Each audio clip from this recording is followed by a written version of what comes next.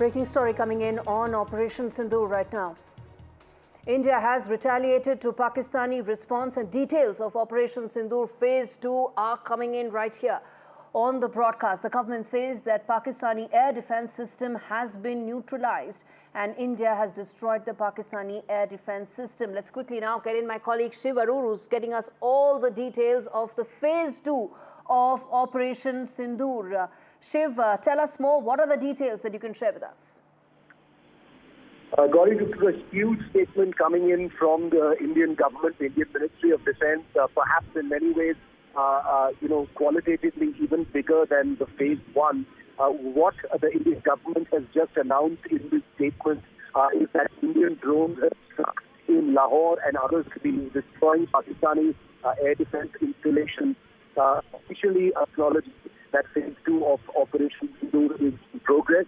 The other big announcement we made in this statement is that a large number of missiles and drones fired by Pakistan as part of a retaliatory response aimed at Indian military installations in a whole host of cities, including Srinagar, Avantipora, Pathankot, Amritsar, Uttarlai, Jalandhar, etc., were neutralized by Indian air defense systems. India has an integrated layered air defense system with different kinds of missiles that can go against different kinds of targets. This apparently kicked in, and the overall air defense shield that India has in north and northwest India apparently spotted every one of those missiles and drones.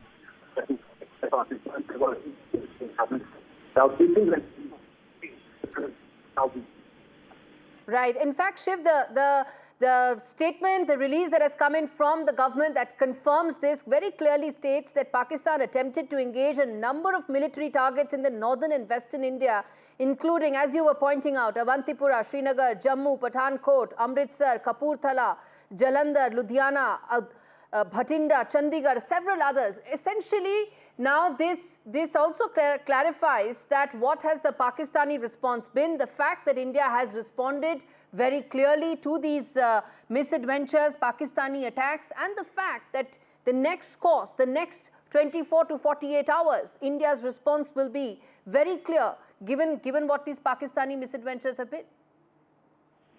Considering Pakistan's attempt to retaliate and this escalation by them at Indian cities is being seen as an escalation by Pakistan, Gauri, and that's one of the reasons why Pakistan,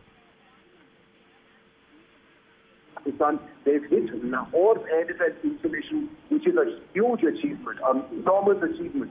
You hit at the very heart of Pakistani Punjab. No small feat. Lahore, in many ways, a far bigger target, qualitatively speaking, perhaps than Bahawalpur, Muridi, Muzaffarabad, etc. And that's the reason why we're looking at Phase 2 as perhaps even more significant than Phase 1 as far as hitting at the heart of the Pakistani system is concerned. You're right when you say that the stage could be set for another escalation, but it's important to note that the end of the statement that's just been issued by the Ministry of Defence says that India is committed to de-escalation, but only if the Pakistan military de-escalates as well. So a window of opportunity perhaps for de-escalation, but I imagine that things are already very tense and they could spiral out of control again. I want to ask you one question, Shiv, on Lahore. You're right about the impact of this, the significance of this is much more. I'm just reading out the statement that very clearly says that it has been reliably learned that an air defense system at Lahore has been neutralized. Now, I want you to explain to our viewers the significance of Lahore as compared to some of the other targets that were mentioned and were being talked about earlier in first phase of Operation Sindoor. Gauri, Lahore, is a city that's very close to the international border from Amritsar. It's a city that holds a great deal of historic significance as far as India's partition from Pakistan is concerned. It's a city, where India has had a lot of historic cultural ties as well. It's also the nerve center of Pakistani politics, which has been increasingly anti-India. It is also a city that's very close to other cities of Pakistani Punjab, including Bahawalpur, Muridi, etc., providing them with a great deal of sustenance for those terror groups. and therefore Lahore is politically significant. It is, like I said, culturally and historically significant. It's also very close to the international border. It's also a very, very well protected city. If you are air defense installation basically provides cities like Islamabad, Lahore, Rawalpindi, Faisalabad, etc., a kind of bubble shield against incoming missiles. So, all right, we'll leave it there, Shiv. Thanks so much for giving us those details. A very important news breaking in right here, Operation Sindoor Phase 2. Let me now quickly rope in Major Ali Shah, defense analyst, to talk more about this, the significance, the import of what the government has just announced, Indian response that has come in. Major Shah, talk to us about, as Shiv was pointing out, the significance of an air defense system at Lahore being neutralized by India. Gauri, thank you very much for having me on your channel. The very fact is, yesterday everybody was surprised by Operation Sindoor, which was conducted very swiftly and with very, very precise targets. They took precision of 9 terrorist launch pads. No civilian targets were aimed at, no military establishments were aimed at. So Pakistan was in anticipation whether the Operation Sindoor will continue or it will not. So they gave out statements that please halt here. If you halt here, then we will not retaliate. If you continue, we might consider retaliating. Thereafter, another contradictory statement came from their different statements from their military leadership and from their political leadership. They're not on the same page. One said that we have full right to do a retaliatory strike. One said we will leave it at here if India leaves it here. So they were anticipating whether we would continue Operation Sindoor. Now, we were waiting for, there is likely to be a press conference, I'm told, in fact, where our defense will actually come public with it and officially announce what it is all about. So far, what we have gathered, what we know is, as limited to what the press conference of what we saw Wing Commander Varshika Singh, we saw Colonel Sophia Qureshi, and we saw Vikram Misri Saab. What they have given the input so far officially, those are the inputs we have got. I want to bring it back to Phase 2 of Operation Sindoor. The fact that an air defense system at Lahore has been neutralized, the fact that Pakistani efforts to hit some of the cities in terms of the defense installation has been completely thwarted by India, and that has been said so by New Delhi in so many words. How do you read that? I want your response on that, sir. Okay, Gauri, so far I haven't got the information. You would be having better information whether it has been said by Delhi. You said that they have taken onus of destroying the air defense system, and if that is so, then I think it's commendable, and my heartiest congratulations to them. And they are also terror organizations in Pakistan, like there's BLA, there's TTP, there are other organizations. So I was suspecting perhaps it could be their handiwork, because if India does it, India takes the full onus of it proudly, and India declares it. So you are saying that we have declared it. If that is the case, then I am happy about it. So far till yesterday, the story I knew was we had not taken onus of responsibility of attack or striking any military establishment. But since you have mentioned it, so I think if that's the case, and if Pakistan dares to retaliate. And, sir, for the benefit of you and for our viewers, I'm going to read out this part of the statement that has been issued by the Ministry of Defence, Government of India. Very clearly it says, and in fact some of those visuals are also we are playing out on our screens for our viewers tuning in right now. On the night of 7th and 8th of May 2025, Pakistan attempted to engage a number of military targets in northern and western India, including Avantipura, Srinagar, Jammu, Pathankot, Amritsar, Kapurthala, Jalandhar, Ludhiana, Bhatinda, Chandigarh and several others, using drones and missiles. These were neutralized by the integrated counter UAS grid and air defense systems. Major Shah, that's the second phase of Operation Sindoor that we are breaking right here, and I'm asking you to respond on that. The fact that India repelled Pakistan bid to attack. Certainly, if Pakistan also they violated the ceasefire and they did shelling in, I'm told, in Pathankot or in Poonch and such places. And we've had some casualties over there. 16 people, sir. 16 innocent lives have been lost. Yes. 3 women, 5 children. Yes, Gauri. And the anger is very much there. I mean, innocent lives of civilians, of children. I mean, it is ridiculous. And, now Pakistan has asked for it. They have seriously have asked for it. And let me tell them, there's no ego. There's no child's play. They are in for serious trouble. And who's going to suffer in this, Gauri? It's going to be the Awam, the public, the poor people of Pakistan. And who's going to be responsible for it? The Pakistani military, the Pakistani leadership, the government. General Asim Munir, he triggered the entire thing with his silly, stupid, unwarranted speech. And I don't think he had realized the repercussions of it at that time. In fact, Major Shah, stay with us. I want to get in Aishwarya Jain, my colleague, to talk more of this biggest story that is breaking right now on NDTV. Second phase of Operation Sindoor. Aishwarya, the government has announced those details, and that just tells us that the Pakistani bids have been completely repelled by India.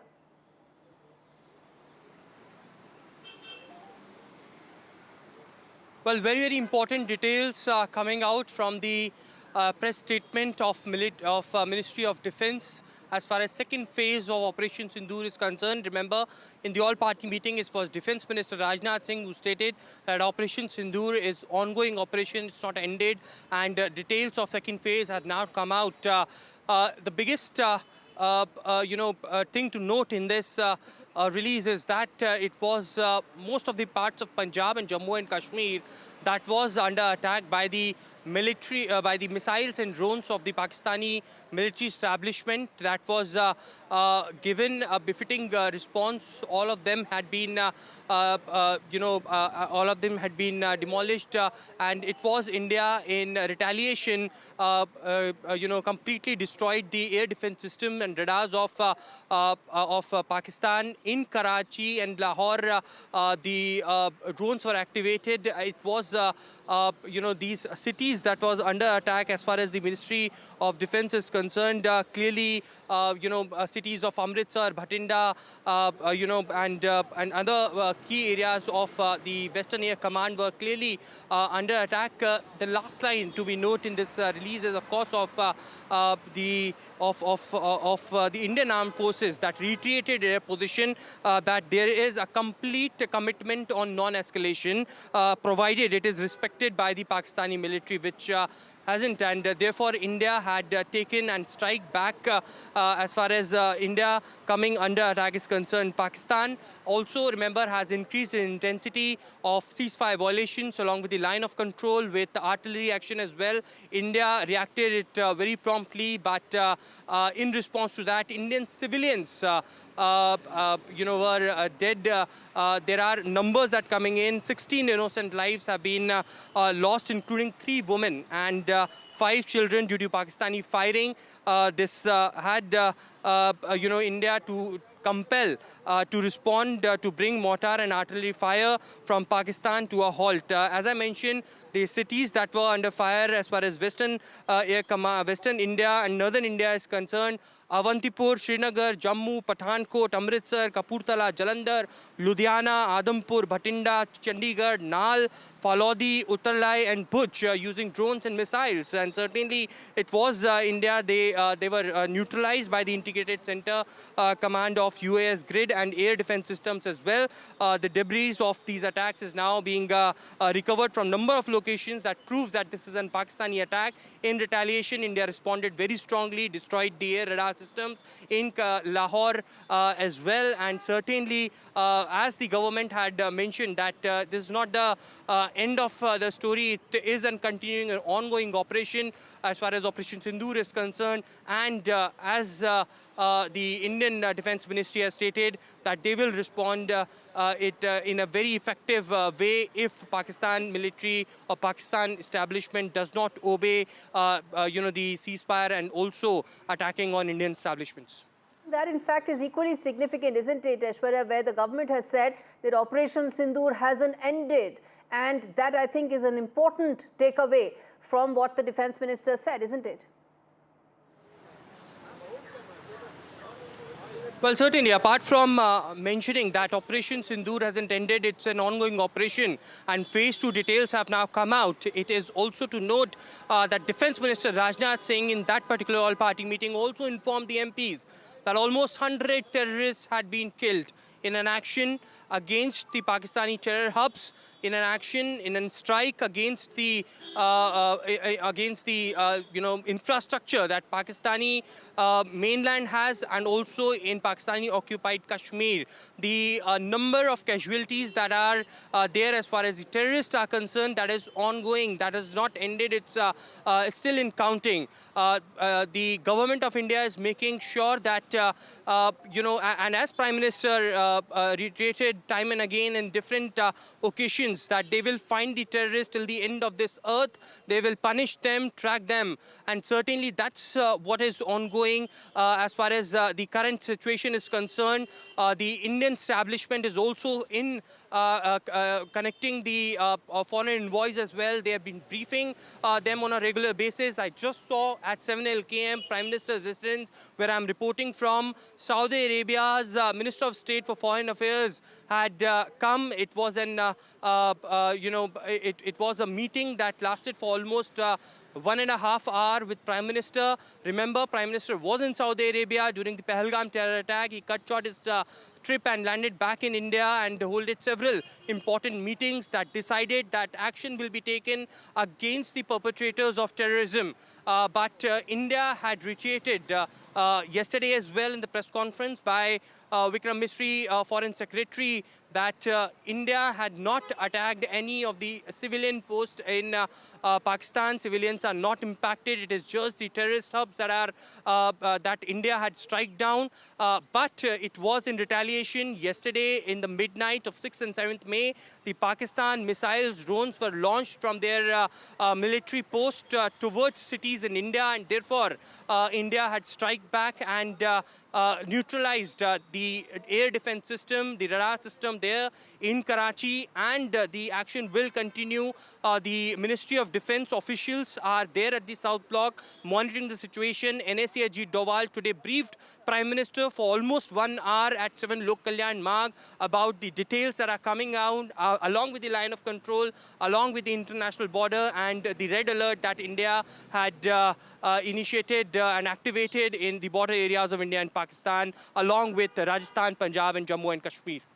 In fact, on that, stay with us, Aishwarya, because on that, I want to quickly now get in Nazir joining us to talk more about Operation Sindoor Phase 2, the preparations, the fact that India has come out very clearly talking about what all Pakistan tried to do, failed miserably. Nazir, tell us more in terms of the details that are emerging of Operation Sindoor Phase 2. Well, what we said in earlier bulletin, that Pakistan was swarmed by drones. There was drone swarm which hit Pakistan's multiple sites, locations and military installations, and their air defense system in Lahore has been hit and badly damaged. Pakistan's DG ISPR has said that it was a drone attack at at least 12 locations, which he claimed most of them have been actually neutralized, but one he admitted that it hit their equipment at military installation in Lahore, and 4 military personnel were injured. This is the admission of Pakistan's army, which DG ISPR in his press briefing today. And then the army defense India has issued a statement talking about how Pakistan tried to attack India with drones and missiles. They have been neutralized at all the places, multiple places across western India and the northern India, in Jammu and Kashmir and in Punjab and Rajasthan. Everywhere they have been neutralized, both drone and missile attacks, and then India has hit back. Clearly, it's Operation Sindoor 0.2, but also it is clear sign of the escalation from Pakistan when they tried to use missiles and drones to target India, which have all, according to army, they have been defense officials' statement, they all have been neutralized. And then Pakistan admitting it is a military facility, which we know is an air defense system, has been hit by Indian drones as well. So clearly we were waiting for an official statement since afternoon. We were talking about this, how the Operation Sindoor 0.2 has started since last night. It was also shelling along the borders, along the line of control during the night, second day of artillery use, artillery shelling, and army has said that they have responded Indian in military equal targets measure, being which is attacked. small arms and Indian military targets in specific cities being under attack and Pakistani efforts being completely thwarted. Let's get in Maria to join us more with the details of Operation Sindoor Phase 2. Right, Gauri, if you look at it, India's Operation Sindoor has been focused, measured and non-escalatory in nature. But on the intervening night, which is of 7th and 8th, attempts were made by Pakistan to target 15 Indian cities. If you look at the details which has come in now from the government of India, it has named all these 15 cities, which includes Bathinda, Ludhiana, Jalandhar, Kapurthala, Amritsar, Chandigarh, Phalodi, Uttarlai, Bhuj, Pathankot, Jammu, Srinagar, Avantipura. All these cities were targeted by Pakistan. These are, of course, cities in northern and western India using drones and missiles, but they were completely neutralized. And in fact, there was an attempt to engage a number of military targets also. That has been thwarted. So, as far as Operation Sindoor Phase 2 is concerned, these 15 cities of India were on Pakistani radar. There were attempts made, but certainly the alertness of the entire surveillance system and the Indian defense system has to be lauded, because they managed to completely neutralize any efforts and attempt by Pakistanis. Maria, air defense systems neutralized any of these efforts and attacks, possible attacks. And the distinction, as Maria was making, and that's very important, that India's Operation Sindoor was measured and did not target any military installations, but Pakistani effort and response has been to target the number of military targets in these specific cities, the 15 cities that we are talking about. And in fact, let me go back to Aishwarya to talk more about this. The second phase also, in fact, Aishwarya now indicates that Operation Sindoor Phase 2, the second one that has in fact started now, the specific areas where Pakistan is targeting, the defense minister's clear positioning that Operation Sindoor is not over, indicates the high level of preparedness and focus as far as India is concerned, and prepared for some of these possible misadventures from Pakistan.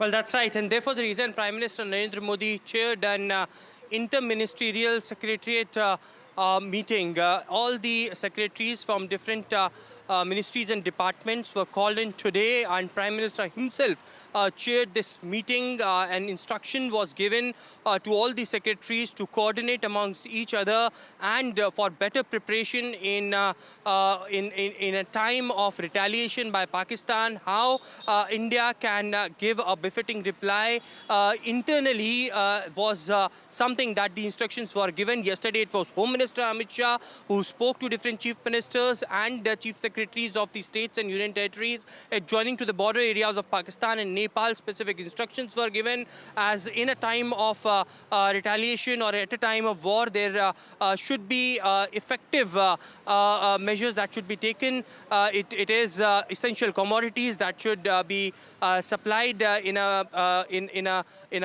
proper way. It is also instructions that had been given to the cyber police of different states that anti-India propaganda should be stopped as soon as possible. Those who had been found of making such anti-India posts or peddling fake news, the action should be taken and information should be passed on to the centre. There should be smooth communication between states and centre. And Prime Minister today briefed the secretaries of different departments, starting from home to foreign to power, information broadcasting, railway, communications, every possible department secretary was there today, and certainly the efforts are being made by the Prime Minister, who is himself keeping a very, very close eye and chairing these important, crucial meetings. At 7 LKM, he was briefed by NSA as well about the details of Operation Sindoor Phase 2 this morning, and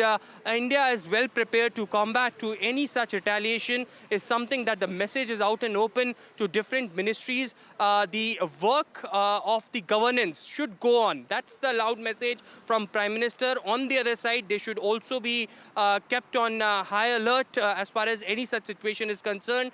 The health department has been given a separate briefing as to keep alert on the medical aid if requirement. The hospital should be on alert. Specific locations which are sensitive near the border areas had been identified, and special vigilance is required. The Ministry of Home Affairs is keeping a close eye on those areas as well, and the district magistrates, the state administrations had been told to keep a close communication if any anti-India activity is being found, or there is any such information that gets in, directly inform the center, is a louder message that has come out from this important meeting that Prime Minister also chaired.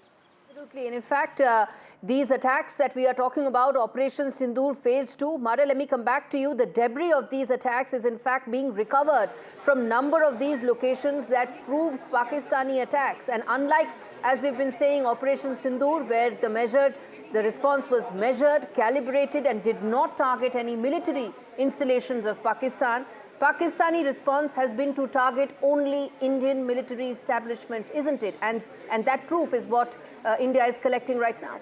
That's right. India's move was focused and non-escalatory in nature.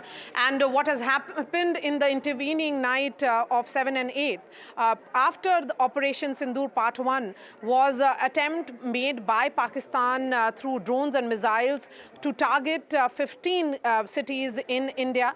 And that entire attempt was thwarted, is what government is telling us. In fact, the government has gone on to say that they were neutralized by our anti-defense systems and UAS grid, and integrated counter-UAS grid. We'll try and get details of how this grid actually functions, but overall, Gauri, the alertness of the defense forces has to be lauded here. We have seen how there is, we are in a state of high alert and total preparedness. When, Aishwarya was giving us the details of that meeting, which was chaired by the Prime Minister, in which several department secretaries were in attendance, Gauri, I think one important aspect which has to be highlighted is the presence of the Secretaries of Health and Power Ministries, because these two particularly become important in the times that we are living in.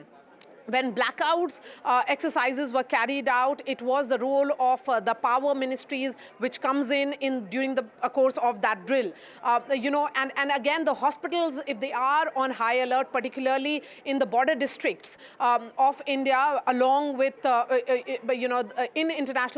the international border with Pakistan, the sense is that there has to be all hands on deck and complete coordination that is needed between the center and the states at all administrative levels. Absolutely. All hands on deck is what the preparedness is for India right now. Maria, stay with me because I want to come back to the Lahore drone attacks in just a bit. But Nazir, to you, as far as the statement, the message that has come out from India, very clearly, it also talks about the 16 lives that have been lost due to the heavy shelling by Pakistan. These are all innocent civilians. That includes women, children, and of course, a martyred soldier as well. Exactly, and they have been targeting civilians after these ceasefire violations and the heavy artillery shelling. Particularly the Poach area has borne the brunt of this firing, where most of these civilians, also a soldier, have been killed in Pakistani artillery shelling. Having said that, whenever India has actually responded in equal measure, what India always is saying, that for example, there was a terror attack in Pahalgam. India hit at terror sites in 9 terror sites in Pakistan. Now when Pakistan has tried to hit India's military installations, military establishments, India has hit back. with the same thing and try to target its air defense system, and in the process, air defense system in Lahore has been neutralized according to Defense Ministry's statement. So there has been the Defense Ministry also said we tried to response to Pakistani artillery shelling was to bring the Pakistani artillery to a halt because it has been targeting innocent civilians. More than 40 innocent civilians have been injured. Among them are women. Among the dead, 16 dead, women and 5 children as well. 2 of them are siblings. So innocent people losing lives, particularly in the border. It was again artillery shelling along the line of control across Jammu and Kashmir today. But the way things are escalating across the spectrum, we see Pakistan using both drones and missiles try to target India and at different cities in the western and northern India. So Yes. that has been not only repulsed, neutralized that attack, but also India has hit back and targeted Pakistan's air defense system. And one of the systems in Lahore has been hit, neutralized, and Pakistan's DGISPR in a press briefing today admitted that their military installation in Lahore has been hit, and he admitted in that briefing that there was damage to the equipment without naming the air defense system, and he has also admitted that 4 soldiers of Pakistan Army have been injured in that retaliatory attack by India. So clearly things are not looking de-escalating, things are going perhaps on escalation ladder, and we have to see, as we have been reporting since yesterday, next 48 hours are very, very crucial. Pakistan has threatened that they will avenge the attacks, what has India done during Operation Sindoor. So Operation Sindoor was not just those 9 strikes which were completed within just 24 minutes. The swiftness, the most swift and with military precision, the targets were hit exactly where it hurts, where it caused the actually damage, where India intended to hit those sites, which India has clearly said they were terrorist sites, be it Jaish-e-Mohammed, Lashkar-e-Taiba or Hizbul Mujahideen. All these places, be Sialkot, Murdiki, Muzaffarabad, Kotli, all Bahawalpur, all those have been hit.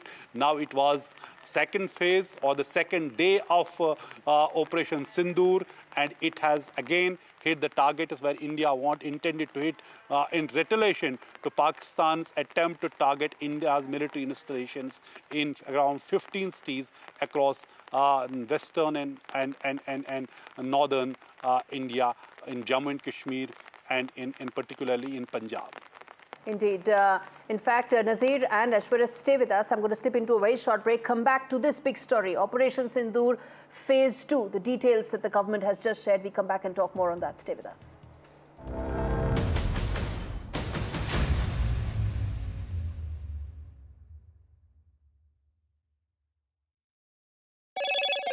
Hello, Moto. Motorola, India's leading AI smartphone brand.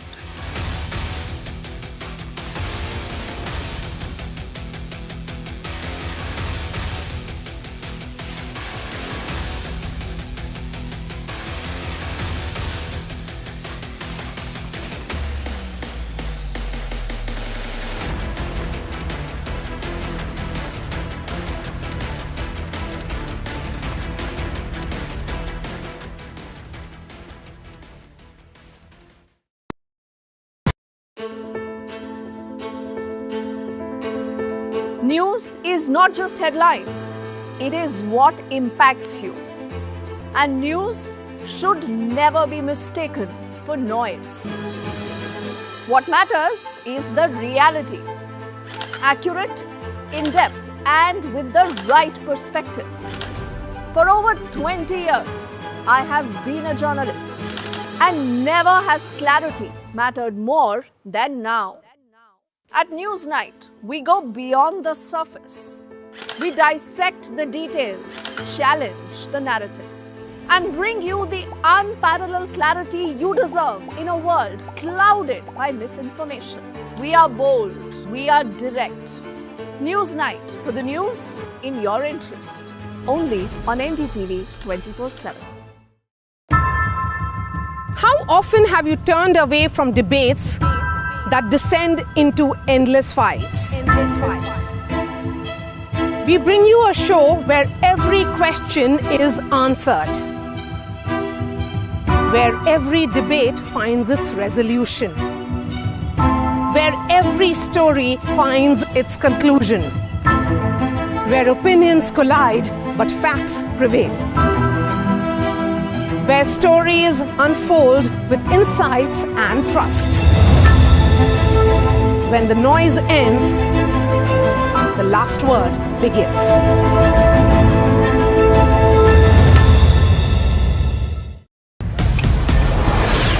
This is Operation Sindoor. It is India's big retaliation for the Pahalgam terror attack. The precision with which this attack has been carried out, it's payback time. The headquarters of Jaish-e-Mohammed in Bahawalpur and Lashkar-e-Taiba headquarters in Muridke have been hit. That these targets lay between 30 kilometers across the line of control. Prime Minister has monitored the entire sequence of events overnight. He's been closely monitoring it.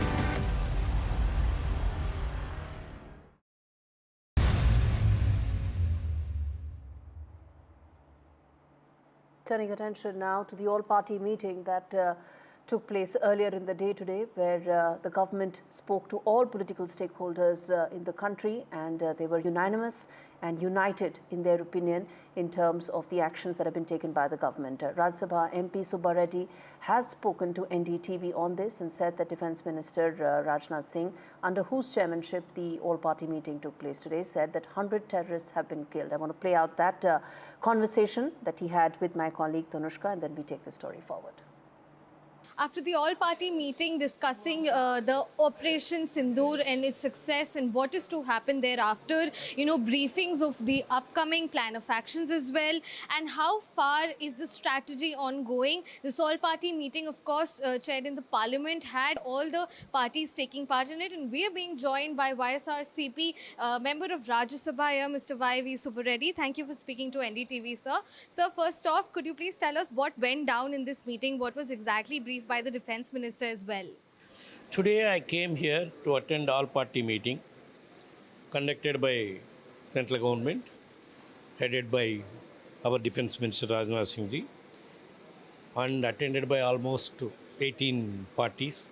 All of them, in the first instance, they stood behind the government and they said, we are all with you, all parties, irrespective of the region, states, everything. We are all supporting the cause, what central government is taking up and what our defence armed forces are doing. Especially after the Pahalgam incident, where 26 people, innocent civil people, were ruthlessly killed. You have to do something, you can't keep quiet. And the way Operation Sindoor was operated, only attacking on terrorist camps, that also sent a good message, because nowhere affecting in Pakistan about civilian areas, civilians. That's also a good move. Our Operation Sindoor was handled so successfully.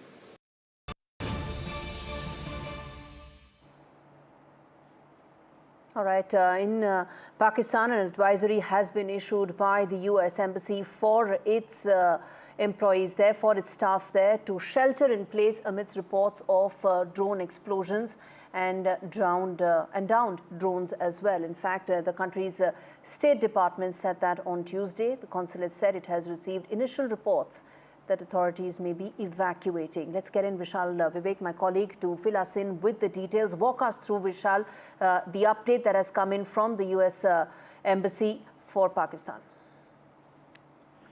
Well, the latest is that the situation is quite tense in Lahore. This comes right after India confirmed that some drones had been, some military infrastructure of Pakistan had been neutralized by India. They were planning to attack India through drones, etc. And that is how they were shot down. The infrastructure was totally dismantled by India. This is the phase 2 of the Operation Sindoor. And right in the wake of that announcement from India, US advisory has come in, talking about restrictions that people from the US who are in Pakistan, they need to follow. They have told clearly that they need to shelter in place. This is particularly for the consulate personnel of the U.S. Because they are in the vicinity of the attacks that happened. They are in the ground zero, so it's mostly for them. The consulate has also received initial reports that authorities may be evacuating some areas adjacent to the Lahore's main airport. So these are some of the advisories that have been released by the U.S. Embassy. And they have asked the U.S. citizens who find themselves in an area of active conflict to immediately leave that area. And if it's not safe to leave, they should shelter in place. So what does shelter in place mean? It means that wherever you are, you need to be in a place where you can be hidden from outside forces. You need to be sheltering in place and make sure that you don't move out and you're out in the open so that drones, etc. can attack you. So that is some of the advisory that has been released. And there are some further updates as well. And they've said that they will be sending more updates needed through the messaging system. They have also said that people need to ensure that you are enrolled in Smart Traveler Enrollment Program, which is a STEP program for the U.S. personnel in the U.S. in Pakistan. All right. Thanks much for giving us those details, Vishal. I'm now going to hand it to my colleague, Maria Shakil, for an exclusive interview that she's going to have with Praful Patel. And the all-party meeting on Operation Sindoor, which was chaired by the government, had Praful Patel, a member of parliament of the NCP. He's joining us live here on NDTV. Mr. Patel, really appreciate your time. The Indian polity is united like never before, one would say.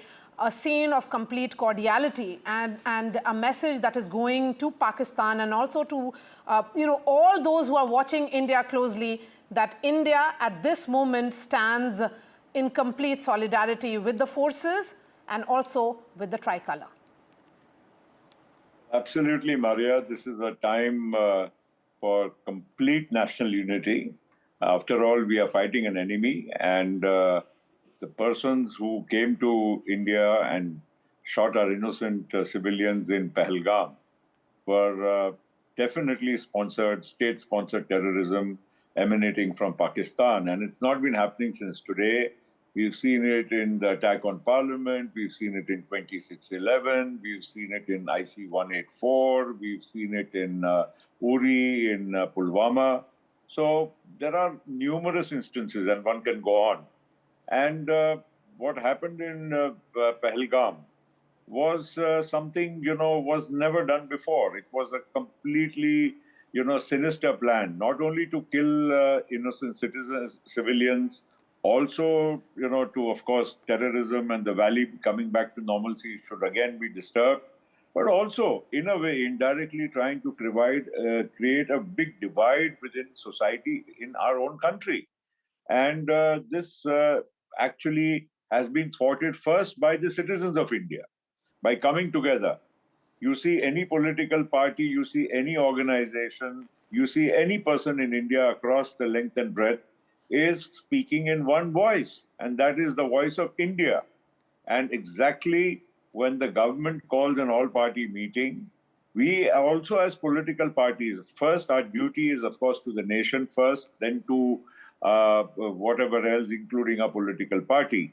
And I'm happy that the entire polity, from left to right, everybody has come together, spoken in one voice.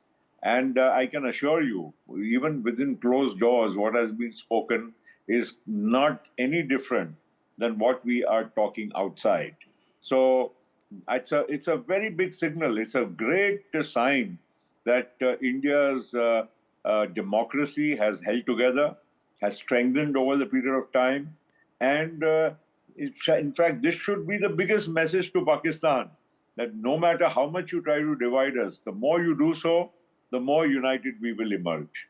And we'll set aside all political and other differences.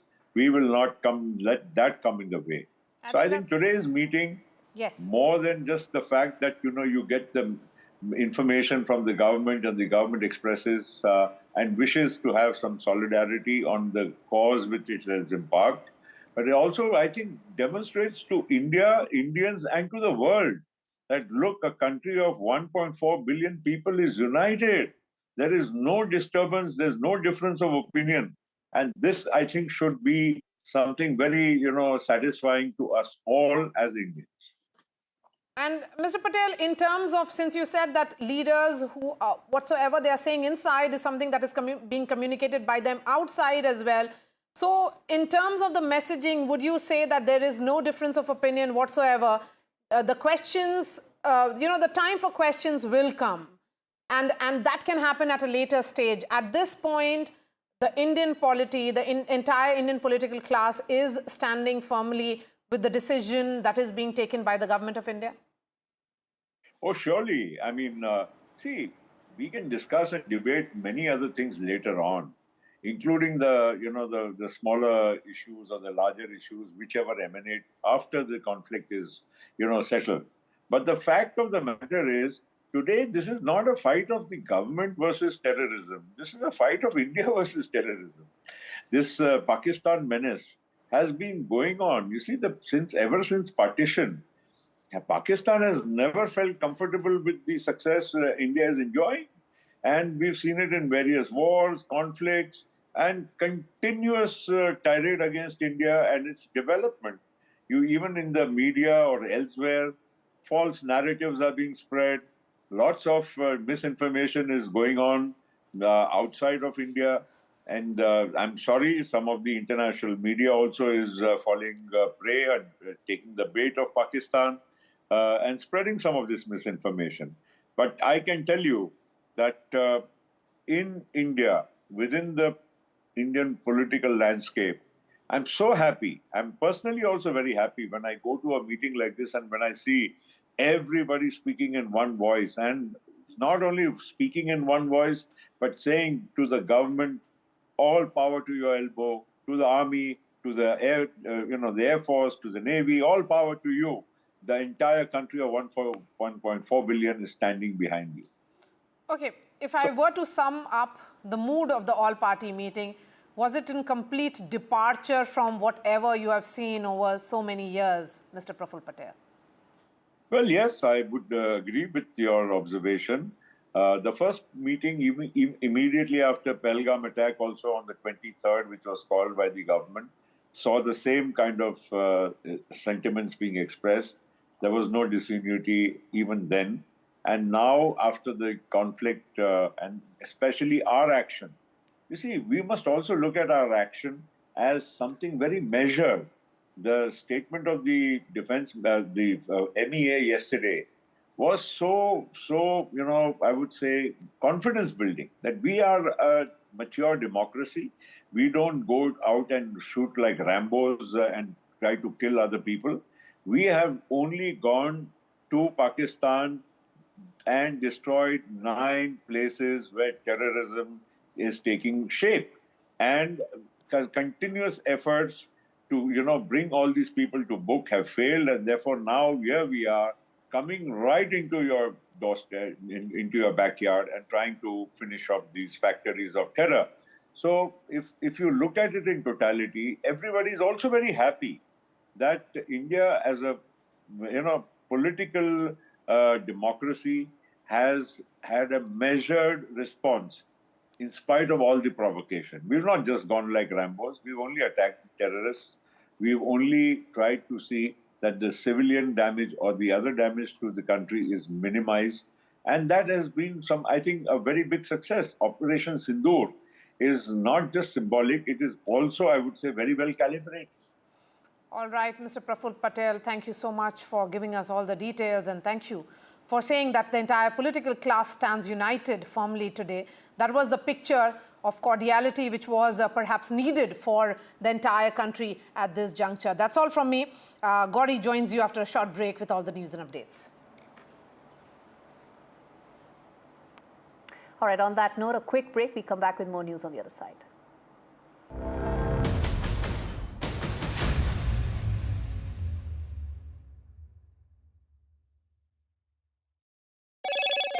Hello, Moto. Motorola, India's leading AI smartphone brand.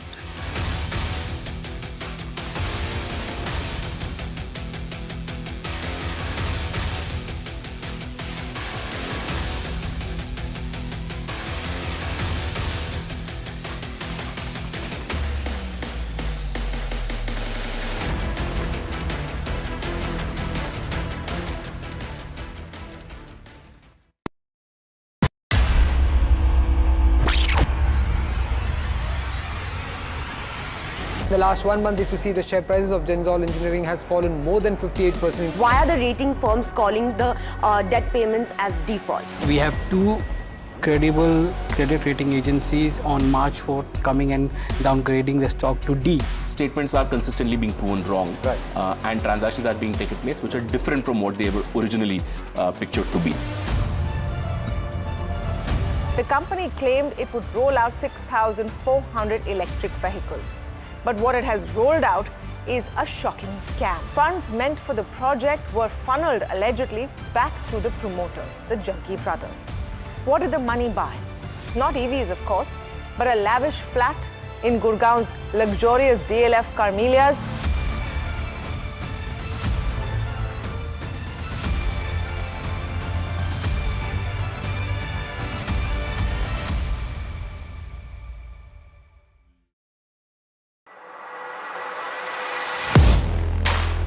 Do you really know the company you invest in?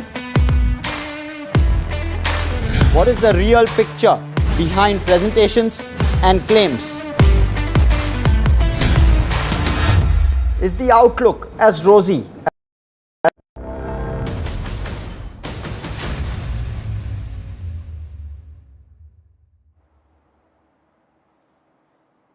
All right, a meltdown has happened in the Karachi Stock Exchange, where trading has halted as panic has gripped investors in Pakistan. The stock market is facing a huge decline. Let's quickly now rope in NDTV Sakshi Bajaj, who will take us through what exactly is it that is driving the panic amongst the investors in Karachi. Tremors are being felt in the Pakistan Stock Exchange as well. We have seen the Karachi Stock Exchange plunge over 7% and a pause really in trading there. Now, what exactly has led to this? Well, experts believe that, look, the panic mode that investors are seeing in Pakistan is clearly being felt as far as sharp declines on their stock markets and their stocks that have been seen since the past 2 days. Remember, this is ever since India's payback for Pahalgam and Operation Sindoor. So now what does this mean in the near term? Well, experts believe in the near term, of course, this means that there could be more volatility. And in the near term, it also signals the fact that, look, while, of course, India is resilient, India's stock markets are resilient at the moment, experts believe in the near term, they will remain in wait and watch mode as far as Pakistan's impact is concerned. And, of course, they do believe that this does signal near-term volatility. All right, turning focus now to the families who've reacted, families of the victims of Operation Sindoor who have reacted to the latest developments coming in. In fact, they've said that Sindoor means our lives, and the victim's wife has in fact thanked Prime Minister Modi for Operation Sindoor. Listen in. I heard that there was an Operation Sindoor was happened in the last night, which was taken the revenge of our 27 families. The name itself is telling that Operation Sindoor. Sindoor means we all lost our husbands. That means our lives.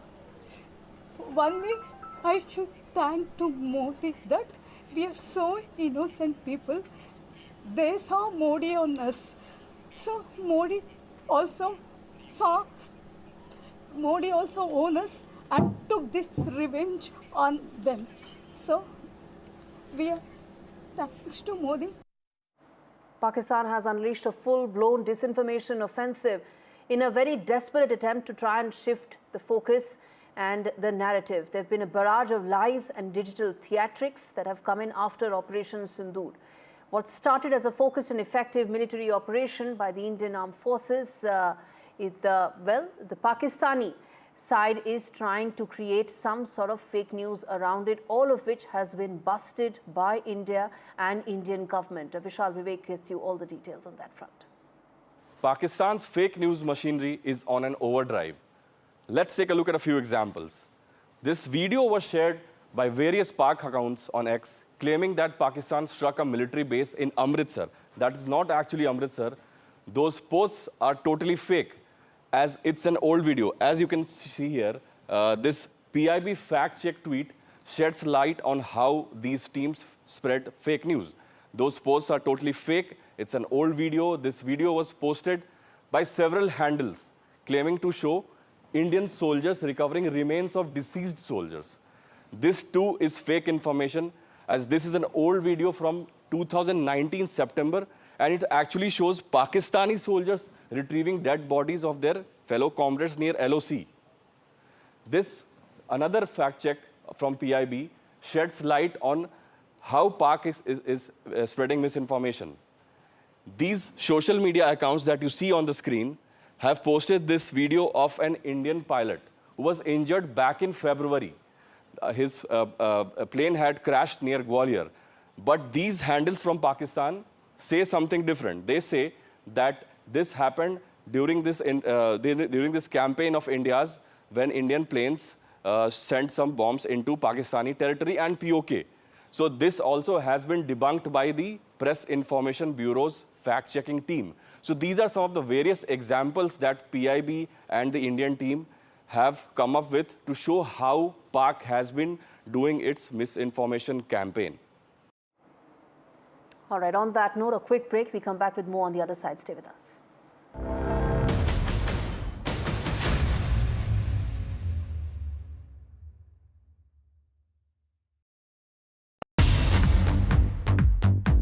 More news that matters.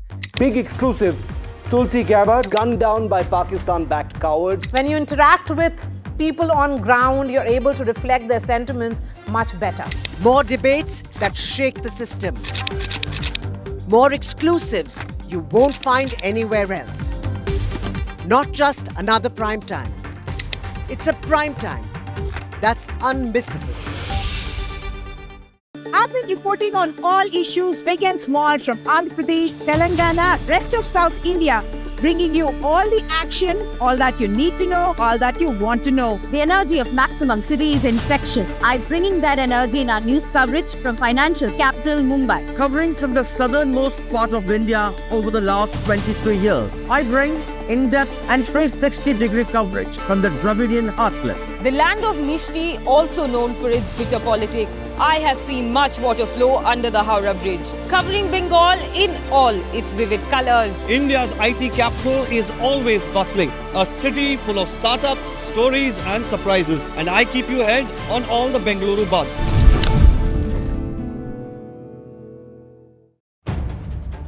If it matters to you, it matters to India. And it matters to me. And it matters to me. India Matters with Shivaru, only on NDTV 24/7. In today's interconnected world, India's voice is more crucial than ever. When India's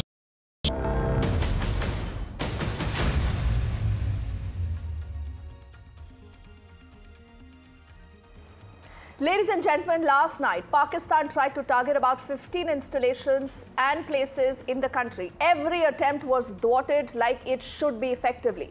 You're looking at a very detailed statement that has been put by New Delhi. We'll get you details of that and much more of that ever-developing story with our team of reporters tracking this from a lot of places right now. First up, as always, a quick check of our headlines right now.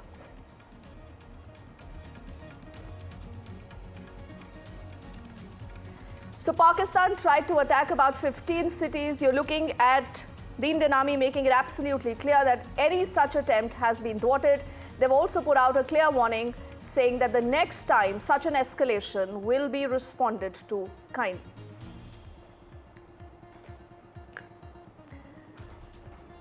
The YSRCP MP, Subba Reddy, has spoken to NDTV. The Defence Minister has confirmed that 100 terrorists have been killed.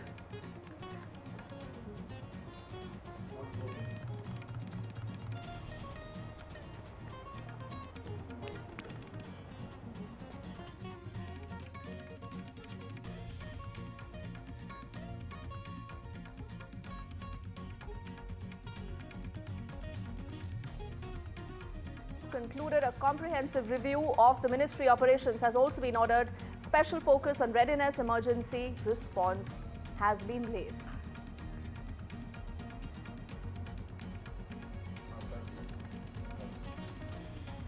India has retaliated to the Pakistani response. Details of Operation Sindoor Phase 2 now out. The government says that Pakistan Air Defence System has been neutralised.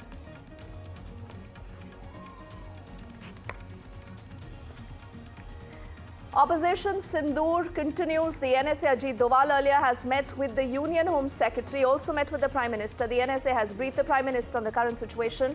The focus is on moving people from the border villages. There has been a full meltdown in the Karachi Stock Exchange. Trading in the KSE 100 has been halted.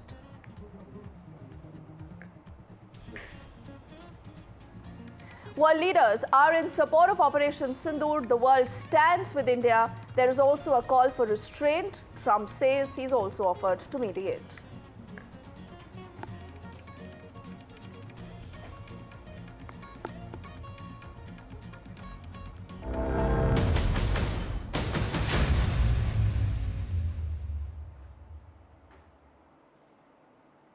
First up, let's get you details of this big developing story right now.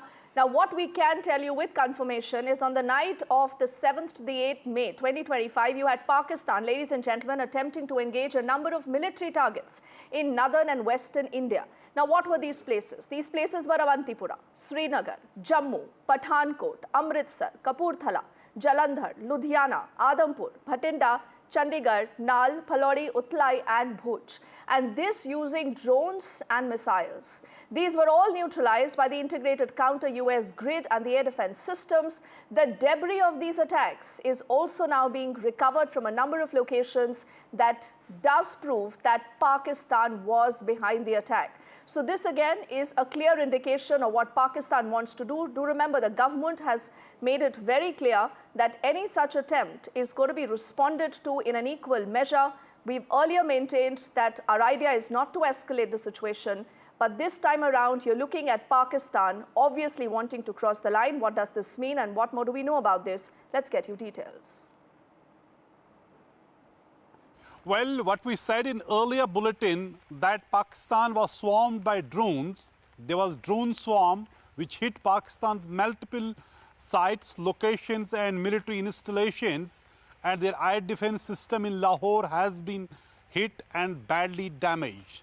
Pakistan's DG ISPR has said that it was a drone attack at at least 12 locations, which he claimed most of them have been actually neutralized, but one he admitted that it hit their equipment at military installation in Lahore and 4 military personnel were injured. This is the admission of Pakistan's army, which DG ISPR in his press briefing today. And then the army defense India has issued a statement talking about how Pakistan tried to attack India with drones and missiles. They have been neutralized at all the places, be multiple places across western India and the northern India, in Jammu and Kashmir and in Punjab and Rajasthan. Everywhere they have been neutralized, both drone and missile attacks, and then India has hit back.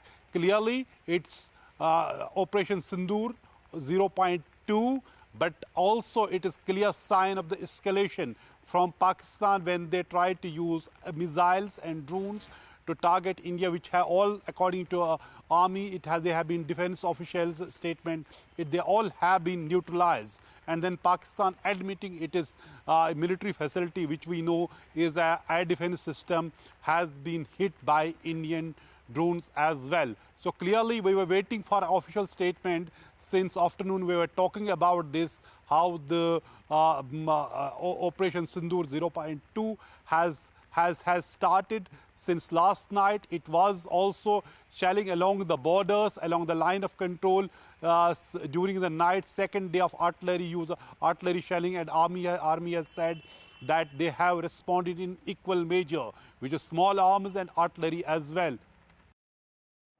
So that is Nazir Masoodi helping us understand what really has happened. But what is happening right now and what more do we know about what Pakistan attempted to do and how India has responded? Let's also get in our colleague Ghazali, who's been at the Rajouri sector getting you a lot of other ground reportage. Ghazali, one thing is absolutely clear. You know, all those who thought that this is a Pakistan that possibly could mend its ways, could learn the lesson, that is absolutely not happening. Now, you had India going in for those precision strikes, but this is Pakistan that wanted to try and attempt to hit out at our military installations.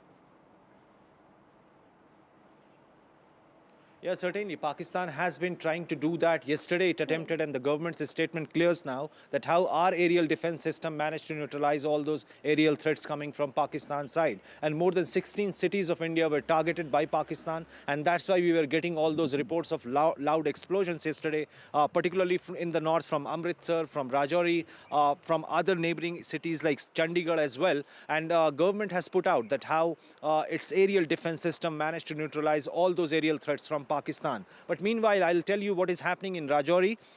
Heavy shelling happened day before yesterday. Yesterday it was a quiet night, but a lot of people have been asked to evacuate these areas. My camera person will show you all these beautiful houses on these hilltops are vacant right now because people have been asked to move to safer places in Rajouri, towards the urban areas. People are moving towards low-lying areas in the plains, towards Jammu and toward other safer areas away from the LOC or say the international border.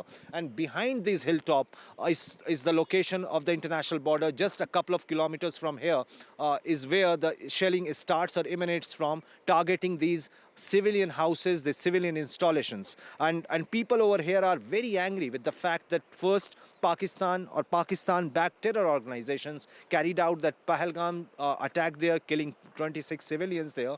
And now when India retaliated, so Pakistan has intensified the cross-border violation, the ceasefire violation by targeting and deliberately targeting these civilian homes. And just for our viewers, we need to remind that this is a wheat harvesting season.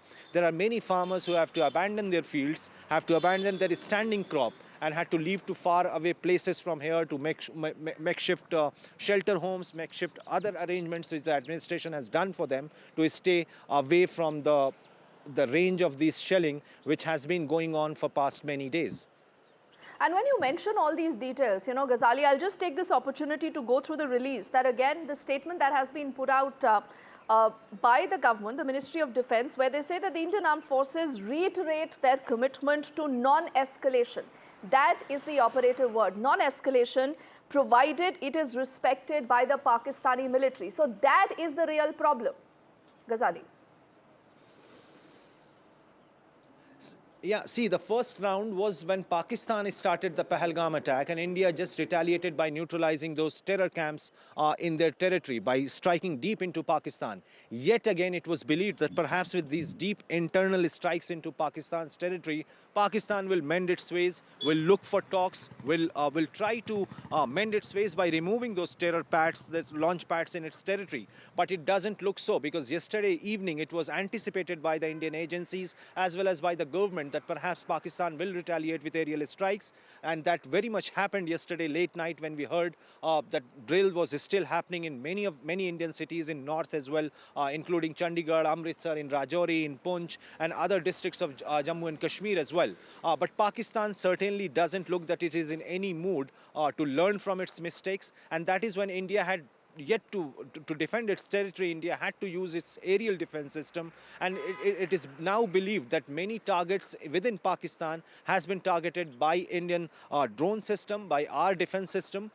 Yet again, Pakistan's Prime Minister, when he addressed the nation yesterday, he spoke about that how India has been targeting the civilian installations or civilian homes, which is very far away from the truth, because right now in Rajouri we have heard from people over here that even in 1971, even in 1999 during Kargil and 71 war, these locations were never targeted by the Pakistani army. But for the last 4 or 5 days, not just in Rajouri but in Punjab, many civilians have been killed.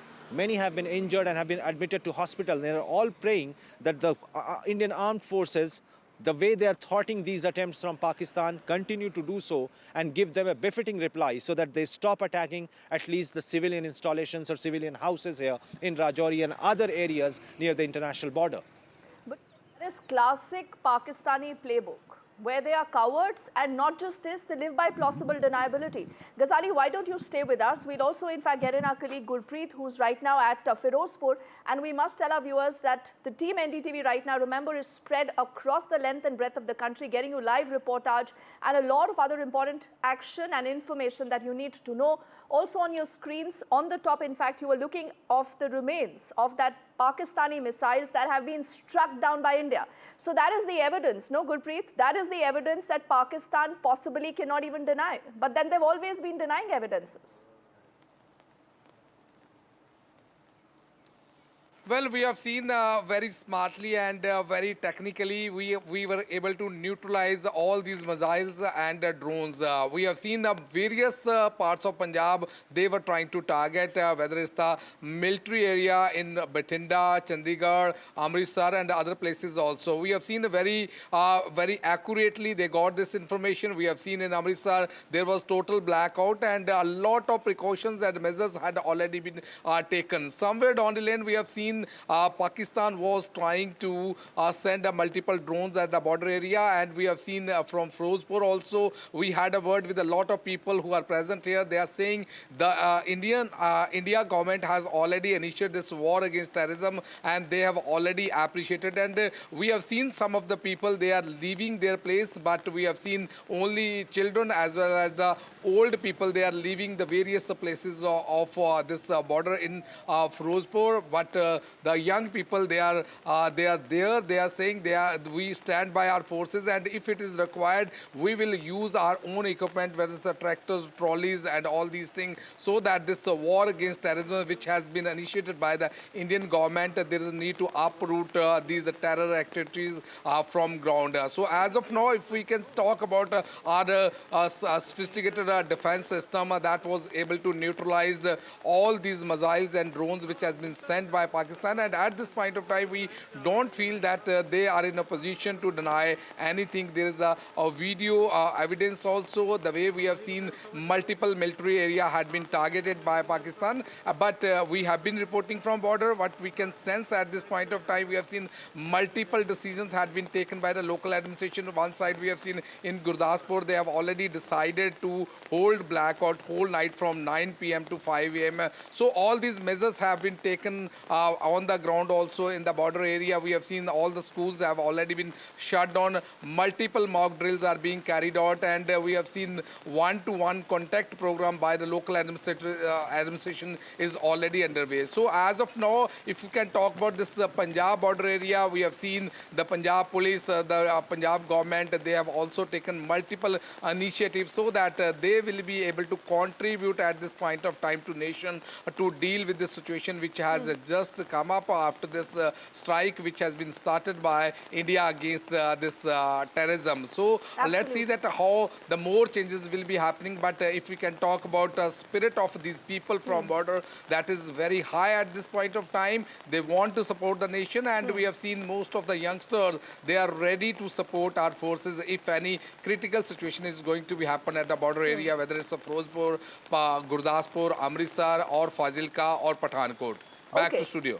All right, Gurpreet, let's take this back to Ghazali, who we must tell our viewers is at Rajouri, and he's been getting us a lot of those ground reportages also. Ghazali, you also must have spoken to a lot of locals. Now, we do know that it is the civilians that come in the line of fire. You know, Pakistan does not abide by rules, but that is exactly not how India operates. And that is why we decided to attack their terror camps. Not any military installations, not any civilian casualties have been reported absolutely by India, and that is the difference. Yeah, and Pakistan is taking no half measures. It is targeting both civilian and military installations. And thanks to our defense forces that be it the civilian areas, be it the defense installations, they're all safe. Barring a few injuries, we have been reported from Poonch and from Rajouri area. The district administration in both these districts have arranged a makeshift arrangement for all these people who are getting displaced. But these people are very angry and very upset with Pakistan, which is deliberately targeting, because they expect that Indian army must defend them, which is actually they're doing near the border, near the LOC as well as international border. But Pakistan has intensified shelling, deliberately targeting those houses near the border. And this is just around 1 to 2 kilometers, and it is almost within the firing range. And in the past, it has happened that Pakistan has violated the ceasefire, but the intensity of shelling has only increased since India launched its Operation Sindoor. And just because Pakistan is not capable of attacking or facing the Indian army, the people here say that is the reason why it is attacking the civilian installations. That is why it is impacting the movement of civilians in the area. It is impacting their livelihood as well. But they're very confident that perhaps the Indian armed forces, the Indian government, they stand by them, and they feel feel that whatever the government decides or whatever the Indian Army or its operations roll out in the future, in the coming days, will certainly help to restore normalcy in the region. Oh yes, and the Pakistani air defense system has also been pierced quite literally is what we are learning. Ghazali, I'll just let you go for the moment and we'll come back to you a little later on the broadcast. But I want to take one quick question also with Gurpreet, who, like I told you, is at Firozpur. Gurpreet, you know, you've also been speaking to a lot of people in the security establishment, a lot more. The idea is also to be very prepared. We've seen those mock drills happening. Now we are also seeing India making it absolutely clear that we are not there to escalate. We will not retaliate. But if you attack our civilians, if you continue with these unprovoked attempts, we reserve the right to respond.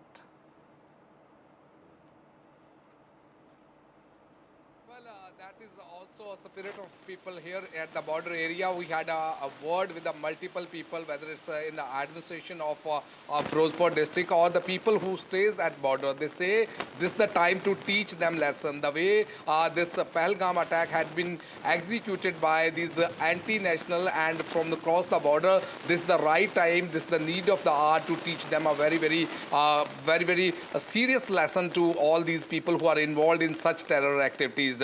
We have seen here a lot of mock drills, a lot of blackout exercises are being conducted, but the main participation of the people have been seen here, whether this from the administration side, and we have already talked to the local police officers also. They are saying they are totally in touch with all these people, and everybody had already appreciated the way Indian government has already carried out these strikes on the hideouts of these terrorists in Pakistan, because they feel multiple lives have been lost in India on these nefarious designs from across the border. So as of now, if we can talk about this border area, we have seen yesterday with the sophisticated defense technology, we were able to even continue carry out that blackout immediately when they have learned missiles and drones have been thrown and launched from across the border immediately, and the people were also supporting them. So if we can talk about the Punjab border areas, we have seen the multiple actions have already been taken to just restore this confidence in the people of this border area, that they are ready to combat and grapple with any situation if it is arising. We have seen multiple mock drills which are being carried out at the various locations of various borders. That means they are trying to guide the people if any siren sounds, how and what action they are going to take and how the people should react to these sirens which are going to be used by these local administration officers. All right, we'll just thank Gurpreet. He's reporting from Firozpur, and apologies for that bad audio line. But let's keep our focus on a lot more ground reportage that our team of reporters has been getting to you non-stop here. And we also have the Raksha Mantri speaking live right now.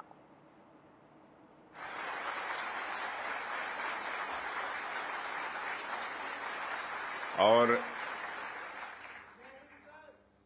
जय हिंद, जो शौर्य और पराक्रम दिखाया है उसके लिए मैं हृदय से बधाई देता हूं। पाकिस्तान और पीओके में जिस तरह से हमारी आर्म्ड फोर्सेस ने टेरर कैंप्स को नेस्त नाबूद किया है, वो हम सब के लिए एक गौरव का विषय है।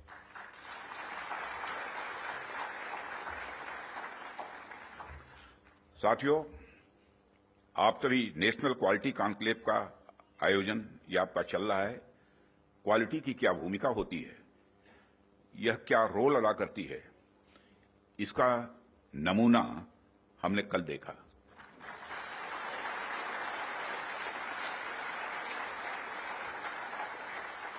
जिस प्रेसिजन के साथ यानी जिस सटीकता के साथ ऑपरेशन सिंदूर एग्जीक्यूट किया गया, वह अनइमेजिनेबल है, बहुत ही सराहनीय है। इसमें 9 टेररिस्ट कैंप्स तबाह हुए और अच्छी खासी संख्या में आतंकी मारे गए।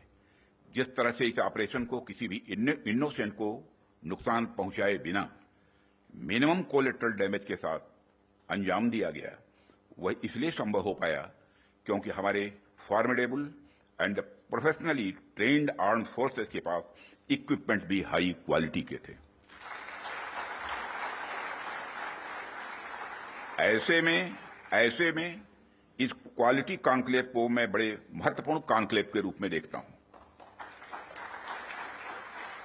मैं इस आयोजन के लिए डिपार्टमेंट ऑफ डिफेंस प्रोडक्शन और इनके secretary defence production Shri Sanjeev Kumar को भी हार्दिक बधाई देता हूं और क्वालिटी एश्योरेंस ऑर्गेनाइजेशंस को भी मैं बधाई देता हूं। साथियों, अभी मैं इस कॉन्क्लेव की थीम देख रहा था, fast tracking of quality assurance through integrated approach and technology enabled processes. आपकी यह थीम मुझे बेहद अच्छी ही नहीं लगी, बल्कि दिलचस्प भी लगी, इंटरेस्टिंग लगी। वैसे भी पूरी दुनिया में इसमें बड़ी तेजी से डिसरप्टिव चेंजेस हो रहे हैं और खासकर डिफेंस सेक्टर में तो लगातार नए नए ट्रांसफॉर्मेशंस ये देखने को मिल रहे हैं। ऐसे में क्वालिटी असेसमेंट को फास्ट ट्रैक करना न सिर्फ रेलेवेंट है, बल्कि मैं समझता हूं यह समय की मांग है। उन चेंजेस को देखते हुए यह थीम अपने आप में बहुत ही रेलेवेंट हो जाती है। इतनी इंटरेस्टिंग और रेलेवेंट थीम रखने के लिए भी मैं आप सबको बधाई देता हूं। साथियों, अक्सर मुझे आर्म्ड फोर्सेस के अलग अलग कार्यक्रमों में प्रायः जाने का अवसर मिलता है। रिसर्च एंड डेवलपमेंट ऑर्गेनाइजेशंस के इवेंट्स में जाने का भी अवसर मिलता रहता है। प्राइवेट सेक्टर द्वारा आयोजित कार्यक्रमों में भी मैं प्रायः जाता ही रहता हूं, परंतु आज का यह जो मंच है यह अपने आप में बड़ा अलग है और एक विशिष्ट मंच है। मैं ये देख रहा हूं कि यहां कई सारे लोग हैं जो अलग अलग फील्ड्स में महारत जिन्होंने हासिल की है, महारथी बैठे हैं यहां। इसलिए मुझे लगता है कि आज की हमारी बातचीत भी कई मायनों में विशेष होने वाली है। साथियों, इस क्वालिटी कॉन्क्लेव की महत्ता और आवश्यकता पर तो मैं आगे चर्चा करूंगा ही, परंतु पहले मैं आपको कुछ ऐसे बिंदुओं से, कुछ ऐसे पॉइंट से अवगत कराना चाहूंगा जो हमारी सरकार की प्रायोरिटीज से जुड़े हुए हैं। 2014 में माननीय प्रधानमंत्री जी के नेतृत्व में हमारी सरकार आने के बाद प्रधानमंत्री जी ने हमें एक अत्यंत महत्वपूर्ण सूत्र प्रदान किया। उन्होंने शुरुआत में ही डिफेंस प्रोडक्शन सेक्टर के एम्पावरमेंट पर विशेष बल दिया। उन्होंने जो सूत्र दिया उसके पीछे की फिलॉसफी थी डिफेंस सॉवरेंटी। डिफेंस सॉवरेंटी का मतलब कि जब तक कोई देश अपनी डिफेंस नीड्स में कैपेबल तथा सेल्फ रिलायंट नहीं होता, तब तक उसकी आजादी पूरी तरह से नहीं मानी जा सकती। जब तक हम अपनी सुरक्षा के लिए इंपोर्ट पर डिपेंडेंट रहेंगे, तब तक कहीं न कहीं हमारी आत्मशक्ति में अधूरापन रहेगा। ये अगर हम अपने हथियार और रक्षा उपकरण विदेशों से खरीदते हैं तो इसका मतलब है कि हम अपनी सुरक्षा को आउटसोर्स कर रहे हैं और उसे किसी और के भरोसे छोड़ रहे हैं। यह बात लॉन्ग रन में सही नहीं हो सकती। हमारी सरकार ने इस विषय पर गंभीरता से सोचा और आत्मनिर्भरता हासिल करने का निर्णायक कदम भी उठाया है। आप सब तो जानते ही हैं कि देश में पहले से ही ऑर्डिनेंस फैक्ट्रीज का एक इंडिजिनस सिस्टम रहा है और इन फैक्ट्रीज ने एक समय पर बेहतरीन काम किया और देश की सुरक्षा जरूरतों को पूरा करने में बहुत ही अहम भूमिका निभाई भी है। इनके अलावा हमारे पास डिफेंस पीएसयूज का भी एक मजबूत इकोसिस्टम पहले से ही है। हमारी सरकार ने डिफेंस प्रोडक्शन में क्वालिटी और क्वांटिटी दोनों पर समान रूप से बल दिया है। इसी दिशा में कई क्रांतिकारी कदम उठाए गए, जिनमें से कुछ महत्वपूर्ण कदमों का उल्लेख मैं यहां करना चाहूंगा। ऑर्डिनेंस फैक्ट्रीज का कॉर्पोरेटाइजेशन उनमें से एक अत्यंत महत्वपूर्ण कदम रहा है, जिसे हमने इंश्योर किया ताकि कम समय में ही डिफेंस प्रोडक्शन में व्यापक सुधार हो सके। यहां मैं जरूर बताना चाहूंगा कि ऑर्डिनेंस फैक्ट्रीज का कॉर्पोरेटाइजेशन हमारे लिए कोई बहुत सरल प्रक्रिया नहीं थी। इसमें अनेक जटिल प्रश्न थे और चैलेंजेस भी थे, परंतु हमने इसे इसलिए लागू किया क्योंकि यह एक अर्जेंट रिफॉर्म था। अब प्रश्न उठता है कि यह अर्जेंट क्यों था? इसका एक बड़ा कारण था क्वालिटी। आप सभी स्पेशलिस्ट के समक्ष मैं यह कह सकता हूं कि सरकार ने क्वालिटी को अपना प्रायोरिटी रिफॉर्म एजेंडा बनाया है। हमने क्वालिटी इंप्रूवमेंट को ही टारगेट करते हुए ऑर्डिनेंस फैक्ट्रीज का कॉर्पोरेटाइजेशन किया। तब से लेकर आज तक डिफेंस पीएसयूज ने लगातार सुधार किया है और कॉर्पोरेटाइजेशन के पश्चात क्वालिटी प्रोडक्शन को लगातार आगे बढ़ाने का प्रयास भी किया गया है। और आज ये डीपीएसयूज इंटरनेशनली कॉम्पिटिटिव हो रहे हैं। आज ये अपने रिसर्च एंड डेवलपमेंट पर भी अच्छा फोकस कर रहे हैं। आज ये ऑर्गेनाइजेशन पहले से कहीं ज्यादा वाइब्रेंट और एक्सपोर्ट ओरिएंटेड हो रहे हैं। वैसे तो अभी कुछ कार्य बाकी है, पर मैं इतना जरूर आश्वस्त हूं कि जिस प्रकार पब्लिक सेक्टर में रिफॉर्म के लिए हम प्रयासरत हैं, वह हमें आने वाले समय में काफी अच्छे रिजल्ट्स देने वाला है। साथियों, पब्लिक सेक्टर के डेवलपमेंट के पीछे हमारा एक ही उद्देश्य भी रहा है कि एक healthy competitive private defence ecosystem का विकास किया जाए, जो अपनी क्वालिटी के माध्यम से देश की सुरक्षा को और अधिक मजबूत बनाए। जैसा कि हम सभी जानते हैं कि क्वालिटी को लेकर प्राइवेट सेक्टर की अपनी एक अच्छी खासी इमेज होती है। किसी भी क्षेत्र में प्राइवेट सेक्टर अपनी गुणवत्ता के लिए जाना जाता है। आज चाहे बड़े प्लेटफॉर्म्स हों या सिस्टम्स, एमएसएमईज हों या स्टार्टअप्स, हमने ऐसा प्राइवेट इंडस्ट्रियल बेस तैयार किया है जो देश के डिफेंस सेक्टर के विकास में सक्रिय भागीदार बन रहा है और उसे सशक्त कर रहा है। आज रिलीज होने वाले इंडस्ट्री 4 को भी मैं इसी संदर्भ में देख रहा हूं। यह निश्चित रूप से हमें स्मार्ट मैन्युफैक्चरिंग के एक ऐसे एरा में ले जाएगा जहां से हमारे लिए कई नए डायमेंशंस खुलेंगे।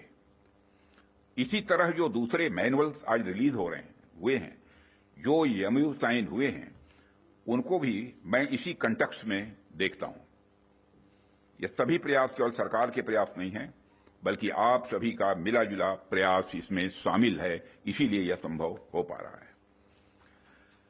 साथियों, जैसा कि आप सभी जानते हैं, आज की दुनिया में सिर्फ प्रोडक्ट नहीं बल्कि एक मजबूत ब्रांड वैल्यू भी जरूरी है। जब मार्केट में असिमेट्रिक इंफॉर्मेशन फैली होती है, तब कंज्यूमर भ्रमित हो जाता है, कंफ्यूज हो जाता है। ऐसे में वही ब्रांड सफल होता है जो कंसिस्टेंट क्वालिटी और रिलायबिलिटी का भरोसा देता है। और यही कारण है कि हमें इंडियन डिफेंस इंडस्ट्री को एक स्ट्रांग और ट्रस्टेड ब्रांड बनाना ही होगा। इस संदर्भ में आज मैं आपसे एक महत्वपूर्ण अपील करने के लिए आप सबके बीच खड़ा हुआ हूं। यह अपील है एक मजबूत वर्ल्ड लीडिंग और state of the art brand India का निर्माण।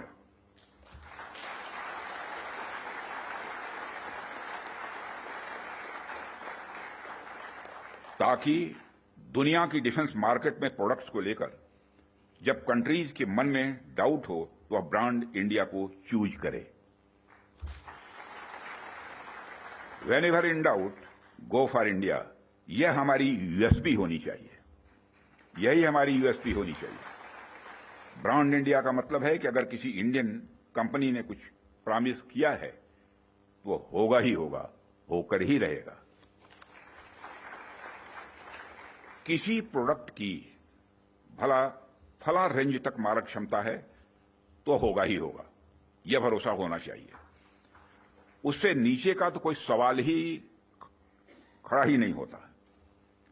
किसी प्रोडक्ट की फला टेम्परेचर तक में काम करने की कैपेसिटी है तो होगी ही होगी, उससे नीचे का तो कोई प्रश्न ही नहीं खड़ा होता।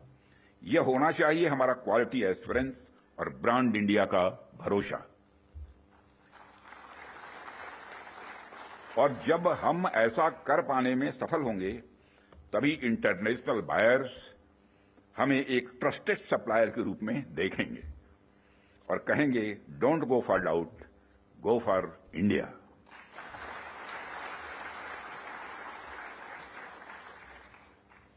साथियों, मैं समझता हूं कि इस दिशा में प्रयास करने का यह सबसे उचित समय है, क्योंकि इस समय जो परिस्थितियां चल रही हैं उसे आप सब देख रहे हैं। हमारे रीजन में ही आज जो स्थितियां उत्पन्न हो रही हैं उससे आप सभी अवगत ही नहीं हैं बल्कि अच्छी तरह परिचित हैं। हमने हमेशा ही एक रिस्पॉन्सिबल नेशन होने का रोल बड़े संयम से निभाया है, सदैव निभाया है। हम लगातार इस बात के पक्ष कर रहे हैं कि समस्याओं का समाधान बातचीत के जरिए से हो, परंतु इसका अर्थ यह नहीं है कि हमारी सहनशीलता का कोई नाजायज फायदा उठाए। यदि कहीं कोई हमारे इस संयम का फायदा उठाने की कोशिश करता है तो उसे कल की तरह ही क्वालिटी कार्रवाई का सामना करने के लिए भी पूरी तरह से तैयार रहना होगा।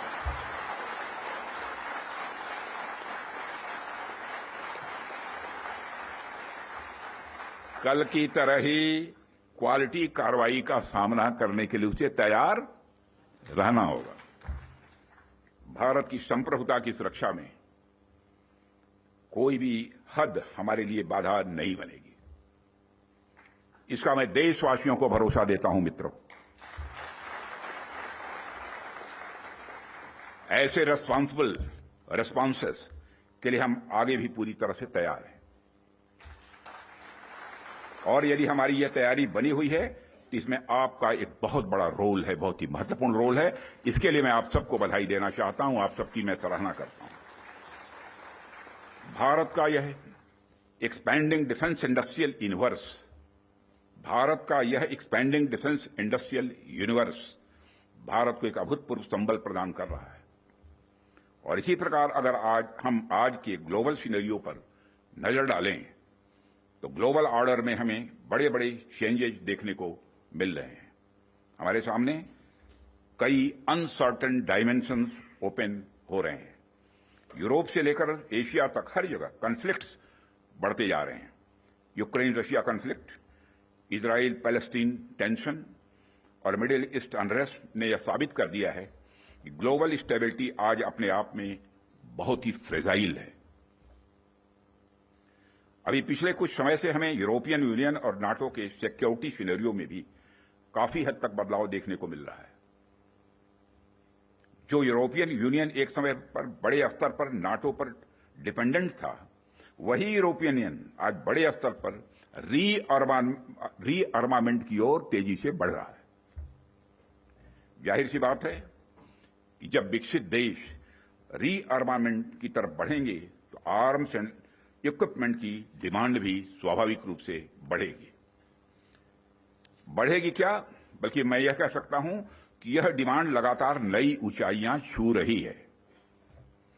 हाल ही में मैं Stockholm International Peace Research Institute की एक रिपोर्ट पढ़ रहा था और अभी कुछ दिन पहले उन्होंने एक रिपोर्ट जारी की है और उसी रिपोर्ट में यह बताया गया है कि वर्ल्ड मिलिट्री एक्सपेंडिचर 2024 में $2,718 बिलियन तक पहुंच गया है, जो अपने आप में मैं समझता हूं कि बहुत बड़ी बात है।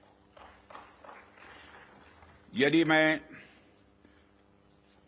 और मेरे कहने का अर्थ यह है कि चाहे डोमेस्टिक डिफेंस रिक्वायरमेंट हो या इंटरनेशनल, आज आर्म्स एंड इक्विपमेंट तथा डिफेंस प्रोडक्ट्स की रिक्वायरमेंट पहले से कहीं ज्यादा है और आपके द्वारा किए जा रहे प्रयासों से इस देश का जो डिफेंस मैन्युफैक्चरिंग सेक्टर है वह ब्रांड इंडिया फिलॉसफी के साथ विश्व में अपना सिक्का जमा सकता है। साथियों, ऐसा नहीं है कि यह बात मैं सिर्फ कहने के लिए कह रहा हूं, हमने पास्ट में ऐसा करके दिखाया है। यदि मैं आंकड़ों की बात करूं तभी 2024-25 के फाइनेंशियल ईयर में हमारा डिफेंस एक्सपोर्ट अप्रॉक्सीमेटली 24,000 करोड़ के रिकॉर्ड आंकड़े को पार कर गया है और यह हम सबके लिए प्रसन्नता की बात है कि हमने इस लक्ष्य को प्राप्त किया है। लेकिन हमें यहां पर रुकना नहीं है, हमारा लक्ष्य इससे कहीं अधिक बड़ा है और हमने निर्धारित किया है कि 2029 तक डिफेंस एक्सपोर्ट को कि इस आंकड़े को बढ़ाकर हमको 50,000 करोड़ तक ले जाना है और 2047 तक जब हम पूर्ण विकसित एक डेवलप्ड नेशन के रूप में खड़े होंगे, राष्ट्र बनेंगे, उस समय तब तक तो हमें दुनिया का सबसे बड़ा डिफेंस एक्सपोर्टर बनना है। लक्ष्य बड़ा होना चाहिए, तभी हम कुछ कर सकते हैं। इतने बड़े लक्ष्य की प्राप्ति के लिए बेहद जरूरी है कि हम अपने डिफेंस इक्विपमेंट की क्वालिटी को लेकर पूरी दुनिया में एक ट्रस्ट डेवलप करें, लोगों का दिल जीतें, लोगों का भरोसा जीतें। डिफेंस इक्विपमेंट का एक्सपोर्ट करने से पहले हमें इस ट्रस्ट को एक्सपोर्ट करना पड़ेगा। डिफेंस इक्विपमेंट का एक्सपोर्ट करने से पहले हमें उस ट्रस्ट को एक्सपोर्ट करना पड़ेगा, तभी यह होगा। साथियों, उसके लिए हमें क्वालिटी को लेकर किसी पर्टिकुलर डिपार्टमेंट की रिस्पांसिबिलिटी या प्रोडक्शन प्रोसेस के स्टेज तक ही सीमित करके नहीं देखना होगा, बल्कि क्वालिटी हमारी गाइडिंग फिलॉसफी होनी चाहिए, हमारा यह कल्चर होना चाहिए जो डिफेंस मैन्युफैक्चरिंग में शामिल हर डिसीजन, हर डिजाइन और हर प्रोसेस और हर इंडिविजुअल तक अपना इन्फ्लुएंस रखे। हमारा पूरा डिफेंस इकोसिस्टम तभी मजबूत हो सकता है जब हम क्वालिटी बेंचमार्क्स को गंभीरता से लेंगे। मुझे देखकर भी खुशी होती है कि आप लोगों ने क्वालिटी के महत्व को पहचाना है, समझा है, और जिस डेडिकेशन के साथ और जिस विचार के साथ आप क्वालिटी इंप्रूवमेंट पर ध्यान दे रहे हैं, वह निश्चित रूप से आने वाले समय में भारत के डिफेंस मैन्युफैक्चरिंग को एक नई ऊंचाइयों तक ले जाएगा, ऐसा मेरा पक्का विश्वास है। साथियों, वैसे तो आप सभी क्वालिटी इंप्रूवमेंट की दिशा में बहुत अच्छा काम कर रहे हैं, लेकिन जाते जाते मैं अपनी तरफ से कुछ सुझाव भी आप लोगों को देना चाहूंगा। आप सब तो जानते ही हैं, आज के जमाने में आर्टिफिशियल इंटेलिजेंस और डिजिटल टेक्नोलॉजीज की भूमिका कितनी बढ़ गई है, कितनी महत्वपूर्ण हो गई है। इसलिए आपको इस बात पर भी ध्यान देना होगा कि रियल टाइम क्वालिटी मॉनिटरिंग के लिए हम किस तरह से artificial intelligence, internet of things और मशीन लर्निंग जैसे टूल्स का प्रयोग कर सकते हैं। साथ ही साथ इवॉल्विंग ग्लोबल टेक्नोलॉजीज के साथ अलाइन करते हुए हमें अपने जो स्टैंडर्ड्स और टेस्टिंग प्रोटोकॉल्स को भी अपडेट करते रहना होगा। हमें time bound quality assurance clearances पर भी ध्यान देना होगा, ताकि किसी प्रोजेक्ट को लेकर अनवांटेड डिले देखने को न मिले। साथियों, मेरा यह भी मानना है कि हमारी क्वालिटी असेसमेंट एजेंसीज को अपनी डेफिशिएंसीज पर भी हमेशा ध्यान रखना चाहिए और किस प्रकार इन डेफिशिएंसीज को मॉडर्नाइजेशन और टेस्टिंग इंफ्रास्ट्रक्चर के डेवलपमेंट के द्वारा दूर किया जाए, उस पर भी कार्य करते रहना चाहिए, ऐसा मेरा सुझाव है। और इस प्रकार नीश टेक्नोलॉजी के क्षेत्र में लगातार गैप एनालिसिस करते रहना एक आवश्यक कदम होगा। डिपार्टमेंट ऑफ डिफेंस प्रोडक्शन और भारत सरकार आपके साथ कदम से कदम मिलाकर चलने के लिए तैयार है और हम आपके फीडबैक का भी स्वागत करेंगे। और सिक्योरिटी डिफेंस प्रोडक्शन के रूप में भी, संजीव कुमार के रूप में भी एक डायनेमिक आपको सिक्योरिटी भी मिला है, यह भी सौभाग्य की बात है। जो क्रोधित नहीं होते बल्कि मुस्कुराते ही रहते हैं, चाहे चैलेंज कितना भी बड़ा हो। और साथियों, हम आपके फीडबैक का भी स्वागत करेंगे। मुझे पूरा विश्वास है कि हम सब मिलकर क्वालिटी असेसमेंट और क्वालिटी एश्योरेंस के आपके प्रयासों को और गति प्रदान करेंगे। मुझे इस बात का भी पूरा विश्वास है, जब हम सब मिलकर प्रयास करेंगे तो निश्चित रूप से भारत ग्लोबल डिफेंस मार्केट के की प्लेयर के रूप में इमर्ज होकर ही रहेगा। यही आज की हमारी कॉन्क्लेव के थीम की प्रासंगिकता है। मैं आप सभी का आभार व्यक्त करता हूं कि आपने इतने रेलेवेंट टॉपिक पर इस कॉन्क्लेव का आयोजन किया। इस इनिशिएटिव्स के लिए आप सभी बधाई के पात्र हैं और इस कॉन्क्लेव की सफलता के लिए मैं हार्दिक शुभकामनाएं देते हुए अपना निवेदन समाप्त करता हूं। All right, so we just heard the Raksha Mantri putting out their all-important address where he's also lauding our armed forces for not just the precision strikes that have happened, but also for retaliating in good measure to the attempt by Pakistan late last night to attack our installations, about 15 of them. He also does say that we are willing to go to any extent to protect our sovereignty, do not test our patience, do not exploit our tolerance. So it's a clear, unequivocal message right now for Pakistan. With this, it's also time for us to quickly head into a break. On the other side, this is our non-stop rolling coverage that continues.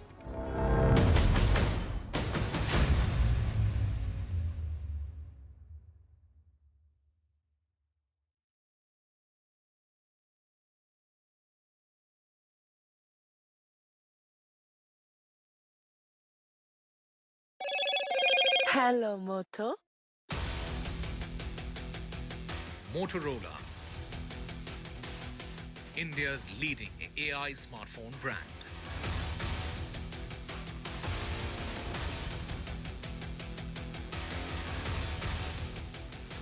Pakistan attempted to escalate tensions late last night and early this morning by targeting military installations in 15 cities in Jammu and Kashmir and Punjab and in Gujarat. We have seen a response also by India, and we've targeted and neutralized Pakistani Air Defence Radars and systems in several locations, including in Lahore. And this was an attempt by Pakistan that has been thwarted. We've seen the all-important all-party meeting concluding a little earlier, where the voice of unity has been echoed amongst politicians. We've also spoken to the YSRCP MP Subba Reddy, who's spoken to us saying that the Raksha Mantri has confirmed that 100 terrorists have been killed in the strike. NSA Ajit Doval earlier has met with the Union Home Secretary, also with the Prime Minister. The NSA has briefed the Prime Minister on the current ongoing situation. The focus is on moving people from the border villages. World leaders have come out in support of Operation Sindoor. World is standing with India, also calling for restraint. Trump has offered to mediate.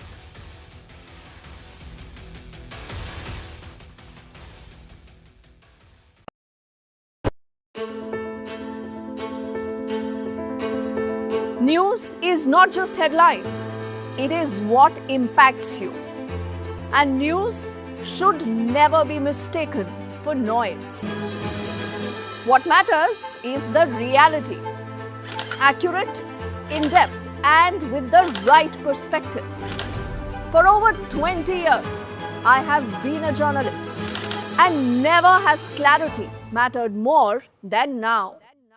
At Newsnight, we go beyond the surface. We dissect the details, challenge the narratives, and bring you the unparalleled clarity you deserve in a world clouded by misinformation. We are bold, we are direct. Newsnight, for the news in your interest. Only on NDTV 24/7. How often have you turned away from debates that descend into endless fights? We bring you a show where every question is answered, where every debate finds its resolution, where every story finds its conclusion, where opinions collide but facts prevail, where stories unfold with insights and trust. When the noise ends, the last word begins.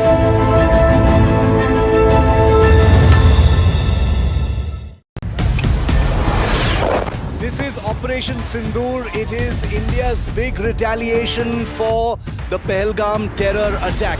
The precision with which this attack has been carried out, it's payback time. The headquarters of Jaish-e-Mohammed in Bahawalpur and Lashkar-e-Taiba headquarters in Muridke have been hit. That these targets lay between 30 kilometers across the line of control. Prime Minister has monitored the entire sequence of events overnight. He's been closely monitoring it.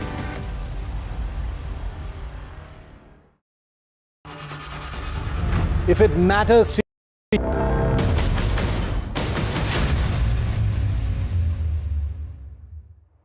Welcome back. There is a growing clamour right now calling for a ban on the resistance front, that is the TRF, a proxy of the Pakistan-based Lashkar-e-Taiba. Identified as the perpetrators of the Pahalgam attack, TRF's actions, remember, have sparked a lot of outrage, with leaders like the AIMIM chief Assuddin Owaisi urging a unified international campaign to designate the TRF as a global terror organization. First up is what he says, followed also by an analysis by our colleague Shivarur. Meeting में मैंने complement किया हमारी arm forces को और भारत सरकार को कि उन्होंने एक ऑपरेशन सिंदूर को अंजाम दिया। मैंने अपनी बात में ये कहा कि एक इंटरनेशनल कैंपेन हमको चलाना चाहिए टीआरएफ के खिलाफ, और ख़ास तौर से सिक्योरिटी काउंसिल इसको डेजिग्नेट करे और हमको यूनाइटेड स्टेट्स ऑफ अमेरिका को ये बताना है कि वो अपने ही मुल्क में इसको फॉरेन टेररिस्ट ऑर्गेनाइजेशन डिजिग्नेट करे, पाकिस्तान को FATF के ग्रे लिस्ट में डाला जाए. Well, they first claimed responsibility for it, the resistance force, and then they, issued a social media statement saying that their platform was hacked and that this was an erroneous statement of claiming responsibility for what happened in Pahalgam. So that was the first sign that something was very wrong within the Pakistan establishment. Point number two, the resistance force, let's call it TRF, for the sake of this conversation, is an offshoot of the Lashkar-e-Taiba, which sprung up in the aftermath of the abrogation of Article 370 and became very active in the Kashmir Valley, has taken responsibility for a whole variety of attacks, whether it is in Sonamar, Gulmarg, etc.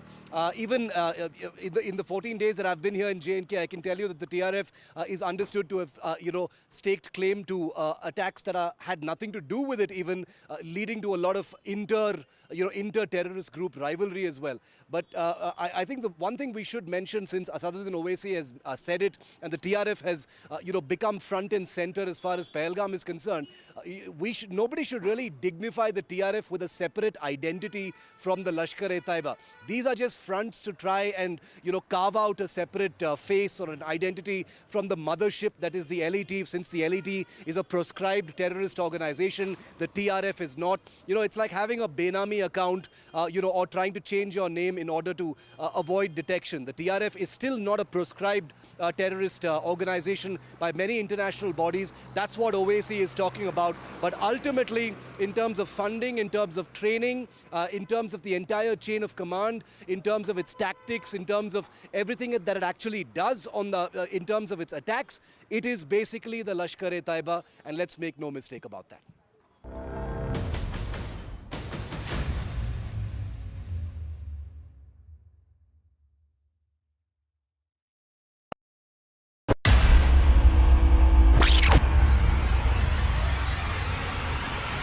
The last 1 month, if you see, the share prices of Genzol Engineering has fallen more than 58%. Why are the rating firms calling the debt payments as default? We have two credible credit rating agencies on March 4th coming and downgrading the stock to D. Statements are consistently being proven wrong, right. And transactions are being taken place which are different from what they were originally pictured to be. The company claimed it would roll out 6,400 electric vehicles. But what it has rolled out is a shocking scam. Funds meant for the project were funneled allegedly back to the promoters, the Jaggi brothers. What did the money buy? Not EVs, of course, but a lavish flat in Gurgaon's luxurious DLF Carmelias.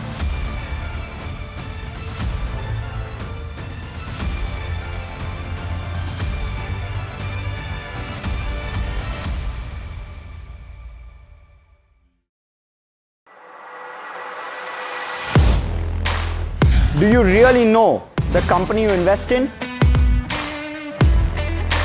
What is the real picture behind presentations and claims?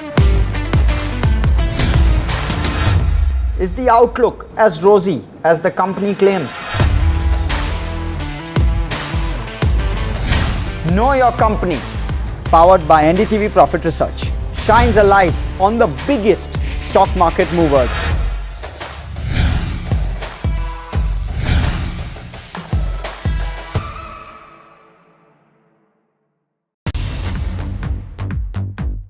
More news that matters. Big exclusive.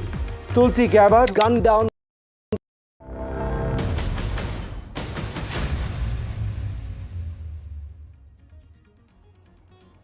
Welcome back. Earlier, we've seen the all-party meet on Operation Sindoor. This was about a 90-minute briefing by the Raksha Mantri, where the opposition has been briefed about the targets that were selected. We've also seen various leaders participating this, where the Congress reiterated that they firmly stand with the government. Asaduddin Owaisi of the AIMIM also said that we must put pressure on Pakistan right now and parties need to unite against terror. Kiran Rijiju has also said that there is no scope for politics here, and he also is where he emphasized for the first time that the Operation Sindoor is still on. Let's quickly listen in to all these responses. आज all party leaders का meeting Rajnath Singh ji की अध्यक्षता में बहुत अच्छी तरह से हुई है। बहुत गंभीर विषय था, इसलिए सब ने गंभीरता से अपने बात को रखा है। सारे पॉलिटिकल लीडर्स ने अपने मत रखा, पार्टी का विचार को और सुझाव भी दिया है। मैं ये मानता हूं कि सारे पॉलिटिकल लीडर्स ने मेच्योरिटी दिखाया है। इंक्वायरीज कुछ इन्फॉर्मेशंस मांगे हैं। रक्षा मंत्री ने कहा है कि ये ऑन गोइंग ऑपरेशन है, इसलिए पूरे एक घटना को अलग से ब्रीफिंग या अलग से उसको प्रेजेंटेशन करना सही नहीं है, क्योंकि घटना चल रहे हैं, आप सबको मालूम है। देखिए, मीटिंग में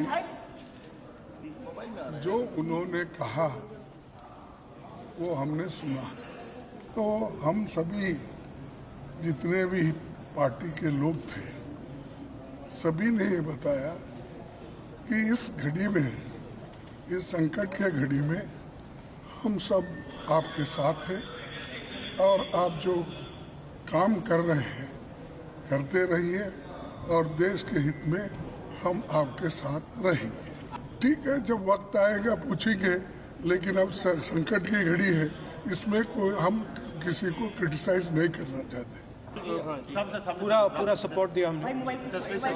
जो खारगे जी ने कहा वो सही है कि ऐसी चीजें हैं जो डिस्कस नहीं करनी है, तो बस सबने support. All party meeting headed by Mr. Rajnath Singh, the defense minister, took place in Parliament, and almost all the leaders of the political parties of India have participated in this meeting and expressed their voice as one. As far as the defense of India is concerned, there is no compromise. There should not be any compromise. That is what they said. And everybody stood along with the government. So yes, PM, myself, Kharge ji, Rahul ji, and other one or two political leaders expressed that Prime Minister should have attended this meeting because the most important meeting concerning the security of the nation. Speaking to NDTV, so this whole insistence on getting the resistance front banned using India's diplomatic channels, can you explain to us why is it so important? See, what is to explain in a minute what is Pakistan.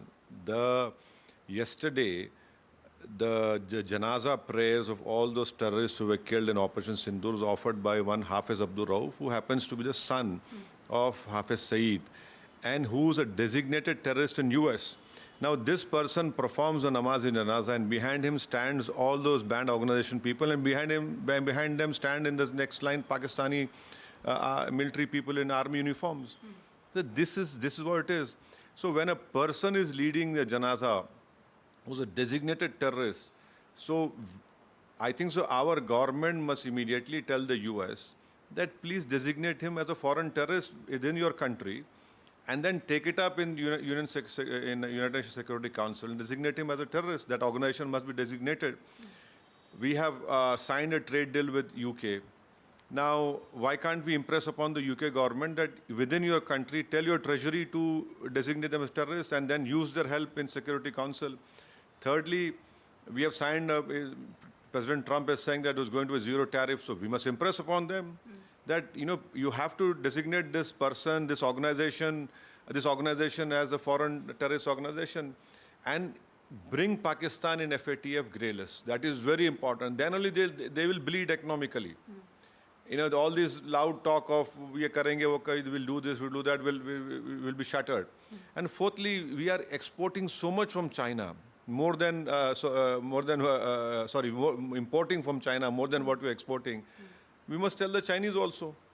What is this? This cannot be one-way street. If the Chinese can really use their influence, impose upon on Pakistan what India wants, and tell the Pakistanis to hand over those terrorists to us. We'll follow the due process in our country, and then the courts will decide what fate should be done to them. With this, it's a wrap on this edition of the news, but do not go anywhere. This is our non-stop rolling coverage, and we are also building up to that all-important briefing by the MEA in the next 30 minutes here on NDTV.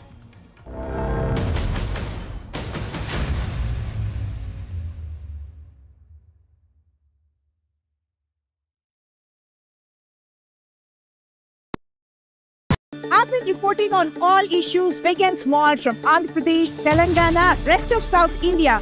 bringing you all the action, all that you need to know, all that you want to know. The energy of Maximum City is infectious. I'm bringing that energy in our news coverage from financial capital Mumbai. Covering from the southernmost part of India over the last 23 years, I bring in-depth and 360-degree coverage from the Dravidian heartland. The land of Mishti, also known for its bitter politics. I have seen much water flow under the Howrah Bridge, covering Bengal in all its vivid colors. India's IT capital is always bustling, a city full of startups, stories and surprises. And I keep you ahead on all the Bengaluru buzz.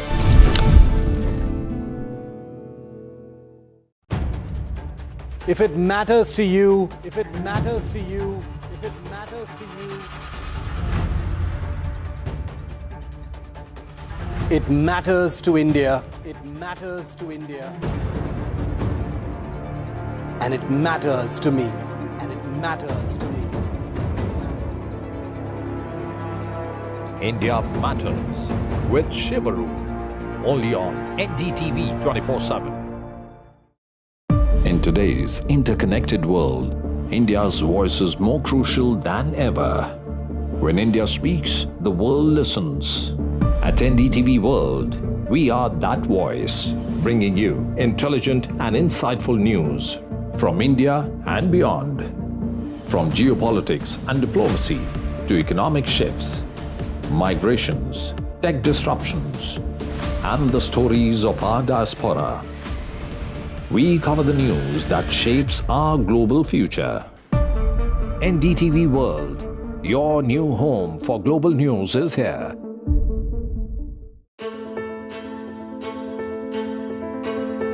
News is not just headlines, it is what impacts you. And news should never be mistaken for noise. What matters is the reality. Accurate, in-depth, and with the right perspective. For over 20 years, I have been a journalist, and never has clarity mattered more than now. At Newsnight, we go beyond the surface. We dissect the details, challenge the narratives, and bring you the unparalleled clarity you deserve in a world clouded by misinformation. We are bold, we are direct. Newsnight, for the news in your interest. Only on NDTV 24/7.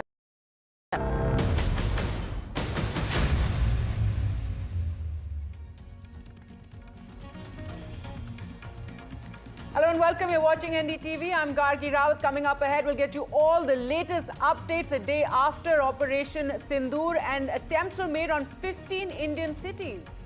Indeed, I'm Gauri Dwivedi, and over the course of the next 60 minutes, we're going to decode Operation Sindoor second phase, what it means, India's preparations, and a lot more. But first up, the headlines.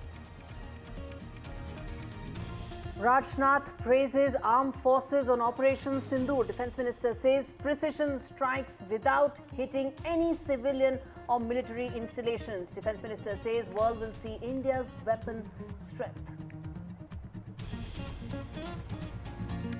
Pakistan attempted to escalate tension late last night and early this morning, attempting to target military installations in 15 cities from Jammu and Kashmir to Punjab and even Gujarat.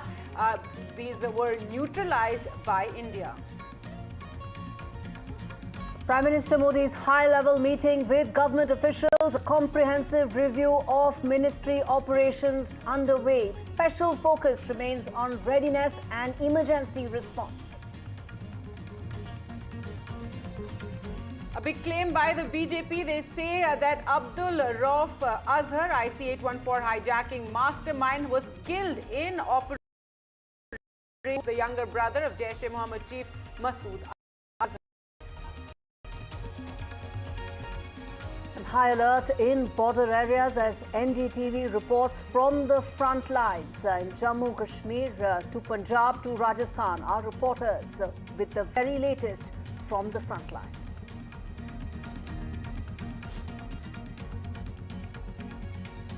now in one of the villages which has been impacted by shelling. This is the last village on the border. We're at the line of control in Salamabad. It's one of the last outposts before the line of control. I'll request my Vijay to show all these pictures from ground. We are a few kilometers away from international border.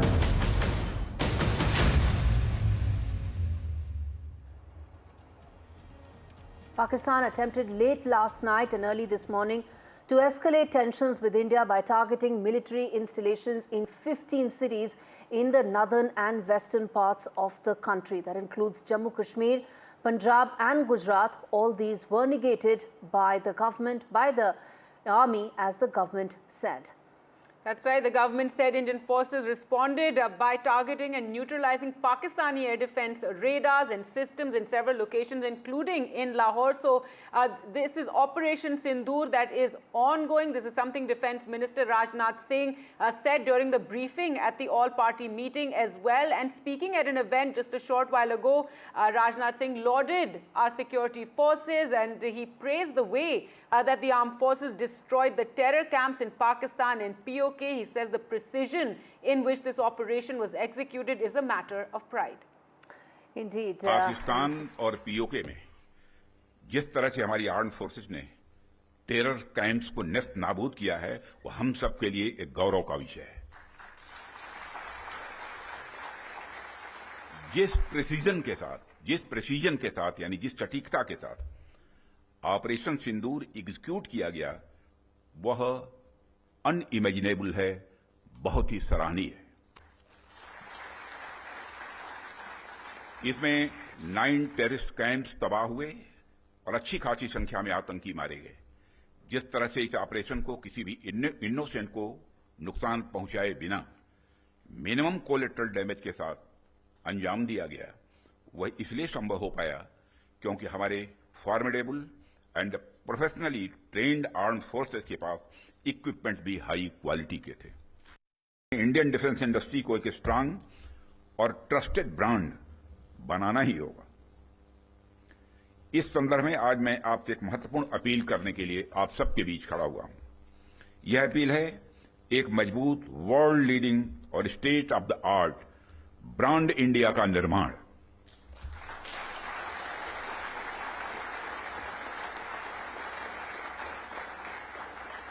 ताकि दुनिया की defence market में products को लेकर जब countries के मन में डाउट हो तो वह ब्रांड इंडिया को चूज करे।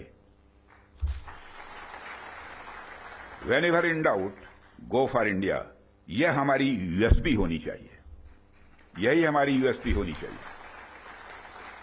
और जब हम ऐसा कर पाने में सफल होंगे तभी इंटरनेशनल बायर्स हमें एक ट्रस्टेड सप्लायर के रूप में देखेंगे और कहेंगे don't go for doubt, go for India.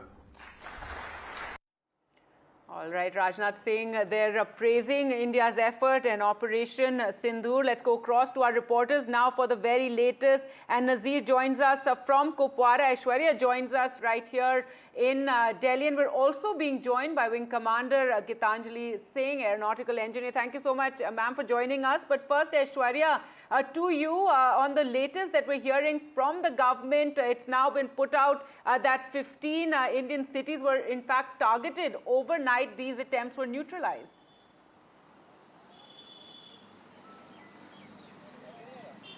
Well, that's the details of Operation Sindoor Phase 2 coming out from the Government of India. It was the Pakistani side who has been indulged in the ceasefire violations, and due to that our civilians have been massively impacted. At least 16 Indian civilians have died because of the artillery and small guns firing from the LOC on Pakistani side. Indian Army had retaliated to it in a prompt way. Currently, I am at 7 Local Landmark, which is Prime Minister's residence, and since morning, it is a series of meetings that Prime Minister have chaired. Early up in the morning, it was NSA Ajit Doval who gave the details of Operation Sindoor Phase 2, in which India neutralized Pakistan's air defense system and their radars in Lahore, and that was in retaliation of Indian 15 cities coming under attack from missiles and drones of Pakistan that are from the Punjab and Jammu and Kashmir region. Indian government has stated that India had swiftly,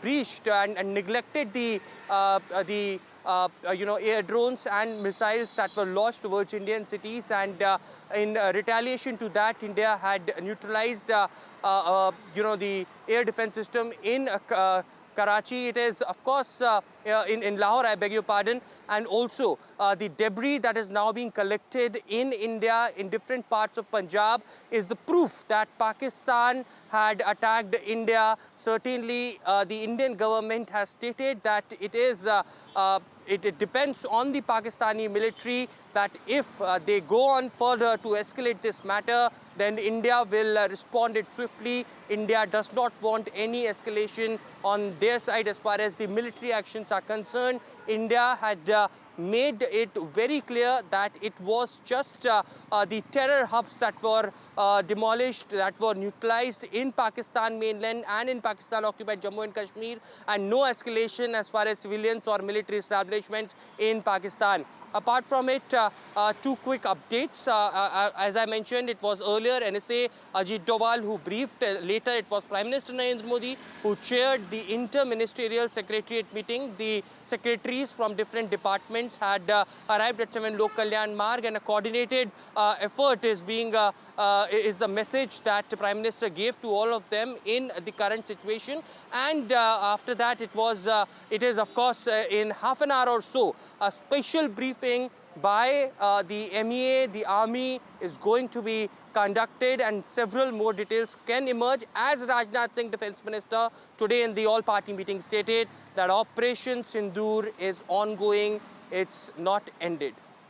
And we're going to come to the preparation part of it in just a bit, where these important meetings that you mentioned, what is the roadmap ahead? We're going to come to that in a bit. But Nazir, to you, I want to come to the part about the air defense system at Lahore being neutralized by India, something that the Indian Defence Ministry spoke about. Explain to us, talk to us about the significance of this, the messaging here that India is trying to send, and what does it mean going forward?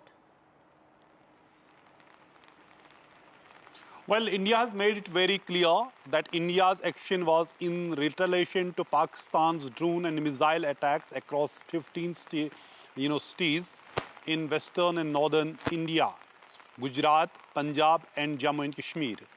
So there were multiple attacks from Pakistan on their attempt to target cities and defense establishments, which Defense Ministry has said have been successfully neutralized.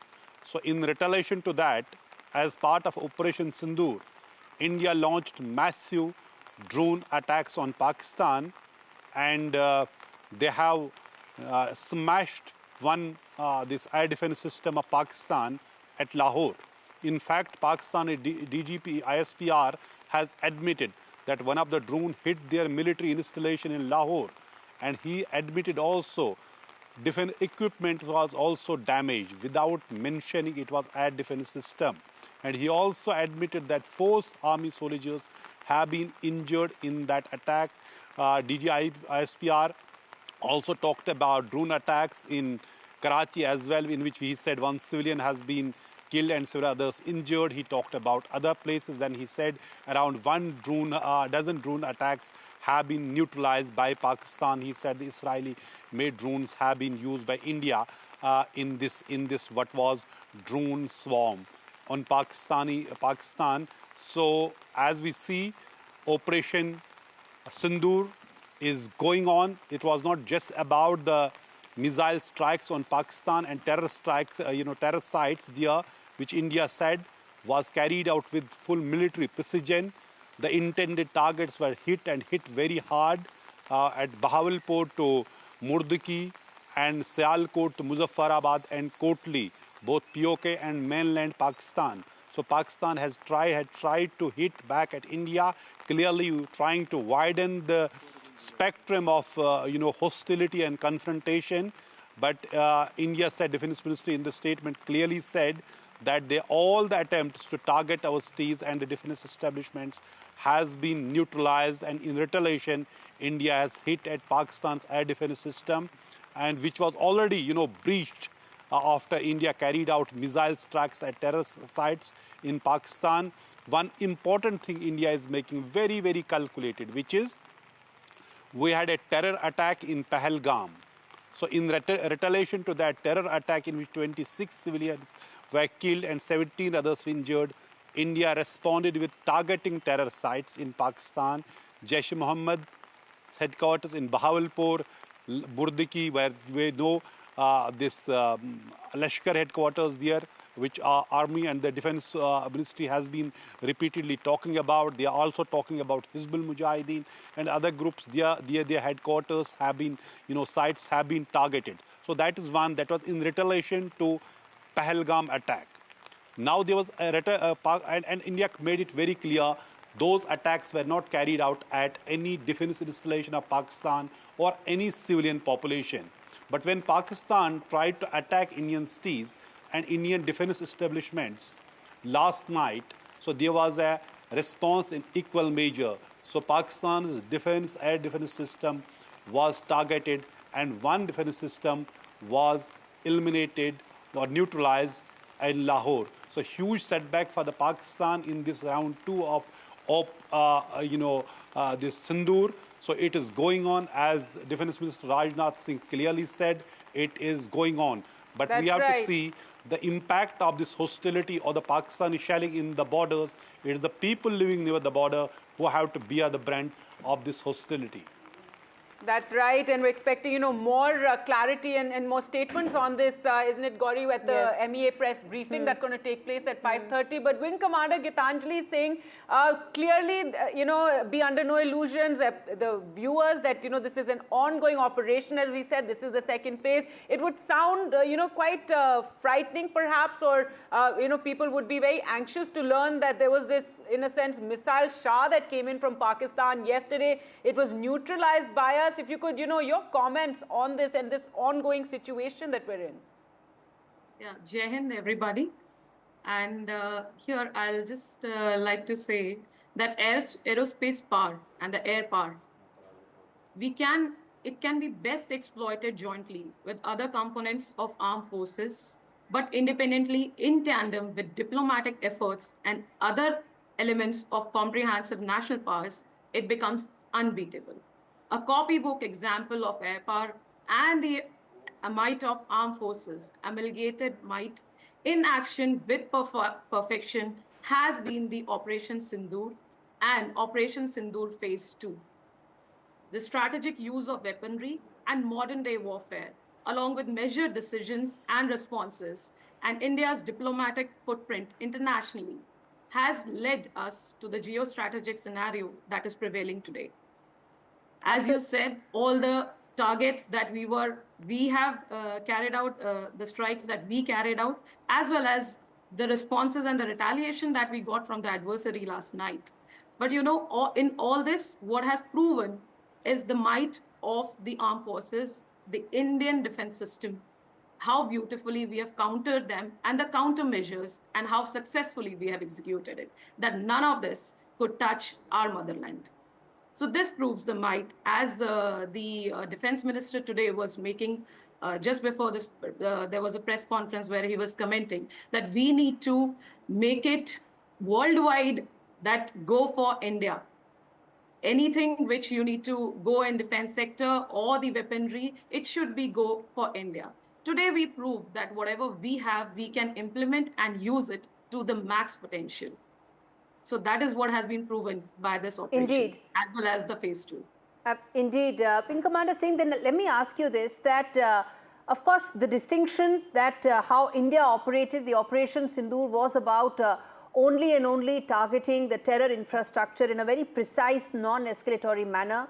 The response that came from Pakistan was to target 15 cities and the military installations in these 15 cities, thwarted successfully by India. But help us understand the next 24 to 48 hours, what is it that we are now looking at? What is it that we should now be preparing for going ahead?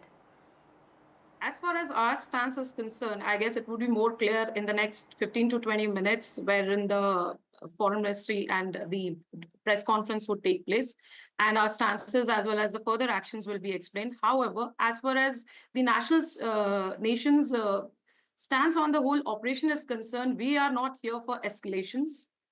We just wanted to target and stand against terrorism. That's the stance globally everybody has taken. And that is it, what we are here for. As far as the retaliation and further actions are concerned, of course, there would be substantial action in case we are targeted. As far as the other actions are concerned, I think that would be more clear by the press conferences.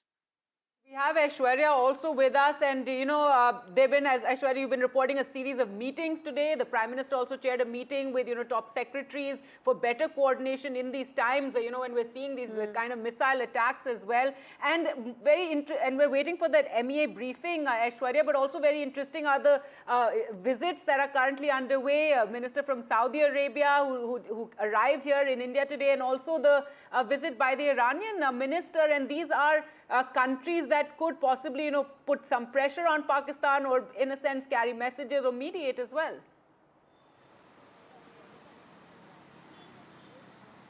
Well, sources have also stated that the Minister of State for Foreign Affairs from Saudi Arabia, that was an unplanned trip, and Saudi Arabia is a close ally of Pakistan. Certainly at this point in time, if the Minister of State of Foreign Affairs meets Prime Minister Narendra Modi, and the meeting lasted for almost 1 hour at 7 Lok Kalyan Marg, and if there is a straight message from India to Saudi Arabia, and if any directions are being given to reach out to Pakistan, who is indulging in the terrorism and also the terror hub spots over there, that's something that would be considered as a big diplomatic win. India, on the other side, is reaching out to several envoys, the representatives of non-permanent and permanent members of the UNSC. Today as well in the morning, I saw several envoys going towards the Ministry of External Affairs, and they have been regularly briefed about the India's action against the terrorism and India's Operation Sindoor as well. But certainly this meeting holds very important significance. Both the ministers are in India. The minister from Iran had met earlier in a day with Foreign Minister S. Jaishankar and also Rashtrapati Draupadi Murmu, and it was also informed about India's current development, I beg your pardon. But on the other side, of course, as you rightly mentioned, there are a series of meetings which are going on. India, on one side, internally want to focus on what strategic action India is taking to ensure that if any retaliation happens from Pakistan, then how Indian departments, ministries are going to work in a coordinated way. And therefore, the reason Prime Minister himself chaired the meeting with the secretaries of different departments. Most importantly, 2 ministries here, information and broadcasting. From morning, we have been witnessing on the PIB websites, fact checks are being coming as far as the anti-India propaganda and fake narrative being spread by several social elements. And it is, of course, yesterday Home Minister Amit Shah also gave directions to the chief ministers that their cybercrime unit should be activated in full scale, so that those being identified who are peddling this fake narrative or making such anti-India posts, then there should be an action that should be taken against them. Secretary of Information Broadcasting had been given standing instructions on that very part. On the other side, the Ministry of Power, the Power Secretary was also here in occasions of blackouts, in the drills that were conducted. Power Ministry holds a very important role, and therefore the reason perhaps the instructions were given to the Power Secretary as well. It was earlier in a day, as I mentioned, NSA Ajit Doval also briefed Prime Minister Narendra Modi. So PM Narendra Modi constantly and very closely monitoring each and every development what is happening. And as Rajnath Singh mentioned, Operation Sindoor is ongoing. We can probably see more meetings coming up till late night as well. And of course, all focus would be on that important press conference at 5:30 p.m. Absolutely. The press conference that will start in about 10 minutes from now will provide key insights and answers, of course, and also the roadmap, both from a diplomatic point of view and, of course, from operational point of view, whatever the government is in a position to share. As Aishwarya was pointing out, Operation Sindoor is still underway. Thank you so much, Wing Commander Singh and Aishwarya, for joining us with this story. We're going to slip into a very short break. Gargi, we're going to come back with lots more news on the other side. Stay with us. Stay with us.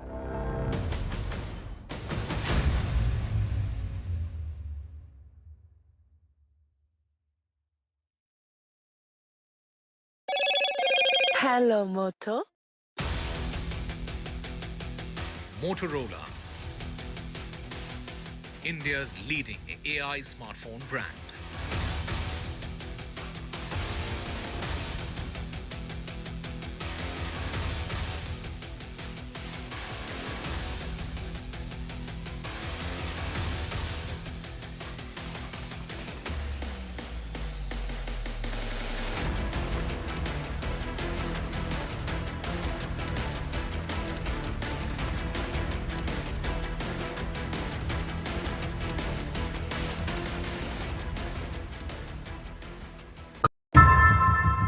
How often have you turned away from debates that descend into endless fights? We bring you a show where every question is answered, where every debate finds its resolution, where every story finds its conclusion, where opinions collide but facts prevail,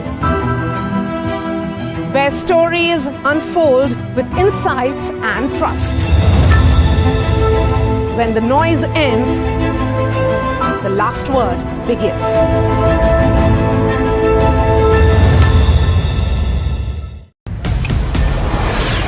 This is Operation Sindoor. It is India's big retaliation for the Pahalgam terror attack. The precision with which this attack has been carried out, it's payback time. The headquarters of Jaish-e-Mohammed in Bahawalpur and Lashkar-e-Taiba headquarters in Muridke have been hit. That these targets lay between 30 kilometers across the line of control. Prime Minister has monitored the entire sequence of events overnight. He's been closely monitoring it.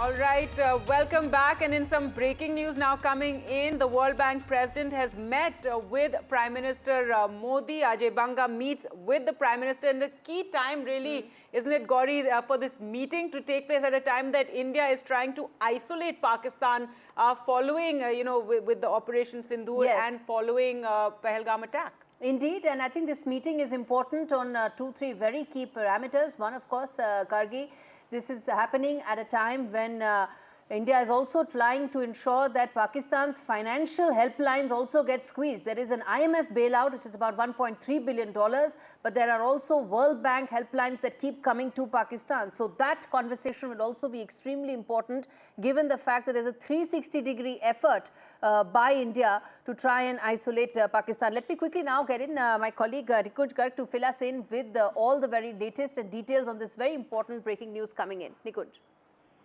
Well, yes, Gauri, this is a meeting which is fraught with all kinds of possibilities at this point in time. Remember, India wanting to tighten screws on Pakistan financially this time. This is an exercise which we have never undertaken prior to this time.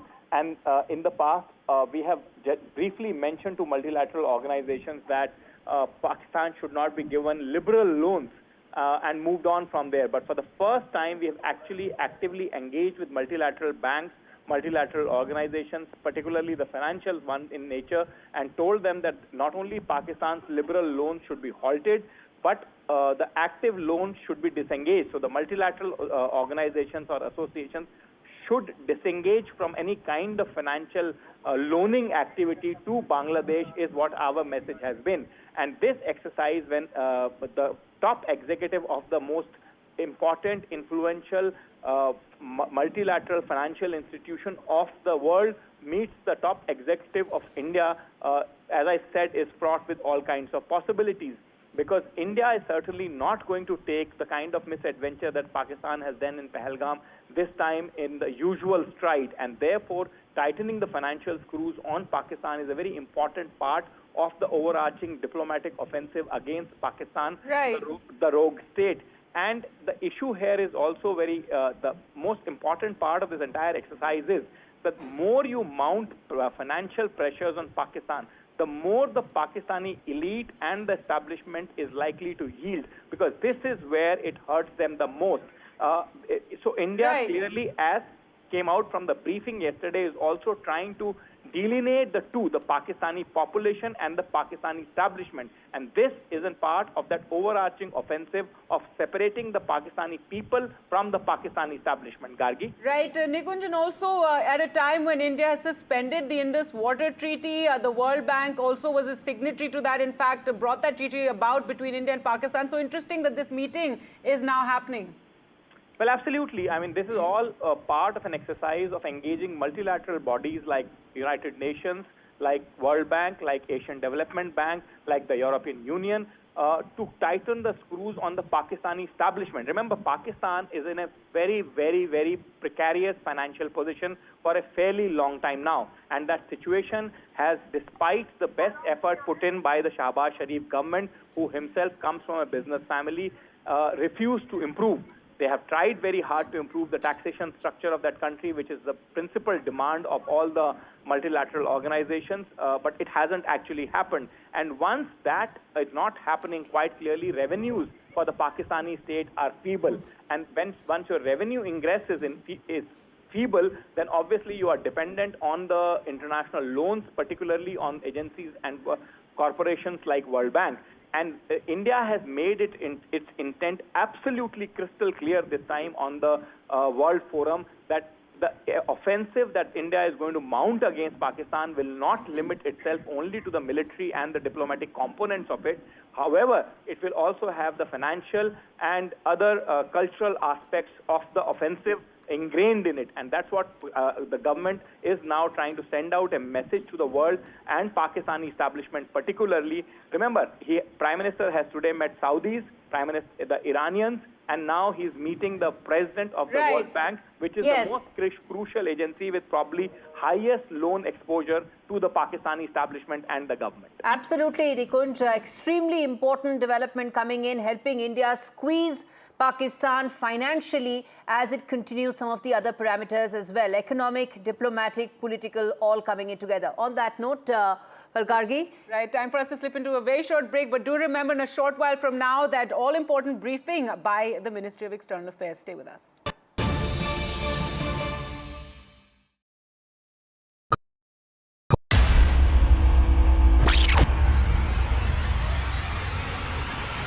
In the last 1 month, if you see, the share prices of Genzol Engineering has fallen more than 58%. Why are the rating firms calling the debt payments as default? We have two credible credit rating agencies on March 4th coming and downgrading the stock to D. Statements are consistently being proven wrong, and transactions are being taken place which are different from what they were originally pictured to be. The company claimed it would roll out 6,400 electric vehicles. But what it has rolled out is a shocking scam. Funds meant for the project were funneled allegedly back to the promoters, the Jaggi brothers. What did the money buy? Not EVs, of course, but a lavish flat in Gurgaon's luxurious DLF Carmelias.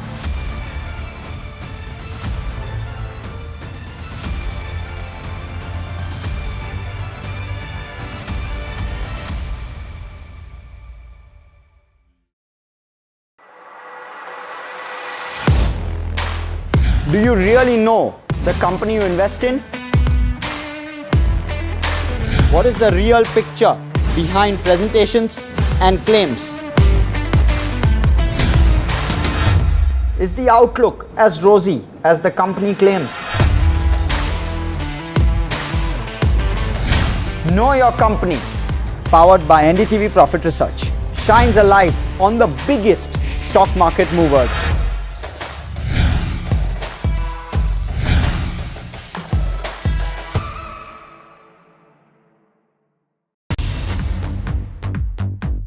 More news that matters.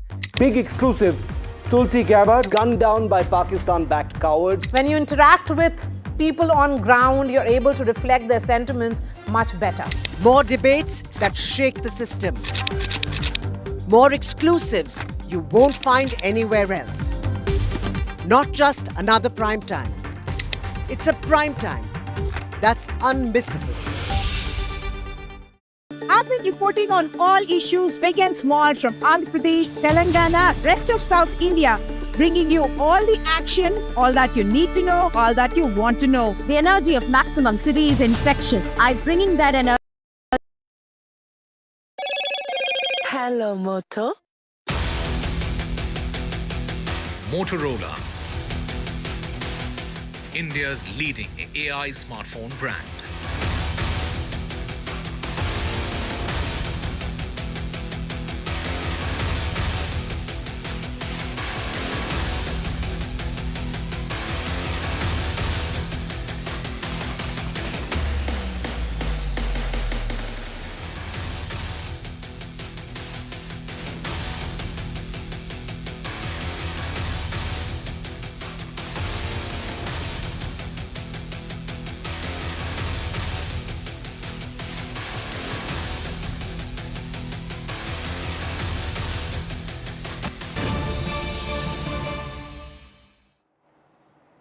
Welcome back. There's breaking news coming in regarding Justice Yashwant Verma case that Chief Justice of India has sent the 3-panel report to the Prime Minister and President, and the Chief Justice of India sends Verma's reply to the panel to Prime Minister as well as President. That's right. Well, let's go across to Nupur now for more. And Nupur, that report, which we don't know the details of yet, has been submitted, and the recommendation is to remove Justice Verma. Sources have suggested us that CGI has infacted Justice Yashwant Verma's removal as a High Court judge. Remember, the procedure to remove a High Court or a Supreme Court judge has to be initiated by the CGI by recommending it to the President and the Prime Minister, and the Parliament passes. After the Parliament passes the removal motion, it is then approved by the President. So this could be a step towards that only, as the CGI has now sent the response that he received from Justice Yashwant Verma. Remember, last week only on Sunday, the report was submitted by the 3-judge panel to CGI on the inquiry that was conducted on the allegations of cash recovery. Remember, there was a debris of cash that was found at his residence, and after that, a massive controversy had broken out about how that cash came about and where that cash came from. Justice Yashwant Verma had categorically denied any knowledge of the same, and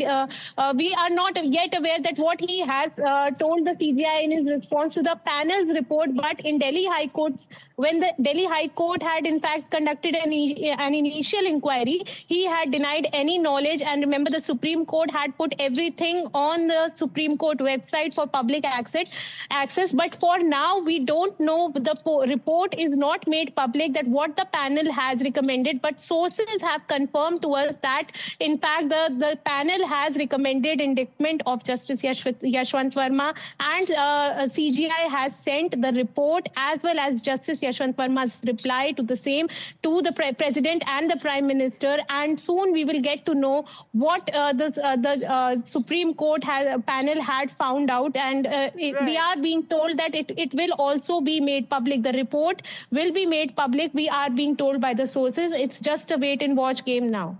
Right. In fact, this entire episode has been dealt with a lot of transparency. Thanks so much, Nupur, for joining us there with all the latest developments. But returning now to our top story, in a short while from now, that all-important briefing by the MEA. Absolutely. And that really will be extremely important in terms of the messaging that will come in from India after those developments about Operation Sindoor Phase 2 starting. Remember, Pakistan made attempts late last night and early this morning to escalate tension with India by targeting the military installations in 15 cities in northern and western parts of the country. That includes Jammu and Kashmir, Punjab and Gujarat. All of these were negated, the government said. Now, reporters have been bringing you reports from the frontline affected border states, and NDTV's Gurpreet sent us this report from Firozpur in Punjab. We have come to a village who is the last village of Punjab, and next to this village is the border and then Pakistan. We have seen that a lot of family members, they have already started moving from this last village of Punjab, and I'll request my Vijay to show all these pictures from here. We have seen some of the houses which have already been locked here, and what we have learned from the local villages, most of the women as well as the children, they have already migrated from this place to some safer place. Some of the people, they are with us. We will talk to them to understand what type of movement is going to be taken place from this village. We will talk to them to understand, but I'll show this house which has been locked, and the people from this village, they have already started moving from this place to some safer places. We will talk to them. तो गांव में देख रहे हैं काफ़ी तनाव का अभी माहौल है पाकिस्तान और इंडिया में. गांव में देख रहे हैं कि लगातार लोग यहां से किसी और जगह पे जा रहे हैं. लोग कल एकदम जैसे एयर स्ट्राइक किया, जो एयर स्ट्राइक संदूर के नाम बता रहे थे, वो उनके होने के कारण यहाँ के लोग जो 50% लोग हैं, जैसे बुजुर्ग, बच्चे और लेडीज़, वो पीछे सुरक्षित जगह पर चले गए हैं. क्योंकि ये भी कहा जा रहा है कि जो औरतें हैं और बच्चे हैं उनको यहाँ से भेजा जा रहा है, ताकि अगर कोई भी सिचुएशन ऐसी होती है उसमें बच्चों और औरतों का नुकसान ना हो. नहीं, ऐसी बात नहीं. जाने के लिए आपने देखा होगा जहाँ से आप आए, केवल एक ही रास्ता है जाने के लिए, जो इंडिया को जोड़ता है, जो इस एरिया को जोड़ता है, और कहीं वो क्या है, वही भी रास्ता है बिल्कुल पाकिस्तान के साथ सटा हुआ है. जब आर्मी की मूवमेंट होगी वो रास्ता तो आर्मी के लिए यूज़ किया जाएगा, लेकिन आम पब्लिक के लिए वो रास्ता नहीं खोला जाएगा. इसलिए रास्ता ना होने के कारण इसलिए लोग पहले जाते हैं. जो कहीं और रास्ता हो, जैसे सतलुज के ऊपर कोई पुल वगैरह हो, तो लोग यहाँ से नहीं जाएंगे.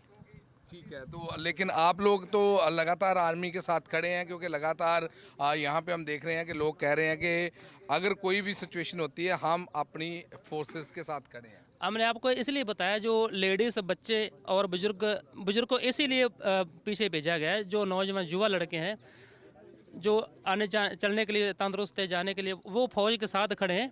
वो फौज जो जैसे हमने बताया, गांव में कहीं ट्रैक्टर ट्रॉली भी रोके हुए, जहां बीएसएफ आर्मी की गाड़ी नहीं जा सकेगी, वो लोग खुद अपने वो बीएसएफ के साथ जाएंगे. Pakistan's heavy shelling has been continuing ever since the Pahalgam terror attack, and ever since Operation Sindoor started, it has intensified further. Shivaru's ground report from one such location highlights what has been the extent of Pakistani shelling on Indian civilians. Take a look. This might seem like the odd pothole on any road in any part of this country, especially for those of us who live in towns or cities. But what you're seeing right here is actually the impact point of a Pakistani shell or mortar that landed on the night of Operation Sindoor when Pakistan began to escalate. I'm here very close to the line of control in Chaukibal town in North Kashmir's Kupwara sector. And the shell or mortar that has landed here burst into thousands of little pieces and went straight into the houses and shops that flank this tiny little road in this small little town in North Kashmir. This little shoe shop right next to the impact point suffered the most. Take a look at that signboard. You don't even know what the shop's name is because it's been completely shattered, the pieces everywhere. Thankfully, there was nobody in the shop when this happened. But please take a look at the damage here in the shop. All the glass panes have been destroyed. They lie here in pieces. All of the glass pieces here are of the glass panes of this shop. They have to put the shutters down because nothing anymore protects them, from the elements.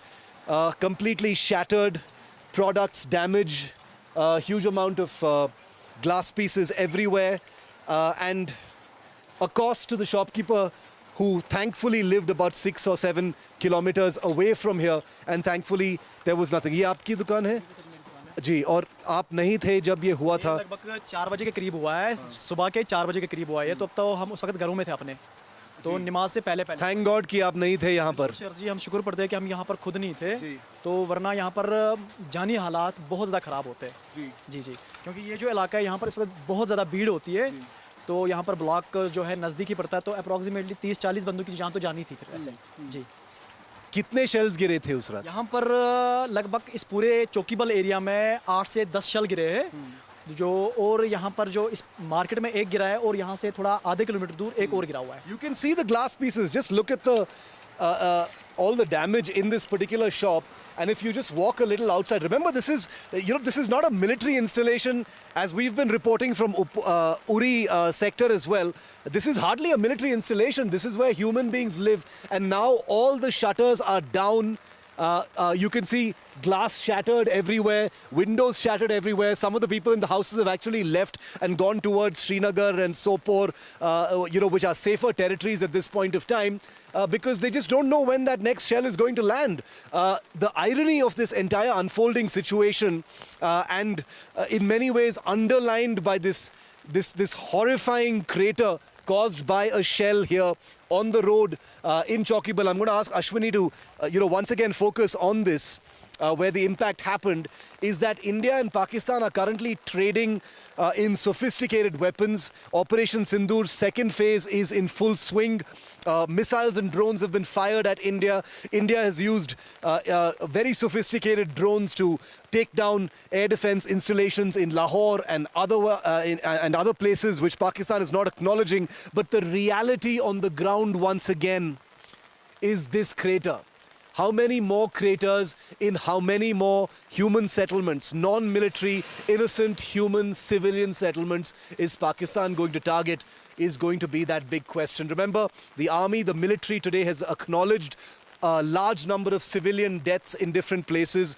What is it going to take for Pakistan to be a true country and stop targeting civilian installations? There is a military confrontation going on between India and Pakistan. When will Pakistan stop using civilians as targets? All right, and civilians really bearing the brunt from Pakistani firing, and that was Shiv reporting from Kupwara. Let's get you this report from Rajouri, where Mohammad Ghazali also spoke to several of the local people who are affected. Many have left the area.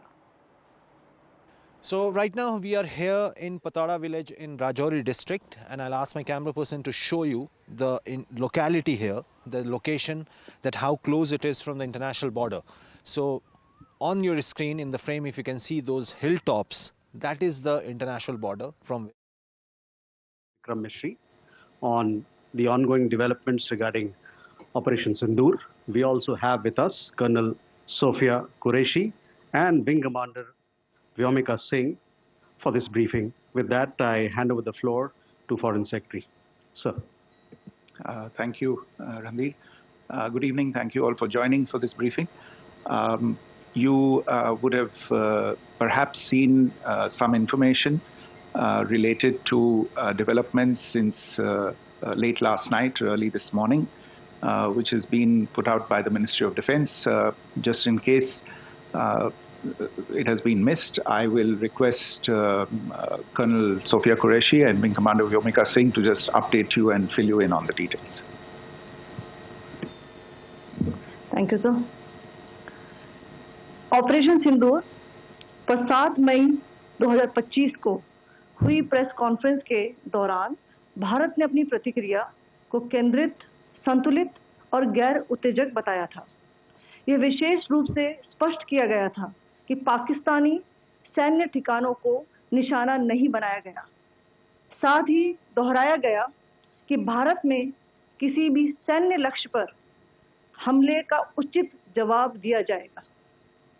7 से 8 मई 2025 की रात को पाकिस्तान ने उत्तरी और पश्चिमी भारत में स्थित कई सैन्य ठिकानों को, जैसे कि अवंतीपुरा, श्रीनगर, जम्मू, पठानकोट, अमृतसर, कपूरथला, जालंधर, लुधियाना, आदमपुर, भटिंडा, चंडीगढ़, नाल, फलौदी, उत्तरलाई और भुज पर ड्रोन और मिसाइलों से हमला करने का प्रयास किया।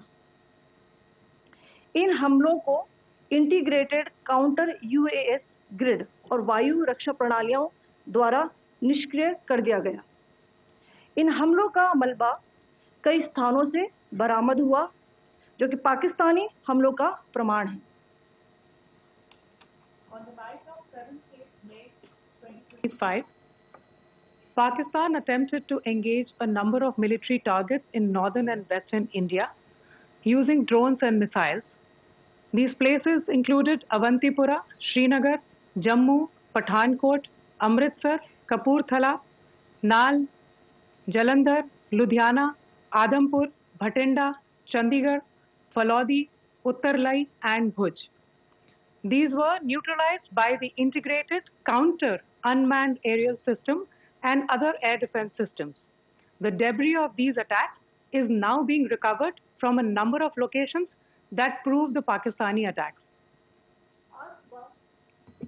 आज सुबह भारतीय सशस्त्र बलों ने पाकिस्तान के कई स्थानों पर वायु रक्षा रडार और प्रणालियों को निशाना बनाया। भारत की प्रतिक्रिया समान क्षेत्र में समान तीव्रता के साथ की गई। यह विश्वसनीय रूप से ज्ञात हुआ कि लाहौर में स्थित एक वायु रक्षा प्रणाली को निष्क्रिय कर दिया गया। Today morning, Indian Armed Forces targeted air defense radars and systems at a number of locations in Pakistan. Indian response has been in the same domain with the same intensity as Pakistan. It has been reliably learned that an air defense system at Lahore has been neutralized. Pakistan ने नियंत्रण रेखा पर आकरण गोलीबारी की तीव्रता बढ़ा दी है, जिसमें कुपवाड़ा, बारामूला, उरी, पुंछ, मेंढर और राजौरी क्षेत्रों में मोर्टार और भारी तोपखाने का इस्तेमाल किया जा रहा है। Pakistan has increased the intensity of its unprovoked firing across the line of control using mortar and heavy calibre artilleries in areas in Kupwara, Baramulla, Uri, Poonch, Mendhar and Rajouri sectors in Jammu and Kashmir. 16 innocent lives have been lost, including 3 women and 5 children, due to the Pakistani firing. Here too, India was compelled to respond to bring mortar and artillery fire from Pakistan to a halt. Indian Armed Forces reiterate their commitment to non-escalation, provided it is respected by the Pakistan military. Jai Hind.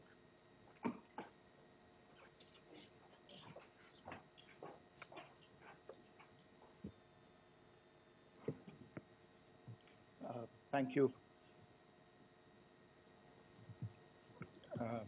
Friends, this is, as I said, further to the briefing that was provided yesterday and some of the updates that have been just provided by Colonel Qureshi and Wing Commander Singh.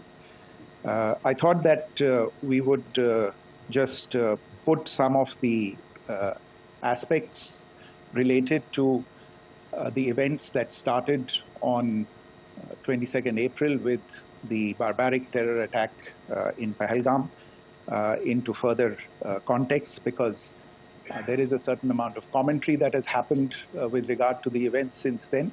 And more than the commentary, there has been a lot of disinformation that has been directed at us from across the border. So a few things that I would like you to keep in mind. First of all, there is mention on all sides of escalation. I think the first point that you have to keep in mind is the attack of 22nd April in Pahalgam is the original escalation. ये जो सिलसिला है जो हम देख रहे हैं आज की घटनाओं को लेके, ये 22 अप्रैल के पहलगाम के हमले से शुरू हुआ है। एस्केलेशन वहाँ पे हुआ है और उस एस्केलेशन का जवाब भारतीय सेना ने, भारतीय फौज ने कल अपने एक्शन से दिया है। Secondly, I want to invite your attention to the involvement of the group calling itself the Resistance Front in these attacks. I pointed this out yesterday that this is a group that is a known front for the well-known Pakistan-based terrorist organization, Lashkar-e-Taiba. The group has been reported earlier. I mentioned to you about the Indian authorities providing information to the UN 1267 Sanctions Monitoring Committee. In fact, we are going to be meeting with the team again very soon, and we will be providing an update to the information that we have provided earlier. But what is interesting, दिलचस्प बात यह है कि संयुक्त राष्ट्र की सुरक्षा समिति में जब पहलगाम के हमले को लेके एक प्रेस वक्तव्य जारी करने की बात चल रही थी, तो आप सोचिए किस देश ने टीआरएफ का, द रेजिस्टेंस फ्रंट का उसमें मेंशन किया जाना, उसको अपोज किया, पाकिस्तान ने. This was after the fact that the TRF claimed responsibility for this attack not once but twice within a few hours after the incident on the 22nd of April and then again on the morning of 23rd April. And it is perhaps only after the full gravity of the incident was realized by its masters and handlers across the border that it was managed to back off from this claim. Obviously, that retraction doesn't convince anybody. तीसरी चीज जो मैं आपसे कहना चाह रहा था, और कर्नल कुरैशी और विंग कमांडर सिंह ने कल भी बड़े स्पष्ट शब्दों में और आज भी आपसे ये बात साझा की है. जो भारतीय रिस्पॉन्स है वो नॉन एस्केलेटरी है, प्रिसाइज है, सटीक है, मेजर्ड है और कंसिडर्ड है. Our intention has not been to escalate matters. We are only responding to the original escalation, as I said, and our response has been targeted, precise, controlled and measured. Only no military targets have been selected. Only terrorist infrastructure in Pakistan has been hit. Now, there are, as I said, a number of issues that have been raised in commentaries, and there's a lot of, as I said, unfounded disinformation and fabrication that has come from across the border. And I would just like to use this opportunity to set the record straight on some of these issues. The first of these is Pakistan trying to wash its hands off any and all involvement with terrorism. I think the Pakistani information minister said there are no terrorists in Pakistan. And I think he was challenged on that in the television program that he was appearing on. But even if I partially repeat myself from yesterday, I think Pakistan's reputation as the epicenter of global terrorism is rooted in a number of instances where concrete evidence is available, not just to India, but to governments and authorities and agencies around the world. There are several terrorist attacks around the world where Pakistani fingerprints have been found. I don't need to belabor the point with regard to this audience about where Osama bin Laden was found and who called him a martyr. Pakistan has also for decades pursued cross-border terrorism into India with impunity, and as I said yesterday also, in order to deliberately mislead the international community, they claimed that the terrorist Sajid Mir was dead. They came under pressure, and Sajid Mir was then brought back to life, arrested, and is now apparently in Pakistani custody.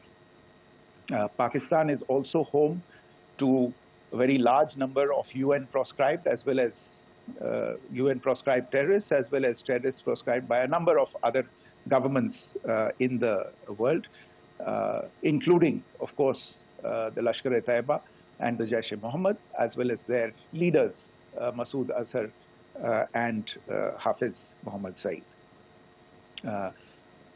आपने देखा होगा हाल ही में पिछले ही कुछ दिनों में पाकिस्तान के रक्षा मंत्री और उनके पूर्व विदेश मंत्री दोनों ने इस बात को माना है कि पाकिस्तान का ऐसे ग्रुप्स के साथ जो रिश्ता है वो क्या रहा है. Both the defense minister and the former foreign minister of Pakistan, I think they've done a more eloquent job of this than I could ever do in terms of describing their country's implication in international terrorism and their involvement in housing these kinds of groups. दूसरा जो विषय है वो है पाकिस्तान का जो एक दावा है कि एक इंटरनेशनल impartial investigation होना चाहिए, एक joint investigative committee होनी चाहिए. These calls for jointly investigating this heinous and barbaric attack in Pahalgam. Again, I think you know the history well on this. You know the track record well, and it is not a bright track record insofar as Pakistan is concerned. In fact, in the pursuit of justice for the victims of multiple terrorist attacks, whether it be Mumbai in 2008, in Pathankot in 2016, or many others. But in particular for these two attacks, India had offered to cooperate. India provided forensic evidence and urged Pakistan to bring the perpetrators of these attacks to justice. We, in particular with regard to the Mumbai attacks of 2008, where a Pakistani Lashkar-e-Taiba terrorist was captured alive, India provided extensive information and evidence related to the involvement of Pakistani terrorists in this attack. Cases were registered, but you are all aware that these cases have not progressed, despite the formation of judicial teams, etc. And Pakistan has consistently stonewalled all efforts to move the investigation along. In fact, with regard to the Pathankot attack as well, a joint investigative team was formed. We gave access, unprecedented access, I should say, to Pakistani team to the site of the attack. Details of call records data and DNA, etc. were shared with Pakistan. We had shared with them details related that we had been able to access to the addresses of terrorists. We presented evidence against the office bearers of Jaish-e-Mohammed who had conspired in the attack and the handlers of the terrorists who facilitated them and guided them in. But there has been no movement on this. So in all of this, I think the experience has not been positive. It certainly doesn't give us the confidence now to take at face value Pakistani assertions of wishing to participate in a joint investigation. These are just delaying tactics. These are just stonewalling tactics. And in fact, there is reason to believe that Pakistan uses the evidence that we provide only to cover its tracks and, in fact, defend the terrorists who we are looking for and obstruct the path of investigation. A third point that I wanted to address was the claim that only civilians were killed in the strikes on the 7th of May. We have made the point very clearly that all attacks on the morning of 7th May were against carefully selected terrorist infrastructure, terrorist targets. It is not clear to us.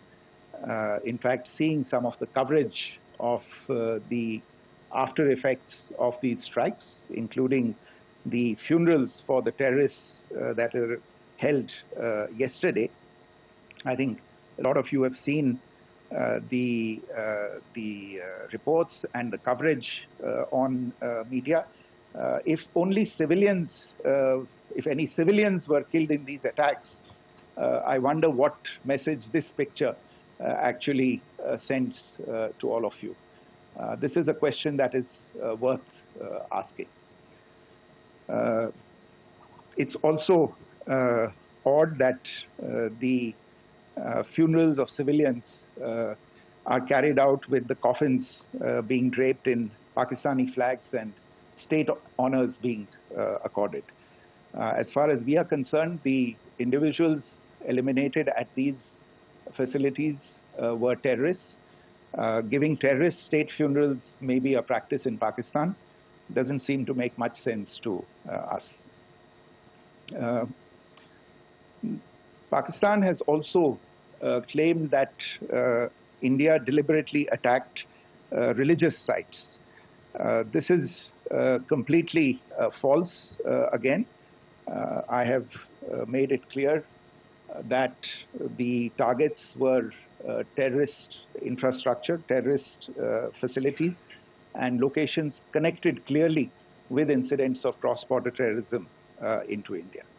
And it is in fact Pakistan that is misusing religious sites as a cover to in fact radicalize, direct and indoctrinate and train terrorists. In fact, contrary to what Pakistan is claiming, yesterday Pakistan launched a targeted attack on the Sikh community in the state of Jammu and Kashmir, hitting Gurdwara in Poonch and the homes of Sikh community members, which came under attack. And we know that at least 3 individuals were killed in that particular attack.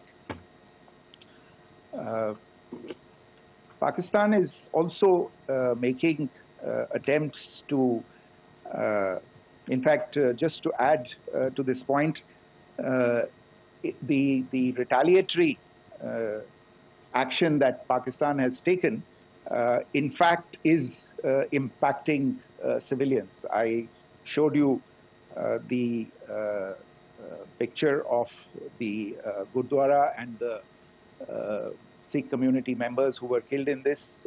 There are other civilians also who've been killed and injured in these attacks.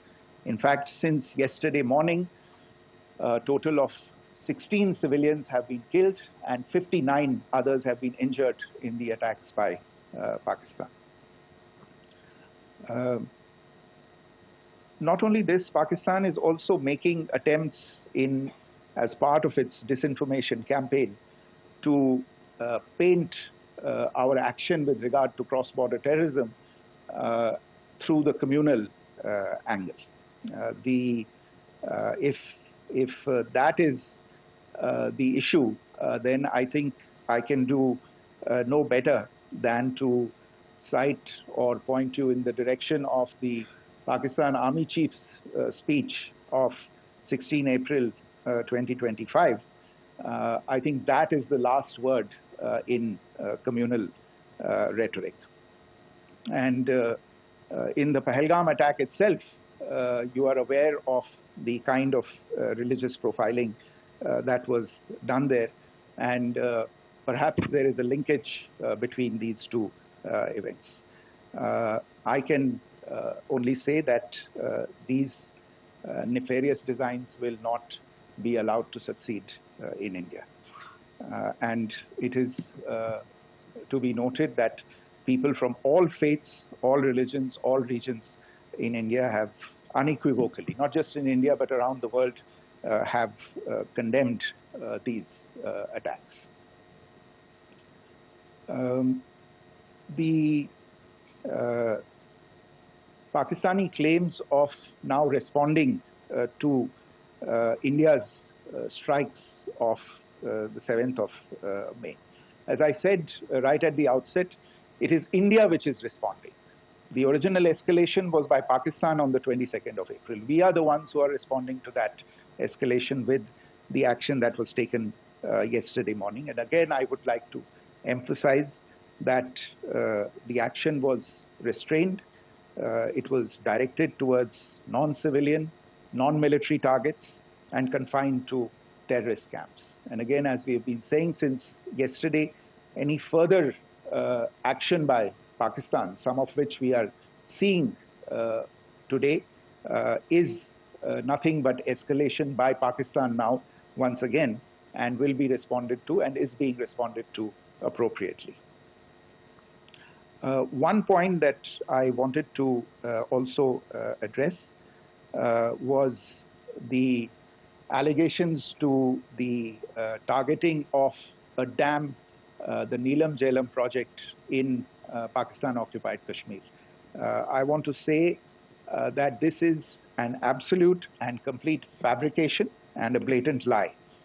India has targeted only and only terrorist infrastructure, and the details of that terrorist infrastructure, together with the locations, were shared with you yesterday by Colonel Qureshi and Wing Commander Singh. I should note that if this kind of a claim is a pretext for targeting Indian infrastructure of a similar nature, Pakistan will be entirely responsible for the consequences that will undoubtedly follow. Finally, I want to address the some issues that have been raised related to the Indus Waters Treaty and the disinformation that has been raised in regard to that as well. The fact is that there have been fundamental changes in the circumstances in which the Indus Waters Treaty was concluded, and they call for a reassessment of the obligations under the treaty. Over the last year and a half to 2 years, India has been in communication with the government of Pakistan. We've sent several notices to them requesting for negotiations to discuss modification of the treaty. India has for 6+ decades now honored the treaty, even during periods when Pakistan imposed multiple wars on us, and even when relations were adversarial. Pakistan is the one that has been acting in violation of the treaty, deliberately creating legal roadblocks in India exercising its legitimate rights on the western rivers. Any projects that India sought to build on the eastern rivers, and even on the western rivers, which we are allowed to by the treaty, were always challenged by Pakistan, thereby hampering our rights to utilize our legitimate waters under the treaty. In fact, if you see the preamble of the treaty itself states that the treaty was concluded in a spirit of goodwill and friendship. Mark those words, concluded in a spirit of goodwill and friendship. ये भारत का धैर्य और भारत की सहनशीलता है जो 65 साल से हम इतनी प्रोवोकेशन के बावजूद इस ट्रीटी को निभा रहे हैं. However, as has been made clear earlier as well, Pakistan has not responded to our requests to enter into negotiations for a reassessment of the obligations under the treaty. A number of conditions have changed. This is a treaty that was based on the engineering techniques of the 50s and the 60s. We are living through the first quarter of the 21st century. technological changes and technological advancements have to be taken into account. There are demographic changes, there are climate changes that have taken place, there is the imperative of clean energy, and of course the terrorism that Pakistan has wreaked in the state of Jammu and Kashmir itself has hampered India's ability to exercise its rights under the treaty. Pakistan's persistent refusal to respond to our requests to enter into government-to-government negotiations on the modification of the treaty is, in a sense, itself a violation of the treaty. And therefore, India has taken the step of putting the treaty in abeyance until Pakistan abjures irrevocably its support for cross-border terrorism. Maybe I'll stop there. I mentioned earlier yesterday as well that this is an evolving situation. I would therefore ask all of you to be considerate and restrained. It will not be possible for us or my colleagues from the armed forces to share operational details at this point in time. Beyond that, if you have any questions, may I have time for only a few, and I'll try to answer those questions. Okay, I give the floor to Rishabh. One Secretary, good evening. This is Rishabh from Times Now. I just wanted to understand, as per the press release that has been released earlier today, it says that we have successfully hit at the air defense of Lahore.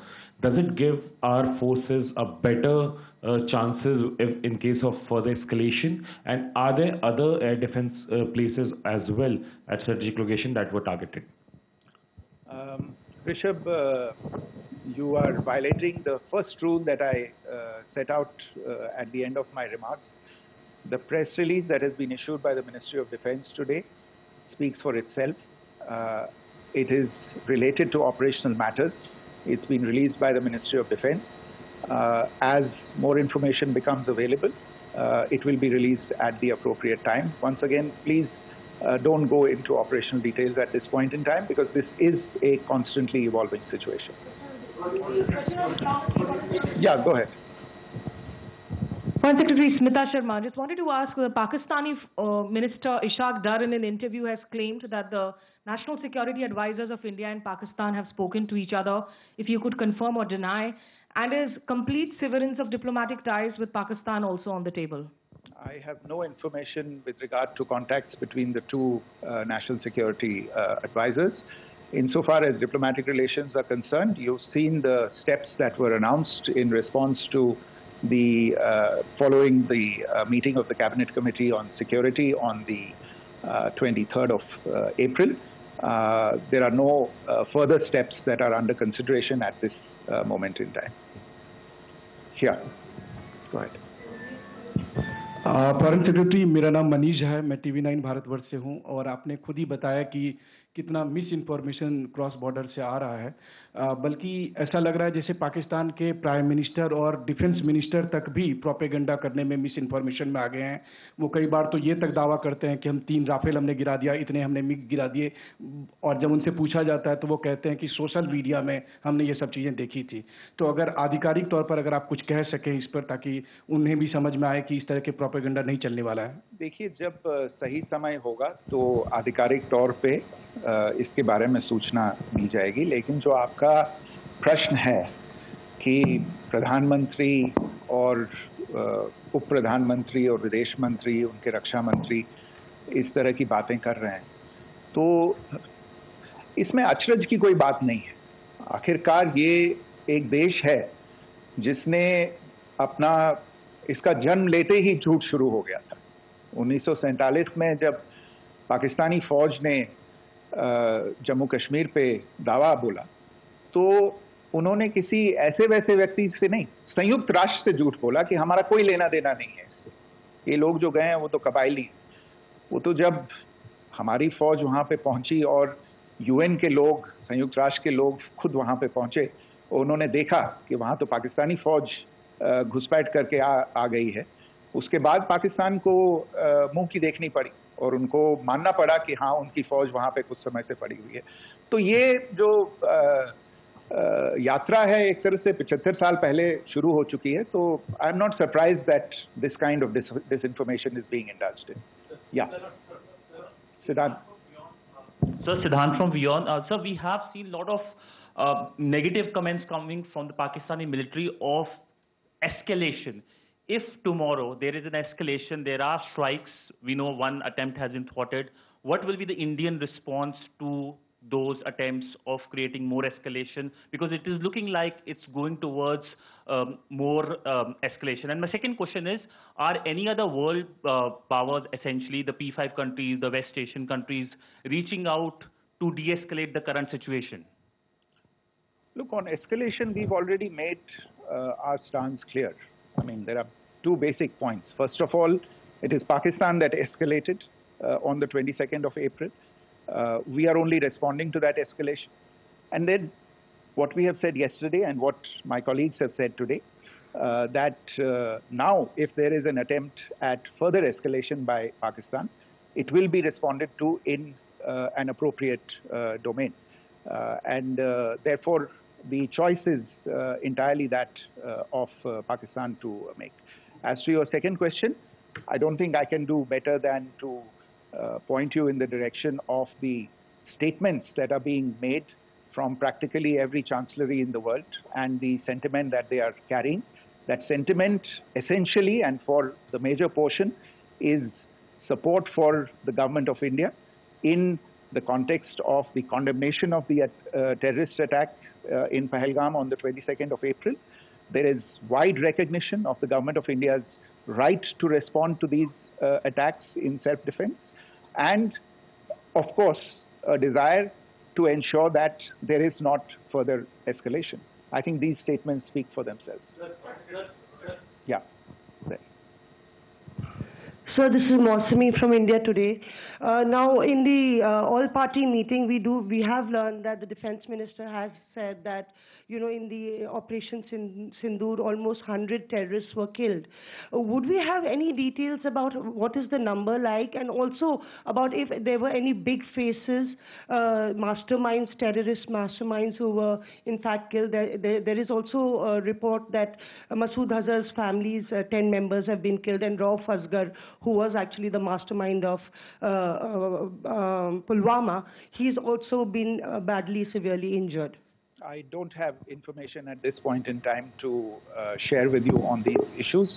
But as I said, I think, you know, there is so much information out there on television, in the news media, in social media, that it sometimes looks like a long time has passed since this. Please understand that slightly over 36 hours only have passed since this operation was undertaken.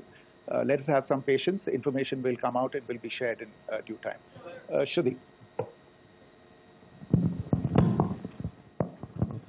Thank you, Foreign Secretary. Shruti Ranjan from Bloomberg. Sir, could you give us any understanding whether India has moved the IMF or the World Bank to kind of, you know, sensitize them about the the bailout that Pakistan has, and, you know, the kind of stuff that the Pakistan government is doing? Look, we have an executive director at the IMF. Tomorrow there is a meeting of the board of the IMF, and I'm sure that our executive director will put forward India's position. The decisions of the board are a different matter. You know the process through which they are made. But I think the case with regard to Pakistan should be self-evident to those people who generously open their pockets to bail out this country. And since you are from Bloomberg, I think you would have the data on how many IMF bailout programs have been, very good, thank you, have been sanctioned in the space of the last 3 decades. And I think you would also have an idea of how many of those programs have actually reached successful conclusion. Probably not many. So I think this is a decision that board members have to take by looking deep within themselves and looking at the facts. So we can, one last question, sir. Sure. One last question. Foreign Secretary, I'm Siddhant from CNN News 18. I would like to know, since it's an opportunity to speak to you, I would like to know the response coming from United States since last 3 weeks. Saudi Arabia, Qatar. In fact, Prime Minister Modi spoke to Qatar before the strikes that evening. Perhaps how do you read the support coming from these countries? Perhaps traditionally they were seen on the other side. This time around, their statements are strong worded. In fact, India-Saudi joint statement also had a very strong condemnation, strong worded condemnation. United States at all levels have condemned the attack and have extended support. In fact, Saudi Deputy Foreign Minister is in India. He just met EMS Jaishankar. Also, if you could shed some light on his visit, his meeting with EMS Jaishankar. In fact, we have also been told that he met Prime Minister Modi. Thank you. Look, all the countries that you named and many others, we have been in touch with them. The Prime Minister has spoken to a large number of world leaders. A large number of world leaders have called him, as have called the External Affairs Minister. As we speak, there are conversations going on today as well with world leaders. And your assessment or conclusion of the general tenor of these messages is very much on point. And I think this is a recognition of the fact, firstly, of the barbaric nature, the unprecedented nature and character and features of the attack in Pahalgam, and a recognition of India's right to respond to this. And also a recognition of the fact that in responding, we have been nothing but responsible and have done so in a restrained, in a measured, and in a non-escalatory manner. I think that counts for something. People have taken that into account, and that is what is explaining the kinds of reactions that we are seeing. And we appreciate the sentiments and the statements that have been made by the vast majority of world leaders. Yes, the Saudi Minister of State for Foreign Affairs is in Delhi. He had a meeting with the External Affairs Minister earlier today. I don't have further details at this moment, but if there are details, the ministry will share them at some point with you. Thank you. I think that's all we have time for today. We'll join you again soon. Thank you all. Thank you.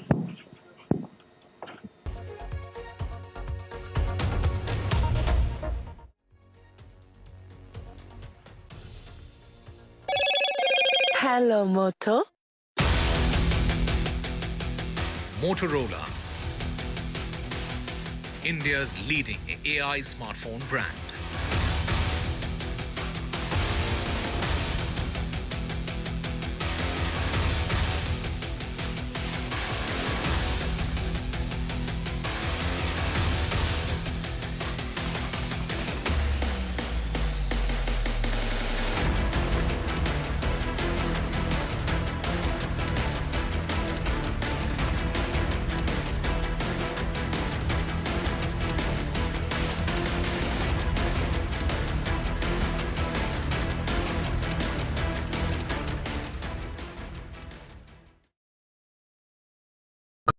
That's huge.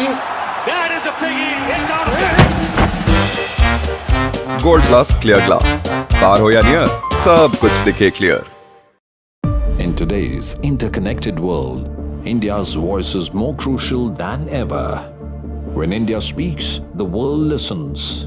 At NDTV World, we are that voice, bringing you intelligent and insightful news from India and beyond.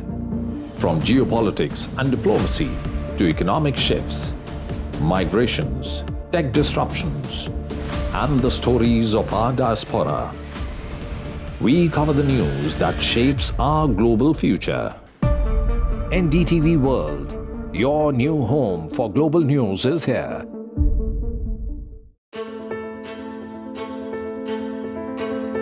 News is not just headlines, it is what impacts you. And news should never be mistaken for noise. What matters is the reality. Accurate, in-depth, and with the right perspective. For over 20 years, I have been a journalist, and never has clarity mattered more than now. At Newsnight, we go beyond the surface. We dissect the details, challenge the narratives, and bring you the unparalleled clarity you deserve in a world clouded by misinformation. We are bold, we are direct. News.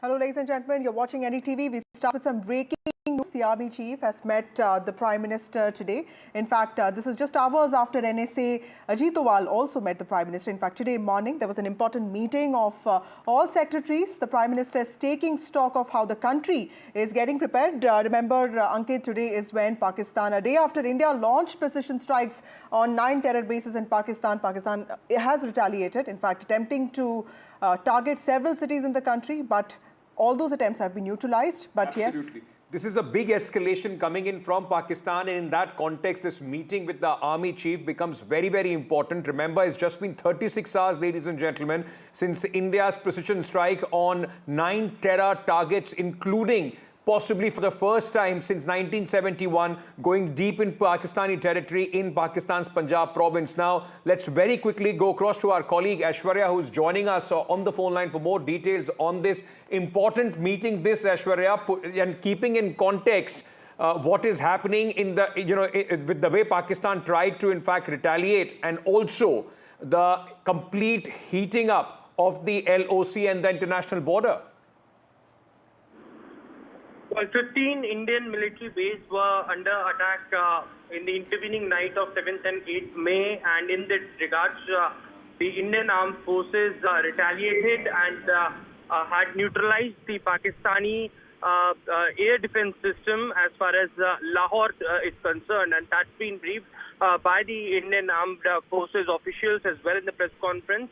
Prime Minister Narendra Modi today in the morning was briefed by NSA Ajit Doval about the Operation Sindoor Phase 2, and it is Army Chief General Upendra Dwivedi who had reached 7 Lok Kalyan Marg. The meeting lasted for almost 30 minutes. Prime Minister was briefed by the Army Chief about the current developments and the operation that the Indian Army is conducting. Remember, Prime Minister Narendra Modi had said it earlier that he had given a free hand to the Indian Armed Forces, and he believes in the professional abilities of the Indian Armed Forces. And Prime Minister being briefed regularly about the ongoing operations of Indian Army in along the line of control and also at the international border, and therefore the reason perhaps now General Upendra Dwivedi, Army Chief, going to 7 LKM. For joining us with those details. Important meeting there of the Army Chief with the Prime Minister of the country. Also remember, the Prime Minister is constantly monitoring the situation. Just a short while ago, Foreign Secretary Vikram Misri has also briefed media. And in fact, he's also talked about Pakistan being the epicenter of terror groups, terrorism for several years now. He's also talked about how Pakistan has sheltered several terror groups, including Jaish-e-Mohammed and Lashkar-e-Taiba for several years. He's talked about non-compliance of treaty by Pakistan.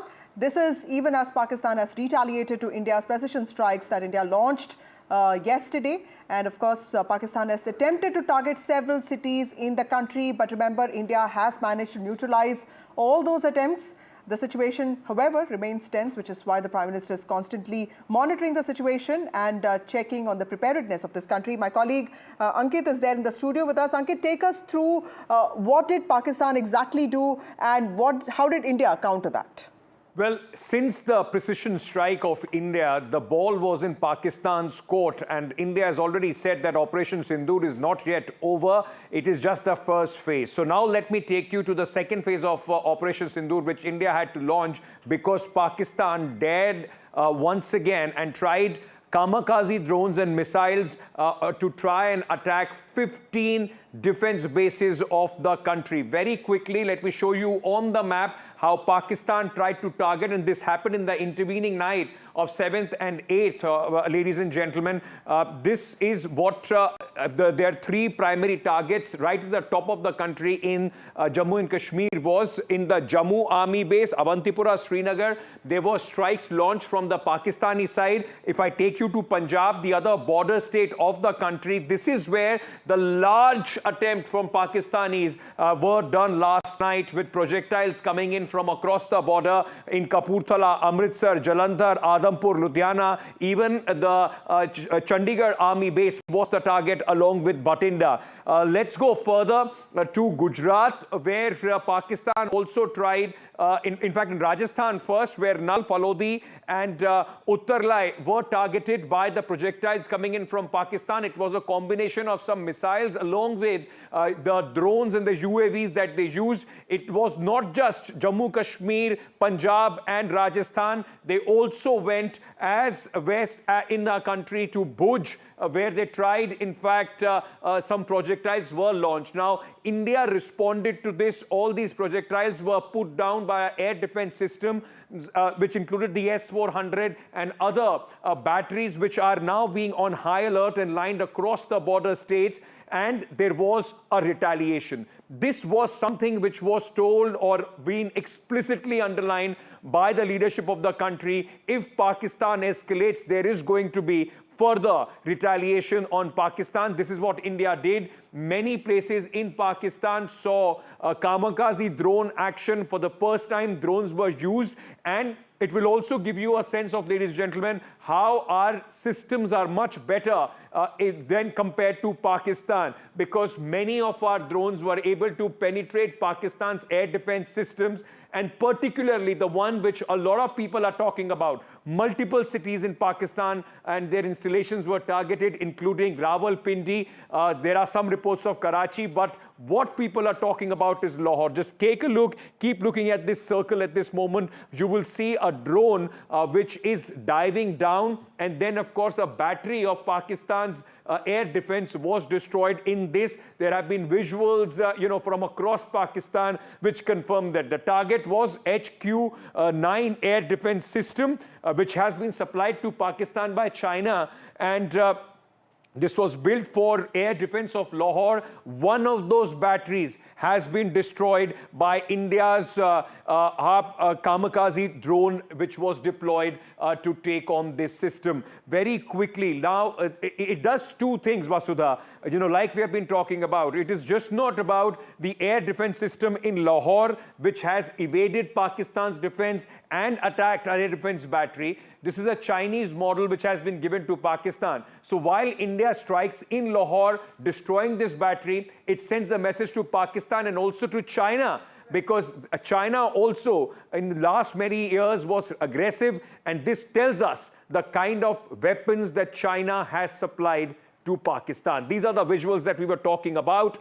You will, in this circle, you will suddenly see, a drone, which a kamikaze half drone that we were talking about, and which then goes down and destroys a Pakistan defense battery. Our colleagues are also with us, Mohammad Ghazali, and along with him, Gurpreet, both of them joining us at this moment. Mohammad Ghazali is in Jammu and Kashmir. Gurpreet is reporting from Punjab. Ghazali, if I may come to you, very important briefing just took place, which very clearly mentioned that Pakistan's nefarious designs were not only defeated, but India has warned Pakistan again not to escalate.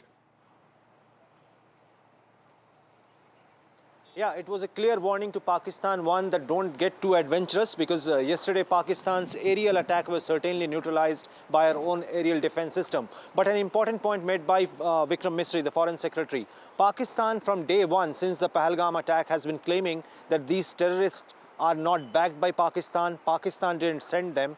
But what is more important is that Pakistan kept asking that it wants more evidence and proof. It wants a joint investigation. At most of the international forums, Pak diplomats as well as their own foreign minister kept claiming that India hasn't shared any shred of evidence with any diplomat or either with Pakistan about the involvement of Pakistan or its terror groups. Foreign Secretary clearly said that in the past as well, Pakistan had met such demands back in the wake of 26/11 Mumbai attack, as well as after other terror attacks and in Pathankot air base attack.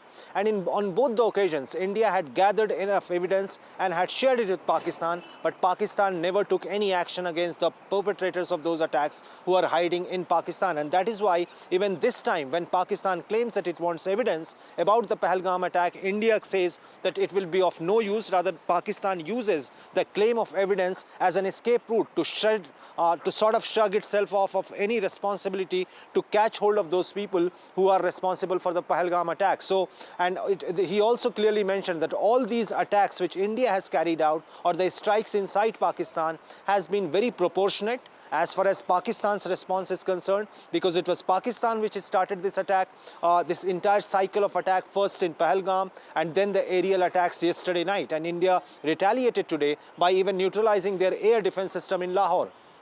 Right. Thank you, Ghazali, for joining us with those details. Shiv Arur also joins us now. Shiv, the Foreign Secretary, while speaking today, talked about Pakistan being the epicenter of terror. In fact, he's built this strong, genuine, data-based, evidence-backed case against Pakistan-sponsored terrorism that's been going on for several years. You are on ground in Jammu and Kashmir. This has also seen brutalities that Pakistan has done in the last 2-3 days, you know, those shelling that has happened. Tell us what exactly do you see around you, and how is the administration looking at preparations for what is to come?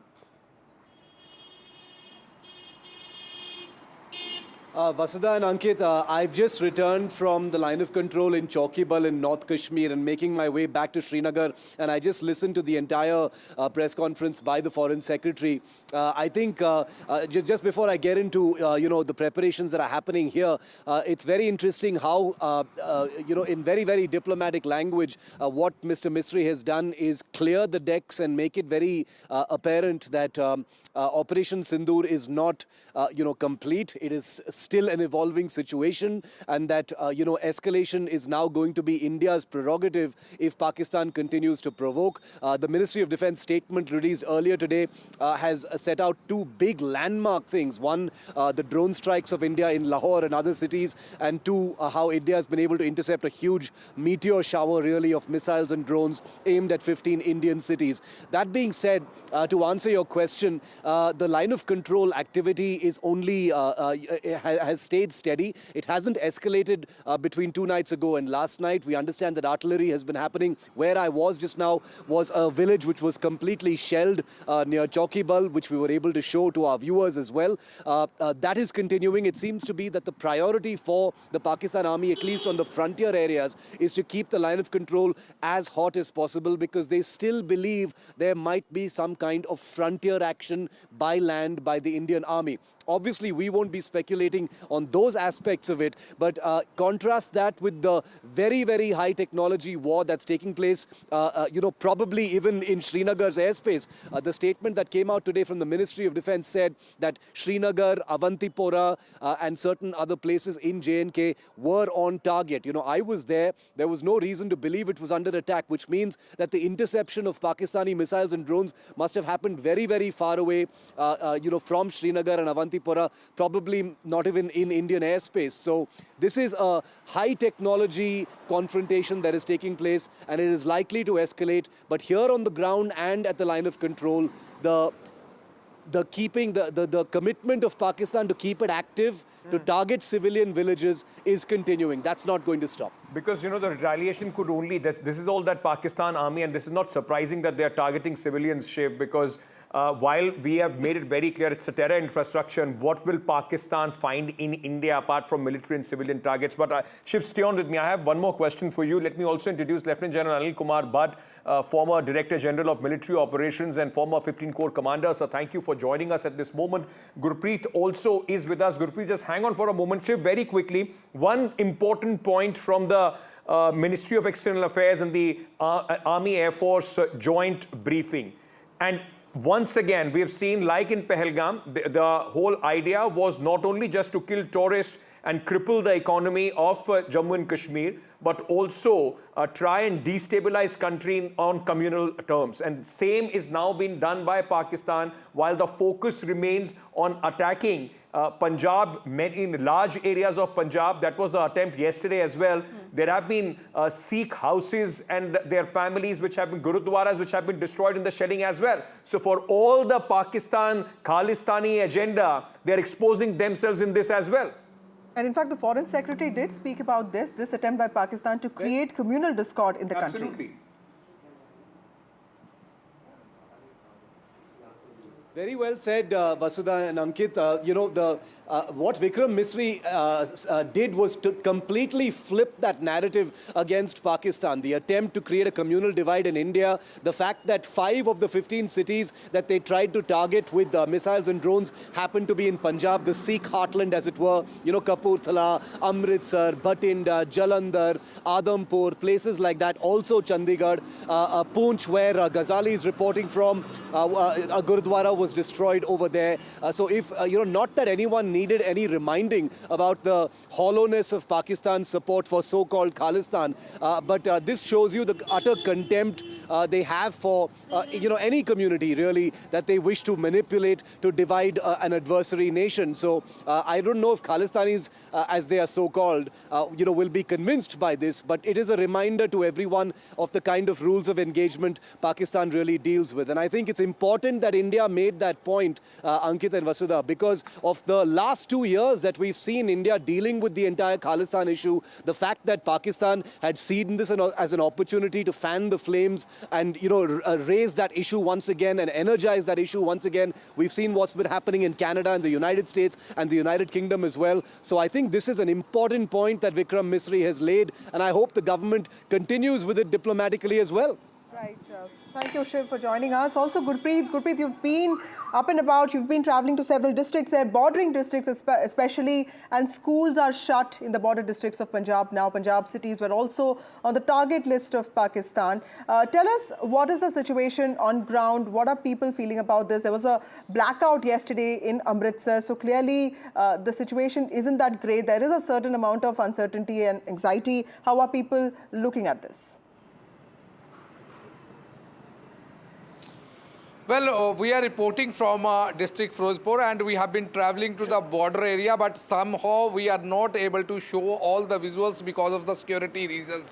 What we have seen, the people are very motivated since they have learned that our defense mechanism has already neutralized a lot of missiles which are going to happen at the various locations of Punjab. We have seen the various defense base had been targeted in Punjab. Now, what we have learned from the people from this border area, they wanted to stand by the nation. We have seen from the various villages of the border area, some of the people have already left their children and women to the safer place, and they have come back to the same villages. They say if there is a need and if there is a requirement, they will use their tractors and trolleys to support our defense forces, so that this fight which has been initiated by the Indian government against terrorism, that should be continued. One of the person from this border area, he is with us. We will talk to him. तो क्या लग रहा है, जैसे लगातार tension चल रही है, माहौल चल रहा है, तो हम देख रहे हैं लगातार लोग ये कह रहे हैं कि टेररिज्म के खिलाफ जो ये लड़ाई चल रही है, ये चलनी चाहिए। सर, लोग ना अक चुके हैं, डू और डाई की पोजीशन में हैं लोग। हमारे बॉर्डर के लोग हैं ना, वो कहते हैं कि हम माइग्रेट हो जाएंगे कुछ समय के लिए, बट ये सलूशन परमानेंट होना चाहिए, डेली की ये नहीं होनी चाहिए रूटीन। अभी हम कई बॉर्डर एरिया में, कई विलेजेस में गए, यहाँ लोग कह रहे हैं कि हमने अपने बच्चे और अपने जो औरतें हैं उनको दूर छोड़ा है, लेकिन हम वापस आ गए हैं क्योंकि हम देश के साथ ये लड़ाई लड़ना चाहते हैं। हाँ, यस, इसमें सर कोई दो राय नहीं है। हमारे जो विलेजर्स हैं, पेंडू लोग हैं, वो कंधे के कंधा मिला के सरकार के साथ खड़े हैं, सिस्टम के साथ खड़े हैं, फौज के साथ खड़े हैं। So, well, these are the sentiments of the people. They are very emotionally charged since they learned our defense mechanism was so capable that had already neutralized a lot of missiles and drones which were launched from Pakistan side to disturb communal harmony and to disturb Punjab peace. Back to studio. Thank you for joining us at this moment. My colleague reporting from, in fact, all the NDTV is spread across on the ground from all across the border areas to give you a sense of what is happening, because the tension is palpable there. General Bhatt, let me bring you in at this moment, sir. We are seeing what Pakistan's retaliation has been. Of course, the LC and international border in Jammu and Kashmir were expected, but a very big thrust right now seems to be coming in as far as Punjab is concerned, sir. What do you make of that? And I also would like your appreciation on the fact that, we destroyed a Chinese air defense system in Pakistan. The message is just not for Pakistan, but for China as well, sir, on their weaponry. So, firstly, I should start with saying that the armed forces are doing an excellent job. And the professionalism and restraint with which the second response was also given is really praiseworthy. The ability for us not allowing them to, for us to have any losses in any of the 15 places is really credible. And then the response has ensured that one air defense battery at Lahore has been destroyed. Both very excellent actions by the Indian Armed Forces, and I, as an ex-army officer, am very proud of it. You know, today Pakistan is going up the escalatory ladder.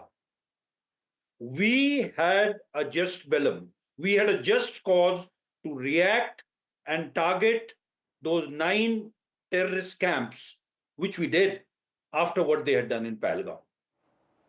Pakistan, and we also indicated that this is non-escalatory. We are not targeting civilian targets or military targets. But Pakistan wants to raise the ante. And that is what they did last night by trying to attack 15 locations. Mostly it seemed airfields and other forward areas. We have responded in kind, and we will keep responding in kind till the time Pakistan doesn't start behaving. But our responses will be restrained and professional, because we do give a window to Pakistan to realize what they have done is wrong. They've been punished for it. If they want more punishment, that will be delivered. Thank you, Lieutenant General Anil Kumar Bhatt, for joining us with your insights. Clearly, Ankit, Foreign Secretary, today has made it very clear that India is building the strong evidence-backed case against Pakistan. And while military options are still on, Operation Sindoor Part 2 is still on, and India has managed to neutralize these attempts by Pakistan to target several cities of the country. The diplomatic offensive is also going on, which is why it's making these attempts to ensure that Pakistan remains globally alienated. With that, it's time for a short break. More news and updates on the other side.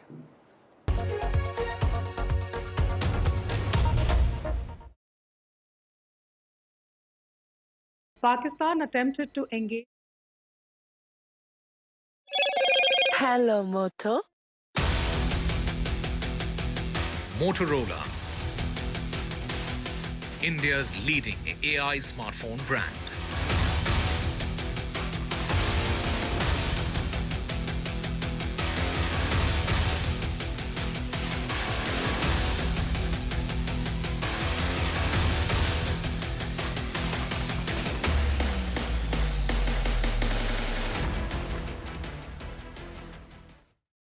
तू ही तो है जिसकी सच्चाई वाली clarity की वजह से मैं आज यहाँ हूँ। गोल्ड प्लस सिल्वॉक्सी मिरर्स, ऐसी क्लैरिटी कि आपको सिर्फ सच नजर आए, चाहे कितने भी साल बीत जाएं।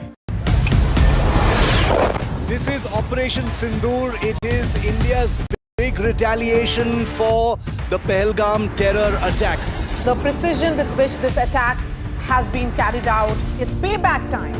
The headquarters of Jaish-e-Mohammed in Bahawalpur and Lashkar-e-Taiba headquarters in Muridke have been hit. That these targets lay between 30 kilometers across the line of control. Prime Minister has monitored the entire sequence of events overnight. He's been closely monitoring it.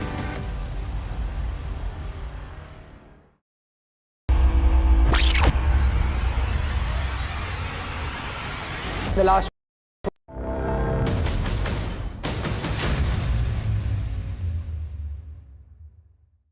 Operation Sindoor पर 7 मई 2025 को हुई press conference के दौरान भारत ने अपनी प्रतिक्रिया को केंद्रित, संतुलित और गैर उत्तेजक बताया था। यह विशेष रूप से स्पष्ट किया गया था कि पाकिस्तानी सैन्य ठिकानों को निशाना नहीं बनाया गया। साथ ही दोहराया गया कि भारत में किसी भी सैन्य लक्ष्य पर हमले का उचित जवाब दिया जाएगा। 7 से 8 मई 2025 की रात को पाकिस्तान ने उत्तरी और पश्चिमी भारत में स्थित कई सैन्य ठिकानों को, जैसे कि अवंतीपुरा, श्रीनगर, जम्मू, पठानकोट, अमृतसर, कपूरथला, जालंधर, लुधियाना, आदमपुर, भटिंडा, चंडीगढ़, नाल, फलौदी, उत्तरलाई और भुज पर ड्रोन और मिसाइलों से हमला करने का प्रयास किया। इन हमलों को इंटीग्रेटेड काउंटर यूएएस ग्रिड और वायु रक्षा प्रणालियों द्वारा निष्क्रिय कर दिया गया।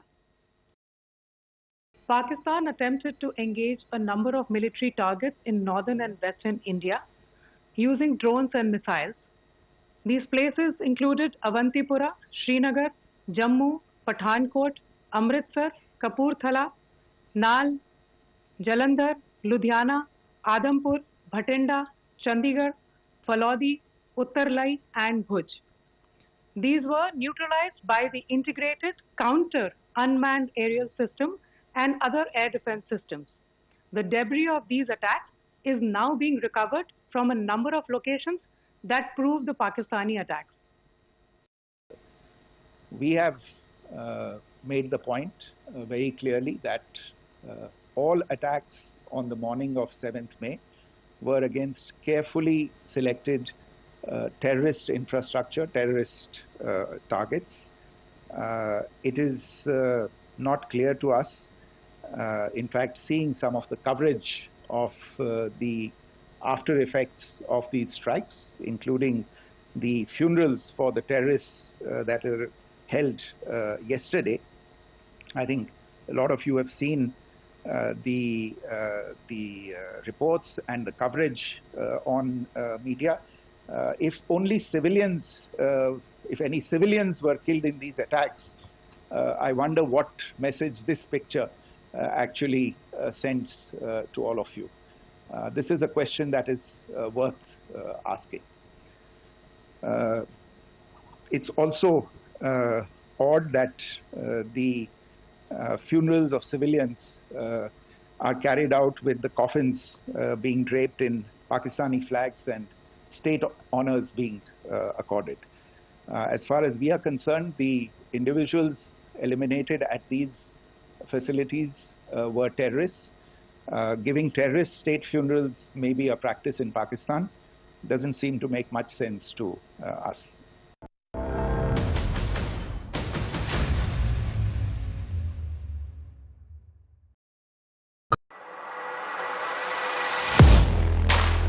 Do you really know the company you invest in? What is the real picture behind presentations and claims? Is the outlook as rosy as the company claims?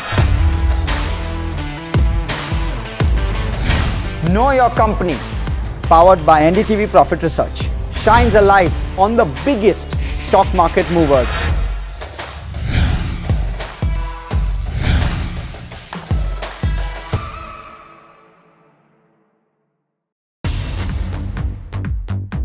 More news that matters. Big exclusive. Tulsi Gabbard gunned down by Pakistan-backed cowards. When you interact with people on ground, you're able to reflect their sentiments much better. More debates that shake the system. More exclusives you won't find anywhere else. Not just another prime time. It's a prime time that's unmissable. Gold plus optimistic reflective glass लगाओ, धूप की गर्मी को दूर भगाओ और बिजली का बिल भी बचाओ। If it matters to you, if it matters to you, if it matters to you, it matters to India. It matters to India. And it matters to me. And it matters to me. India Matters with Shivaru, only on NDTV 24/7. In today's interconnected world, India's voice is more crucial than ever. When India speaks, the world listens. At NDTV World, we are that voice, bringing you intelligent and insightful news from India and beyond. From geopolitics and diplomacy to economic shifts, migrations, tech disruptions, and the stories of our diaspora. We cover the news that shapes our global future.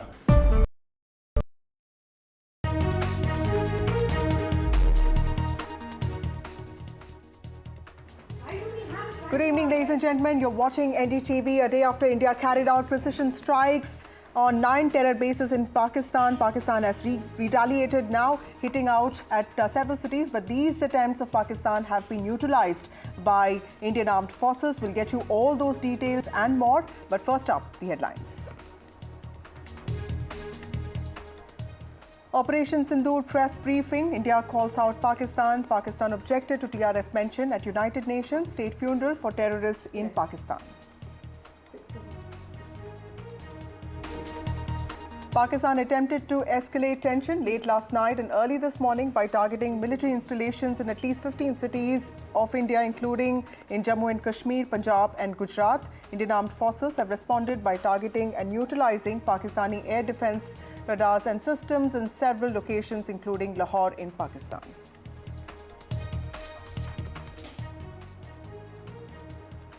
The BJP says Abdul Rauf Azhar, IC-814 hijacking mastermind, has been killed in Operation Sindoor. The younger brother of Jaish-e-Mohammed chief Masood Azhar was killed in India's strikes on terror hubs. World Bank President meets Prime Minister Modi. First meet in the midst of Indus Water Treaty suspension. Loans to Pakistan likely to be discussed.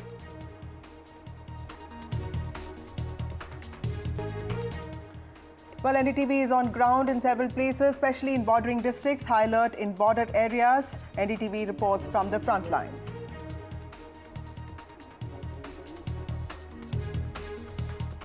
In the aftermath of Pahalgam terror attack, government has banned Pakistani content on OTT platforms now.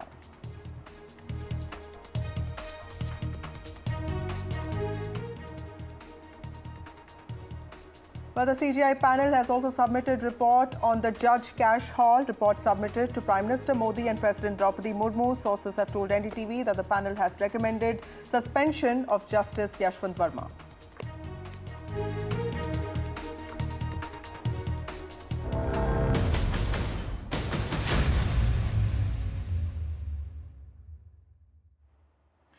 Hello everyone, this is news at 7 p.m. and I'm Maria Shakil. Today, India reiterated that it's Pakistan that is the aggressor and we are the victims of planned terror attacks emanating from the launch pads inside Pakistan. There was another attempt late night by Pakistan, which was, there were attempts to escalate tension by targeting military installations in 15 cities in the northern and western parts of the country.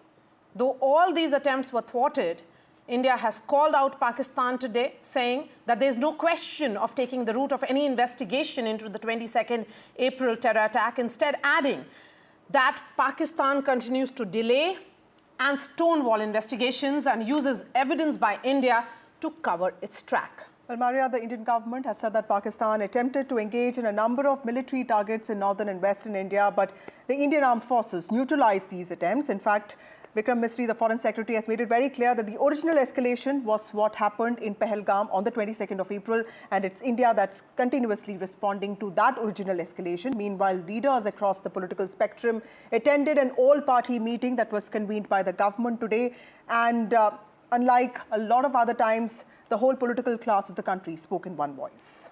That's right. That picture that came out from the all-party meeting certainly sending a message that India stands united in these tough times. And what stood out again was that press conference and the imagery that came out from that press conference, with Foreign Secretary being flanked by two women officers, Sofia Qureshi, Colonel Sofia Qureshi, and Wing Commander Vyomika.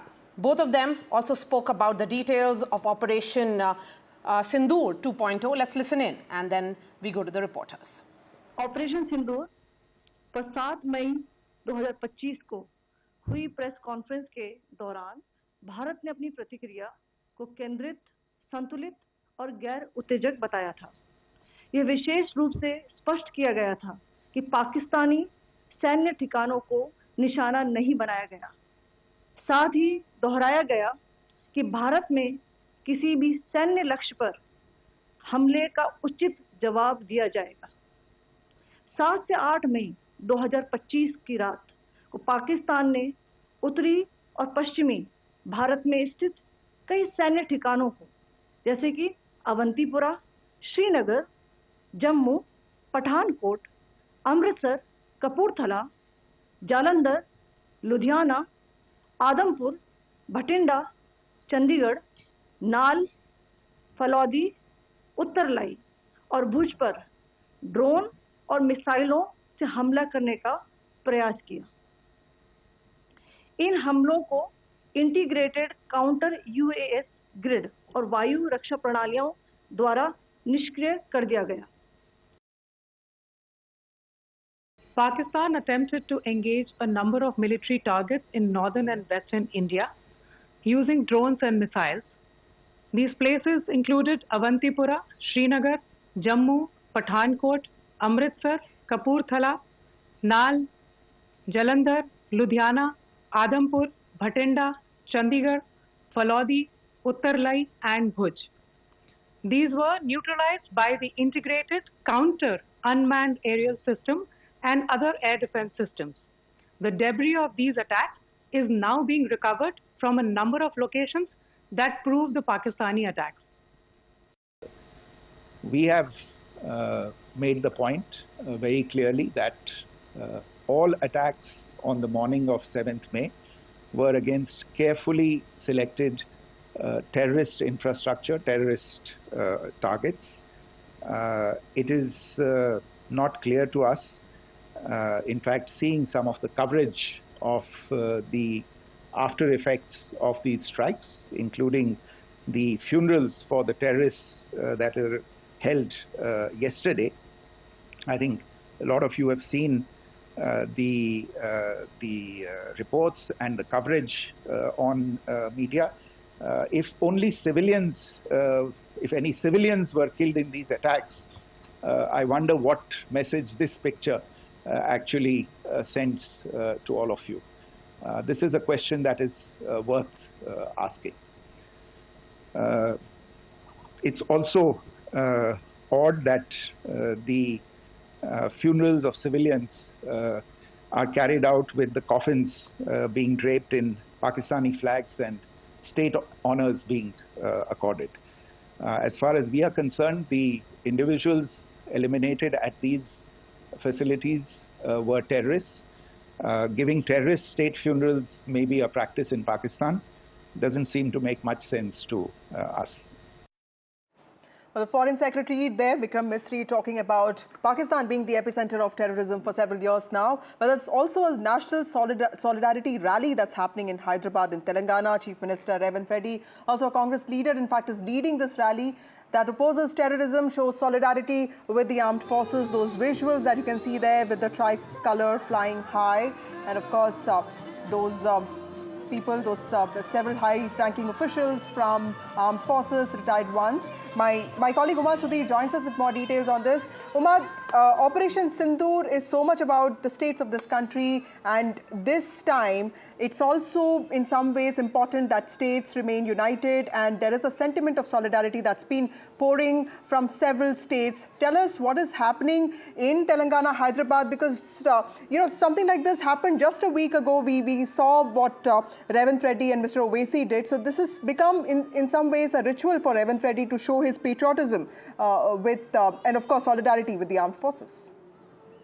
Absolutely. Revanth Reddy is leading the solidarity rally from the front, and along with them, he has ensured that it is not the political leaders of the Congress that are visible, but along with him are the retired officers of the Defence Forces, the Army, Navy, the Chief Secretary, Mr. Ramakrishna Rao, the DGP, the top police officers, the municipal corporation officers, to show that every department is in fact with the government, with the union government and with the Defence Forces, because this solidarity rally is something that they are organizing against terrorism at a time when the country has been threatened by terror from across the border. Revanth Reddy's solidarity rally is an attempt to show that the country stands together. We don't have any political differences at this time, and we are not arguing on any point at all at this point in time. We only stand together as a united nation, and the strength of every state in the country, the youngest state in the country, also adding to the force that the union is exerting and the actions that it is going to to take the Chief Minister declaring that we are with the centre in every possible way, and that's the reason why we have these civil defence mock drills that happened, and subsequently this kind of a rally that started from the very picturesque Secretariat location, and now we have come to the place which is called as Necklace Road, and there is in fact the Indira Gandhi statue that is to the other side, and you will have the Ambedkar statue right behind that. Nagraj will be able to show you the Ambedkar statue which is on Necklace Road. So that is the kind of a show of solidarity that they want to show. Three reasons why they want to do this. One, Telangana itself is saying that we are prepared for any kind of an exigency, and we stand with the centre on every point. Of course, there are many defence establishments here. What is also called the Integrated Command and Control Centre, very one of the probably the most sophisticated police headquarters here. All that has got extra security, and you also have the consulates and the foreign officers, all of them, and also visitors from outside the country, all of them actually being given extra security and extra surveillance at all critical installations. You would recall that Hyderabad also has the DRDO, the National Fuel Complex, and all of that is coming under extra surveillance to ensure that nothing at all goes wrong. And now, right now, is a time of silence. Everyone holding the tricolour. We saw the Chief Minister himself holding the tricolour and making that march. Now is a period of silence when all of them are in fact paying homage to the victims of terror, and now to say that it is our turn to stand together and say that we will not win, and we as a strong country will reply. The way we will retaliate is something that that enemy is going to remember forever. Back to you. That's right, and these are very, very strong visuals coming in from Hyderabad, perhaps reflecting sentiments of 140 crore Indians today, that the entire political class stands united, stands firmly with the tricolour, stands firmly in solidarity with our forces. We have Nazir Masoodi joining us from Kupwara. Harsha is from the border town of Jaisalmer. Remember, Rajasthan shares almost 1,000-kilometer plus long border with Pakistan, and Gurpreet is from Firozpur in Punjab. Nazir, coming to you. The big takeaways for you from the press conference which was held by the Foreign Secretary. Well, Foreign Secretary has made it very clear the original aggression was the terror attack in Pahalgam, in which 26 innocent people were killed. And whatever happened is the response to that aggression and that violation.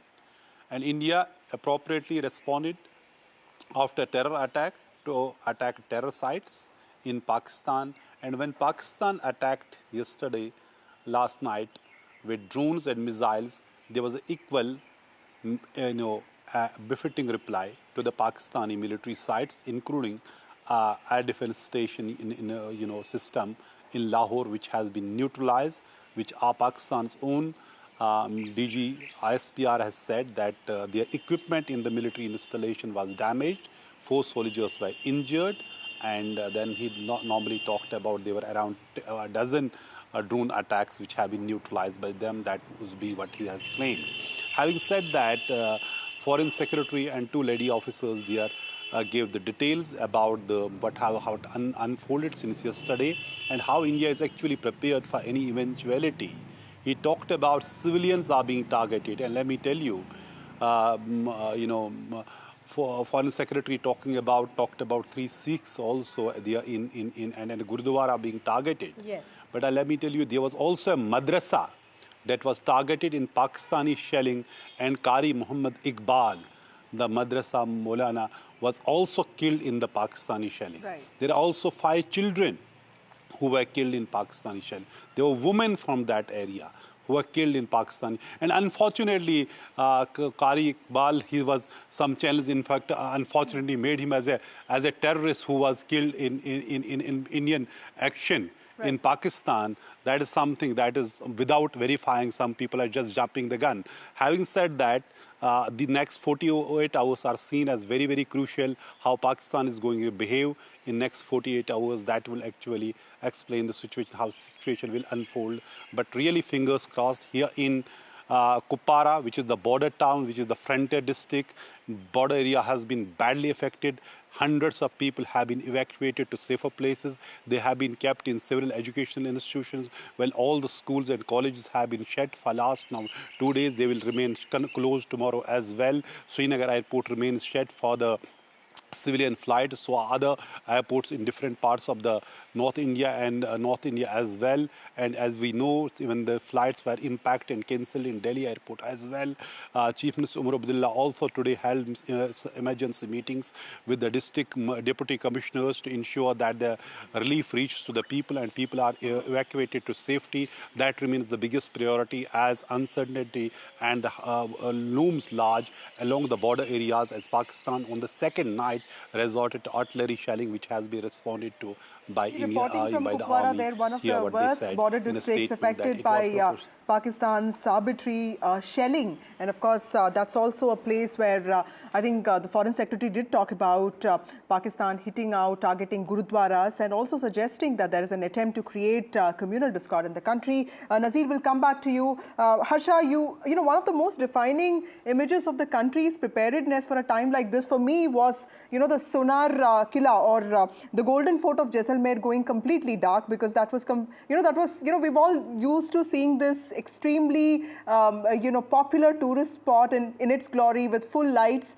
But yesterday, when I saw that, it is a defining image for the time to come. Tell us, how are people in Rajasthan reacting to the fact that several military bases, Air Force bases of the state were also on the target list of Pakistan? Of course, fortunately, all of them have been neutralized by Indian Armed Forces, but clearly this would mean something.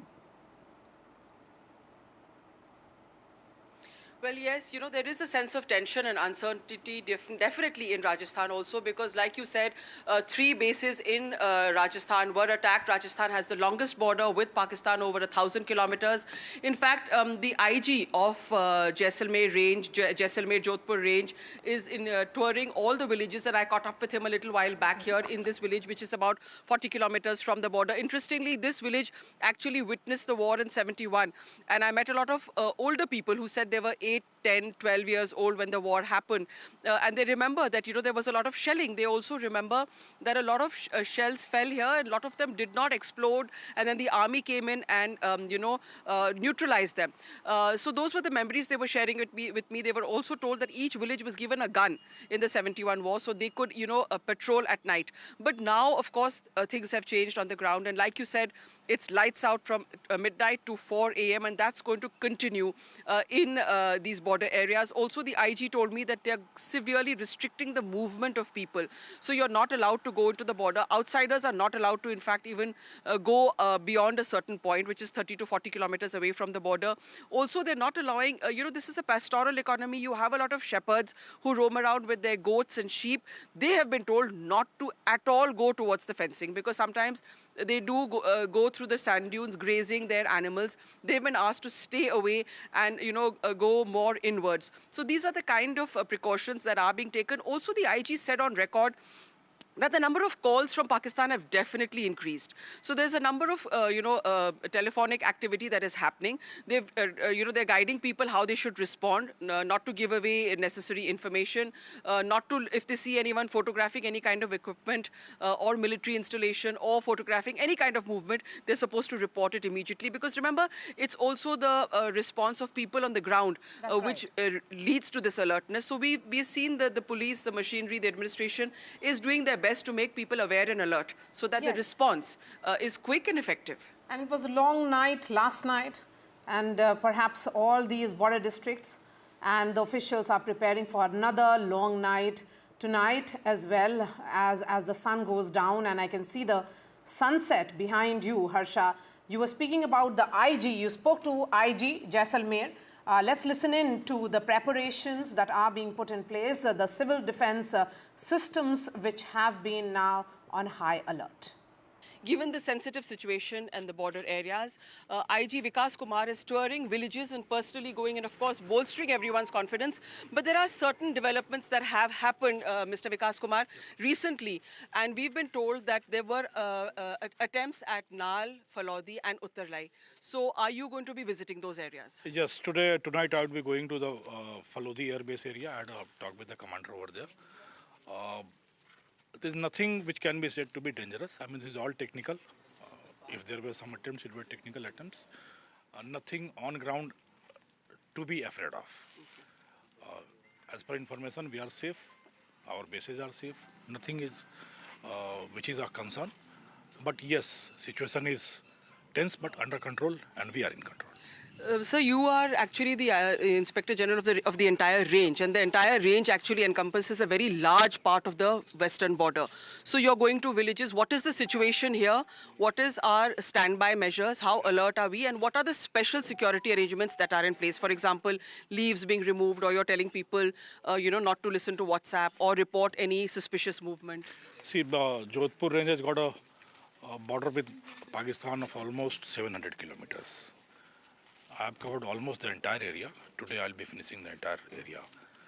I've gone to almost 20 to 25 villages, interacted with villagers and briefed them about what to do, what not to do. Basically there are three things. One is security, how to secure yourself, how to secure the vital installations, and in case there is some emergency, how to react to that. That is the one thing about security. The second thing is how to cooperate.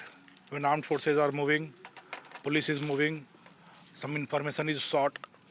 So how to cooperate, how to facilitate those things to our armed forces. That is being briefed to the villagers. And third is to honor the way they are standing with us, their confidence level, the kind of courage that they are showing. I do not think that any power on this earth can think of eyeing this area. Well, Gurpreet, you're in Firozpur in Punjab, also a border district. Tell us what kind of security arrangements are in place. Is there, any limitations on the kind of movements that people are able to do? And also tell us, how is the administration looking at this? Because Punjab too was on the list of the targets by Pakistan. And of course, yesterday we did see that blackout in Amritsar. So clearly there are preparations that are happening. But what is the assessment of readiness of the state? Well, we have seen multiple decisions had been taken in the various border areas of Punjab. We have seen these blackout rehearsals are being carried out at various locations. Not only in Amritsar, we have seen in Firozpur also that was carried out from 9 to 9:30 p.m. last night. At the same time, we have seen the mock drills are being conducted. If we can talk about the restrictions at the border, we have seen the beating retreat ceremony, which was earlier happening at Hossainiwala border. That has also been closed, and at the same time a beating retreat ceremony which was happening at Amritsar, Atari Wagah border, that had already been closed. But here in the border area of Firozpur, we have seen only the people who are living near that villages, they can be allowed, otherwise nobody is allowed to move towards our border. Some of the people from this Firozpur, they are with us. So we have been traveling from one village to another village. We have seen the spirits are very high of these people. They are saying we have already seen the war in 1965, 1971, and we are familiar with the system also. But these peoples, we have seen some of the villagers, they are leaving their children and the family members, the women and old people, they are sending them to the safer places, but they are still in the villages and they want to take up a stand by the forces. We will talk to these people from Firozpur, we will talk to them. तो लगातार हम देख रहे हैं कि जैसे action पे action बात कर रही है, टेररिज्म के अगेंस्ट एक्शन किया जा रहा है, लेकिन कल हमने देखा कि जो पाकिस्तान की तरफ से मिसाइल और ड्रोन की जो हमारी तरफ लॉन्च किए गए, हमारा जो डिफेंस सिस्टम था उन्होंने उनको न्यूट्रलाइज कर दिया. लेकिन कैसे देख रहे हैं? देखिए, हमारा फिरोजपुर वासियों का यही मानना है कि ये जो मोदी जी ने टेररिज्म के ख़िलाफ़, आतंकवाद के ख़िलाफ़ ये जो एक मुहिम शुरू करी है, इसको अंजाम देना बहुत ज़रूरी है. क्योंकि जिस तरीके से पहलगाम के अंदर धर्म के आधार के ऊपर हमारे जो वहाँ पे पर्यटक गए थे, सैलानी गए थे, उनको जिस तरीके से मारा गया, पूरी दुनिया के अंदर एक ऐसी स्थिति थी जैसे शर्मशार होने वाली बात थी कि हमारे पास टूरिस्ट कैसे आएगा, लोग देश के जो बाहर रहते हैं वो कैसे विश्वास करेंगे, और वो भी खासकर धर्म पूछकर। और मैं सल्यूट करता हूं हिंदुस्तान की आर्मी को, नरेंद्र भाई मोदी जी को, देश के गृह मंत्री अमित शाह जी को और रक्षा मंत्री श्रीनाथ सिंह जी को, जिन्होंने 15 दिन के अंदर पाकिस्तान जो आतंकवाद की मशीनरी जो फैक्ट्री है उसके अंदर जाकर के उसको ध्वस्त किया है। तो बिल्कुल, लेकिन अगर आप फिरोजपुर की बात करें तो फिरोजपुर में हम देख रहे हैं कि लगातार जो यहाँ के लोग हैं वो कह रहे हैं हमने 1965 की भी वॉर देखी, 1971 की भी वॉर देखी, अब भी हम देश के साथ खड़े हैं। बिल्कुल सही कह रहे हैं जी। जब कोई हमारा दुश्मन हमारे घर में आकर हमारे किसी सदस्य को मारेगा तो ये कौन व्यक्ति इसको बर्दाश्त करेगा? उसका जवाब हमें देना ही पड़ेगा। और ये ही मौका है आज हम अगर पड़ोसी जो देश हमारा दुश्मन है, जो हमारे घर में इतना आतंक फैला रहा है, हमारे सदस्यों को मार रहा है और उसका कोई रीज़न नहीं है, उसी हमें उसका जवाब देना पड़ेगा जी। अगर हम नहीं जवाब देते तो हम गलत हैं। Well, we have seen these people, they are saying we are with the forces, and the way this drive has been started by the Indian government against terrorism, that should be continued. Back to studio. All right. Thank you so much for joining us, because there is a great degree of caution which is being exercised. I would request Chinna also to stay safe because he's reporting from one of the border districts. And today was the day of all-party meeting. The entire political class, the entire polity of India spoke in one voice, spoke about solidarity, spoke about national unity. And Vasudha spoke to Asaduddin Owaisi, MIM chief. Listen in to what he told her. Thank you, Mr. Owaisi, for speaking to NDTV. So this whole insistence on getting the resistance front banned using India's diplomatic channels, can you explain to us why is it so important? See, what is to explain in a minute what is Pakistan. Yesterday, the janaza prayers of all those terrorists who were killed in Operation Sindoor was offered by one Hafiz Abdul Rauf, who happens to be the son of Hafiz Saeed, and who's a designated terrorist in US.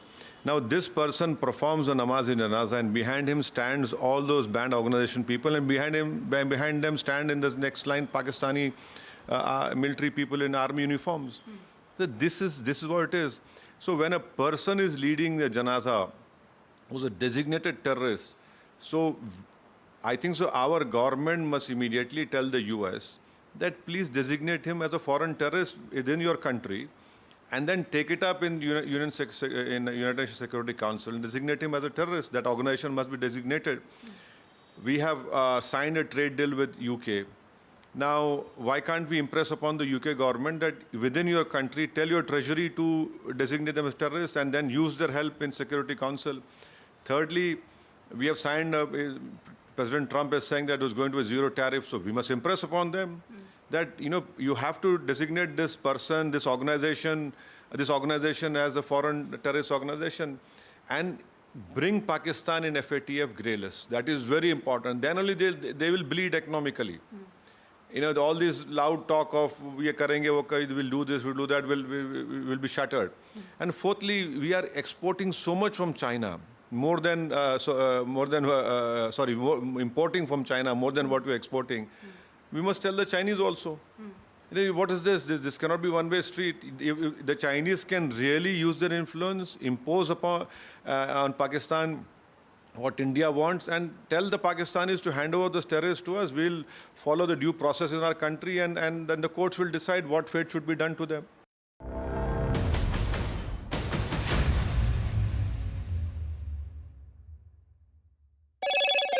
Hello, Moto. Motorola, India's leading AI smartphone brand.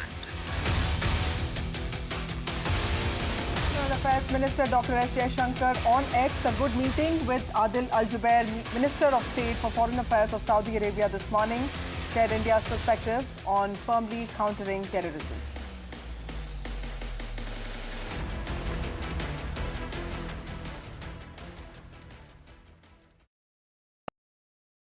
The That's huge. That is a biggie. It's out of there.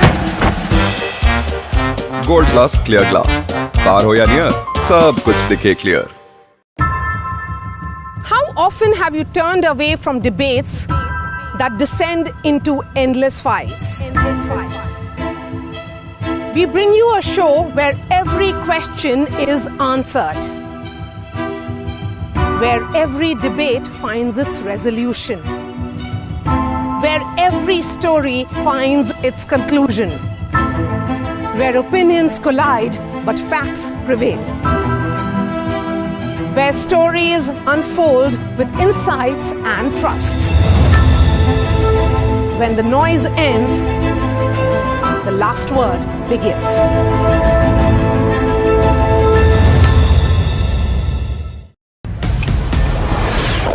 This is Operation Sindoor. It is India's big retaliation for the Pahalgam terror attack.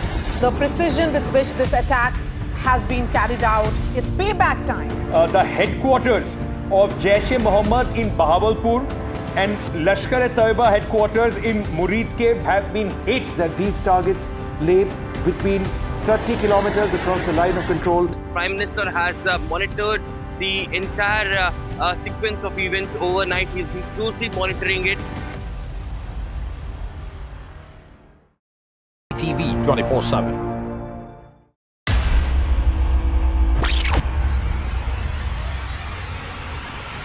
In the last 1 month, if you see, the share prices of Genzol Engineering has fallen more than 58%. Why are the rating firms calling the debt payments as default? We have two credible credit rating agencies on March 4th coming and downgrading the stock to D.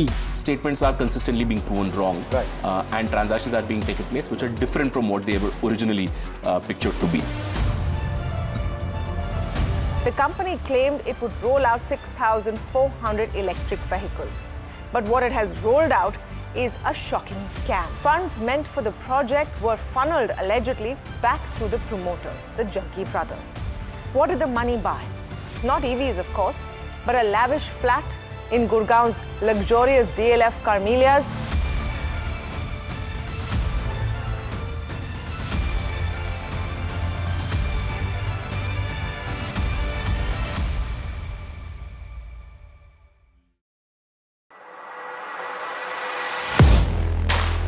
Do you really know the company you invest in? What is the real picture behind presentations and claims? Is the outlook as rosy as the company claims? Know Your Company, powered by NDTV Profit Research, shines a light on the biggest stock market movers.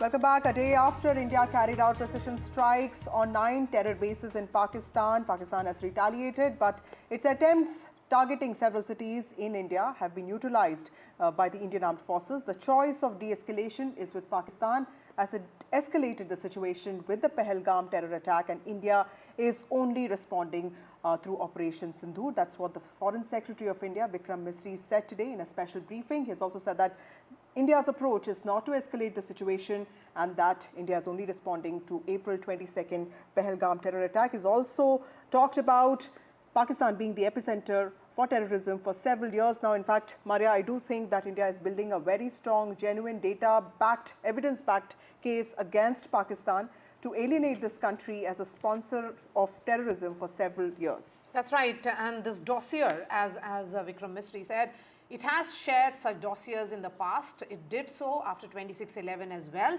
with Pakistan. But what Pakistan did was to stonewall investigation, and every time a dossier is submitted, Pakistan uses that as an evidence to cover its track. And as far as India is concerned, we are preparing for another long night, and there is a lot of, I would say unease along the border districts, because what will happen tonight, we really do not know. Ghazali is reporting from Poonch.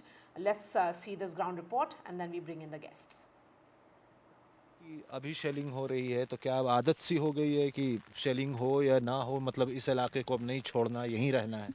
Sir इलाका छोड़ के कहाँ जाएंगे हम? घर तो बना हमारा घर है, हमारा देश है, इसको छोड़ के हम कहाँ जाएंगे? नहीं, मैं इस इलाके की बात कर रहा हूँ। देश छोड़ेंगे इस इलाके को हम? ये हमारा वतन है, इसको छोड़ के हम कहाँ जाएंगे?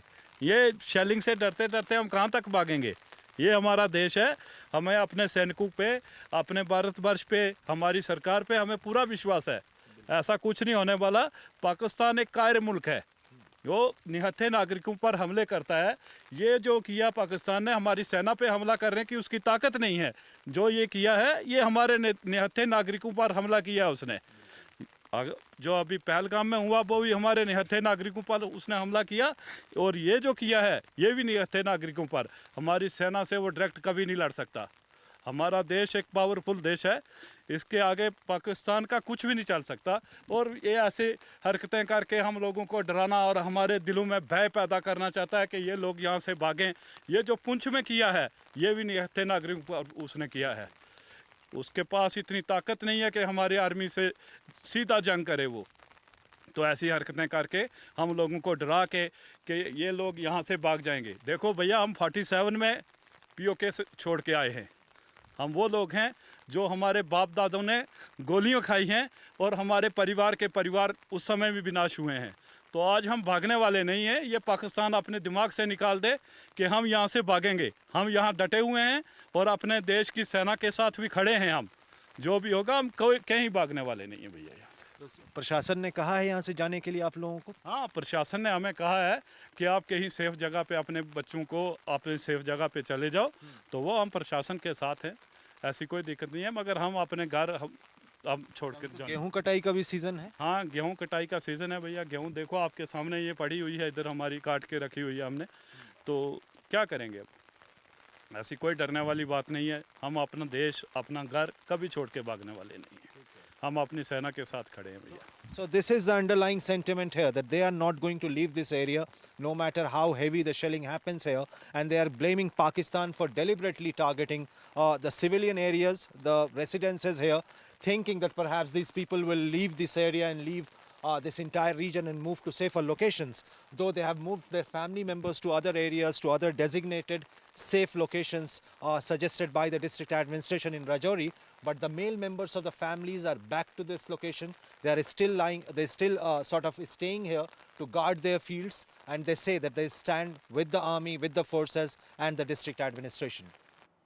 And NDTV will continue to get you all the ground reports from the front line through the night and also tomorrow as well. Joining us now is Dr. Tara Karta, former Director of National Security Council Secretariat. We have Rajiv Dogra, former diplomat. Brahmachalani is strategic affairs expert, and Lieutenant General V.K. Chaturvedi is defense expert. Ambassador Dogra, the messaging that came in today from the press briefing, the second one, which happened only after the successful execution of Operation Sindoor 2.0. Well, I would like to take you back to your show in the morning when I was talking about the need for reaching out to the world, and you ended the show by saying that MEA would be listening to this. So your words were prophetic. MEA did listen, and the briefing, the second briefing by Foreign Secretary and the two young Defense Services officers, was in the best tradition of Indian emphasis on sobriety, on being matter of fact, and on being professional. So they have reached out to the world and reached out to the world in a very detailed manner, listing out what compelled India to take the action that it did after the Pahalgam, and after giving considerable amount of time for Pakistan to mend its ways. Then they detailed what happened yesterday and today. So I think all in all, there should be matter of satisfaction that India has now, in a systematic way, reached out to the world. Now it depends, of course, on the world also to react through its influencers and opinion makers, because the leaders are in tune with India's needs at this hour, and also India's necessity and compulsion to respond to Pakistan's actions. Right. Lieutenant General V.K. Chaturvedi, how do you also see Pakistan's retaliation, which has happened in the early hours of today and last night, because they have also tried to target several cities of the country of India, specifically military bases and also Air Force bases. Of course, those attempts have been neutralized by India. But what does this mean for the nature of this conflict? Do you see this as a prolonged conflict? Do you see escalation being centered around this and being initiated by Pakistan in this case? It was very much expected that Pakistan will resort to something what they did in the last night between 1 and 2. Our armed forces were very well prepared to react to their response. Pakistan as a state has failed, and the Pakistan army is not a professional army. They behave like rogues. The one which deals through the terrorist cannot be a real professional. Their terror is a means of statecraft in Pakistan, and therefore one can expect anything, any sort of nuisance, and therefore I feel for a few days it will definitely continue. Okay. But Pakistan does not have the will to go beyond this. This type of what they did last night, they will do at some other places also. They'll try some more incursion of this type, not with the soldiers. They will not do that. But what they did by missiles, drones, this type of things will continue. But our armed forces are very well prepared.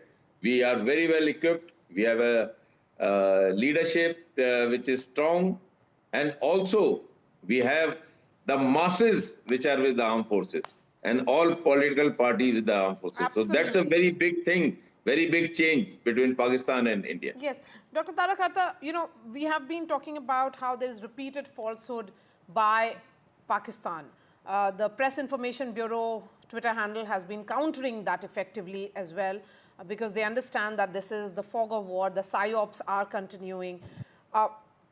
What the Foreign Secretary said with regards to two aspects of it. Neelam Jhelum project targeting is falsehood, and he also went on to say that if there is an attempt to create some kind of communal discord or tensions between communities, it is being done by Pakistan, because they have also gone ahead and targeted the Sikh, Sikh community places in Jammu.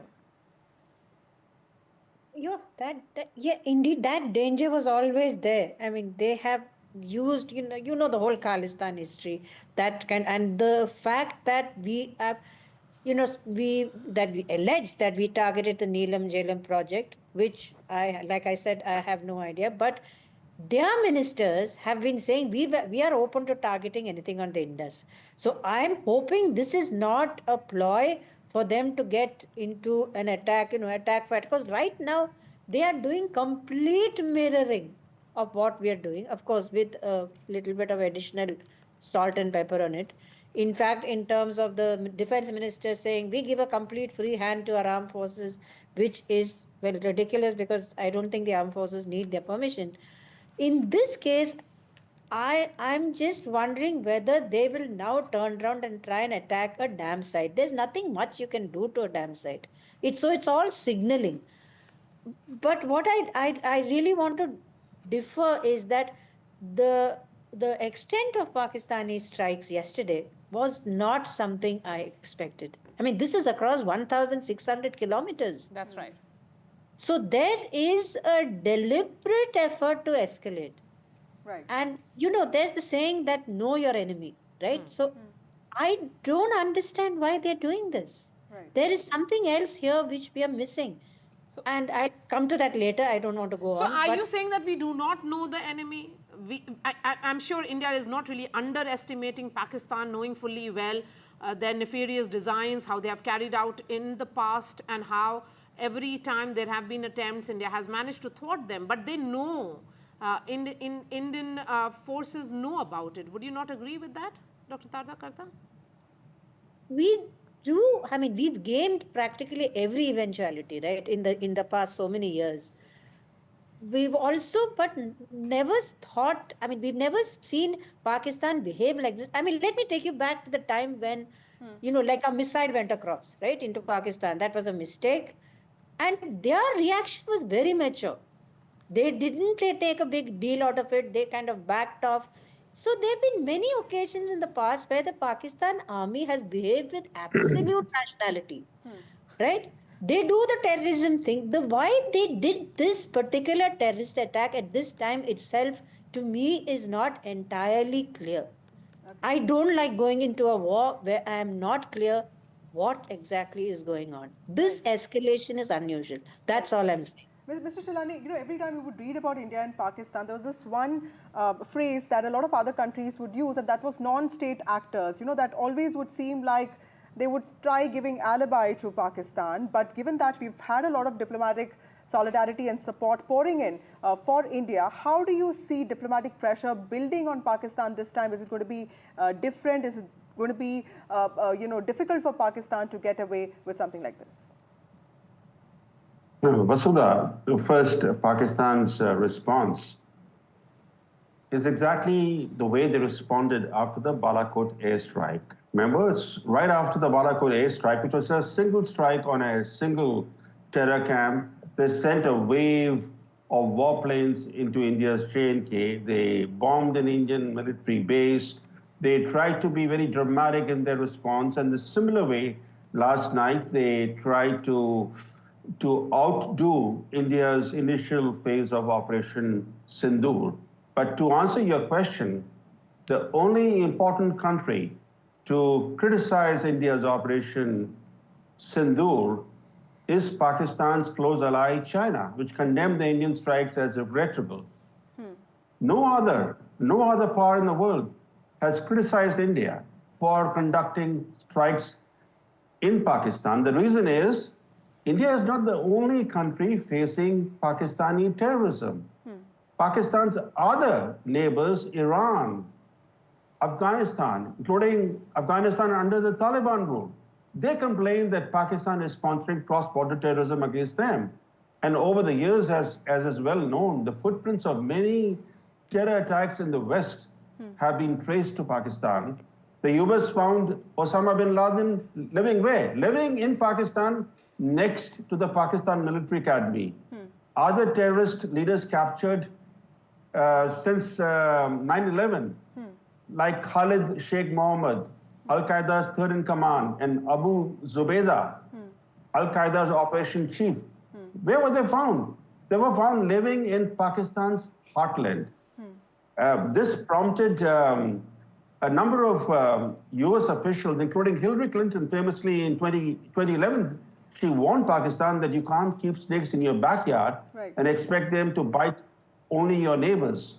Yet, Islamabad has continued to keep these snakes in its backyard and to offer us snake catching expertise when these snakes escape, right? Today, for example, Pakistan we all know is an arsonist, but look at the Pakistani reaction, the government reaction. They're claiming they are the fire brigade, not the arsonist, the fire brigade, even though they have been, setting fires in South Asia for decades. So that's the Pakistani state. And as you know, we don't have to, it's not just that we know the Pakistani state well. The Pakistanis themselves know the Pakistani state well. For example, Nawaz Sharif said publicly, he said the Pakistani military used to be a state within a state. Right. Today he said the Pakistan military is a state above the state. Right. That is the state of affairs in Pakistan. Right. Okay, so if we were to say, Ambassador Dogra, that do we really know our enemy? Because I think that is very, very critical here. It's a rogue state, a state which is not really functioning like a state.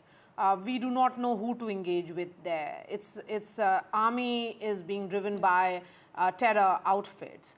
You have a case in which, when the family members of Masood Azhar lost their lives in the terror strike, there was presence of Pakistani military in that, namaz-e-janaza that happened. So if that is the linkages that we are looking at, who do you speak to? Well, firstly, to answer your question, do we really know Pakistan? I won't call it enemy because Pakistani people are not our enemies. Absolutely. Pakistani establishment is our enemy. Now, we do not know Pakistan, though we were of the same stock, but 70 plus years of separation have brought in a lot of gulf because we are not familiar with what ticks in Pakistan. Indians are not easily allowed access, let's say in Karachi or Rawalpindi and so on, except in a very measured manner, even for our diplomats. So our knowledge of Pakistan is second-hand. We used to have intense and very close interaction when we were in Karachi, when we had the consulate in Karachi. But that is past history. Right. Pakistan today exists at various levels. One, the feudal class has had its days.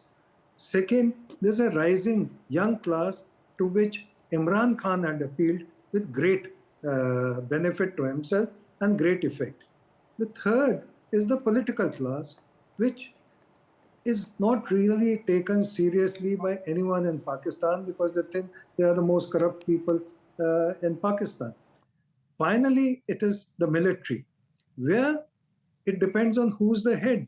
For example, I think Ms. Tara mentioned about the misdirected missile strike or loose cannon missile, BrahMos, which went into Pakistan during the time of General Bajwa. He took things responsibly and did not allow any escalation to happen. Had it been General Munir, God forbid, what might have happened? So it also depends on the character of the chief. Unfortunately, Pakistan has had irresponsible chiefs, and I use my words very carefully, irresponsible chiefs most of the time, ranging from Musharraf to Yahya Khan, who split the country into two. And Munir falls in the same pattern. So that is why I'm afraid that I will not be able to say that we know Pakistan, because Munir is an unknown quantity, and his actions ever since he made that speech of Hindu, Hindu, Hindu, have been very, very hostile, calculatedly hostile. So one does not know which direction he will take tonight, tomorrow night, and thereafter. Absolutely. Renewed hostilities have surfaced again, and it's a very valid point that Ambassador Dogra is making, that we need to know our enemy. And conventional deterrence is something that all experts have been talking about. To hit out at the enemy properly in a sustainable fashion, it's also important to know what the enemy is capable of, isn't it? Absolutely. Thinking about what the enemy is thinking and planning accordingly. Thank you so much for joining us, Rajiv Dogra, Lieutenant General Chaturvedi, Brahmachalani, and Dr. Tara Kartha. That's all from us on the special broadcast. We'll continue to track the story, all aspects of it very, very closely. Coming up shortly on NDTV will be a special ground report with Shivarur, who continues to travel deep inside the frontline districts and various border districts along the line of control.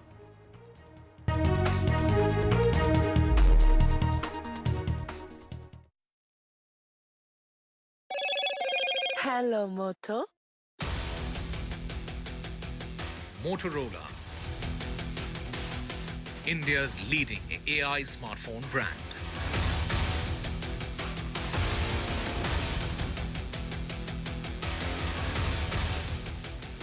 Operation Sindoor press briefing. India calls out Pakistan. Pakistan objected to TRF mention at United Nations. Pakistan attempted to escalate tensions late night and early this morning by targeting military installations in 15 cities of India, including in Jammu and Kashmir, Punjab and Gujarat. World Bank President meets Prime Minister Modi, first meet in the midst of suspension of Indus water treaty. Pahalgam attack aftermath, government has banned Pakistani content on OTT platforms now.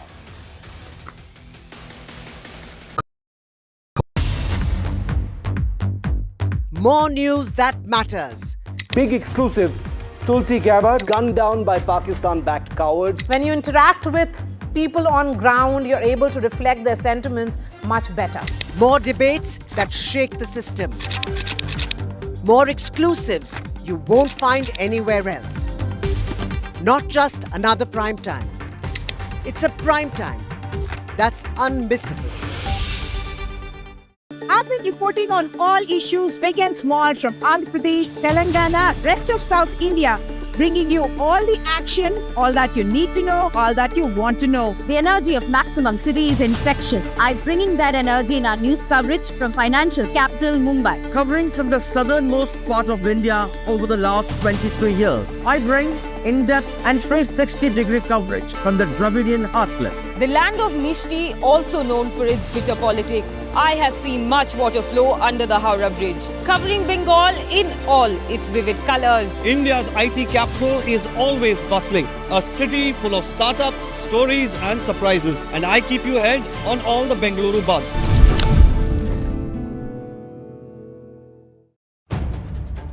If it matters to you, if it matters to you, if it matters to you, it matters to India. It matters to India. And it matters to me. And it matters to me. India Matters with Shivaru. Only on NDTV 24/7. In today's interconnected world, India's voice is more crucial than ever. When India speaks, the world listens. At NDTV World, we are that voice, bringing you intelligent and insightful news from India and beyond. From geopolitics and diplomacy to economic shifts, migrations, tech disruptions, and the stories of our diaspora. We cover the news that shapes our global future. NDTV World, your new home for global news, is here.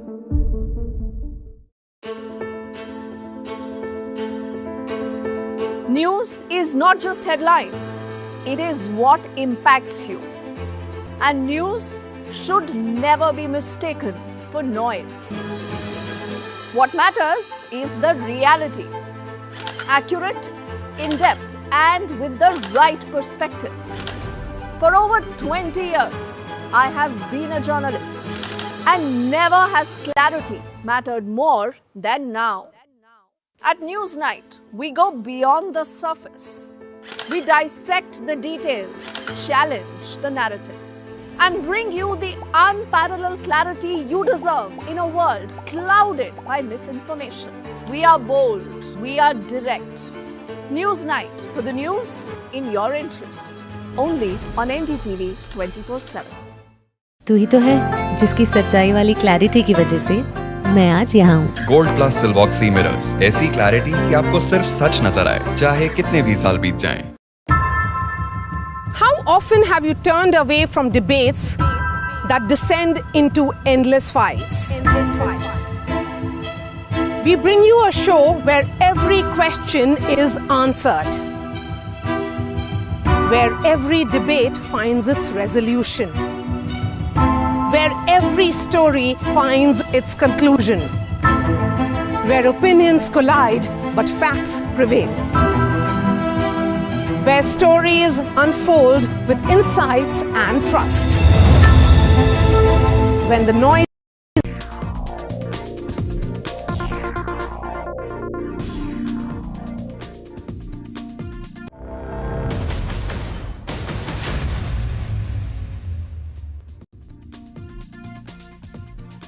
Hello and a very good evening to all our viewers joining us from India and across the world. This is a continuation of our special ground coverage from Jammu and Kashmir in the aftermath of the Pahalgam attack and now Operation Sindoor. And what a day it has been.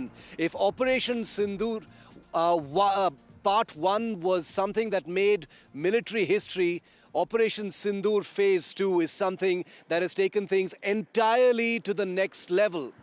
India has used drones to strike in Lahore.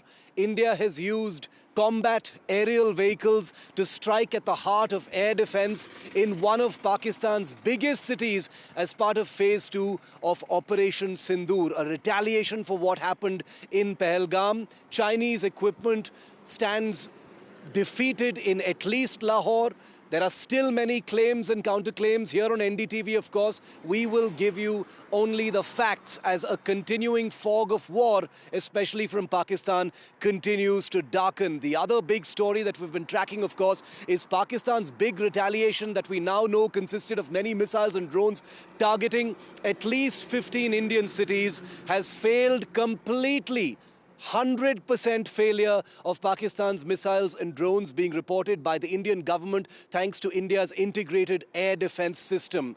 The anatomy of this entire ballet of sophisticated weapons in the air is something that we're going to decode on this special broadcast from here, very close to the line of control in Kupwara sector. Welcoming onto the show because we want to get only the best experts and best minds on a complicated and shape-shifting subject here on India Matters. I'm joined by our favorite air power analyst and writer, Angad Singh. Thanks, Angad, for being with me this evening. Lieutenant General Atta Hasnain, one of the most respected commentators on defense. He's been, among many other things, a corps commander at the Srinagar Corps in Jammu and Kashmir, and has had many other assignments as well. And in a short while from now, we'll be joined also by Air Chief Marshal RKS Bhadoria, former Chief of the Air Staff. Thanks, gentlemen, for being with me. General Hasnain, I'll kick it off with you first.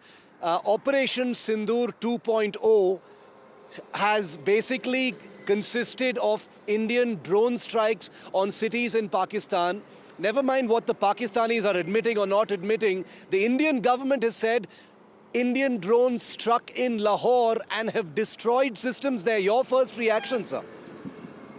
Well, Shiv, first of all, Operation Sindoor 2.0 is a escalation which Pakistan has initiated on the night of the 7th and 8th of May. Its escalation completely failed, although I am somehow convinced that Pakistan was attempting to sort of try a low-key kind of an escalation and perhaps did not go whole hog. But anyway, our AD systems were completely effective. The integrated AD system ensured that all the missiles and drones which were launched at the 23 cities and airfields were all neutralized effectively. Having said that, the next cycle, perhaps Pakistan was expecting that this would be taken as the end of the escalation, but India has decided to respond, and I think very effectively and correctly, because the kind of response which came from Pakistan was not really expected. It was expected that Pakistan would probably tone down its overall response in the manner in which it happened after Balakot, but a very kind of a dynamic response came against 23 cities, which could not be taken lightly. And the government of India has very correctly decided to respond to that again. Now, of course, the most important aspect is the Chinese radars, which make up the air defense systems of the important cities of Rawalpindi and Lahore, have both been taken out.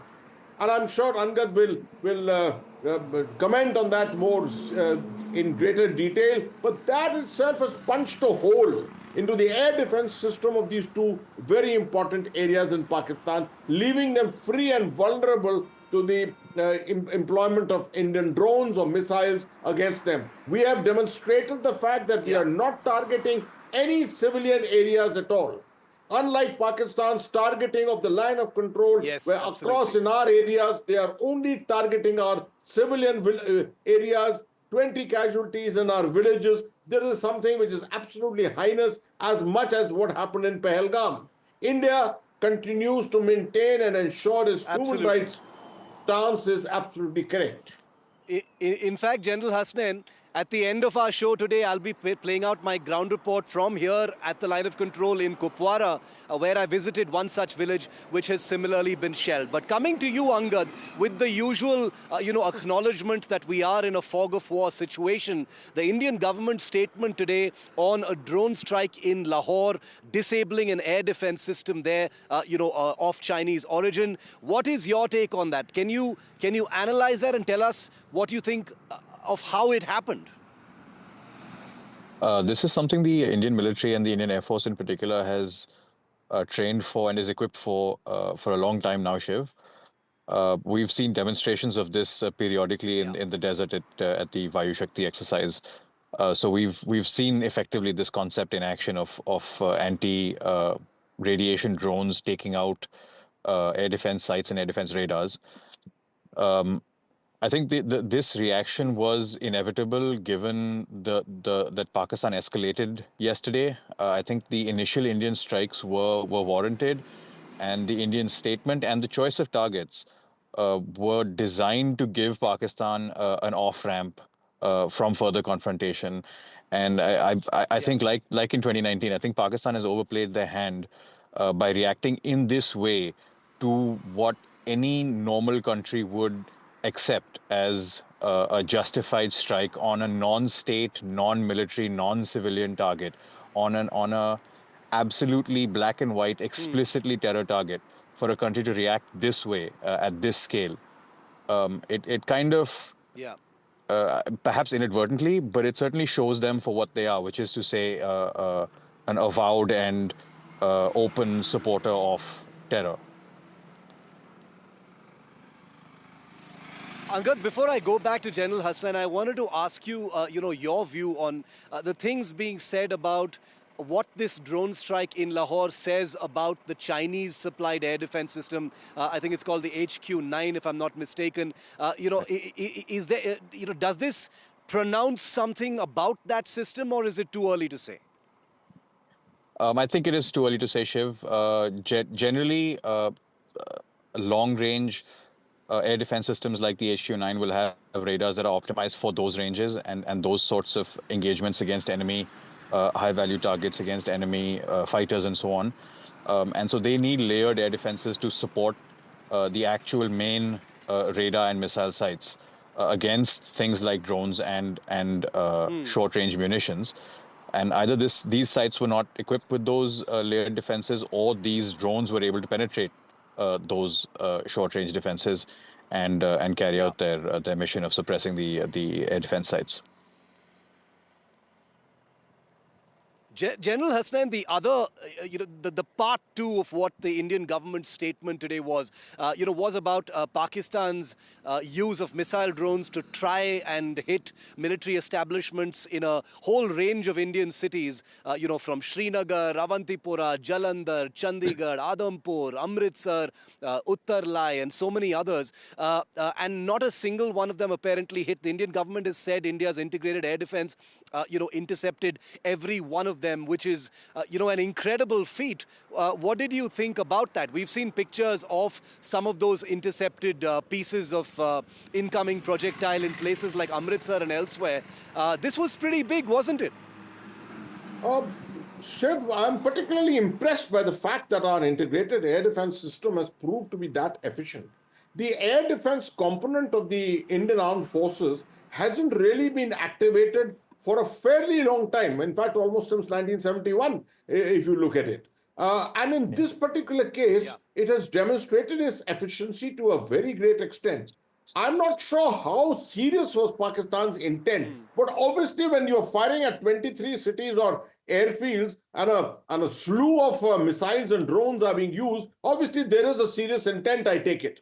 Now, I think the S-400 Triumph, on which we have spent how much? 39,000 crores, what I remember, for 5 regiments. I'm not even certain if all 5 regiments are there. I think 3 regiments or 4 regiments had finally come in. So that is it's a great investment, I would say. It's absolutely an investment which is paying itself back in a single night. If the integrated AD system could take down all these missiles and drones, then obviously it has delivered completely, I would say. The next thing that I would warn about either this escalation comes to an end here this evening, or tonight is the night of waiting.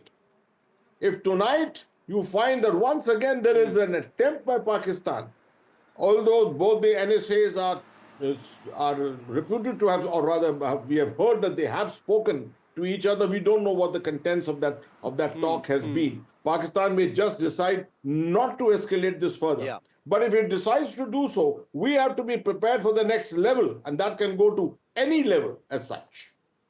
Yeah.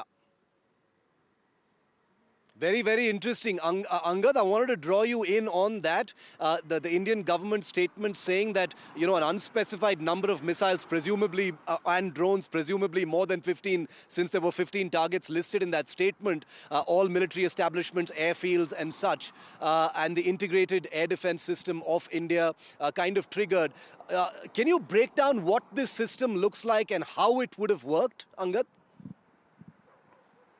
There's a pretty comprehensive system of airspace awareness, what in military terms would be called situational awareness, that fuses sensor information from basically any available sensor at centralized, not centralized rather, at federated nodes all over the country. And these nodes are then are therefore aware of airspace not only across India's entire areas of interest, but in their specific geographical sectors as well. So as of April, I suppose all these nodes, all these sectors have been activated and have been looking skyward, and we saw proof of that yesterday, and we've seen this awareness now translate to action where they've been able to successfully intercept all these incoming munitions. Would we be able to guess what kinds of systems would have been activated in this kind of a ballet of interceptions, Angad? Would the S-400 or the Akash or the Spider be involved, or all three? I'm only asking because there is so much buzz and conjecture and people naming all these systems. Can you give us a realistic sense? Shiv, the answer is everything. I mean, nothing is going to be held back at this stage. What specifically was used in successful interceptions, I can't say.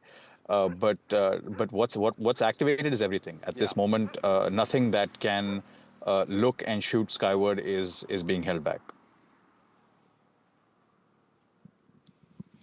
Okay, I've got a couple of seconds left, but General Hasnain, when you said tonight's the night, and if things escalate from here on, we probably will know tonight unless Pakistan has some kind of an off-ramp to get off it. Can you elaborate on that, sir, very quickly before I go into a break?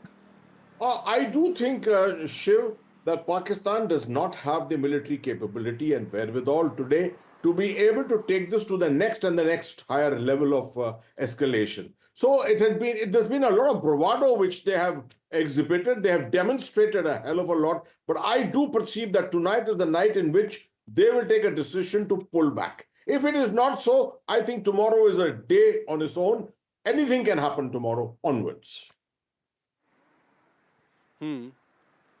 Okay, anything can happen tomorrow onwards. I'm going to be staying the night here tonight, very close to the line of control in Kupwara. Angad and General Hasnain, I request you to stay with me as I take a very, very quick break because I have to. When we're coming back, I'm going to look ahead and try and look at what could happen next. That's after this break.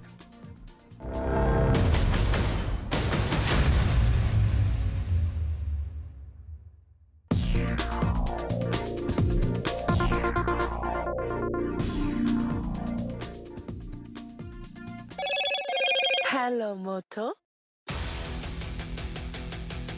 Motorola,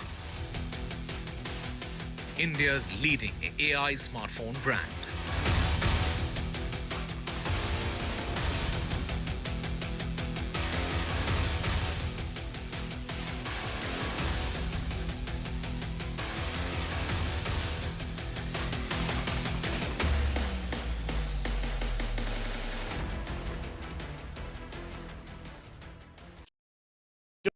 gold plus optimistic reflective glass लगाओ, धूप की गर्मी को दूर भगाओ और बिजली का बिल भी बचाओ।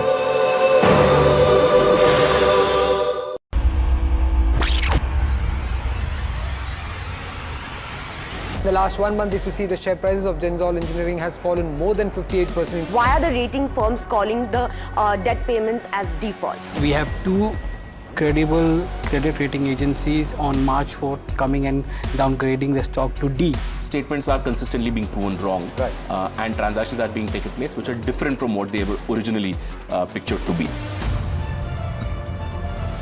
The company claimed it would roll out 6,400 electric vehicles. But what it has rolled out is a shocking scam. Funds meant for the project were funneled allegedly back to the promoters, the Junkie brothers. What did the money buy? Not EVs, of course, but a lavish flat in Gurgaon's luxurious DLF Carmelias.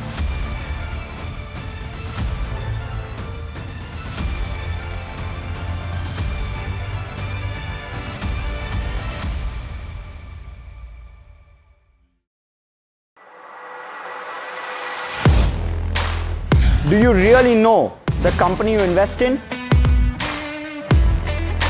What is the real picture behind presentations and claims?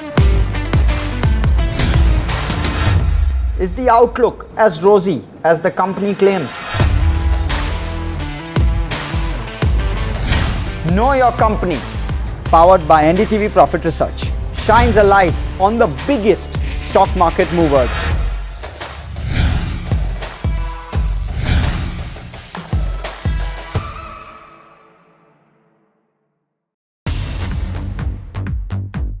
More news that matters. Big exclusive.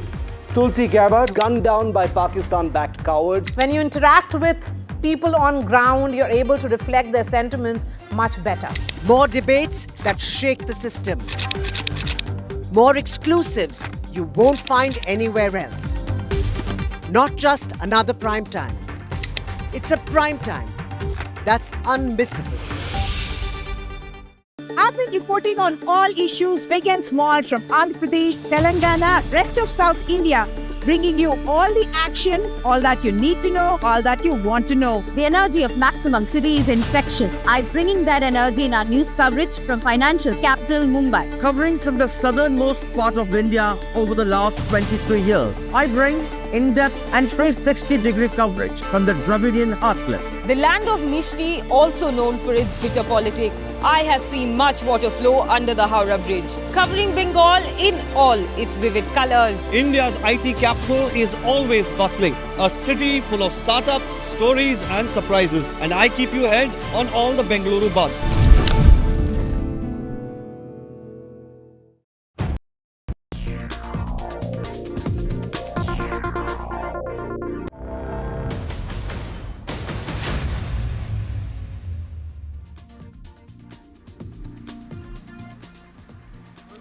And just a short while ago, I was at the line of control in Chaukebal, another town that has been shelled by Pakistan, directly in the line of fire, hitting civilians. This is what I found over there, reporting from the exact place where a shell impacted, right in the middle of civilians.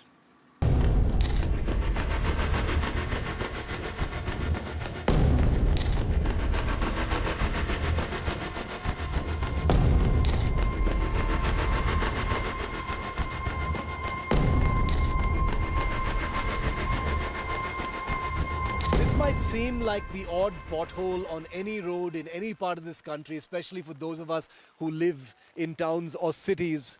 But what you're seeing right here is actually the impact point of a Pakistani shell or mortar that landed on the night of Operation Sindoor when Pakistan began to escalate.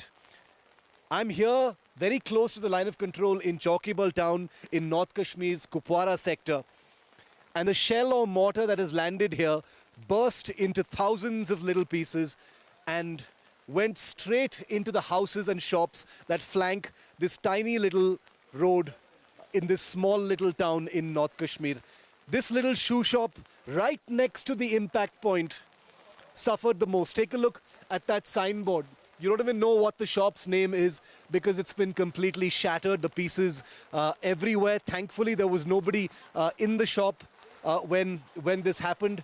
But please take a look at the damage here in the shop. All the glass panes have been destroyed. They lie here in pieces. All of the glass pieces here are off the glass panes of this shop. They have to put the shutters down because nothing anymore protects them, from the elements. Completely shattered, products damaged, huge amount of glass pieces everywhere, and a cost to the shopkeeper who thankfully lived about 6 or 7 kilometers away from here, and thankfully there was nothing. ये आपकी दुकान है जी, और आप नहीं थे जब ये हुआ था? लगभग 4 बजे के करीब हुआ है, सुबह के 4 बजे के करीब हुआ है, तो अब तो हम उस वक्त घरों में थे अपने, तो नमाज से पहले थैंक गॉड कि आप नहीं थे यहाँ पर। सर जी, हम शुक्र पढ़ते हैं कि हम यहाँ पर खुद नहीं थे, तो वरना यहाँ पर जानी हालात बहुत ज़्यादा ख़राब होते हैं। जी जी जी, क्योंकि ये जो इलाका है यहाँ पर इस वक्त बहुत ज़्यादा भीड़ होती है, तो यहाँ पर ब्लॉक जो है नज़दीकी पड़ता है, तो अप्रॉक्सीमेटली 30-40 बंदों की जान तो जानी थी फिर ऐसे।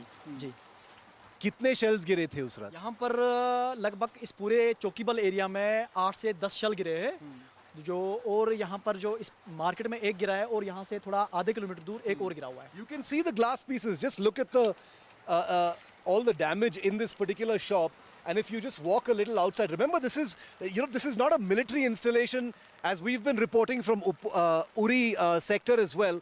This is hardly a military installation. This is where human beings live, and now all the shutters are down. You can see glass shattered everywhere, windows shattered everywhere. Some of the people in the houses have actually left and gone towards Srinagar and Sopor, which are safer territories at this point of time.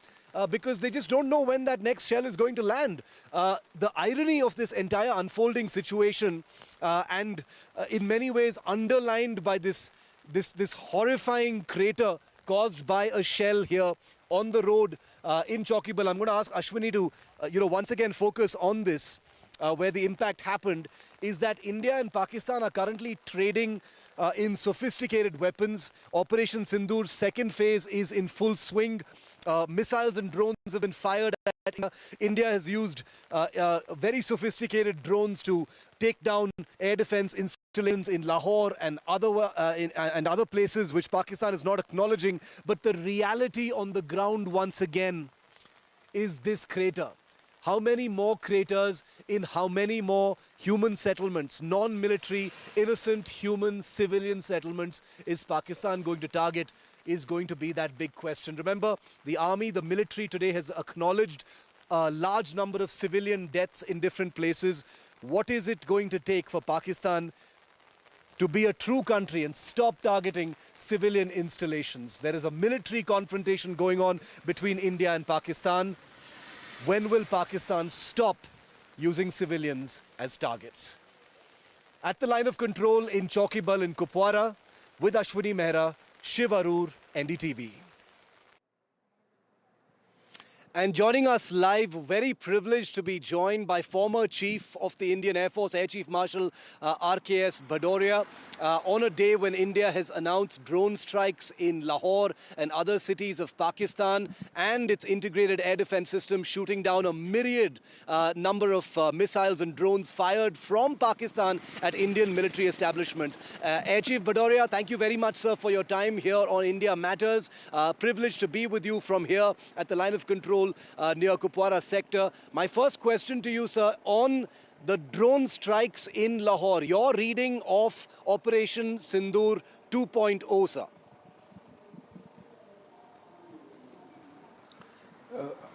I think Pakistan has made a big mistake by initiating action against military targets. What they've done in terms of sending drones and missile attacks on 15 bases. So this is a big mistake, and it is because of this step from Pakistan that Indian Air Force has taken the step of sending those loitering munitions. Those are armed drones, and some of the targets which videos and photographs are available and displayed. Lahore's target is fully destroyed, and I'm sure there are one or two more such targets which are being reported from Pakistani side as much, which have already also been disabled.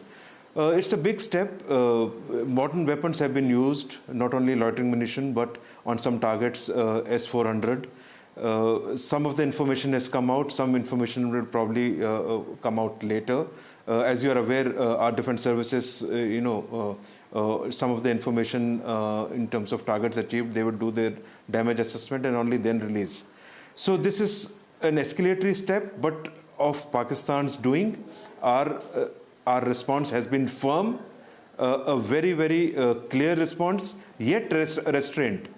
It is still with a lot of restraint, because very clearly, if we had to do a full response towards a conventional conflict build-up, we would have taken out many such targets close to LOC or close to international boundary, dealing with air defense, to suppress their air defense. We have not done that. We have done it in some chosen places to just give a measured response to their act.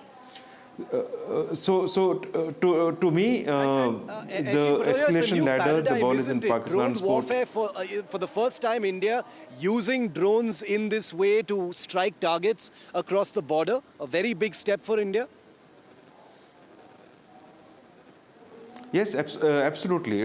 First paradigm is shifted because these kind of capabilities available today at a very, very good cost. Secondly, it has its own advantages in terms of the kind of targets and the kind of flexibility it gives you in targeting, and in terms of own risks which get reduced drastically.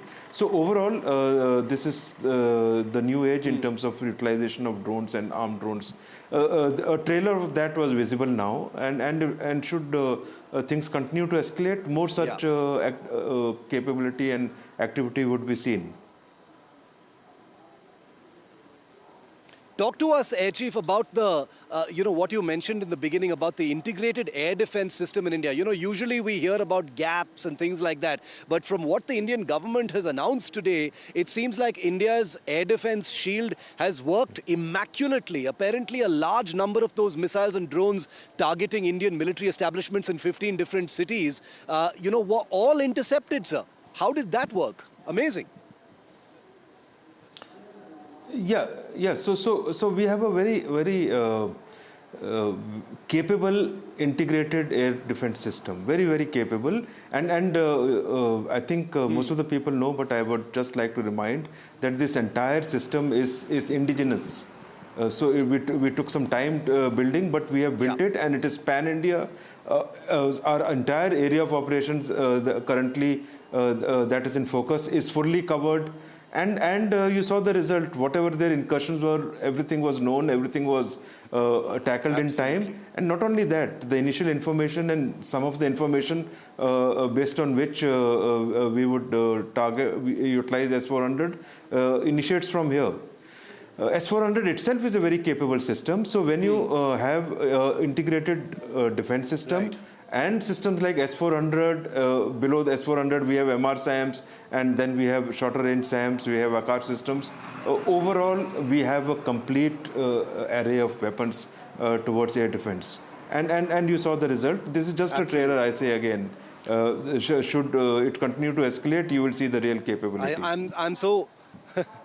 No, I hope it is a trailer, but I also hope it is not a trailer, because we don't want any further escalations, and we have sent out a very clear message to Pakistan that if there is another escalation, of course, these trailers show that India is more than ready and India's personnel are more than ready. Air Chief Bhadoria, always a pleasure to get your wisdom on this complex subject. Thank you very much for being with me, even though briefly here on India Matters. It's a wrap on today's show, but we're going to be staking it out here near the line of control in Kupwara sector. And I'm handing you over now to Maria, my friend and colleague. Maria, good to see that after a couple of days of politics, it looks like it's nation above politics finally as far as national security is concerned. Absolutely, Shiv.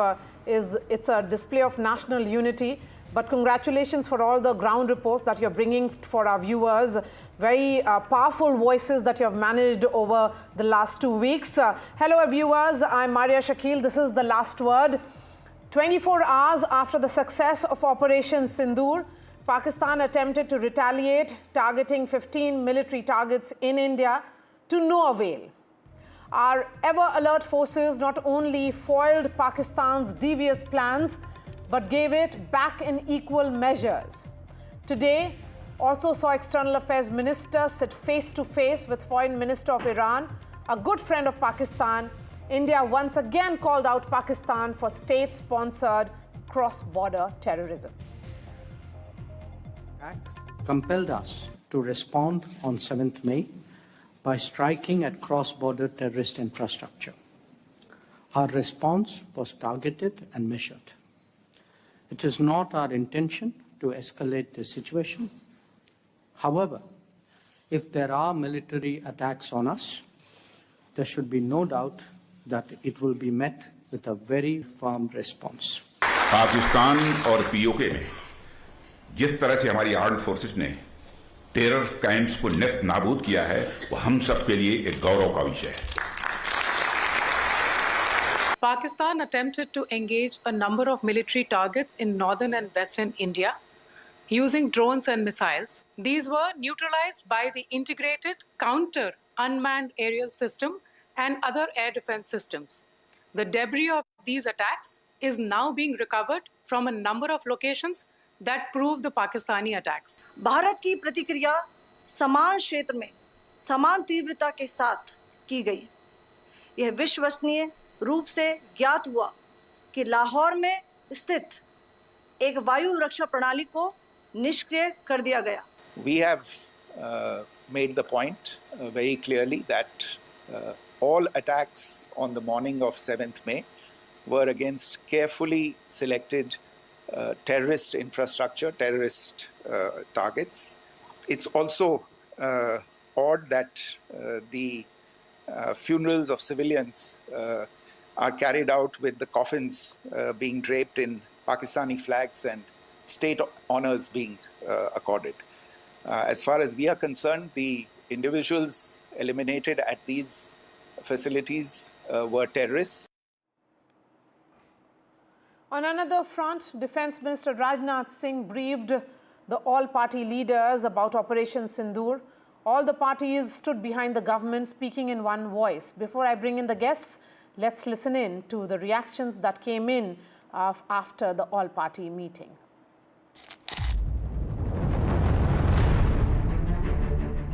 एक जुट में कहा है कि सरकार का हर निर्णय को साथ देंगे, सेना के हर कार्रवाई को साथ देंगे, कोई इसमें विरोधाभास नहीं है. इस संकट के घड़ी में हम सब आपके साथ हैं. एक इंटरनेशनल कैंपेन हमको चलाना चाहिए टीआरएफ के खिलाफ. Operation Sindoor has not only served as a counter to the Pahalgam terror attack, but also a bridge across India's parliamentary aisle. In the wake of the high-stakes retaliatory mission, politics witnessed something unexpected: consensus. Leaders from the Treasury benches and the opposition walked into the all-party meeting with political differences intact, but with a shared sense of urgency and responsibility. सारे political leaders ने maturity दिखाया है. Inquiries कुछ informations मांगे हैं. रक्षा मंत्री ने कहा है कि ये ऑनगोइंग ऑपरेशन है, इसलिए पूरे एक घटना को अलग से ब्रीफिंग या अलग से उसको प्रेजेंटेशन करना सही नहीं है. पूरा सपोर्ट दिया हमने. जो खारगे जी ने कहा वो सही है कि ऐसी चीजें हैं जो डिस्कस नहीं करनी है. So all the leaders of the party, political parties of India have participated in this meeting and expressed their voice as one. Even AIMIM's Asaduddin Owaisi, a frequent critic of the government, commended the Centre for Operation Sindoor. He went further, urging India to pressure the US and the UK to proscribe Lashkar proxy TRF, and called on China to act against cross-border terror networks. Bring Pakistan in FATF grey list. That is very important. Then only they will bleed economically. This cannot be one-way street. The Chinese can really use their influence, impose upon on Pakistan what India wants, and tell the Pakistanis to hand over those terrorists to us. In a bid to take the opposition into confidence, Defence Minister Rajnath Singh shared a crucial detail behind closed doors, telling leaders that over 100 terrorists had been neutralized as part of the operation. They mentioned, roughly, it has come in the media also, no? Roughly close to 100 people have, terrorists especially, they have passed away in the attacks. Operation Sindoor served as a stark reminder that unity in moments of national crisis is not just expected, it is essential. As the nation watches, such political harmony shows that democracy's true strength lies not in division, but in standing together. Malavika Murli's report for NDTV. And we will be listening to two politicians in just a bit. I spoke to them earlier today. But first up, let me bring in two former diplomats who's joining us on The Last Word tonight. Ambassador Rakesh Sood is with us. We also have Ambassador Vivek Karju. Ambassador Karju, coming to you first. The message that came in today from the Foreign Secretary's briefing was that there is no question whatsoever for giving in to what Pakistan's demand has been for an international probe, an impartial probe into the incident of 22nd. India believes that Pakistan has always indulged in delaying tactics and stonewalling investigations. We have given dossiers in the past, but after 26/11, for example, and Pakistan has used that evidence to cover up its track. Maria, I myself have given dossiers to Pakistan when I was heading for some time the Indian delegation to the joint anti-terror mechanism, which lasted very briefly. And I know the futility of giving such dossiers to them. Terrorism is part of the DNA now of the Pakistani security forces. They use terrorist proxies to pursue their strategic objectives. Therefore, it is impossible to conceive that they would ever abandon them. Second, I think the Foreign Secretary was absolutely right when he said that the demand for impartial probes, etc., are nothing but a ruse. And it is good that we simply ignore this. There can be no doubt that this terrible massacre at Pahalgam was carried by them, out by the Pakistanis, and I don't distinguish between Pakistani terrorists and those who sponsor them, who are part of the Pakistani state. So it was a Pakistani action. I think we showed exemplary and strategic patience, like we had done in the surgical strikes and at Balakot aerial strike, to target only Pakistani terrorist installations.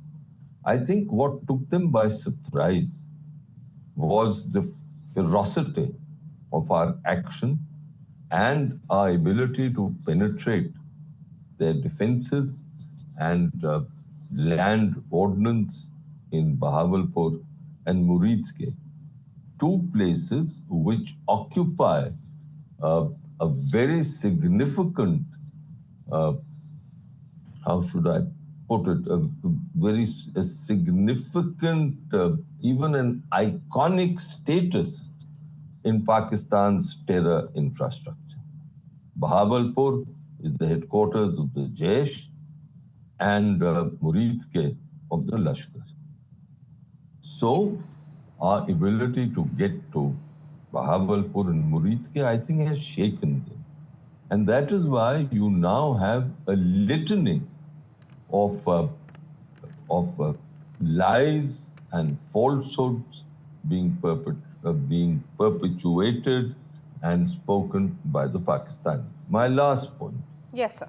I think we have what I now call by now a Modi doctrine. It began with the surgical strikes in 2016. It continued in 2019, and now it is sort of solidified with Operation Sindoor. And that doctrine is this, that if Pakistan undertakes an unacceptable terrorist attack in India, India will respond through kinetic action. Yes. Earlier on, and Rakesh will correct me, he's an expert on these issues, Earlier on, the Pakistanis used to threaten us with escalation. Yes, and this is the modern... And my last point, just one more word. Sure, I think the Foreign Secretary did extremely well to articulate, which some of us were saying for many years, that escalation begins with a terrorist attack. And it was very good that Vikram Misri said it loud and clear. Absolutely. That escalation began with what happened in Pahalgam. Absolutely, sir. That is my question to Ambassador Sood. Ambassador Sood, India's message is that Pakistan is the original aggressor here. That it is that day, 22nd, is when the aggression began. India has only responded 2 days ago. And then again, another round of aggression came in from Pakistan when they tried to target 15 of our cities, military installations in 15 cities, which were again thwarted by Indian armed forces.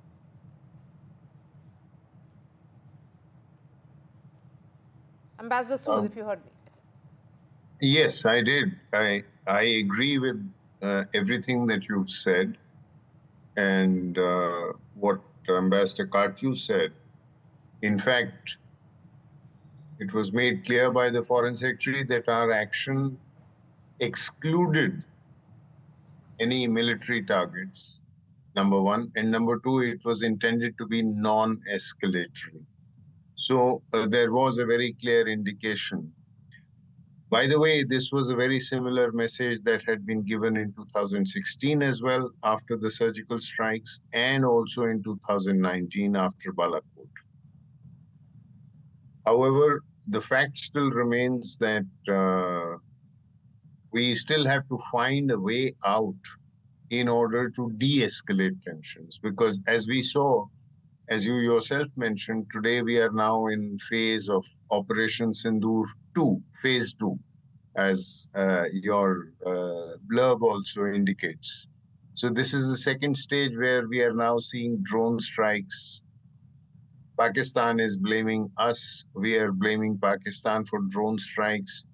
There are reports about Lahore airport and various other airports having been closed down in on Pakistan, and that Lahore Air Defence has been destroyed. There were reports about an explosion there. So obviously we still don't have any route towards de-escalation. And now the question remains that what happens if there is a Operation Sindoor phase 3? What shape or color will it take? I have absolutely no hesitation in agreeing with everything that Ambassador Karju has said as well.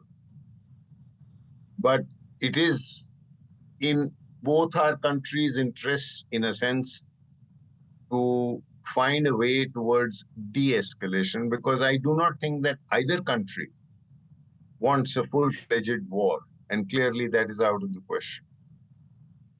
We have made that clear that that is not our intention. The Foreign Secretary's statement makes that clear. And to the extent that we have seen the Pakistani statements, they have also indicated that India was the aggressor, etc., etc. So for whatever it is worth, the idea is that both sides need to find a way out of this, need to find a face-saving mechanism out of this. The message that came in again from India was, Ambassador Karju, that India's retaliation was non-escalatory, very focused and very targeted, you know, with immense precision on known terror camps rather than civilian installations or military installations, as is being done by Pakistan or attempts being made by Pakistan.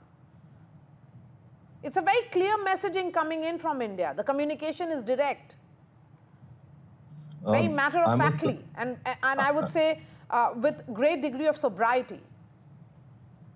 I must confess I'm a little confused. Okay. With what Rakesh has articulated. Of course, we should, war is not in anyone's interest. Of course, de-escalation is the right path. But it takes two hands to clap. We have shown amazing restraint. We said right at the beginning that our action is measured, it is proportionate, it is non-escalatory, it is non-provocative. Rakesh himself has said that we went after terrorist targets. Last night, the Pakistanis went after military targets to test, I suppose, our air defenses, stretching from Avantipur to Bhuj. 15 airports in all, air bases in all. Now, escalation, we are not doing escalation. Who has to walk the path of de-escalation? It is Pakistan. And I don't believe that this threat, it's gone on for too long, for decades, that this threat of nuclear, that both countries are nuclear states and therefore India should not pursue kinetic action when required, is something that India should avoid. We went after terrorist targets. They have chosen to go after military targets. We are responding. So if any country has to walk the path of de-escalation, and I think their friends, the Iranians, the Saudis, the Americans, the Chinese in particular, have to advise them. We cannot help Asim Munir if he is locked in a domestic political dispute with Imran and has to save face. We cannot help Asim Munir if he has to save face in the garrisons and if he has to save face with his generals. What do we do then? Continue to suffer terrorism? Hold on to your thoughts, because there is a piece of breaking news that is coming in now, and these are the visuals that are coming in. Let's go full frame with it. These are the visuals coming in now from Jammu. I would request the PCR director to go full frame. Yes, these are the visuals that have just now come in. India has intercepted multiple Pakistan missiles over Jammu. There is a total blackout which has happened in Jammu. We are trying to connect with our reporters now to get more details on this. So drones intercepted is what we can tell our viewers. Sirens and blackout in Jammu. Explosions now heard in Kupwara, and Pak drones have been intercepted in Jammu. Shiv is joining me on the phone line. Jammu has gone into total blackout, Shiv. In fact, more videos have started coming in now, and we will be sharing that with our viewers in just a bit. These are the visuals coming in of Jammu, in fact, which is now witnessing total blackout because of explosions that are heard in Kupwara. These are Pak drones which have been intercepted in Jammu. Remember, earlier this morning, between the intervening night of 7th and 8th, Pakistan attempted to engage a number of military targets in northern and western India, including Avantipur, Srinagar, Jammu. Now, another attempt being made by Pakistan using drones. Nazir Masoodi is joining us on the phone line. Nazir, give us the details. Well, I'm in Kupwara and I could hear this a while back, sirens, sounds, and it was followed by blackout. But the worst thing is happening in Jammu, where there's a lot of chaos and confusion. After sirens, there was complete blackout, and there were objects which were being fired, whether they were missiles or drones. But fortunately, our India, air defense system is activated. It appears that this army has been able to foil these attacks like they did yesterday, because yesterday there were 3 attempts in Jammu last night. One was Jammu, Srinagar airfield and Avantipura airfield. And in fact, I remember in 2021, June 20, there was the first drone attack on Jammu Air Base, which caused some damage. But since yesterday, there have been attempts, and since this evening we see this chaos in Jammu city. People are trying to figure out what exactly is happening because they can see our missiles or drones. They're flying, and I could see some of the visuals from Jammu, which clearly shows the state under attack. But fortunately, as I said, air defense system has activated like yesterday, like in other 15 cities, our armed forces actually neutralized those attacks. It appears this too has been neutralized. But it is clearly an escalation from Pakistan, where they have been trying to target people of Jammu and Kashmir. Jammu and Kashmir, we have seen in Kupwara there were air sirens, but fortunately there has not been any information of any attacks so far. And as the air defense system is completely activated, the way it has been foiled before, it appears it would be foiled again. But fingers crossed, we are trying to find out more what has exactly happened in Jammu. Okay, what can we tell our viewers at this point, Nazir? Jammu has gone total blackout. Is it across the city or only in some pockets? Most of the information I'm getting, but people should remain calm, be in their homes or wherever they are, take some shelter. That is the basic thing, because when we're talking about mock drills, these mock drills are all about educate people what to do when there are air sirens are sounded. So that's what the people should do. Just check your do blackout. Just don't have remain cautious. Be somewhere at a safe place wherever you are.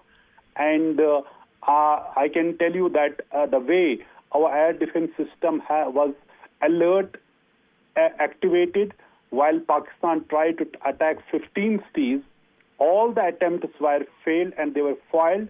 These too would be foiled. But people have to be calm, but cautious, of course, remain safe, remain alert. And there have been attempts. It's not an easy situation, we all know. There have been attempts, imagine the people in border areas, as in Kupwara since yesterday, and I have been seeing here that how hundreds of people living in Tangdar and other areas of Karna, they have been shifted to different colleges and schools, it's a safer places, so that they remain safe. So the administration is actually reaching out to people, I can tell you, whether this is district administration in Kupwara or this is district administration in Poonch and Rajouri, they have been reaching out to people, but the large number of people had to flee from their homes in border areas for safety since yesterday morning, after Pakistan violated ceasefire, resorted to artillery shelling. Now we see this is the second attempt from the Pakistan within 12 or 15 hours to target Jammu and Kashmir, and this complete blackout in Jammu. And I believe what we are hearing, that the objects which were being fired, other missiles or drones which were being used, most of them have already been neutralized. We are trying to get more information, but for people, they have to remain calm and cautious. Be at a safe place wherever you find it. Ghazali as well, because reports now coming in of a heavy artillery firing reported now in Samba sector, both artillery and drone attack which is happening in Samba. And we'll try and connect with Ghazali, who will be joining us live any moment now. But this is an attack which has happened by Pakistan, unprovoked again. Attempt by Pakistan, which is indulging in this kind of attack on India. Pakistan missiles intercepted in Jammu, and Pakistan has fired missiles over Jammu. Another Pak attack which has been thwarted now. When did this actually happen, and is it continuing here, right now, Nazir? Well, I can tell you, as I said, this in the Samba sector, normally it is the international border. Remember, there are two types of borders, de facto borders in Jammu and Kashmir. One is line of control, which is like 700 kilometers long. Then we have from Akhnur onwards up to Kutwa, we have international border, and Pakistan calls that it as working boundary. So in that international border, there has been heavy shelling. And why there is difference between international border and the line of control? Line of control, you have it is manned by the army. and international border is manned by the BSF, and on the other side it is Rangers. So in that case, it was BSF. We don't know whether it is, but heavy shelling is going on in this international border also in Samba. We're getting more details. As I said, I am trying to gather more details, but it is very, very tense situation along the line of control and international border in Jammu and Kashmir. Okay, news also coming in of ceasefire violation by Pakistan in Samba sector. It has happened in Jammu. So artillery firing reported in fact, missile intercepted in Jammu, what we can tell our viewers. Drones and missiles, heavy artillery also being reported now. Shivarur is also joining us. Reports coming in of an incident which has happened also in Pathankot now. For all the viewers, the sense is that the civilians must stay indoors. That is the announcement which is coming in. There is a need for complete calm at this moment. That is what is needed at this juncture. So viewers, stay, Pakistan is continuing to engage a number of military targets in northern and western India, including Avantipura, Srinagar, Jammu, Pathankot, Amritsar, Kapurthala. We have Shivarur joining us on the phone line. Shiv, give us the details. What are we looking at? This is absolutely incredible footage that we're looking at right now of this late evening interception of Pakistani loitering munitions or attack drones, possibly even short-range missiles. We're not clear yet, but these seem to be loitering drones, Maria, trying to attack targets including Jammu, Pathankot and Samba. What you see on your screens are basically the Indian Integrated Air Defence System interception projectiles launching into the air and destroying the incoming Pakistani projectiles in the air. This is a huge escalation by Pakistan. Remember, this basically constitutes, Maria, the second attempt by Pakistan since yesterday to attack these cities. There's no confirmation yet from the government about whether they have attempted to attack other cities. But from these pictures that we're getting from, our contacts on the ground in Jammu and elsewhere, as well as the government, is that these are basically Pakistani incoming projectiles attempting to strike with violence in Jammu, Samba and Pathankot. And these are Indian interceptors finishing them off in the air. It's an incredible display. This reminds one of what we've seen in Israel, when the Iron Dome system has taken out incoming rockets. Of course, this is a much more sophisticated system and much more sophisticated incoming missiles, but this is going to be seen as a major escalation by Pakistan. Remember, this comes after the confrontation between the two sides already, where Pakistan tried to target at least 15 cities with missiles and drones in the last 24 hours, all of which were thwarted by Indian Integrated Air Defence. But what we're seeing now is the first visual evidence of that actually taking place, Maria. And this is unprecedented in terms of, the combat visuals that we're seeing as part of this cycle of conflict between India and Pakistan. The visuals that we see in their myriad appear to suggest that multiple incoming projectiles of different kinds, possibly slow-moving drones and maybe some fast-moving missiles, which would basically mean that the integrated Indian air defense system, which look like tracer fire, the little red dots you see are all the interceptor projectiles going up from the ground to hit the incoming Pakistani projectiles. We'll have more clarity once there is, a damage assessment. It doesn't look like any of these incoming projectiles have managed to hit their target, which is incredible.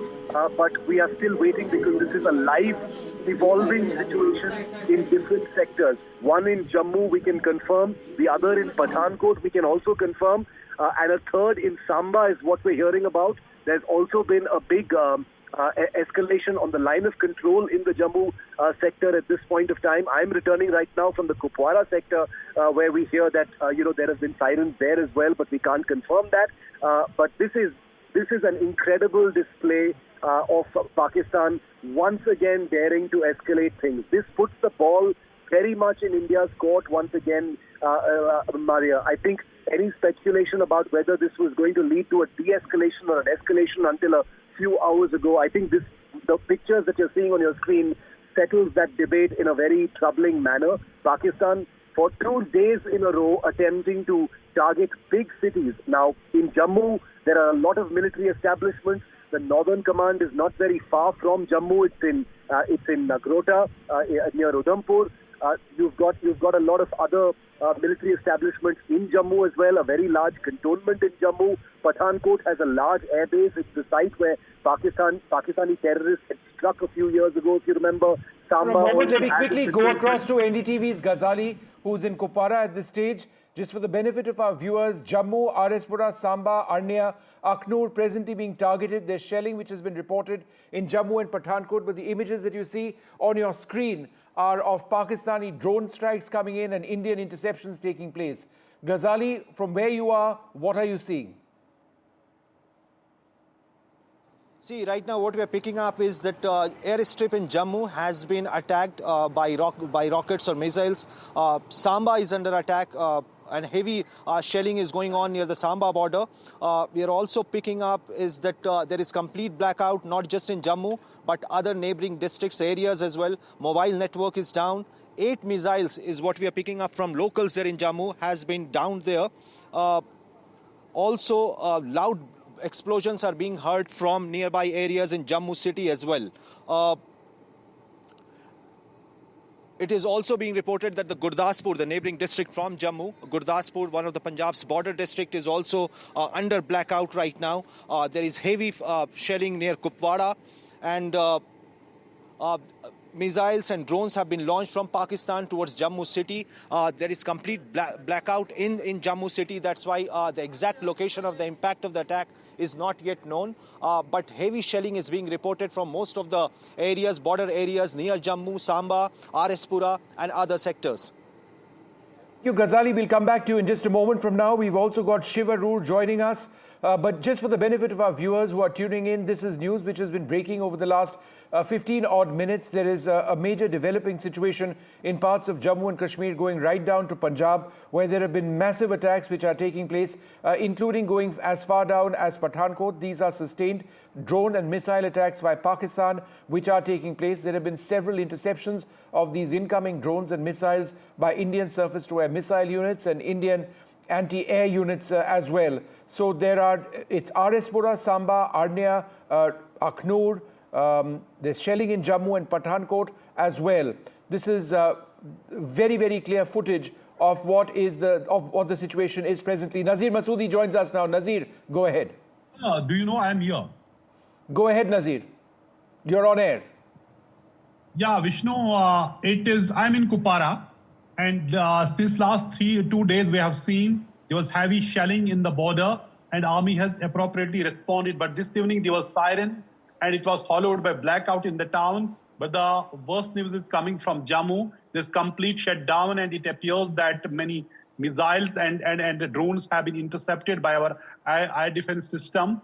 And it was as there were sirens, people rushed for safety, and there's really chaotic situation. And as there's heavy shelling going on across line of control and international border. And if we talk about international border in Samba, Putwa Samba, there has been heavy shelling. Since yesterday, I have seen so many people who actually fleeing from their homes from Arispura, fearing that there would be, they were fearing such, escalation as Pakistan tried to, target airbase in Jammu. That was last night also, Srinagar also, and Avantipura also. All of them were foiled or neutralized by air defense system of armed forces.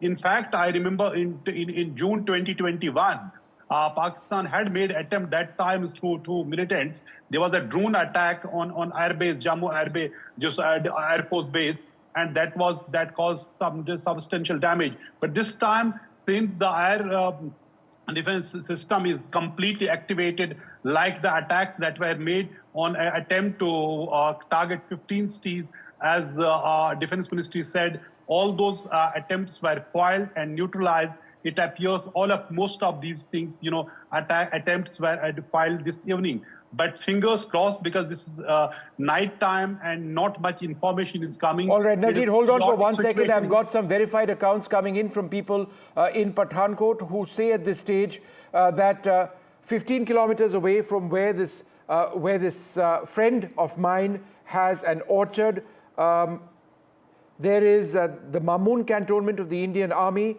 In that broad area, there are fireballs in the sky and non-stop explosions which can be heard at this stage. We're trying to source footage as well. So these have actually stretched a far way. There are, there would be dozens of drones in the air, possibly missiles as well. There's also heavy shelling which is taking place. India's air defense system has been entirely activated. That same air defense system had soaked up hundreds possibly of Pakistani drones throughout the day, when at least 15 targets stretching all the way from Jammu and Kashmir down to even parts of Gujarat the Pakistanis were attempting to hit them. There are surface-to-air missiles which were used to carry out interceptions. There was anti-aircraft gunfire which was used as well. Let me go back to Shiv Arur, who's also with us. Shiv, this footage is very, very clear, very, very vivid. We've got our reporters fanned out across the area, and it appears to be a saturation attack, once again targeting several areas. What are you hearing? Vishnu, I'm hearing that you're right. This is looks like some kind of a saturation attack where Pakistan has used slow-moving loitering munitions or attack drones of some kind, to try and overwhelm Indian air defenses. They've tried to recalibrate perhaps and use more projectiles than they tried yesterday because, as the Indian government had announced today, all of those projectiles had been successfully intercepted with not a single one of them hitting their intended targets. This time maybe they tried, a fresh strategy and used more projectiles to try and overwhelm or saturate Indian air defenses.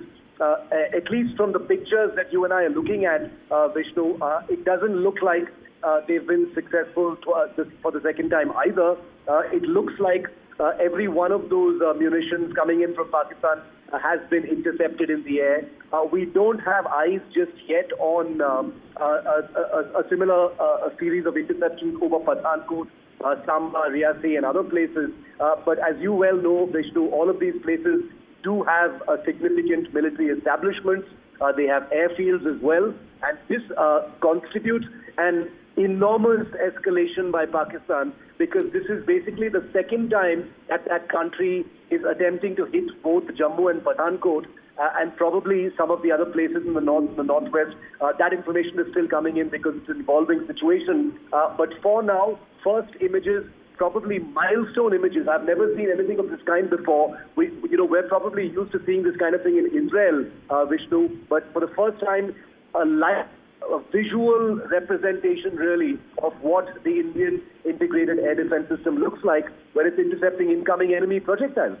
I'm looking at that myself. Our colleague Nazir Masoodi has just sent in some new footage which we're going to have up on our screens within moments, and that appears to show either incoming drones and what appears to be surface-to-air missiles being fired. This would be in the larger Jammu area. It is extraordinary what is taking place right now, but at this stage I think it's important to report to our viewers that while it is still early, we can say that there are reports of successful interceptions having been carried out by the integrated Indian air defenses. What are the integrated Indian air defenses? Surface-to-air missile units, anti-drone devices which jam drones. We've got anti-aircraft artillery also which is firing at this stage. You can certainly bet that the Indian Air Force is fully deployed and operational across the international border, on our side of the international border, covering the international border and the line of control. We have seen fierce air duels over the last couple of days as well, so that's something that we need to keep our minds on. But Pakistan reacting late tonight after incredibly successful Indian missile and drone attacks. We've got that fresh footage I was talking about on the left-hand side of your screen.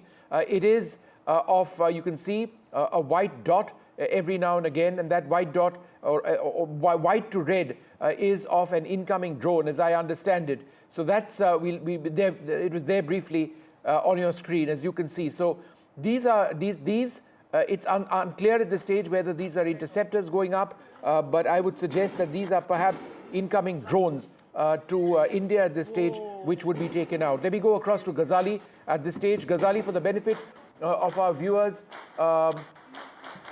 tell us what exactly is happening where you are.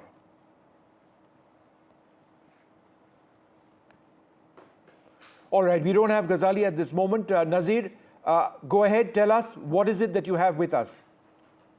Well, as I said, it is blackout in most parts of Jammu and Kashmir, particularly border areas of Jammu and Kashmir. Jammu appears to be under attack.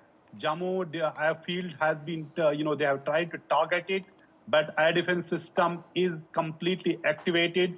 Many of the, attempts and attack objects have been foiled, whether these are missiles or drones.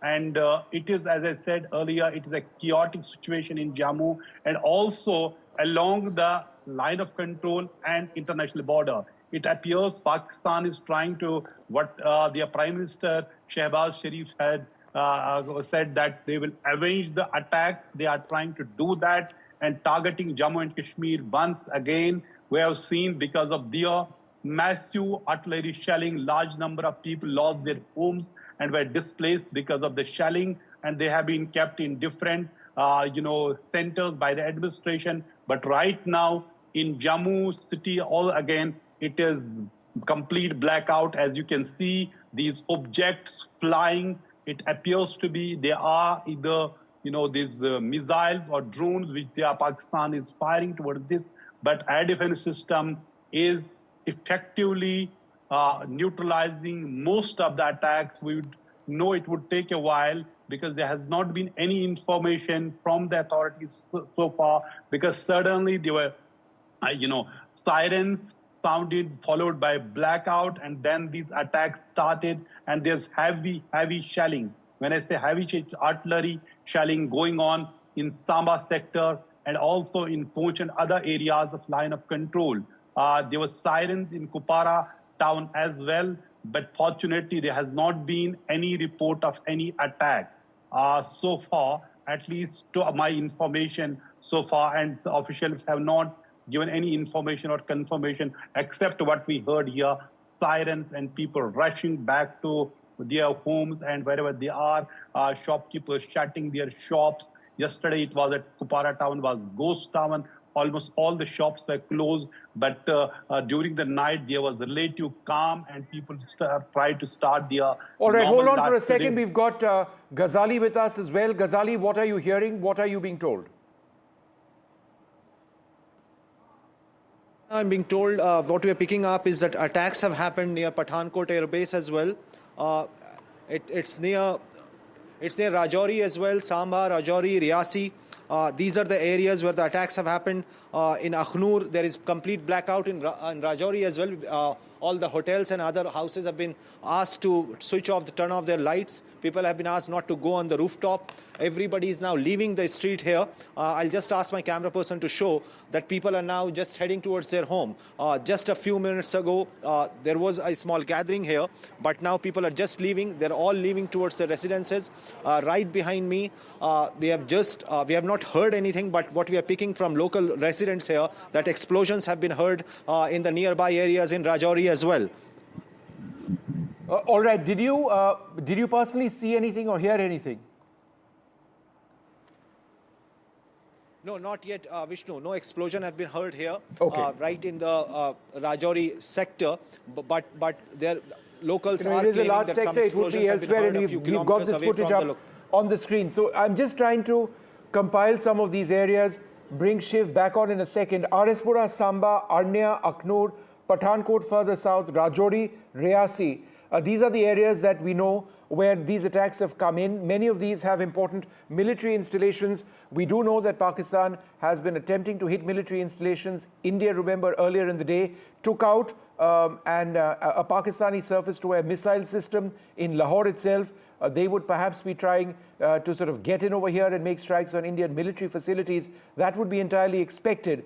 We've got a sizable air defense. It's one of the most comprehensive air defense grids in the world, and therefore they are fully tuned to detecting and intercepting all of this that's taking place. The worry, of course, are so-called leakers, drones or missiles which actually do penetrate our defenses. Given the number of drones, given the number of missiles which may be fired, that is a real possibility, but we don't want to get too far ahead of ourselves. What we do know, and this is limited information at this stage, is that any Indian air defense is fully activated. It is an integrated air defense. By integrated air defense, what exactly do we mean?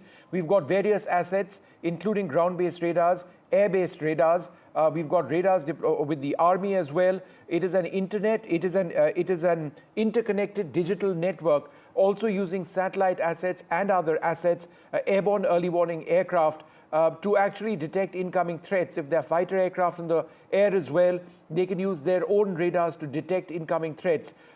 These threats would then be prioritized, and they would be digitally assigned to different surface-to-air missile units or different assets which can actually target them. We don't necessarily have to intercept these using surface-to-air missiles. These can also be jammed. There is a system of denying drones access. That is something which has also been integrated to a large extent, as I understand it. So all of these assets will be used. And it's not just missiles and jamming which is used to take down drones. It's also anti-aircraft fire. These are often radar-guided as well to ensure that there is, it is accurate. Let me just go back to Shiv for a moment. All right, we don't have Shiv just yet. Let me go across to India's former Army Chief, General VP Malik. General Malik, your thoughts on what's happening right now across the frontier. Arispura, Samba, Arnia, Aknoor, Pathankot, Rajouri, Riasi is what we've listed so far. General Malik. Yeah, firstly, this is a sure shot escalation of the deliberate escalation which is taking place from Pakistan's side. And I don't know how long will they be able to carry this out. And I'm sure that they would also expect that we will, like we did last night, we will respond once again. But these small drones or missiles, I don't know how much damage can they cause. Fortunately, as you have said, so far no damage has been noticed, but it can definitely be harassing. I'm not too sure how much damage they can cause to our airfields or other military installations. We'll have to wait for the results, but we have to be prepared now for escalation for the next few days, which I'm sure the armed forces would be doing so. General Malik, that is the real reality that we are now looking at, that this could escalate. It already has. Presumably, there would be Indian attacks which might go through as well. These are all air attacks so far. Escalation would mean ground assaults, and that would be the next phase. And the word war would then be used. Would that be correct? I think we'll have to wait for a few days. Already what they have started shelling the civilian areas and civilian assets all along the line of control and international border between Jammu and Kashmir in that area. And they have already caused a number of civil casualties on our side, in Punjab particularly. So as it is, something on the ground has already taken place. I'm not too sure they would be in a hurry to cross the line of control physically, because there are greater chances of them suffering with the kind of defenses that we have. But of course, we have to be prepared, and we have also to retaliate the shelling that is coming from that side. I'm sure that again is going on. So as I said, that we have to be prepared to protect our civilian population and civilian assets all along the line of control and this international border, and also be prepared for retaliatory responses. Okay. Let me quickly go across to Air Chief Marshal Falihomi Major, our former Air Chief. Thanks very much, sir, for being with us. the integrated Indian air defense system is catered to detecting incoming threats. How does it work, sir? Good evening, Vishnu. You're seeing how it works because this last barrage which has come in the J&K sector perhaps hasn't hit anything, which means it's working very well.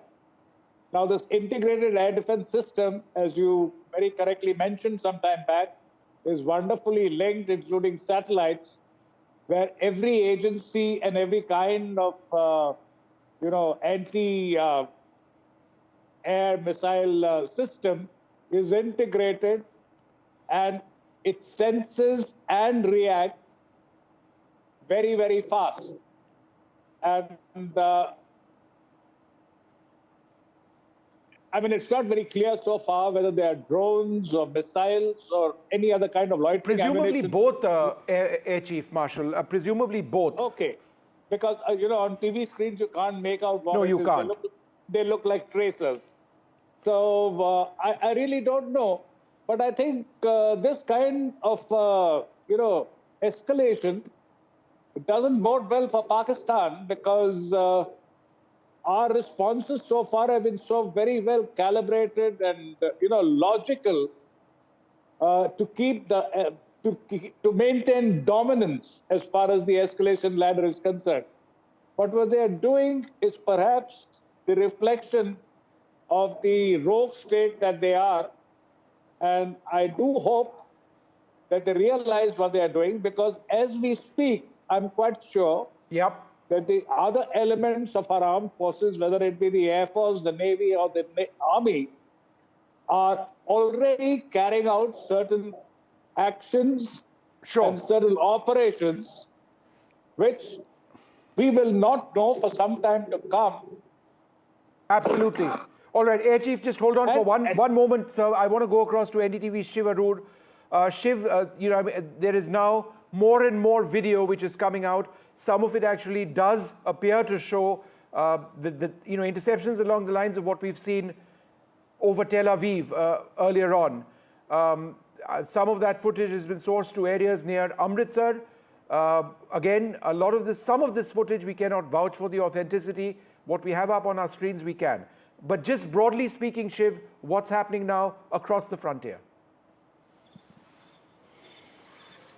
Vishnu, as glorious as all this footage looks, this is a very, very serious and volatile situation that we are reporting across the virtually the entire length of the international border. This attempt, to strike in Jammu, in Samba, in Pathankot. We're hearing about the border being activated in other places, including Jaisalmer in Rajasthan and elsewhere on the international border, suggests that this is perhaps the most serious escalation since Operation Sindoor and since Pahalgam, really. What you're seeing right now is multiple units of the Pakistan military attempting to strike inside India and being thwarted in their attempt to do so. The pictures on our screen, we cannot identify precisely what interceptors we're looking at actually flying up and hitting those incoming projectiles, which could be slow-moving loitering munitions, they could be fast-moving attack drones, they could be short-range ballistic missiles or other kinds of missiles, as you were talking about just now. But where we're reporting from in Jammu, in Samba, and Riasi, Pathankot, and other sectors,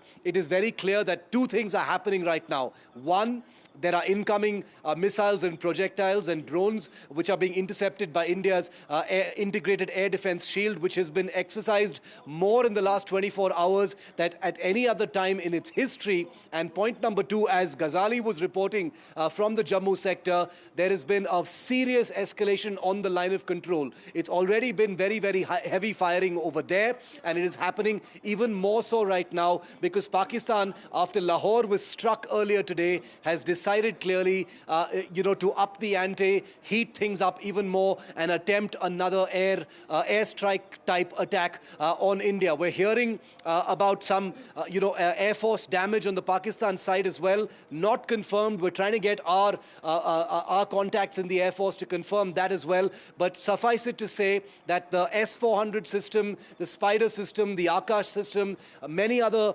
components of India's air defense system are absolutely blazing right now, in a symphony of interceptions over Jammu and elsewhere, bringing down what appears to be a saturation attack, as you put it, of incoming projectiles from Pakistan. We'll have to wait for a little while, Vishnu, to identify precisely what the nature of those incoming weapons really are.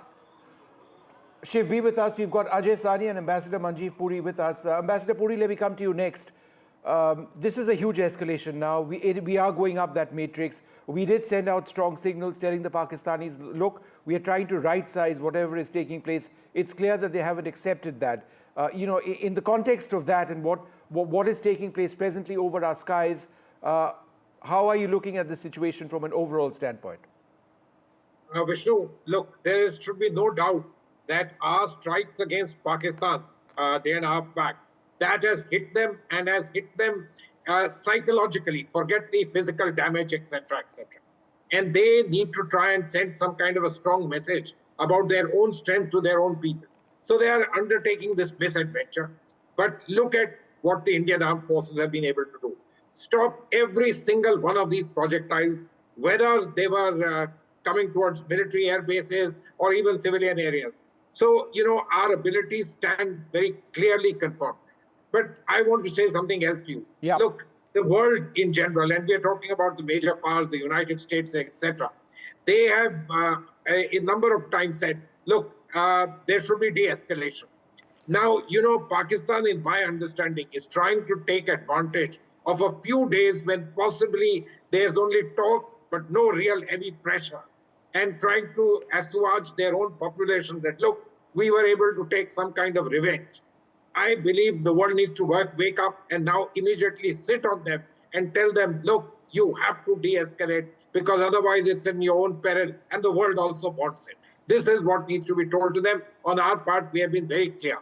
We will do things in a measured manner, in a precise manner, and without escalation. Last night, when they attacked us, we brought down all their drones, but we also took out a few of their anti-aircraft defense batteries, etc., which was absolutely well done with a degree of precision. So my own feeling is that, the biggest powers in the world, the United States, is currently occupied today with something very big. But I think that this is not going to escape them all. These visuals will reach them, and it will go beyond possibly Secretary Rubio, and the necessary calls will be made to tell them that, look, it is in their interest that they need to pull back and de-escalate. And I think others also, the Saudis, the United Arab Emirates, and I'm sure even the Chinese may tell them, look, you've done what you had to for the sake of appeasing your population, but, do understand war is at your peril. And anyway, we would ask you very much, stop and let's put an end to this. All right, I'm going to go across to Ajay Sani in just a moment, but for now, I'd like to remind our viewers of what it is that they're seeing on their screens. Now, a lot of this has been sent in to NDTV. Some of this is on social media, but at this stage, at 9:26 in the evening and starting about half an hour ago, a little more than half an hour ago, there have been massive airstrikes by Pakistan, primarily using drones. We know that these are primarily drones because, by and large, the footage appears to be of projectiles moving at far slower speed. And the trajectory also of missiles often tends to be different. We've also got footage of interceptions being carried out. Some of that we are not airing presently because we've been unable to verify it.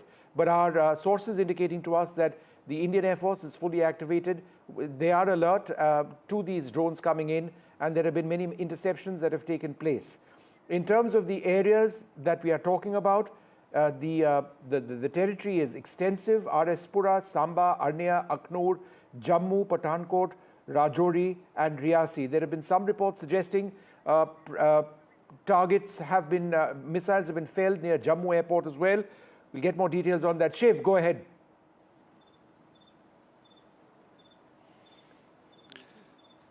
Shiv, go ahead. Vishnu, we're hearing from sources that a Pakistan Air Force F-16 has been shot down. It crashed somewhere near the Sargodha Air Base. Very, very flimsy information coming in, but at least 2 government contacts have said that it appears that an interception of a Pakistan F-16 has taken place. It was on a combat air patrol. It was armed and it was brought down possibly by an Indian S-400. I have to, put the disclaimer here that there is no official confirmation just yet of this this news break, but an F-16 going down is a very, very big thing. It hasn't happened since 2019, and we are reporting right now that the integrated air defense system on the Indian side, the entire air defense shield that covers northwest and North India, including Srinagar, where I am right now, is fully active. Srinagar, where I'm reporting from right now, is also potentially a target for a similar kind of saturation attack. But the big breaking story right now is that the Pakistan Air Force, may have just lost an F-16 fighter. It is its most capable fighter, obviously, at this point of time, and it may have gone down in the entire aerial fracas that's happening between the 2 countries. There are missiles, there are drones, there are fighter aircraft, there are AWACS aircraft in the air at this point of time. There are projectiles flying in both directions. The entire border is active, and we're hearing first information from our sources within the government that an F-16 fighter has been shot down by a surface-to-air weapon from the Indian side. I am presuming that if it crashed somewhere near Sargodha, it's possibly an S-400, Vishnu. Yeah, that has a range of up to 400 kilometers, depending on the variant of the missile which is used. If that is correct, and I've been trying to check out that information, in between listening to all of you. The information I'm getting is that our sources have heard about this, but it stands unverified at this stage, but there is a strong possibility of it having taken place. But what is, I'm told, verified at this stage is that 8 missiles from Pakistan, which were directed at Satwari, Samba, Arispura, and Arnia, have all been intercepted or blocked by air defense units. Bringing in Ajay Sani over here. Mr. Sani, your first thoughts at what's happening? This is kind of an imperative that has been generated by the kind of language that has been used. There are commitments that are being made to domestic populations on both sides, intended to whip up sentiments and then create expectations that the government and the army or the armed forces on both sides have to meet. And we are seeing this cycle of, I think, proportionate retaliation on both sides. I hear a lot about escalation, but I still feel that most of the reports suggest a fair degree of calibration rather than an out-of-control escalation. All right, let's just go back to General Malik at this stage. General Malik, there is unverified information coming in of an F-16 which has been shot down, apparently in the Sargodha area. Shiv has been looking closely at that development. We are waiting for images, obviously more verification. All of that will take place. But what we can confirm is that there have been Pakistani missile attacks which have been intercepted and drone strikes which are taking place, and India has engaged the Pakistani forces. These are massive given the entire area. I've been reading that out. But General Malik, any further thoughts at this stage? Firstly, I must say that all the action or activity that you have reported, it is quite apparent that our forces are doing quite well. And the air defense system, the targeting of the aerial, the Air Force plane on the other side, all that is doing well. And I hope, and I'm sure that they will continue to do so. I'm also now looking at it. At this stage, we should be monitoring, carrying out surveillance of their ground forces, where they are, and if there is any movement from the other side. Because if they have to escalate the next step, the further one, either they will use long-range missiles or they will try and enter our territory somewhere. Maybe not tomorrow, but maybe after. That would be probably the next escalatory step from that side. Now, I have also to say that we would also be quite prepared for escalation one notch higher from them, and that has to be conveyed, which will be done maybe at the right time tomorrow. But at this stage, I suppose we would be having our complete surveillance system, ground as well as aerial and satellite imagery. All these would be very active and to monitor all the movement of the Pakistani formations and their tanks and guns, etc. Drone attacks now being reported in Sundarbani as well. Air Chief Marshal Fali Major, come in at this stage. You know, when it comes to drone warfare, and we've seen this in the Russia-Ukraine conflict, surface-to-air missiles are very effective in taking out drones, but they're also incredibly expensive. They're not there in the same number as, say, anti-drone, anti-jamming systems, which are cheaper, which in many cases may be as effective. So therefore, the longer this gets, India will be expending a lot of our ordnance. At some stage, this is going to become a factor, right? Absolutely. Vishnu, I don't think that we are bringing down these drones with our, more sophisticated and very expensive munitions. I think what we are bringing down is, if they are drones, I don't know, I'm still not very sure because you can't make out a dam from these pictures. But if they are drones, there are many other ways to bring them down. But I have my doubts if these are drones because, I mean, swarm drones, all right, but they are okay for, there are troops available and things like that because they don't cause the kind of damage that we think they do. Now, but what my worry is, I'm seeing the spread of this conflict. Yeah. And why I say a conflict at this stage is because the kind of action which is happening is tantamount to almost a warlike situation. And if this is the spread of the conflict, I dare say that this is going to escalate much, much more than what we are seeing today. Because, as I mentioned earlier, while all this is happening, we're not sitting back pretty. We must be taking similar actions across the LC and the international border also. Okay. Air Chief Marshal, hold that thought for a moment. A little bit more information coming in from our sources. Fazilka, Pathankot, Amritsar, Gurdaspur and Tarn are presently in a complete blackout at this stage. That reflects the seriousness of the incident. There are other areas, other parts of India as well, where blackouts have been initiated. This is standard protocol. It's something which was expected and will take place whenever incoming attacks of this nature take place. In terms of what India has by way of technology to make these interceptions, apart from surface-to-air missiles, which could include the Israeli Spider, the Akash, which is a made-in-India system, or the far more larger and more expensive S-400, which perhaps would not be used in a situation like this. There's also air defense artillery. Some of that is radar-guided. So that offers a fairly accurate way of taking down these attacks. But more than that, or as importantly, jammers, which are critical, have been dispensed fairly widely now, which prevent these drones from carrying on their operations and getting to their targets. Manjeev Puri, Ambassador Puri, let me come back to you over here. India had offered Pakistan an off-ramp.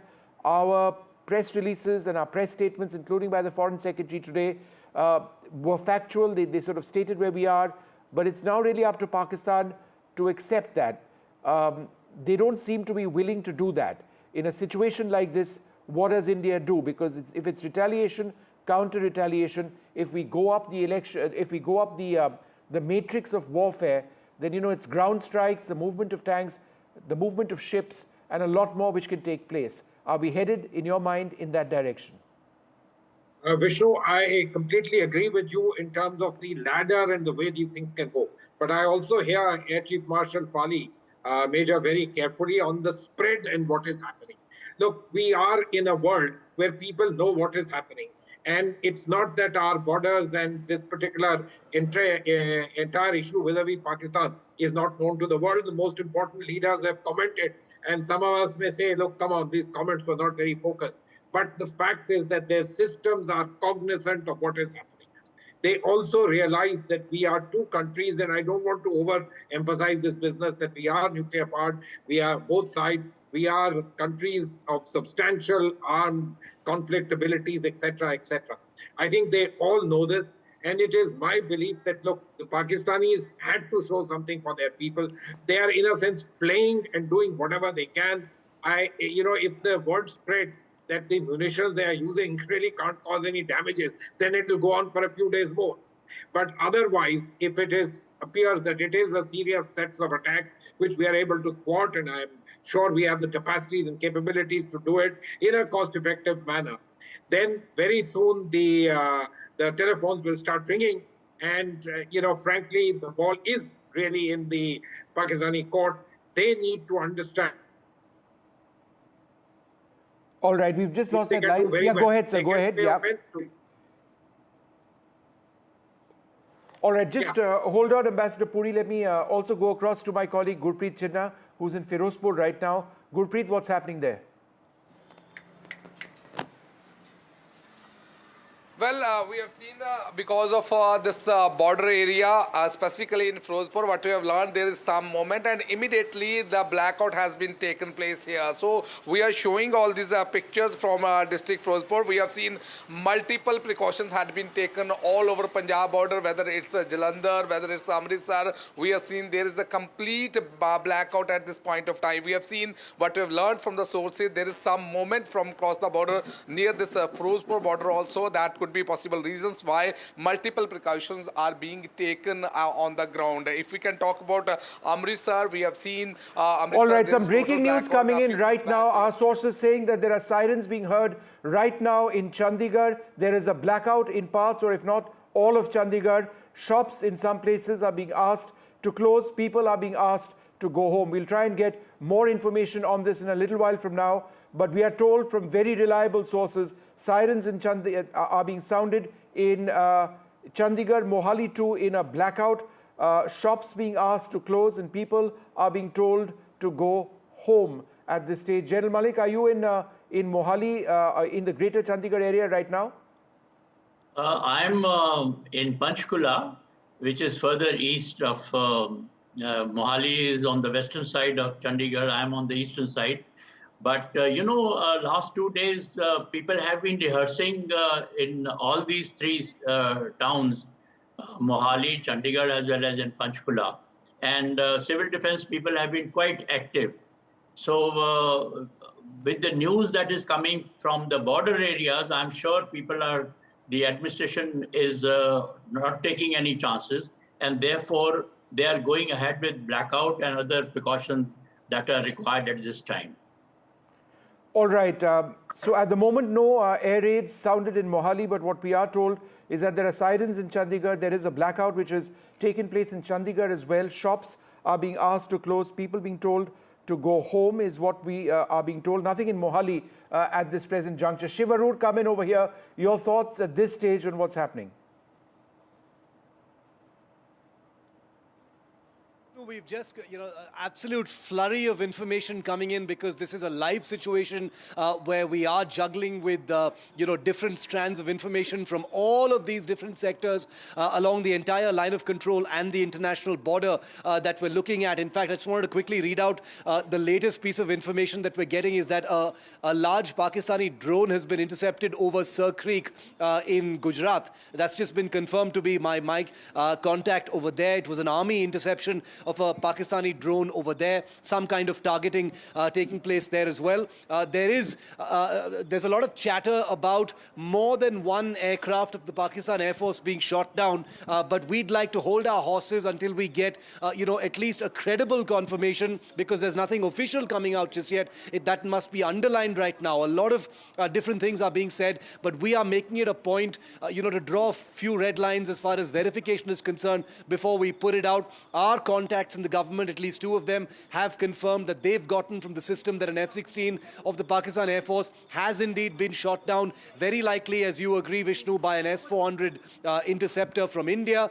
This means that there is an air battle as well, presumably, apart from these missiles and drones that are being fired in different places, the blackouts in Gwalior, Jaisalmer, Jammu, Samba, half expecting it to happen any moment here in Srinagar as well, Vishnu, because Srinagar, remember, is one of those 15 cities that was, named in that target list announced by the Ministry of Defence of India earlier today. But there's this really worrying and saturated aerial symphony of destruction taking place, where Pakistan is attempting to target many places. They're being thwarted. At least so far, it looks like they've been thwarted everywhere.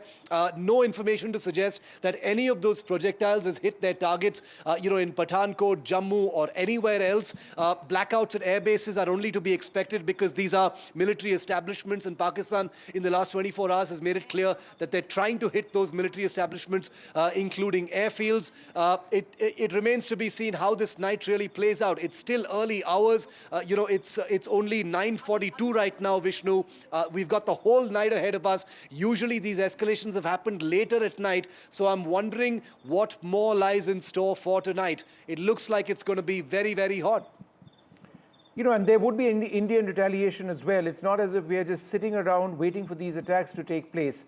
There would be an Indian retaliation. It would be proportionate to what the Pakistanis have done. I say that because that is exactly what we did today. When the Pakistanis attacked earlier on in the day today, attacks which were handled by the Indian air defense system, India went in with essentially the same amount of force, targeting the same amount of areas and also looking to hit some military targets. Why? Because Pakistan was doing just that.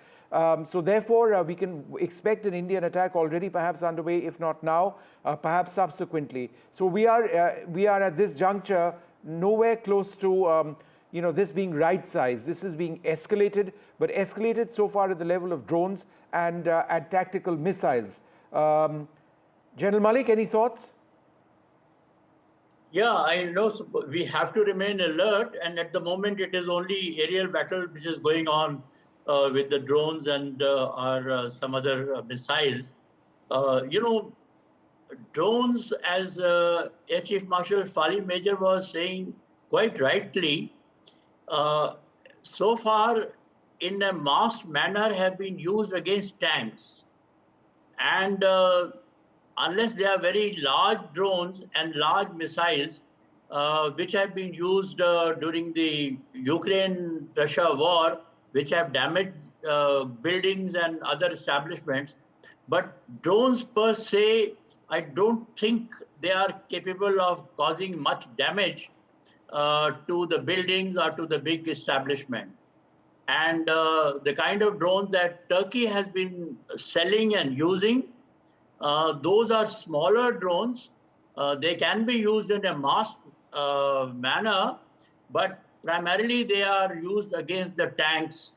That is what we have seen in Europe so far. All right, and just for the benefit of our viewers who are tuning in right now, among other areas, among several areas where there's a blackout, also the huge Indian city of Chandigarh, where there is a blackout, Mohali as well, neighboring Chandigarh, there is a blackout taking place. There were air raid sirens, I believe, which were also heard in those areas. So that's what we are told. That's what we know at this juncture. Let me go across to Ajay Sani at this stage. Mr. Sani, it's a developing story. I could ask you all sorts of questions, but let me in fact put that across to Ambassador Manjeev Puri. Again, what are you thinking right now as this happens? At one level, it's almost unreal. Kargil, which is a rail war which happened between India and Pakistan, was restricted to one small area. This is for the first time since the 1971 war that we are seeing this huge frontage where all of these attacks are incoming and where India is hitting back far, deep into Pakistan.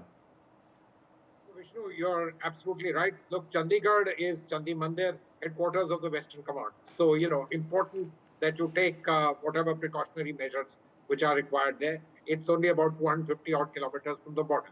Having said this, look, that these missiles or drones or whatever they're using may not be able to cause that much damage, fine. But, they are spreading it and they are, in a sense, playing, if you agree with my understanding of this particular thing. Look, they've been hurt domestically by that one strike in Bawalpur and by the way we've been able to portray this across the world. There is this domestic compulsion to be seen to have done something.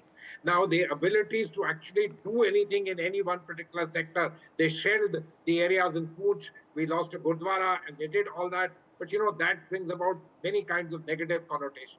So they are, in a sense, playing. But my own understanding is that they, without going into the thing about whether these drones are effective and if it is just a kind of, something which is not that serious, therefore it can be allowed to go on for a few days more. No, I think this particular spread will attract the attention of those who matter and those who have the ability to sit on Pakistan. And I've named a few of them. I think the phones will start ringing soon. We'll also get them. There's no doubt about that.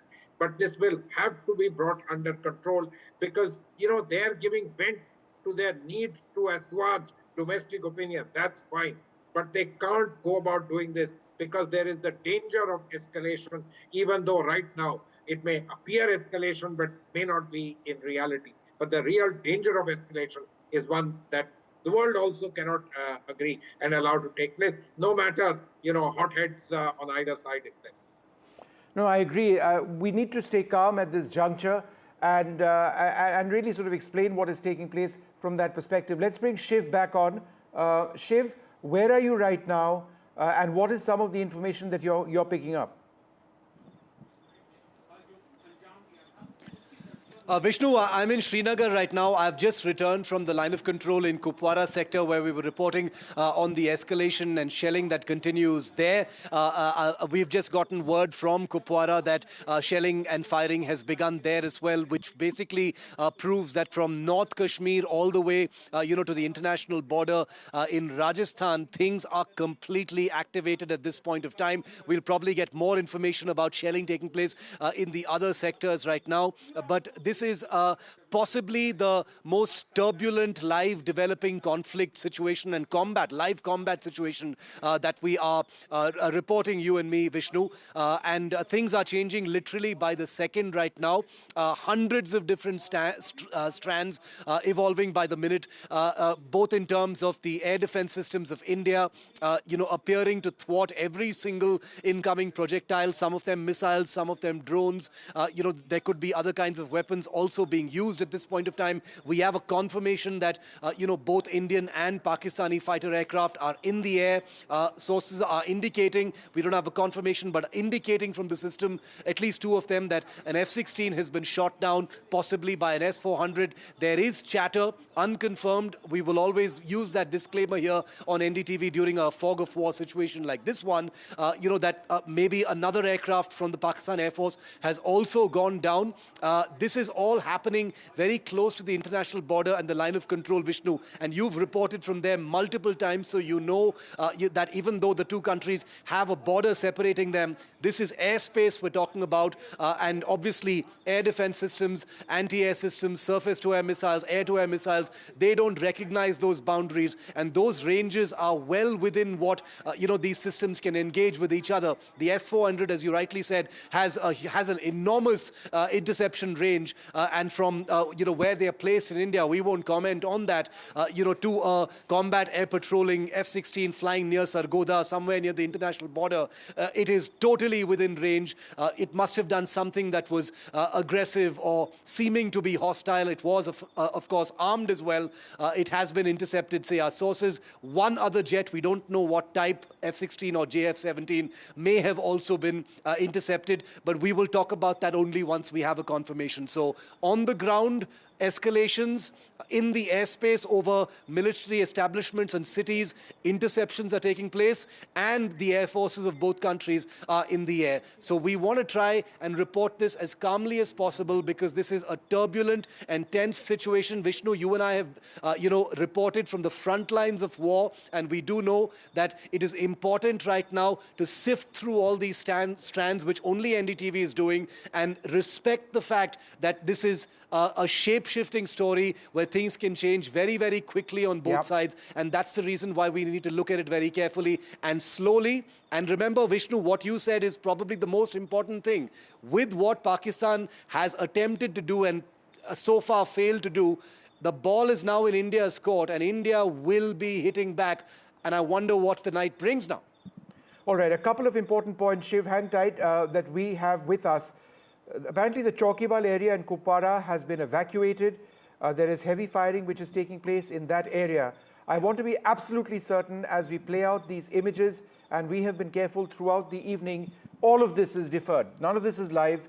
It's coming to us from multiple sources, a lot of it from social media. We have teams which are sifting through all of this. So this is deferred. Some of this has taken place more than an hour back. We are reporting at this stage on the basis of sources that there is information now to suggest that perhaps 2 Pakistani fighter aircraft have been shot down. Remember, these may not necessarily be on our territory. It could be in Pakistani territory, given the nature of warfare that is now taking place.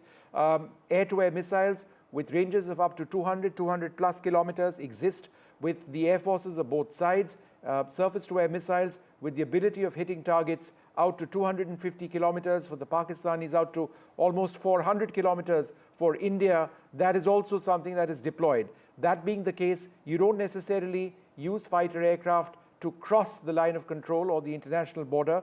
You might need to, but there is a possibility of Pakistani jets having gone down. We don't know exactly where at this stage. Some reports suggest Sargodha for an F-16.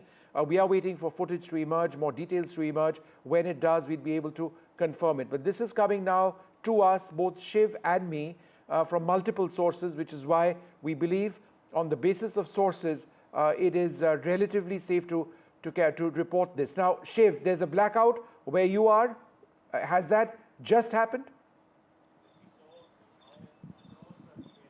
It's just happened, Vishnu. There appears to be either a full blackout or a partial blackout because the area behind me was completely lit. It's gone completely dark. I'm looking around me, very few lights actually on at this point of time. Now, this is to be expected. There was a mock drill yesterday where, lights out took place. The fact that Srinagar is one of the cities that was on that list put out by the Ministry of Defense earlier today of places that were, potentially under attack or the Pakistan attempted to attack with missiles and drones but were intercepted by India's integrated air defense system suggests that a blackout, wouldn't be unexpected at this point of time. But having said that, it seems like the focus of these Pakistani incoming projectiles seems to be, in the Punjab sector, in the Jammu sector, south of the Pir Panjal, well south of where I'm reporting from in Srinagar and other parts of Rajasthan, Gujarat, even Madhya Pradesh, since the Gwalior Air Base has also gone black, could be targets for potential Pakistani attempts to attack there. But so far, I think this is by far the most interesting thing that we're looking at, Vishnu, and it's very difficult to hide these things in a time where, as we can see, every single visual on our screen, is a shaky mobile phone visual. These are all open source pictures streaming onto social media, citizens taking pictures liberally of this, fascinating, conflict taking place in the airspace right above literally their homes, and giving us this elaborate depiction for the first time ever. I can't remember ever seeing something like this in Indian airspace of sophisticated Indian weapons at play. Many of these weapons from Pakistan are also very sophisticated, and one wonders how long this is going to continue. It's not easy to sustain attacks of this kind, and it appears that this is going to play out for at least a few hours because these are still early hours, and one wonders where this is going to go, how much more of an escalation beyond possible air attacks, the air forces in the air, a full border activation, the international border also going hot, just like the line of control. How long can that sustain tonight is really the big question facing us right now, Vishnu. All right, Air Chief Marshal Fali Homi Major, as we broadcast these images, again, deferred images from Jaisalmer, from Aknoor, from Jammu, from Bhuj, from other areas as well, of saturation attacks being conducted on Indian airspace and interceptions taking place. Could you give us a sense, as somebody who's led the Indian Air Force and how tense things must be right now. We would potentially have a large number of aircraft operating. We'd have an integrated air defense system fully manned at this stage, operating multiple sensors. How does it work at this stage? What would the top leadership of the Air Force be doing, broadly speaking? Vishnu, at this time, the leadership of the Indian Air Force, as a matter of fact, the Indian Armed Forces, must be glued to their screens in their operations centers. And as I mentioned some time back, the spread is too wide.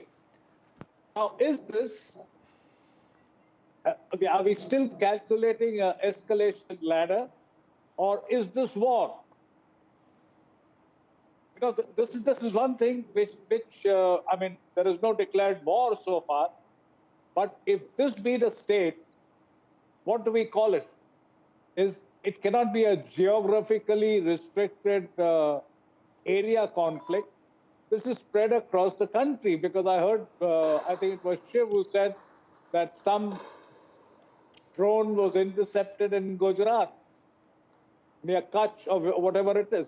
Now, what does this mean? It only means that their intent, our adversary's intent, is not to, tone down the conflict situation, but to aggravate it. And I think he's making a huge mistake, because if this aggravation takes place, I mean, there are reports of aircraft being shot down. Definitely, every single armed force in the country today, for all we know, the Navy must be already nearing Karachi or Gwadar or one of their ports to write off their harbors. All right. So we are in a state now, Vishnu, which is very, very unpredictable. As a matter of fact, we do not know what happens for the rest of the night and tomorrow and the days to come. But if this doesn't die down soon, it's going to be a huge flare-up. General Malik, are you still with us? Would you like to come in on this at this stage, just reflecting on what Air Chief Marshal Major had to say, that if this doesn't die down soon, then we are headed in a particular direction. All of you in the military have trained, you have spent your lifetimes, sort of dealing with a scenario like this. If this doesn't end or subside or go down soon, then we are headed in a particular direction. General Malik, what are your thoughts at this stage? I agree with the Air Chief Marshal Fali Major about the extent of the combat situation that we are facing today, the distance-wise. But, it's either the distance that is involved, or the frontage that is involved, or the duration that is involved, that can be restricted in a Kargil war. So I still would not like to call it a limited war yet. And we'll have to see if this continues for next 2 days, and we have to see the kind of targeting which is done from both sides. That may lead to conventional war. But again, my own feeling is that Pakistan is not capable of waging a conventional war against India for more than a few days. And I'm sure they realize it. Even now, whatever is happening on the ground, they know that we will retaliate and we will. But at the moment, they have no alternative, because their own image has been affected domestically. So they have no other idea except to escalate to this extent, so that they can tell people in their own country that, look, we are also capable of doing something. But I'm sure that not only the international community will come down heavily on both countries, but even they don't have that capacity to fight a long war. And let us remain cool at the moment. I don't think we should get excited about it. It is happening, and people who are preparing and who have these contingency plans on their mind, they know something of this nature can take place. So it should not come as a big surprise to to the services community, soldiers particularly, senior leaders particularly. So we have to remain cool, we have to watch, we have to keep assessing the situation, and we have to be very careful that we don't get swayed by the fake news that keeps coming from all over the sources, social media and others. So we have to keep making our assessment, keep getting our reports from different places, and be prepared to retaliate at the right time and at the right time and the right opportunity. Ambassador Manjeev Puri, there is a reaction which is coming from the US State Department spokesperson Tammy Bruce, who says, and I quote, Secretary Marco Rubio spoke today with Indian External Affairs Minister S. Jaishankar. The Secretary emphasized the need for immediate de-escalation. He expressed US support for direct dialogue between India and Pakistan and encouraged continued efforts to improve communications. The Secretary reiterated his condolences for the horrific terrorist attack in Pahalgam and reaffirmed the United States' commitment to work with India in the fight against terrorism. So America is saying there needs to be immediate de-escalation and that they are willing to support direct dialogue between India and Pakistan. How significant is this statement? Vishnu, I don't know if the Secretary was listening to what I was telling you. Look, this particular thing, although the Pope has just been elected, so the UK, US is going into a big trade deal. So the global screen is quite occupied at the moment with things which for them are very important. But we are not lost. We are important countries. India is an important player. Terrorism is an important subject. And war among two countries which have nuclear capabilities is certainly very important. So believe me, those countries and the United States in particular is aware of it. If you notice, President Trump has on 2 or 3 occasions said, and he said that he knows both sides very well, he's willing to do whatever. Marco Rubio, first step, I hope the message goes to the Pakistanis. It's not us, we haven't been escalating. I hope there is a kind of sitting on them. Would it require really the president himself to make the call? I don't know the answers to that, I hope not. But, following up on what General Malik said, look, they also know that they have limited capacity. They also, unfortunately or fortunately, also have a domestic opinion which they need to take care of. I don't want to remind people here, but you take you back to Kargil, just when they were really going to get it in them, the Americans intervened and said, come on guys, let's shake hands, come to Washington, let's find a solution. That country does have overwhelming abilities vis-a-vis Pakistan. They also have equities as far as we are concerned. I'm afraid while we may have thought, or the Pakistanis may have thought, that we may remain away from the radar screen for a little while, it hasn't happened. Just 1 second, we've got some breaking news coming in at this stage that the Defence Minister Rajnath Singh is reviewing the situation with the Chief of Defence Staff and the 3 services chiefs. This is confirmed information that we are carrying at this, at this stage. That's expected. The whole system is plugged into what is taking place. Ambassador Puri, just hold on for a little bit more time. Let's go across to NDTV's Harsha Kumari Singh in Jaisalmer. Harsha, go ahead. On comment, yeah. Sushil, switch on the light. Yeah.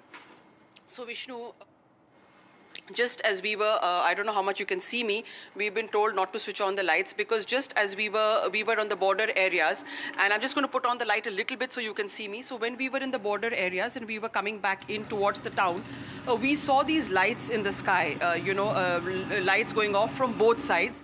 And then we got information that there were some blasts which were heard in Jaisalmer. My colleague Shrikant is here. Shrikant, आपने क्या कोशिश किया? He tried to talk to the authorities और आपको क्या response मिला? अभी क्या situation है जैसलमेर में? मैंने प्रशासन के लोगों से बात करने की कोशिश की, पुलिस के लोगों से बात करने की कोशिश की, कुछ इंटेल जो मेरे सोर्सेज थे इंटेलिजेंस में उनसे बात की, लेकिन कोई भी कुछ भी रिस्पॉन्ड नहीं करा। वो यही कह रहा है एक पैनिक का माहौल था। कहीं ना कहीं एक पैनिक है और अभी सबसे ज़्यादा जो इम्पोर्टेंट है प्रायोरिटी है इस सिचुएशन को कंट्रोल करना और उसके बाद कोई बातचीत करना। तो हम भी समझ पा रहे हैं लोग जो है वो लगातार सोशल मीडिया पे भी कई अलग अलग जगह से वीडियोज़ आ रहे हैं। रामगढ़ से एक वीडियो आया, पोखरण से, हालांकि कंफर्मेशन नहीं हो रहा है कहाँ क्या हो रहा है, लेकिन जैसलमेर सिटी के आसपास का जो इलाका है 2 तरफ में सिटी बटी है। एक तो जो पुराना शहर है और दूसरा जहाँ हम अभी खड़े हैं इस पुल के दूसरी तरफ का शहर है। दोनों ही तरफ से आवाज़ आई और ज़्यादा जो आवाज़ें हैं वो एयरपोर्ट की तरफ से और शहर के भीतरी शहर के आसपास से सुनाई दे रही है। हालांकि पुलिस पूरे ब्लैक ब्लैकआउट के लिए और पूरी मुस्तैदी कर रही है, लेकिन कहीं ना कहीं आवाज़ें रुक रुक कर आ रही है। हमने अभी कुछ देर पहले भी आवाज़ें सुनी, आप भी मेरे साथ थी, जिस तरह से ड्रोन उड़ते हुए जैसे लगा, वो ड्रोन था या क्या ये कंफर्मेशन नहीं है, लेकिन लोगों का कहना है कि इस तरह की लाइट्स ब्लिंक हुई और ड्रोन जैसा कुछ एकदम स्पीड में गया, तो लग रहा है कि ऐसा कुछ हुआ है। और इसी बीच सीएम और सीएस के जो है, ये भी मेरे सोर्सेज से मुझे पता चला है कि जयपुर में जो है वो सीएस सुधांशु पंत और सीएम भजनलाल शर्मा जो है वो सभी जो बॉर्डर इलाके हैं, गंगानगर, बीकानेर, बाड़मेर, जैसलमेर, इन तमाम जगहों के एसपी और कलेक्टर्स के साथ मीटिंग कर रहे हैं। इमरजेंसी मीटिंग की गई है और ये भी कहा गया है कि इन बॉर्डर इलाकों में जो है वो जितने भी लोग हैं जहाँ पद खाली है सरकारी, वो आसपास के जिलों से तुरंत भरे जाए, मतलब कहीं ना कहीं एक बड़ी इमरजेंसी। जी देखिए बिल्कुल। सो Vishnu, I have also, like I'm telling you, I was trying to get back into Jaisalmer town because when I was standing on the road, I saw these lights going off, in the sky, and I could hear sounds of like what sound like blasts happening. Well, blasts in the sense in the distance, but very soft kind of explosion type of sound definitely happening. So we then decided to move to a safe place. We've come here, and there was an army. There were some army vehicles which were stopped here. They stopped me from going ahead. They've said that I should stay here. I should not try and go into town because it's not safe. And I can even now, in fact, hear sounds. Shrikant, आपको सुनाई दे रहा है पीछे? मेरे को एक देखिए रुक रुक के आवाज़ आ रही है अभी भी, जैसे देखिए एक लाइट सी हल्की सी ब्लिंक होती है और फिर आवाज़ आती है, एक सिलसिला रुक नहीं रहा है। और ये कह सकते हैं कि आवाज़ धमाके की हो सकती है, पूरी संभावना मेरे को भी सुनाई दे रही है और आप भी सुन पा रहे होंगे। So Vishnu, we are not really being able to confirm exactly what it is. We are hearing that blasts are taking place. There's sounds in and around Jaisalmer, definitely sounds, and there's an entire blackout here. So we've also taken shelter under a bridge. We are reporting from here, and we've opened our light very little, so you can just see us, so that we can give you a report. And we've also heard news that somewhere in Pokhran also people have seen lights. And of course, what Shrikant just said, we've heard on the various groups or WhatsApp groups that the Chief Minister is taking emergency meeting in Jaipur, but of course my colleagues in Jaipur will be able to confirm that better. All right, let's go back to Shiva Road at this stage in Srinagar. Okay, we'll come back to him in a moment. There is a full blackout now in Srinagar, in Jammu and several other areas, including Chandigarh, where there is a blackout, parts of Aknoor as well. Arispura, Samba, Arnya, Aknoor, Pathankot, Rajouri, Riyasi, Barmer, Jaisalmer, these are all areas which have seen strikes. There would be many more areas where inbound strikes, where strikes from Pakistan have been attempted. Again, the image on the left is from Jammu, and you can see the interceptions being carried out. Those are interceptions by surface-to-air missiles, it does appear. There are reports of an attempt being made to strike Jammu airport, which is a major civilian airport and also a military airport. Those interceptions appear to be successful at this stage. I interrupted you, Ambassador Puri, a little while back. Again, just complete your, carry on, sir, with your thoughts.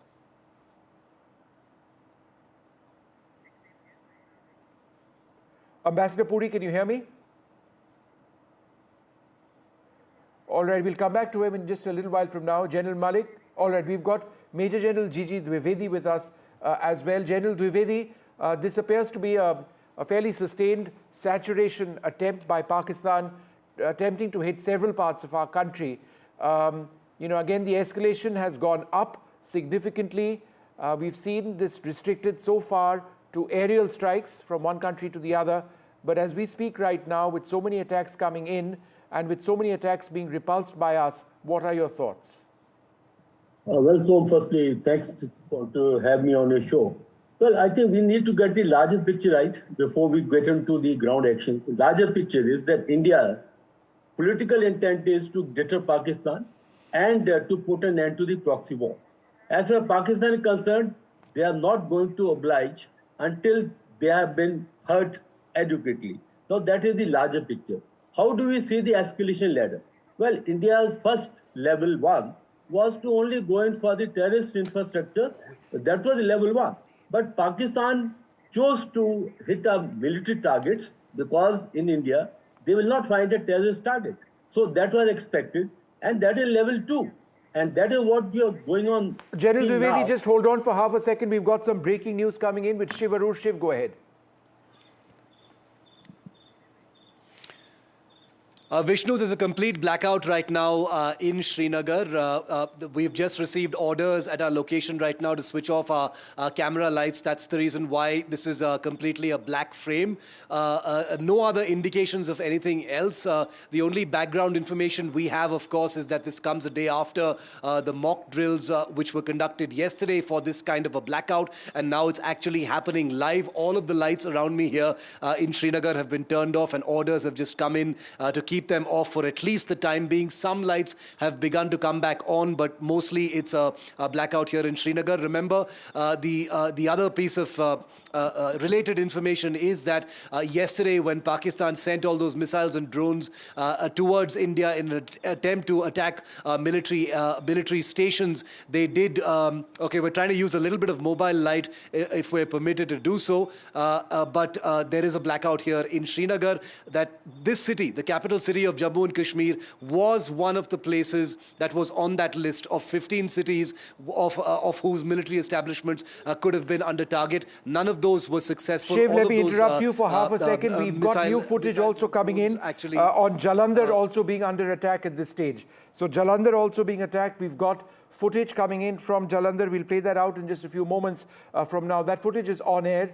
Again, interceptions taking place. This appears to be the clearest footage so far of interceptions, and those are surface-to-air missiles which are going up and taking on incoming drones or Pakistani missiles. This is the clearest video so far. This is footage, deferred footage. I want to make that absolutely clear. Deferred footage. It happened earlier on of Jalandhar. So, you know, what we've seen earlier on over the skies of Tel Aviv, now taking place over the skies of India as well. Shiv, you can't see this footage where you are, but you know what I'm seeing right now is the most clear footage so far of clearly surface-to-air missiles from India intercepting any number of targets. I don't know if the targets are missiles or drones. This is from Jalandhar, but carry on with your thoughts, Shiv.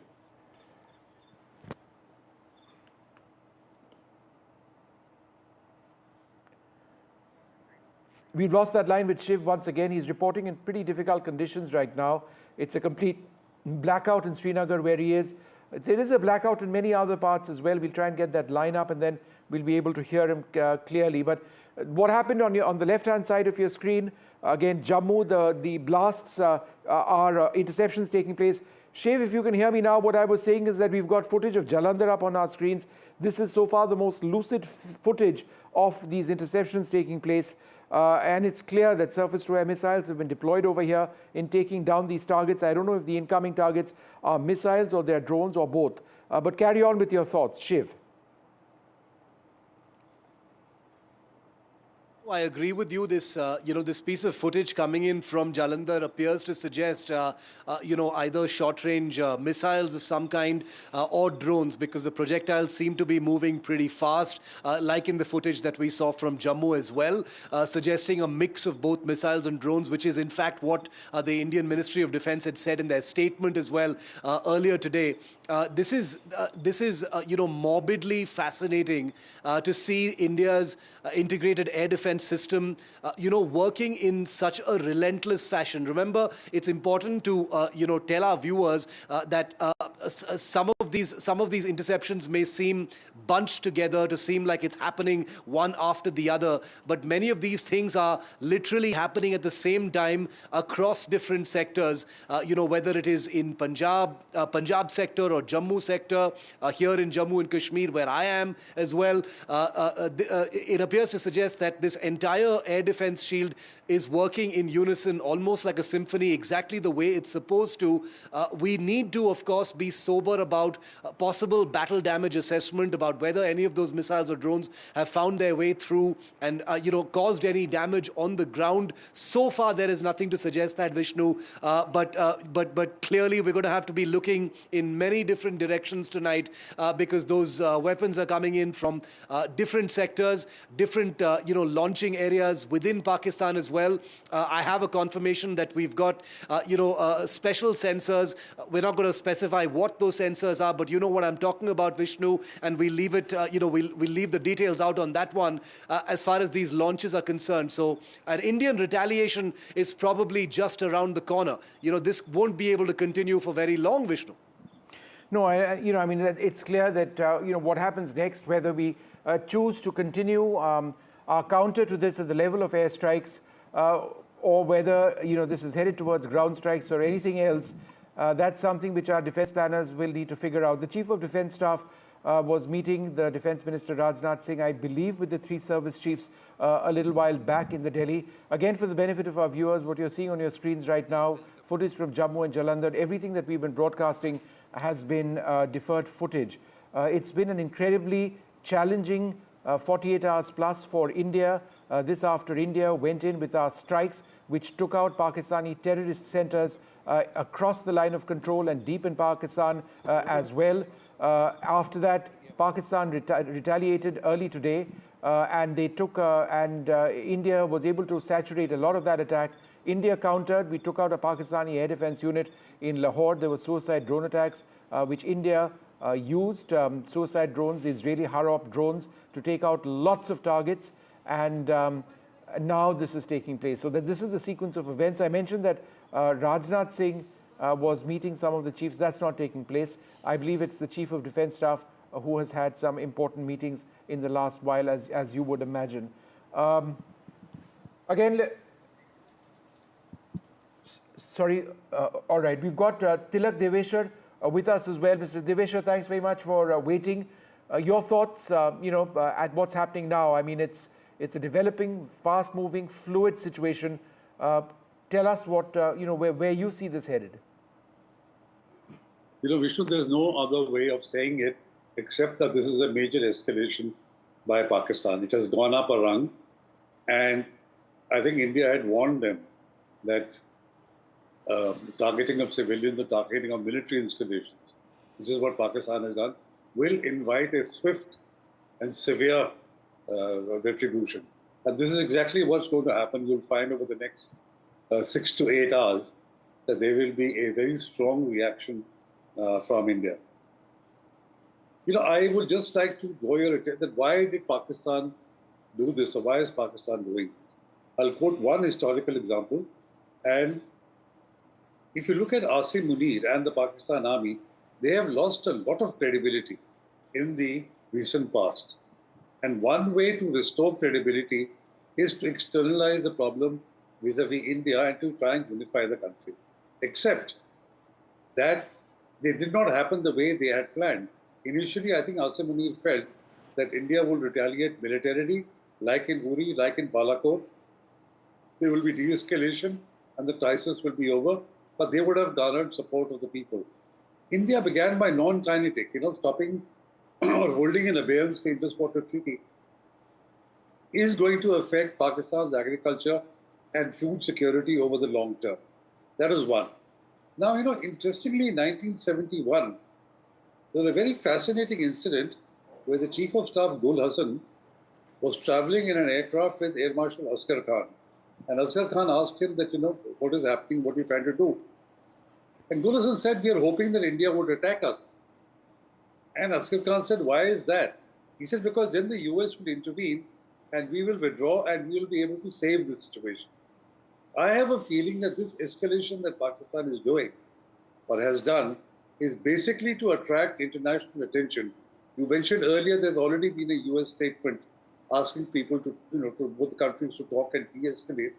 Pakistan is hoping for Mr. Deveshwar, I'm interrupting you now because we've got some breaking news coming in. This is attributed to the headquarters of the Integrated Defence Staff, which says in a tweet, military stations of Jammu, Pathankot and Udhampur in the proximity of the international boundary in Jammu and Kashmir, targeted by Pakistan using missiles and drones, no losses, threat neutralized by the Indian Armed Forces as per standard operating procedures with kinetic and non-kinetic means, which means that they used jammers and they used weapons such as surface-to-air missiles and air defense guns as well. Who do we have at this stage? General Malik, would you like to respond to that? They are targeting, and this is confirmed information, right? It's coming from the headquarters of the Integrated Defence Staff. They put out a tweet, Jammu Military Station, Pathankot Military Station, and Udhampur Military Station. Your thoughts, sir? I think they have done the right thing by making it public, because all sorts of rumor mongering would be going on otherwise. And the best way to check rumor mongering and panic anywhere is to give out official statement.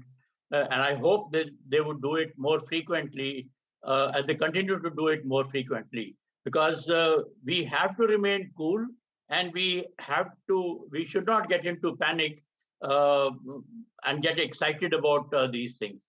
So these kind of statements coming from official sources, I welcome them.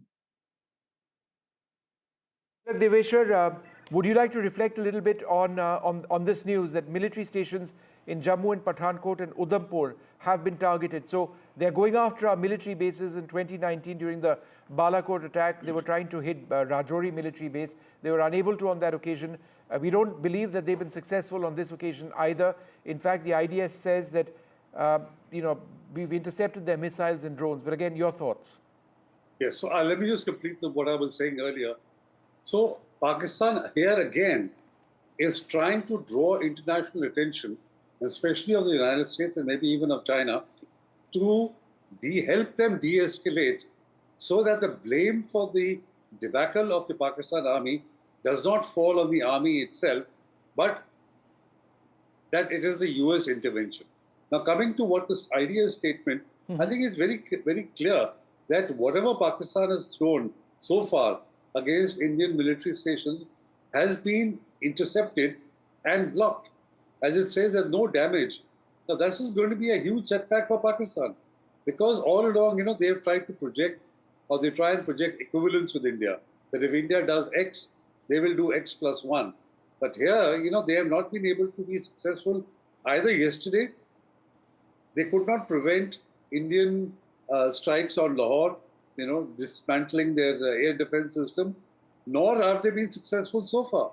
So this is going to make the Pakistan army even more desperate and look worse as far as the Pakistani public is concerned.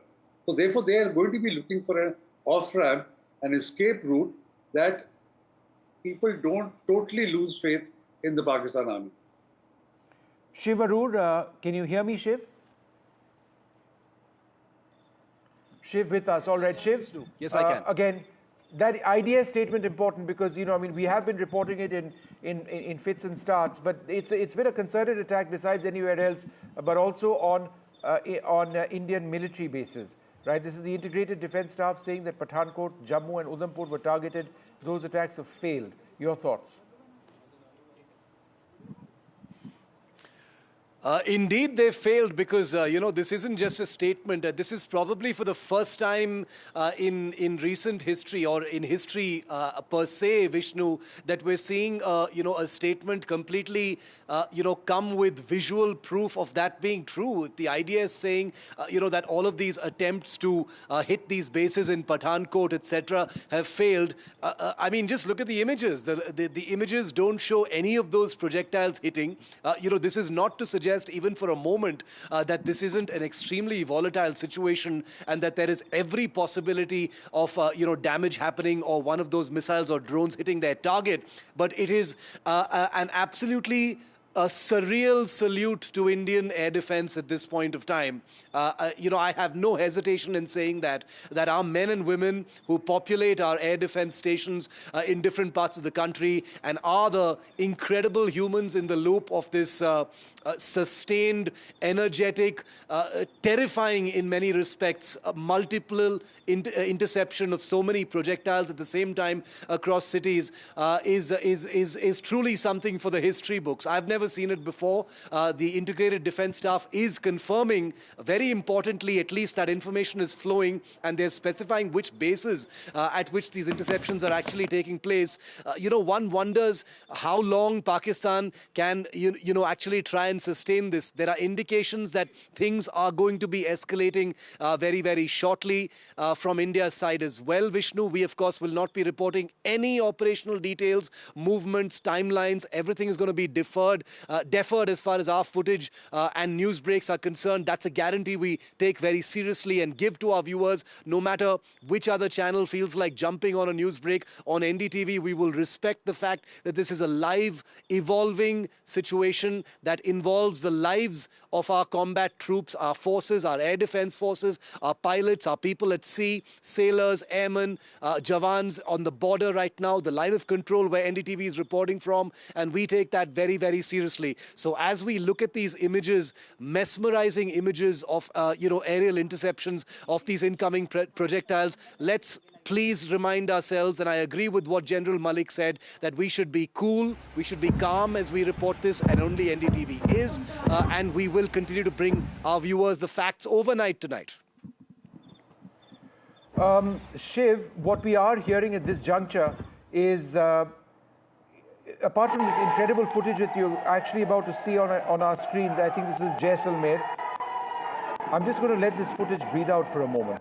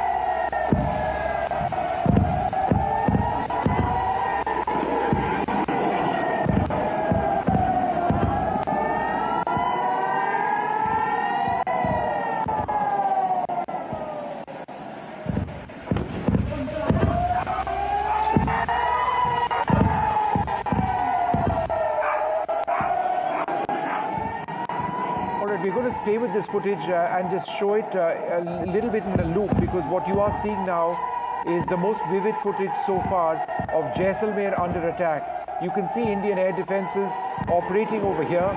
All of the blasts that you see in the sky are of Pakistani drones and missiles being intercepted. The integrated air defense that we have right now is working. It is smashing the incoming projectiles. Those are all missiles going off. If you thought you'd seen it all in Israel, what you are now seeing over the skies of Jammu, over the skies of Jaisalmer over here and elsewhere, this is just, it's something else. Massive explosions over the skies as these projectiles are taken out. India under attack tonight across several areas on our western front. We've got some information coming in at this stage. That according to our sources in the armed forces, Pakistani drone attacks that you see over there along the western borders are being reported in several locations. They have effectively been engaged by our armed forces. There will be more updates which come in. However, inputs with respect to suicide attacks by terrorists at Pathankot or Rajouri are completely false. We've not reported that on our channel. If it does happen, then we're going to track that very closely. There is some news that's also huge, which is coming in. I'm just looking to clarify it or verify it before I report it.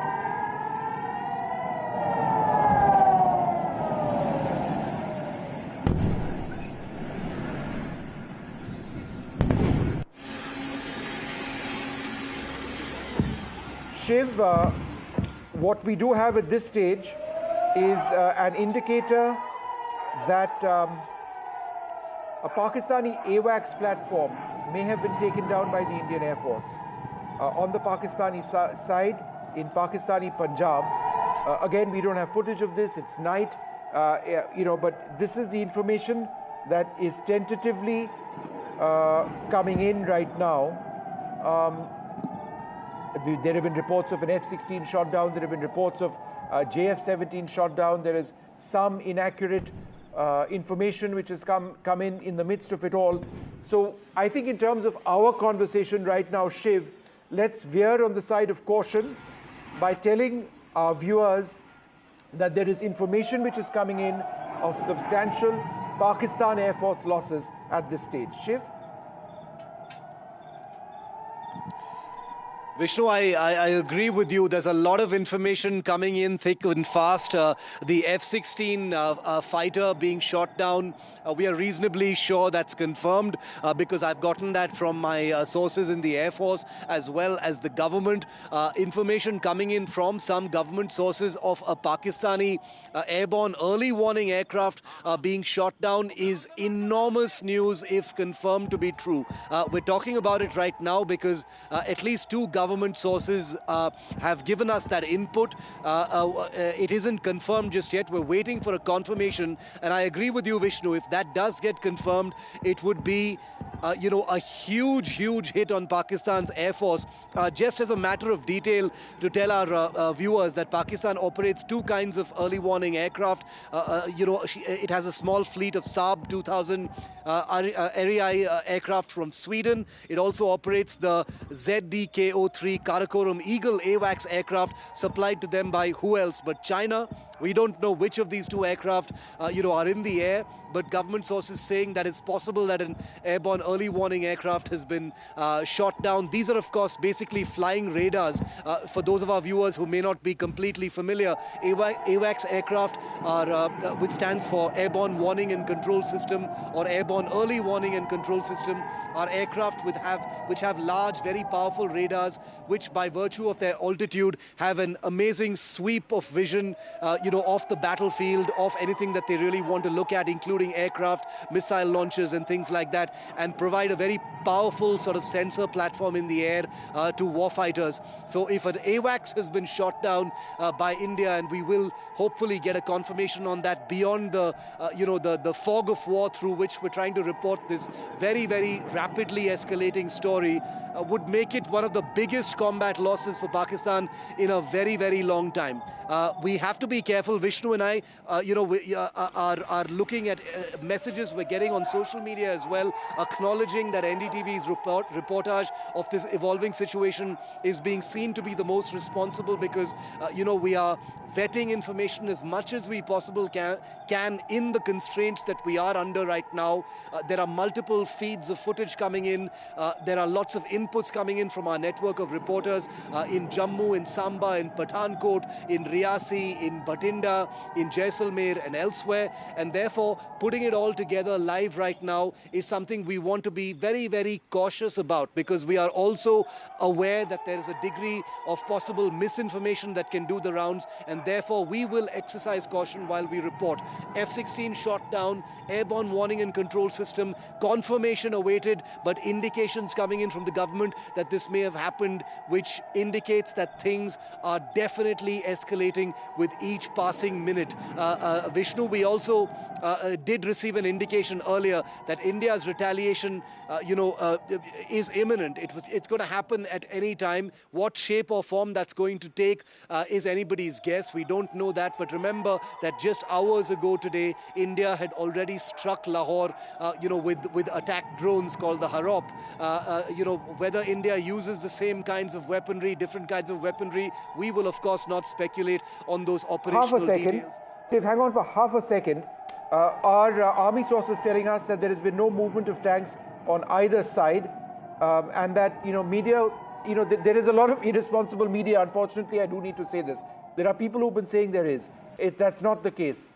Any such report is uncorroborated, is what our army sources are telling us. Another new development which has just taken place is Dr. S. Jaishankar, India's External Affairs Minister, who says that he's spoken to the US Secretary of State, Marco Rubio, this evening. Deeply appreciate the US commitment to work with India in the fight against terrorism, have underlined India's targeted and measured response to cross-border terrorism, will firmly counter any attempts at escalation. That's a very big statement which has come in over here. Ambassador Manjeev Puri, let me take that across to you. India's foreign minister saying that we've underlined India's targeted and measured response to cross-border terrorism, measured is a key word, will firmly counter any attempts at escalation. India doesn't want to escalate. This is the public statement. and yet it just seems that Pakistan continues to do that. Vishnu, look, we've been all saying it, and I think Mr. Deveshar has also told you, whatever may be the reason, at the end of the day, it is Pakistan which has to be sat on to actually understand that they have no choice but to de-escalate, and that it's also in their interest. Of course, on the other hand, as far as India is concerned, for a variety of global reasoning, etc., it's not that we are not amenable to pressure, but that's beside the point. At the moment, the aggressive party are the Pakistanis, whatever may be the reasons, domestic, political reasons, needing to assuage their public, whatever it is. The fact is, they need to de-escalate. Whether they are looking for an escape route or anything doesn't matter. And usually in the past, the United States has been that particular via media. And it would appear to me that those phone calls will start ringing. As I told you, at the moment, the Western world is a little preoccupied. US, UK, trade deal, the new Pope, etc. But wait for a few hours more. Wait till the next day dawns, and then you see that the phone will start ringing, and that will have the desired impact. The confirmed information that we have at this stage, the biggest announcement in the last little while, was from the headquarters of the Integrated Defence Staff of India, which has said that military stations of Jammu, Pathankot and Udhampur in proximity to the international boundary in Jammu and Kashmir have been targeted by Pakistan using missiles and drones. There have been no losses. The threat has been neutralized by Indian armed forces as per standard operating procedures with kinetic and non-kinetic means.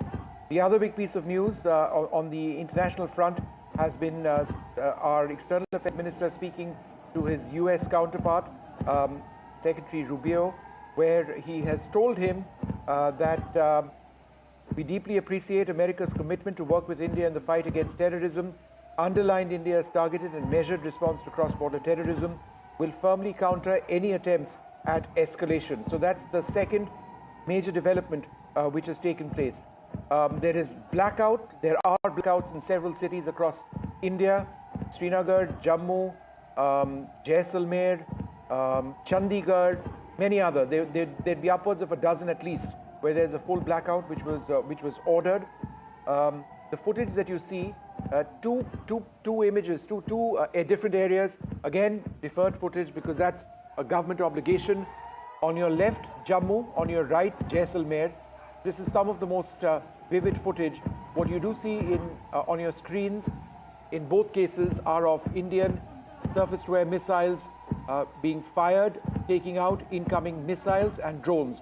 We don't know if these are drones or missiles, but India has retaliated. India is taking out these threats very, very strongly. We've seen footage like this, and I said this a few other times earlier in the evening as well, when those massive ballistic missile attacks on Tel Aviv did take place. It's happening over our own skies now, and these interceptions are taking place. Shiv, would you like to just reflect on some of the new developments that we can confirm and report at this stage? Vishnu, the incredible number of developments that are taking place with each passing minute are truly mind-boggling. There's a huge flood of misinformation that's coming in as well, and I think it's our responsibility also to bust some of the wrong news and disinformation that's being put out by other media. There is no movement of tanks on both sides. The army has confirmed to us there is no suicide attack of any kind, either in Rajouri or in Pathankot, as is being stated by some media. Very, very irresponsible reporting by many across the board. Obviously on NDTV, the reason why you didn't see those two pieces of information is because we verify, vet and corroborate everything. So at least two pieces of fake news are doing the rounds, which is very dangerous in this scenario, because we're talking about operational movements right now. The enemy is watching media India right now. There has never been a time for the media to be more responsible than now, when our men and women in uniform are on the front lines, doing the literal work of protecting India's sovereignty. So I think this is an appeal from NDTV to all media, perhaps, to please be as responsible as you can. You can worry about all your other stuff a little later. Right now, our forces are, on the line right now for the country's integrity, and I think that needs to be borne in mind. The attack from the air from different areas of Pakistan is continuing. We're hearing about the possibility of mounting losses, of air assets within Pakistan, Vishnu. But once again, that's something we don't want to speculate upon until we have at least 3 or 4 corroborations from either the Air Force or the government.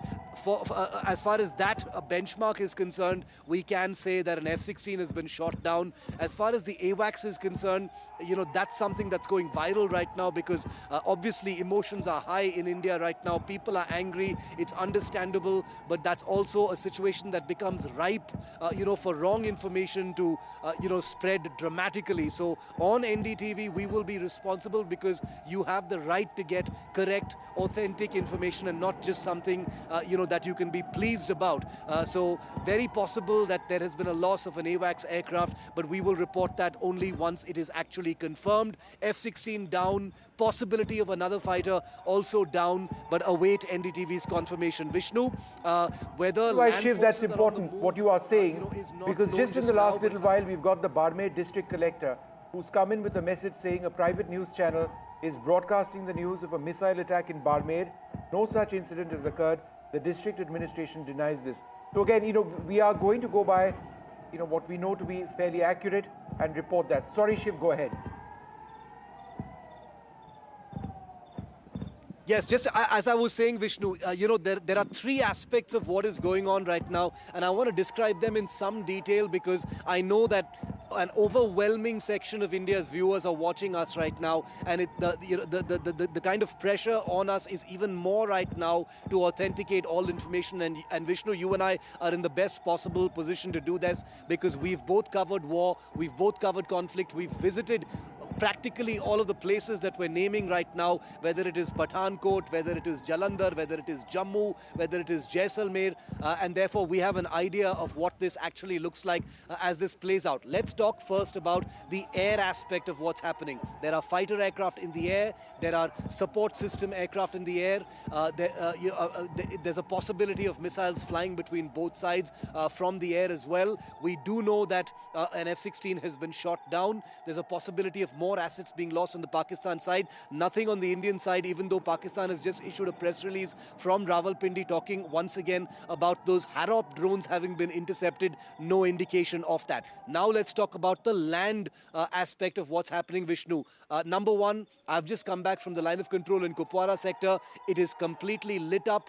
We could hear artillery even as we were leaving. That aspect of it is also known right now. The army has just busted fake news by another network saying that tanks are on the move on both sides. They've categorically denied that that's happened, and I think it's important to highlight that, because right now when combat operations are in full swing, it is totally irresponsible to give out wrong information that may be used by the enemy to justify some kind of different escalation. 3, the aspect that we're not seeing at all play out, because it's not in front of us and not near us, is the naval aspect, Vishnu. And you know very well that the Navy is not sitting around, doing nothing, while the Air Force and the Army, are participating in this huge defense of Indian integrity and airspace against Pakistan, and also launching offensive strikes on that country. But the Navy, we can be absolutely 100% sure, is not only 100% operationally ready, but in some respects, Vishnu, and you know what I'm saying, is participating in what we're seeing right now. India's retaliation for Pahalgam, starting with Operation Sindoor, did involve the Navy directly in the form of loitering munitions, and even how it's playing out right now, even though it may not be immediately visible to us, does involve the Navy in terms of sensors, in terms of targeting, in terms of kinetic action using drones and missiles possibly as well. There is a naval element to what is playing out. We just can't see that yet. So this is once again a tri-service effort. The intelligence community is fully plugged in, military intelligence, our technical organizations, Home Ministry and internal security organizations, the paramilitary, every single element of India's national security system is now fully active, because this is, and I have no hesitation in saying this is a warlike situation across the entire frontage between India and Pakistan, Vishnu. No, you're quite right. And I think, we have been staying away from that word war. And I think that description, warlike situation, is pretty accurate at this stage. The blackout sirens graphic on the right-hand side of your screen, all of those areas on our western frontier, which are in the middle of a blackout right now, that's an important step, and that's what happens when a war takes place. Something like this has not taken place since 1971. On the left-hand side of your screen, we see footage from, I think that's Jaisalmer, where there have been, so many cities have come under attack. Indian Air Defence surface-to-air missiles have been taking out incoming missiles, drones as well. There are sirens which are being sounded right now. There are a lot of rumors which have been dispelled, but what Shiv was talking about, and we'll get more details about that perhaps later on once it becomes clear. There is a sense that the Indian Air Force may have struck the Pakistan Air Force hard. There is talk among credible people about the Pakistan Air Force having sustained losses. We're trying to find out more details about that, but it really depends upon our authorities to share that information and share it with us credibly. The flow of information in a situation like this is so very important. It has to be said that in the last couple of hours, we have been getting a little bit of information here and there, primarily urging the media to be responsible at this stage to ensure that all footage is deferred. And just to let our viewers know, whatever footage you see over here is repeated and it's deferred. It was filmed a while back. So we will continue to follow that. Joining us at this stage, we've got a couple of guests still with us. Major General Sanjay Meston with us. General Meston, the words we are using now is a warlike situation. I think that's fairly accurate on what we are seeing. We haven't seen anything like this since 1971. That's clear. Your thoughts, General Meston? Vishnu and Shiv, firstly, I agree. I've been hearing you both. I think you are doing a very responsible reporting, and in such scenarios, firstly, each terminology matters. And I think you have stated very correctly, it's a warlike situation. Secondly, it's very, very important to verify all inputs. You know what happens in the fog of war, even as a military commander, I recollect we used to get so many information from different directions, and generally during night time, there is a tendency to overinflate these reports. So the job of the top commanders is to verify each report, and you have rightly mentioned our intelligence authorities, they don't get too emotional and they will do an accurate reporting. So yes, one thing is factual. There is fire from both sides. Pakistani has actually now escalated the situation, and Indian response is being appropriate. And I think rightfully, I think 2 Pakistani aircrafts, one F-16 and one JF-17 has been shot down, and there are also unconfirmed reports about a AVAC being shot down. And if that has been shot down, I think it's a great success story. On ground also, yes, the army has confirmed that some military areas have been contacted, some contact has been made, but beyond this, one is not aware. But anyway, to sum it up, I think overall, by and large, most of the fronts are activated. There is yet to, I'm quite sure the Navy also perhaps may get activated tonight, especially the Indian Navy. We have a clear edge over there, and that is going to make hell of a difference, whatever action and in whatever time frame we take. But I presume, Vishnu, that tonight is going to be a very, very active night, and results will unfold by tomorrow morning. And maybe that we definitely would have gone on offensive. I think some Pakistan cities have been targeted.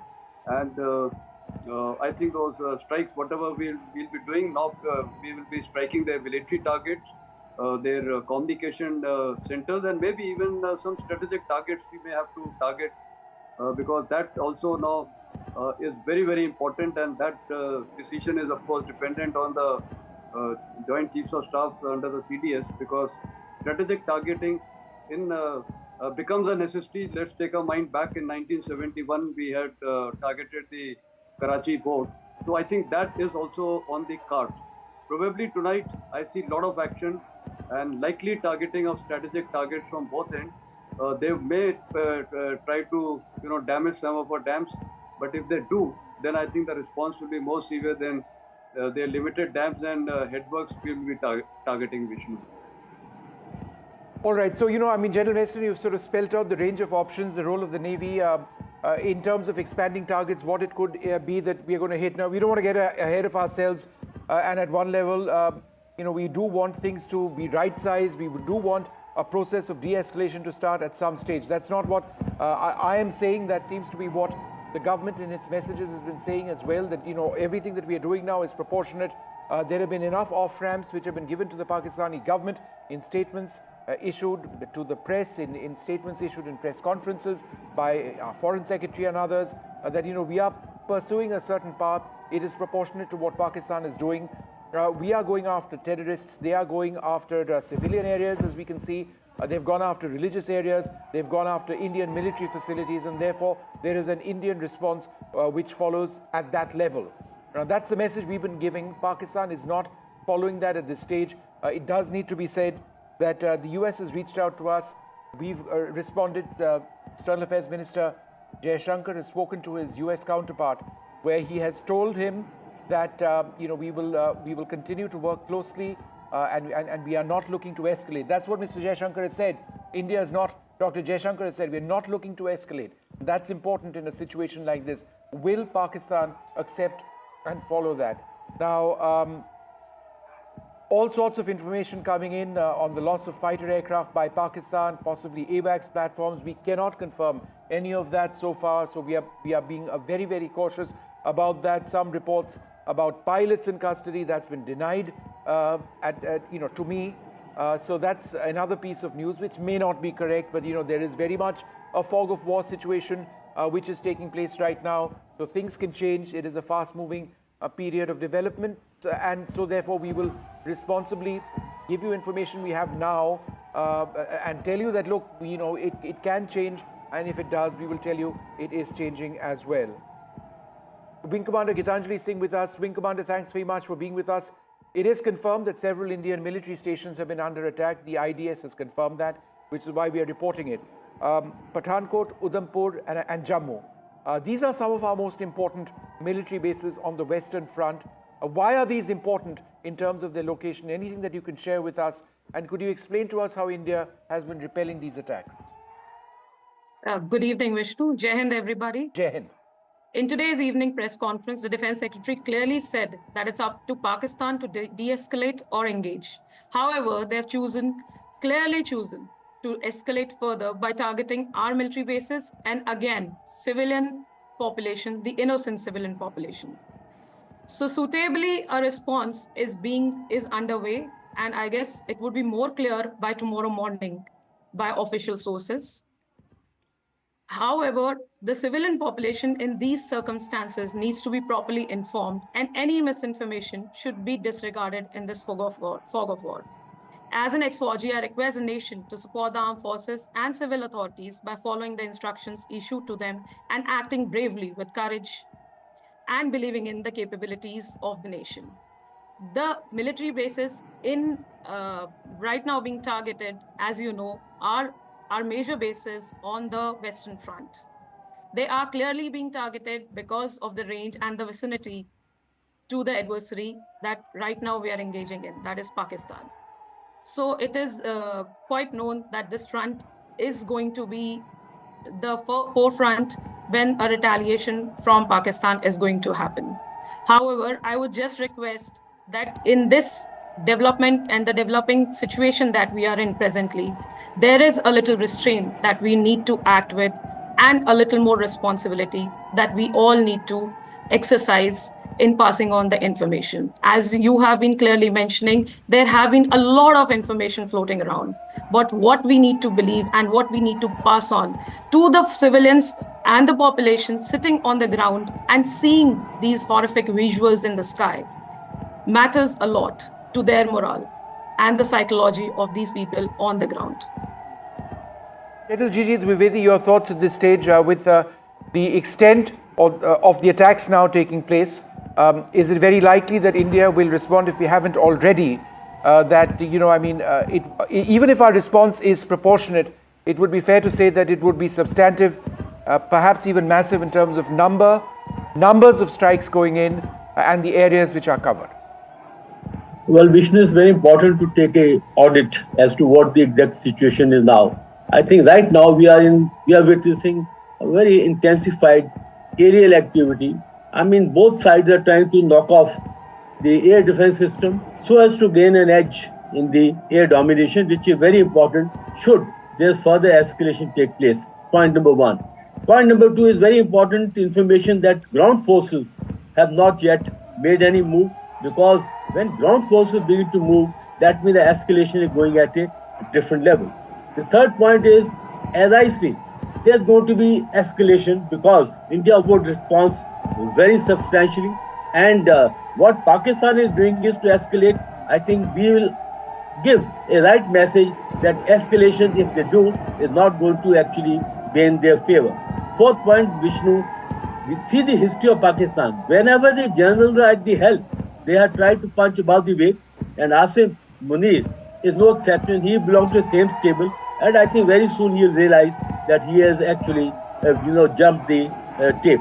And my final point is the international community. Well, I think America, they have expressed their support and also their willingness to help us out or support us. But point is, who is aggressor?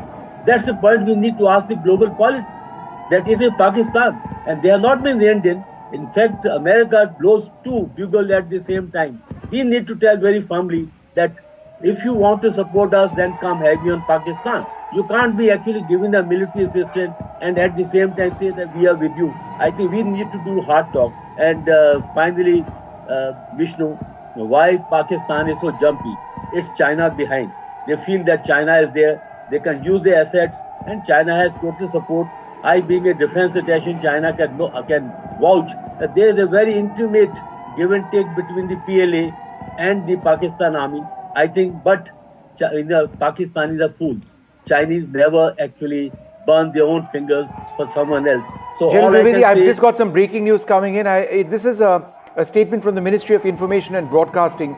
It's important because it's a government statement. India has negated Pakistan's escalation bid with focused, measured and non-escalatory responses. Indian Armed Forces reiterate their commitment to non-escalation, provided it is respected by the Pakistani military.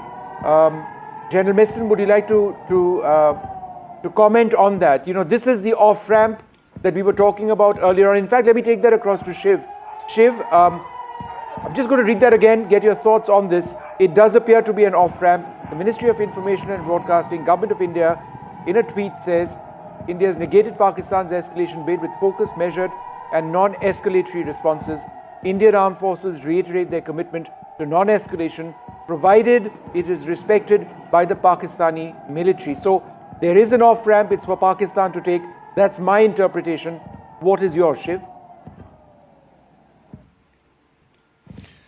Vishnu, I think this was the previous off-ramp, honestly. This is the Ministry of Information and Broadcast. I'm wondering whether it's this is a statement on what's happening now, which is unlikely because it is a live and evolving situation, or whether it is a reiteration of what the Foreign Secretary had said a little earlier. I agree with you that the wording of it, seems to provide an off-ramp to Pakistan that, if they don't escalate, then India will not escalate either. But we are literally talking about this in the middle of a live, real-time escalation that has just taken place moments ago. It is continuing, and the Indian response to that escalation has either already begun or is imminent. We will not speculate on that because on NDTV we do not talk about operational details of Indian movements, plans, timing, targets, etc. So this is likely a reiteration of that. Now, whether this current evolving situation ends in some kind of a face saver or or an off-ramp to Pakistan will have to be seen, and we cannot conjecture on that. But at this time, I think it's reasonable to say that things are extremely volatile. The three services of both sides are fully engaged in live kinetic combat of some kind or the other, at some level or the other. Obviously, the armies and the air forces are engaged in the most aggressive real-time combat. It's happening on land and in the air, line of control, airspace, beyond visual range, within visual range. Information about shoot-downs, etc., are taking place. There's an absolutely vast amount of misinformation and half-baked information that is being purveyed, mostly by Pakistan, also being picked up by some Indian media, probably in a hurry to get things out. But I think what we're doing here, Vishnu, is the right thing, which is to corroborate as many things as possible, before things spiral entirely out of control. It's important to remember that the Pakistani intelligence forces, like they did in 26/11, will be watching Indian media, will be looking at things in Indian media, trying to pick up hints that may help their military plans, which are in motion right now. And therefore, the prerogative on us to be even more responsible is there in far greater measure.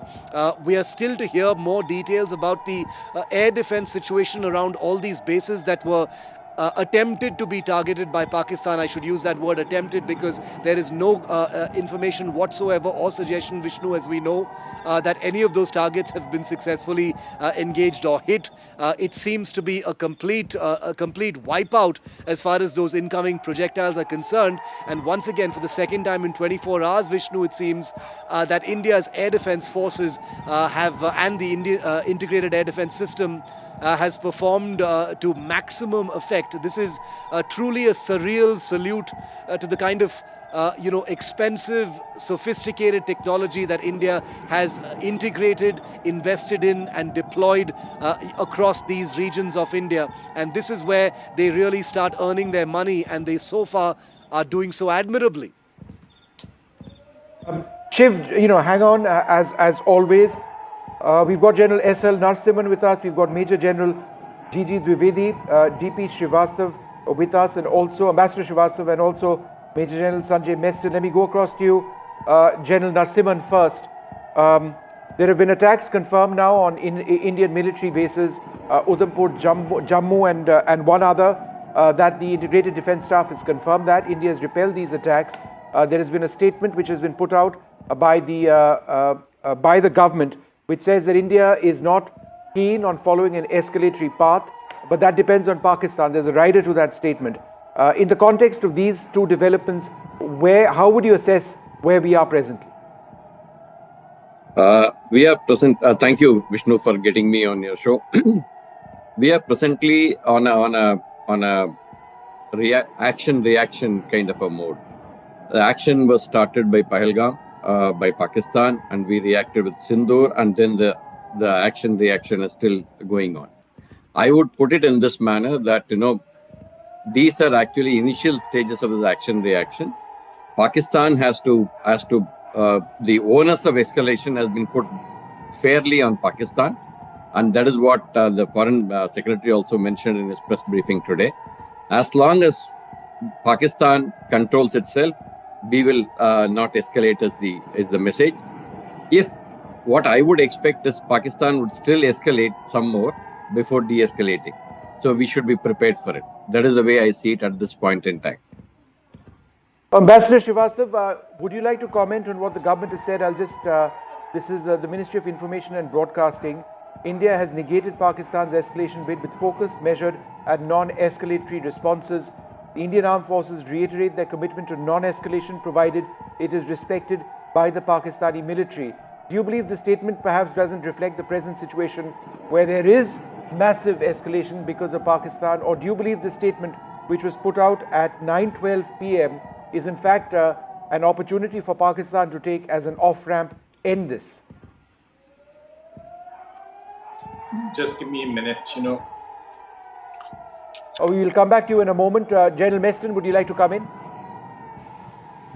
Right now what the situation is going on, regarding this statement, I would like to highlight certain ground realities. Let's see what is the target. The target is the Indian civilians, of course the Pakistani also, because we have to do PSY-ops also, and of course the Indian Armed Forces.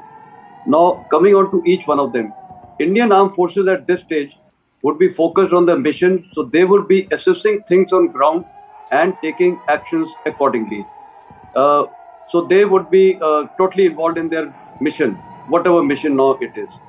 Coming on to the civilians in the country, as on date, there is information overflow and there is so much of social media and everything, so many messages are going, videos are going. So obviously what they will expect now from the government of India is timely briefings, because that's very important. Otherwise, a lot of people will keep, passing on these visuals, etc., and it will set in fear and panic.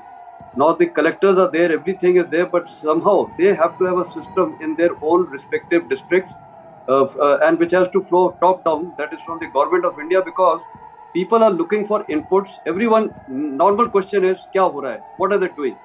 So somehow they have to be educated, and they would be watching the social media or watching so many TV channels, and they will start watching those TV channels which are trying to project it in a very different manner, unlike your this thing TV channel is very responsible. So a mechanism has to be thought where the people are educated and given maybe early update what is going on. All right, gentlemen, hold on for a moment. We've got some more news coming in. This is important for air travelers across the country. It's a statement by Air India, but I would suggest it applies to all air travelers. It says, in view of an order by the Bureau of Civil Aviation Security on enhanced measures at airports, passengers across India are advised to arrive at their respective airports at least 3 hours prior to scheduled departure to ensure smooth check-in and boarding. Check-in closes 75 minutes before departure. This is important. We've got a booming aviation sector in the country. Obviously, there are areas where flights are not operating. Several airports have been shut. There are NOTAMs or notices to airmen which exist right now. All of these airports in these areas would be shut down as well if they haven't already. But Shiv, this is important because the government are now telling air travelers across the country, if you need to fly, you need to get to your airport at least 3 hours before a flight. And these would be all flights, presumably domestic flights as well.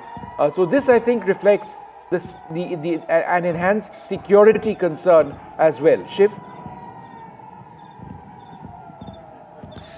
Vishnu, I agree with you. I think travelers, especially in the border states or states close to the border, Central India and North and West India, should expect disruptions of all kinds because this is a extremely volatile situation. It's a war-like situation.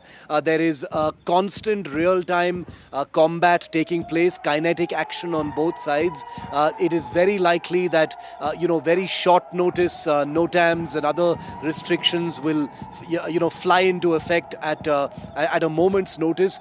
So even though the advisory now is about travelers going to the airport at least 3 hours in advance, I think they should be also mentally prepared to not fly at all if things get to that point, because like I said, all airlines will be looking for a directive from the Directorate General of Civil Aviation, and the Directorate General of Civil Aviation will be looking at the government itself, the national security system, as to what that next decision must be. So I think we can safely say, expect the unexpected. Don't make rigid plans right now if you're traveling to any of the frontier states, border states in the north and northwest at this point of time. Vishnu and his team, who track civil aviation in the airlines, will of course have that information up for you as soon as it's out here on NDTV First. This is important because people are anxiously watching this unfolding story from all parts of the country, not just the military aspect of it, but also normal life and whether that's going to be disrupted. So on NDTV, we've got a team, as we bring this to you, working out an FAQ, a usable FAQ for citizens across the country as to what possible disruptions to their daily life they can expect over the next few hours, days, possibly weeks as well, as this situation continues to escalate. Remember, on NDTV, as we report on conflict, combat and war, it is our hope that things calm down and cool down.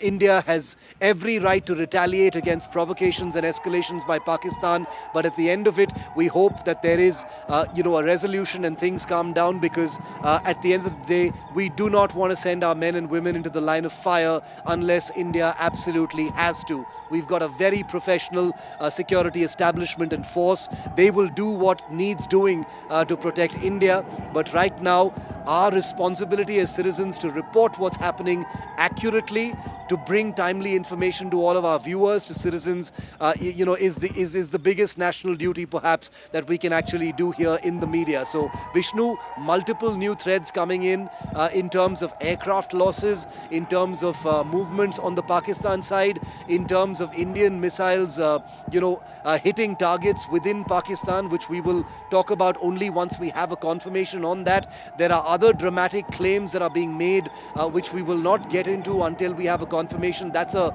commitment we take very, very seriously here at NDTV, and we will follow that, Vishnu. All right, just in a little while back, 10:59, so 11 minutes back, there's been a statement from the PRO Defence in Jammu. I'm reading it out again. It's a government statement, so it's credible. Military stations at Jammu, Pathankot and Udhampur were targeted by Pakistani origin drones and missiles along the international border in Jammu and Kashmir today. The threats were swiftly neutralized using kinetic and non-kinetic capabilities. I'll explain that, but I'll read out the statement first. The threats were swiftly neutralized using kinetic and non-kinetic capabilities in line with established standard operating procedures. No casualties or material losses were reported. India remains fully prepared to defend its sovereignty and ensure the safety of its people. Kinetic means surface-to-air missiles or artillery, anti-air artillery, perhaps radar-guided anti-air artillery. Non-kinetic refers to jammers and anti-drone systems. Jammers which block the signals which drones receive, throw off their ability to target areas accurately, etc., etc. These have been developed indigenously. I believe we would also have systems from elsewhere, but these have been deployed, and it's great that they have, because you can't be endlessly firing off surface-to-air interceptors. It's just not feasible. You'll end up running out of those. Let me go back to Ambassador Srivastava at this stage. Ambassador, in statements made by the government of India, there does appear to be an off-ramp which is still being given to Pakistan. Do you believe that that statement is unrealistic given what they've done, or by escalating, or do you believe that there's still this opportunity for them to get their act together? I think the government of India has done the best to give an off-ramp to Pakistan. But in my personal opinion, at this stage, Pakistan is not going to look for an off-ramp.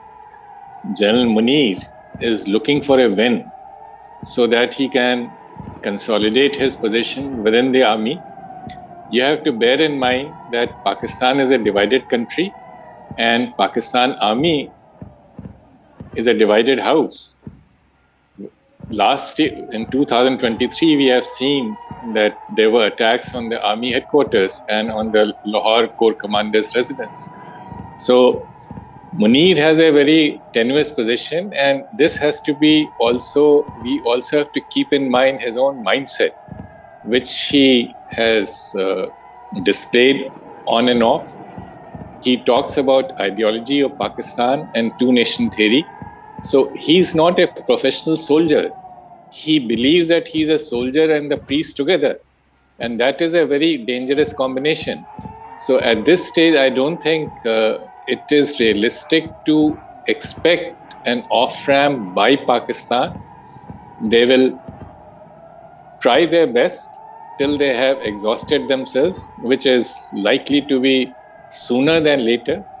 But we have to be prepared that at least next couple of days, there will be continued escalation by Pakistan, which started the war by hitting the civilians and which also started the present round by attacking civilian targets last night.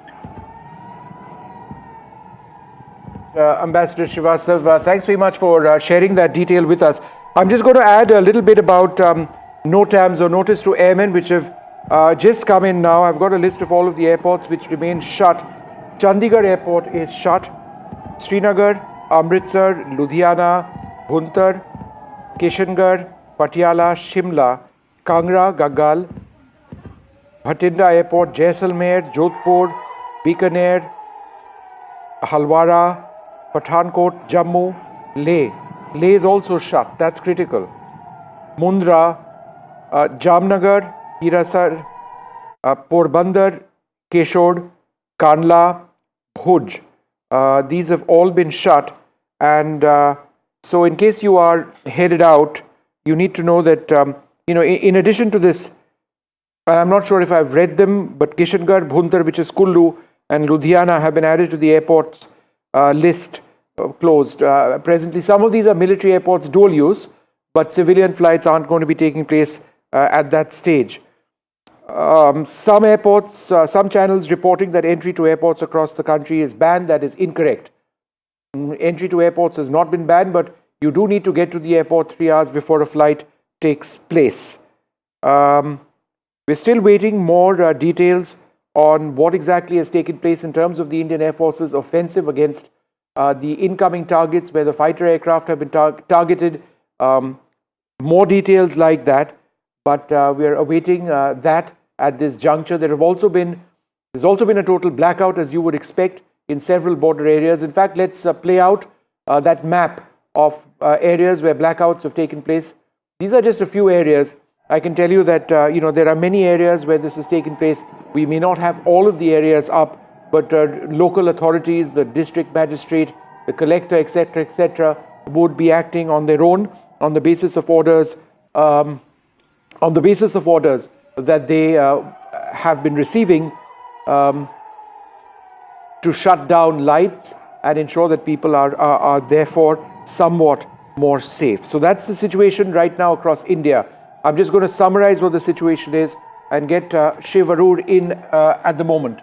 Over the last several hours, before 9 p.m., Pakistan launched its most fierce attacks into India, violating our airspace in multiple areas across our western frontier. There were attacks targeting Arispura, Samba, Arnia, Aknoor, Pathankot, Rajouri, Riasi, Barmer, Jaisalmer, Firozpur, I'm not entirely certain. But as a result of this, India's air defense network was activated.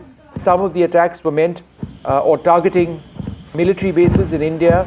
All of those have been prevented. The images you see on your screen are of Indian surface-to-air missile units engaging Pakistani drones or Pakistani missiles. The government continues to offer Pakistan an off-ramp.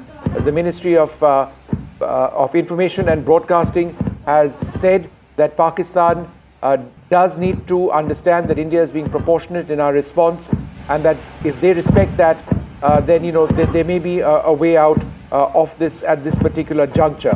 The Udhampur police have issued a statement and advisory. They're saying all citizens are requested to switch off all types of lights during the blackout period, stay indoors at safe places. No unnecessary vehicular movement should be taken. There is no need to panic. Authorities will have the situation under control. We request everyone not to spread rumors or unverified information, as it can result in unnecessary panic. So that is absolutely certain. So that's a clear message which has come in as well. I'm just again going to I am just going to get more details in a while from now. We are checking to see whether there are other operations which are taking place right now.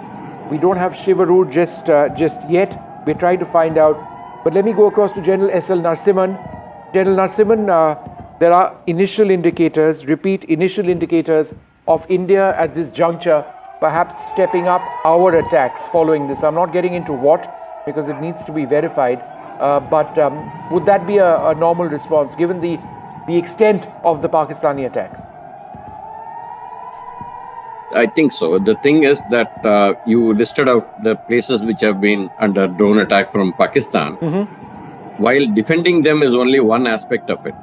If you have to put the adversary onto defensive and he doesn't resort to something like this, I think you need to go on the offensive. That is what you saw about what happened with Lahore in the morning today. So this is something that is going to happen. If Pakistan is doing something, we are going to do the counter to that, and maybe a little more to put pressure on Pakistan. And we have been saying that we will not attack civilian targets, we will not attack other areas. But this time around, if Pakistan attacks our military installations, I am sure we will pay them back in the same coin and a little more. So this is how I think we are going to handle. We will allow Pakistan to think. We will allow Pakistan to de-escalate if they want to. If they don't, then we will also counter it in the same manner and give them a little more of a dose so that they can have a rethink on what they are doing. All right, General Narasimhan, let me go across to Ambassador General Gigi Dwivedi at this stage. Sir, I think it's also important to reflect that after this evening, no matter what happens, when de-escalation eventually happens, the situation with Pakistan will take a very long time to approach some sort of level of normalcy. There will be enhanced tension. Our authorities, civilian authorities, will be on alert. It's going to be very difficult getting back to a scenario of relative normalcy along the frontier, and that's something we may need to confront. Would you agree?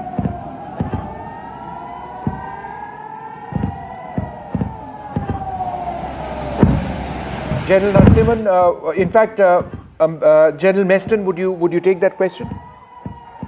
Vishnu, sorry, I was thinking it is targeted at someone else. Can you just repeat, please? No, I just wanted to ask you, General Meston, after tonight and the last few days and the extent of the Pakistani attacks, it's going to be a very long time before things become normal over the frontier. We've never seen anything like this since 1971. And therefore, even when things do eventually de-escalate, I think that relationship with Pakistan, it's gone, essentially, is the point that I'm trying to mention, that we would have a much more potentially volatile boundary between both these countries indefinitely. Vishnu, absolutely right. See, firstly, the way ground realities are going on, I think I'm very clear. Pakistan is not looking for any de-escalation because, see, we have to understand their top leadership, character like Munir. And I totally agree with the ambassador also. He is not looking for any de-escalation. He will rather continue to escalate. And obviously, he is looking for Indian responses. Now, if Indian responses are equally guarded and it's proportionate and non-escalatory, which we are stating, I think then he will get an impression that I can keep doing. I think now the responses, perhaps it should be left to the troops on ground or to the commanders on ground. Now, it perhaps needs to be disproportionate. See, after all, what is the way to tell Munir? Tell Munir as to what India means, because offense is the best form of defense. And therefore, now we have to be more aggressive. We cannot be totally guarded, saying that, proportionate and all these media briefings or those press briefings. That's fine for the international community. I think now the responses or the statement should be fine for the international community, but they should state that the on-ground situation being monitored by the armed forces and they will take appropriate decisions. So this leaves a lot of vagueness and flexibility to the armed forces. But I don't think Munir is looking for any de-escalation. He will continue the way he is, and Indian armed forces under the leadership of Prime Minister, we need to be more bold, more aggressive, because if we keep making these statements, we will be guarded and proportionate. These are not our statements. These are the ones which are being released by the press release. I think then the civilians in India will also start feeling why we are being hame thok rahe hain aur hum kuch nahi kar rahe hain. Yes, we are doing, but now it has to be disproportionate. I'm using the word disproportionate so that it hits them hard from all directions, and things are to our advantage today. Let's not forget that Pakistan Western Front is also bleeding. Balochistan Liberation Army, you have seen the attack, they killed 12 soldiers, and the TTP and Afghan Taliban, they will get more emboldened if we do disproportionate attack. But everything, if it is measured, I think then things may not fold the way it is. And what is their staying capability? See, Pakistan's staying capability, yes, they are not good in terms of numbers, in terms of equipment holding, in terms of fuel, aviation supply. So they may not last long. But now for these 2 days, we have to be striking them so hard, because I was thinking yesterday, the way they targeted 15 our cities, or rather it was airfield, the military bases, we intercepted all their missiles, oblique drones, and shot them down. So I was under the impression that they would not do anything else because they got the message. But here it is today evening, and it's not even midnight. It was just, I think, around 8 o'clock, 9 o'clock, or rather 8. They have gone on quite an onslaught in so many of the areas of northern areas, including southern Jaisalmer and Jalandhar and all. So they are not going to sit back. I am very clear. They will continue, Vishnu, and therefore our strategy should also be very clear. No, now we should not give any escape route to them. A convict or this kind of a personality does not look for a escape route or anything. Now we have to go full throttle the way Israel has done with Hamas. And I think I see a lot of Hamas footprints here. This Pahalgam attack has happened exactly the way our tourists were there. On the tourists, there also it was on the celebrations, and the Hamas guy was here and in February, and I think he has directed all this, and therefore they are also resorting to all these rockets and missiles and everything, and thinking India perhaps they are thinking, because we are a nation, huge nation, doing very well. So they are thinking that India will bow down. No way. We have to this time make Pakistan bow down, and also we have to keep one thing in mind. The situation in Bangladesh and the recent visits of the Pak BGISI, I think that front also I hope we have to be a little cautious, because people can do something from there, the jihadis. So we have to be, I would use the word disproportionate response. Offense is the best defense. And I think the government of India or the Indian Armed Forces perhaps would also go along with this philosophy. The MEA can keep giving any statement for the consumption of the world, but I think on ground we will be doing much more, and I feel all fronts will be activated, including the naval front. Vishnu. All right. All fronts will be activated at this stage. In other news which is coming in, we've got a statement from Twitter. And Twitter becomes important at this juncture, given the concerns which we have for fake news, information which is meant to, give a wrong message for people across India. So X has received executive orders from the Indian government requiring Twitter X to block over 8,000 accounts in India, subject to potential penalties, including significant fines and imprisonment of the company's local employees. The orders include demands to block access in India to accounts belonging to international news organizations and prominent ex-users. So, to comply with the orders, we will withhold the specified accounts in India alone. We have begun that process. However, we disagree with the Indian government's demands. So, this can be another controversy for another day. The fact is that they have to do this right now because of, national security grounds, etc., etc. But they have been asked, and it is important news, to restrict or to curtail several accounts. There is a warlike situation happening, so perhaps that needs to be kept in mind at this stage, but that's something certainly that we'll be looking at very, very closely as well. General Narasimhan, you still with us, sir? I know it's been a long evening, but I'd like to thank all of our guests for being patient and with us as we collectively navigate this space. General Narasimhan, now we've got footage from Jammu. We've been trying to change this footage around. It's a tough question, but I'll ask it. When potentially does India or Pakistan get into a situation where ground forces may be involved, where armor may be involved? We've got a huge front between Punjab, Rajasthan and Gujarat, parts of Jammu as well. So when do you foresee that possibility? You see, at the moment, what has happened is we have only scratched the surface. Only the drones have been used, some missiles have been used. The ground forces have not come into play. The Air Force has not come into play in full. So what I was listening to my friend Sanjay Meston, the thing is that we have just scratched the surface of the whole thing. We need to be prepared. I'm sure all of us are prepared to face whatever we need to do. The thing that we need to do is, are we wanting to escalate? One view is that, Pakistan has done this. They keep repeatedly doing this. Our overtures to Pakistan has not helped. And so we must go full hog. That is Meston's view, which I could hear.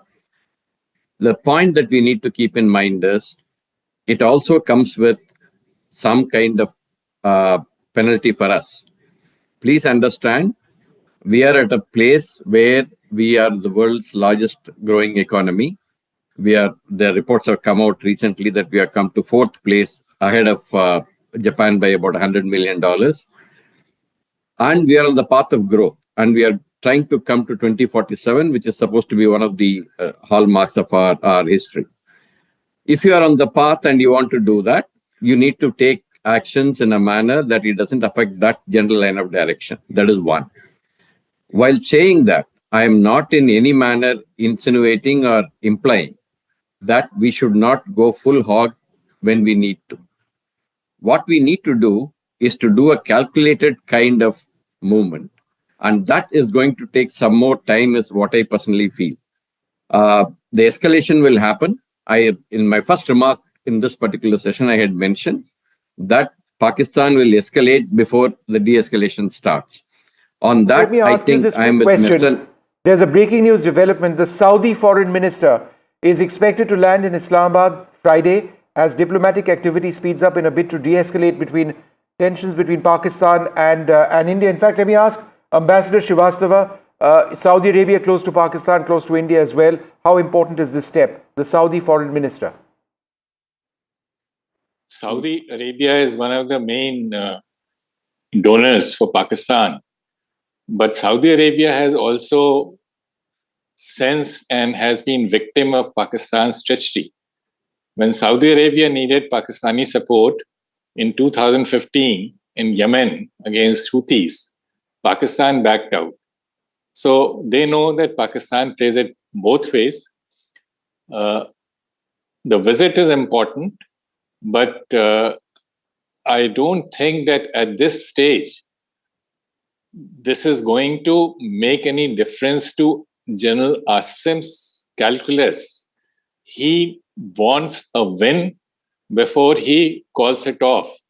And from our point of view, we need escalation dominance. To use a military term, I think my military colleagues will understand it better, but I want to distinguish it from disproportionate response. That is something we must avoid at all costs. I agree with General Narasimhan that we have a long-term objective of India's growth. We have made our point that India can give a befitting reply, which we have given. Now we need to control the situation, and we have to be prepared for some more escalation from Pakistani side. And I want to make one more point. You raised a very interesting question about Pakistan's internal dynamics. It will go beyond the border areas. Every lost war in Pakistan has led to a change in regime. 65 war saw Ayub Khan's demise. There was a time gap, but it was not simply Ayub Khan's demise. The East Pakistan broke away. 71 war led to demise of Yahya regime. This time, it's basically Asim Munir running the show. Shahbaz Sharif is simply, he's simply a face.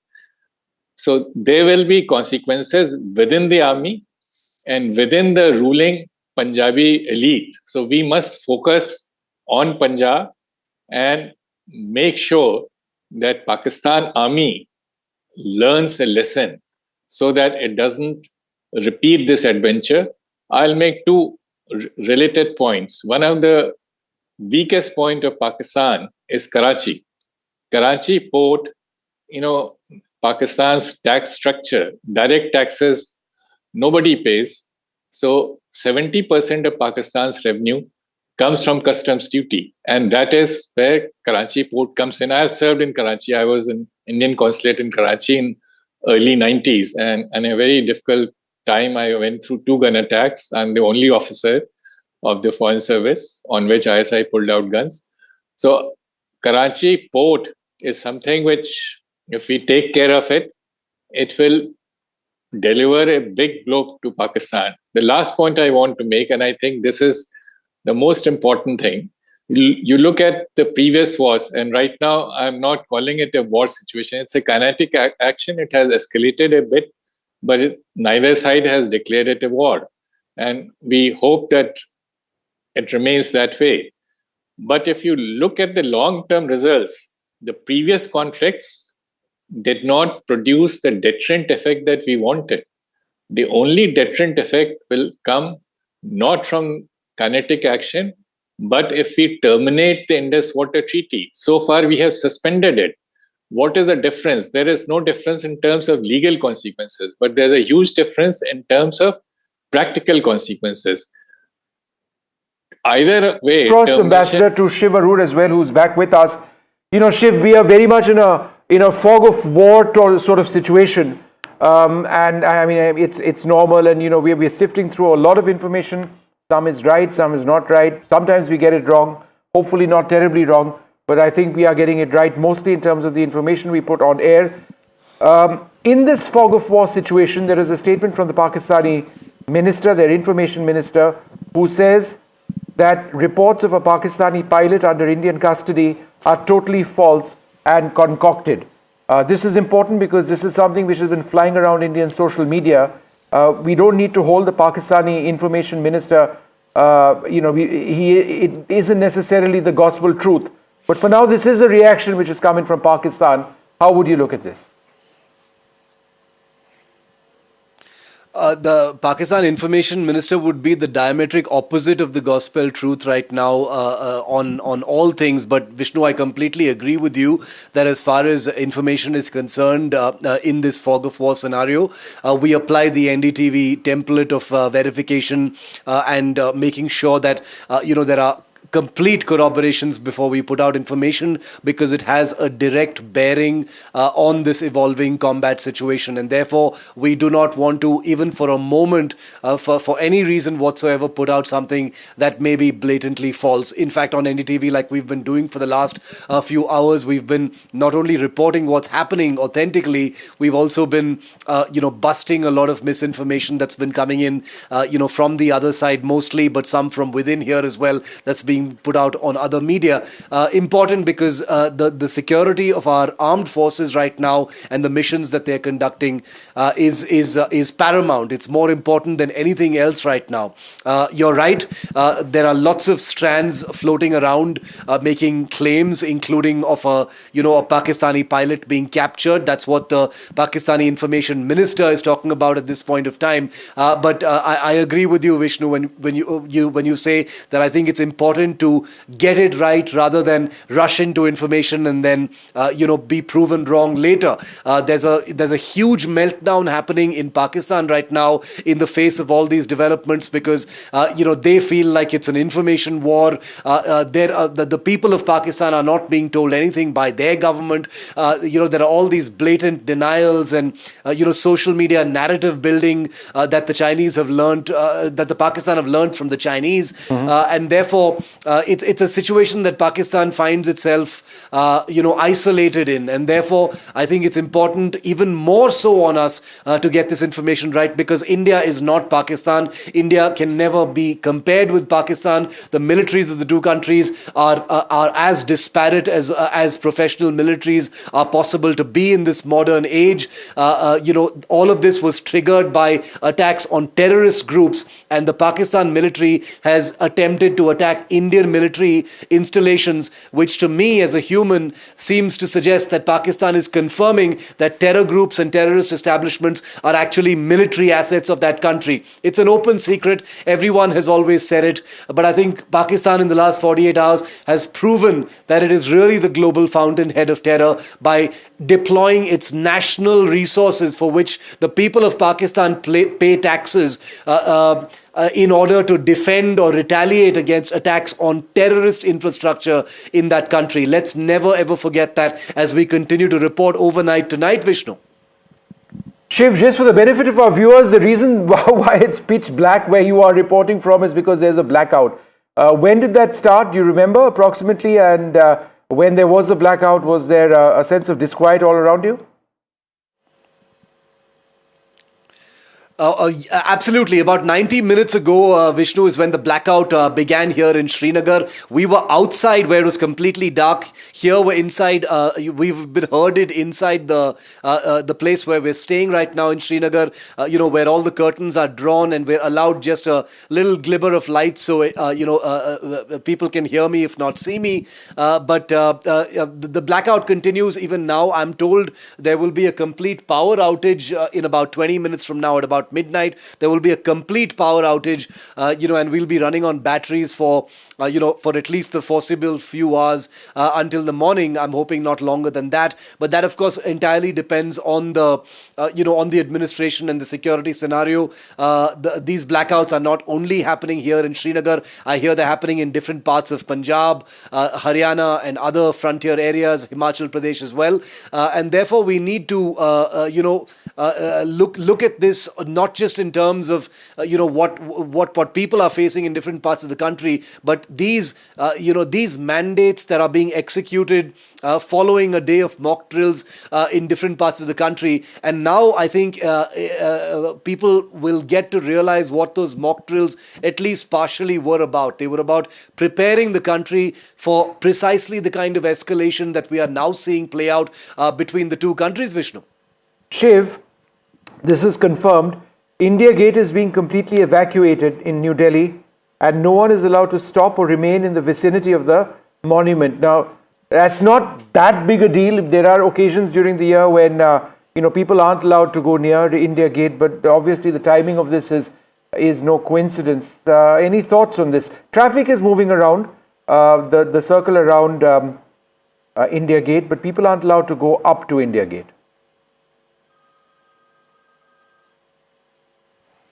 I'm not surprised at all, Vishnu, that, public places are being evacuated. Remember, India Gate late in the night can get quite crowded, especially if it's a cool night. I don't know what the weather is like in Delhi right now. It's very cold in Srinagar. But evacuation of public places where large numbers of people congregate is probably sort of a playbook protocol at this point of time. The administration wants to be able to manage open spaces, public spaces where people gather in large numbers.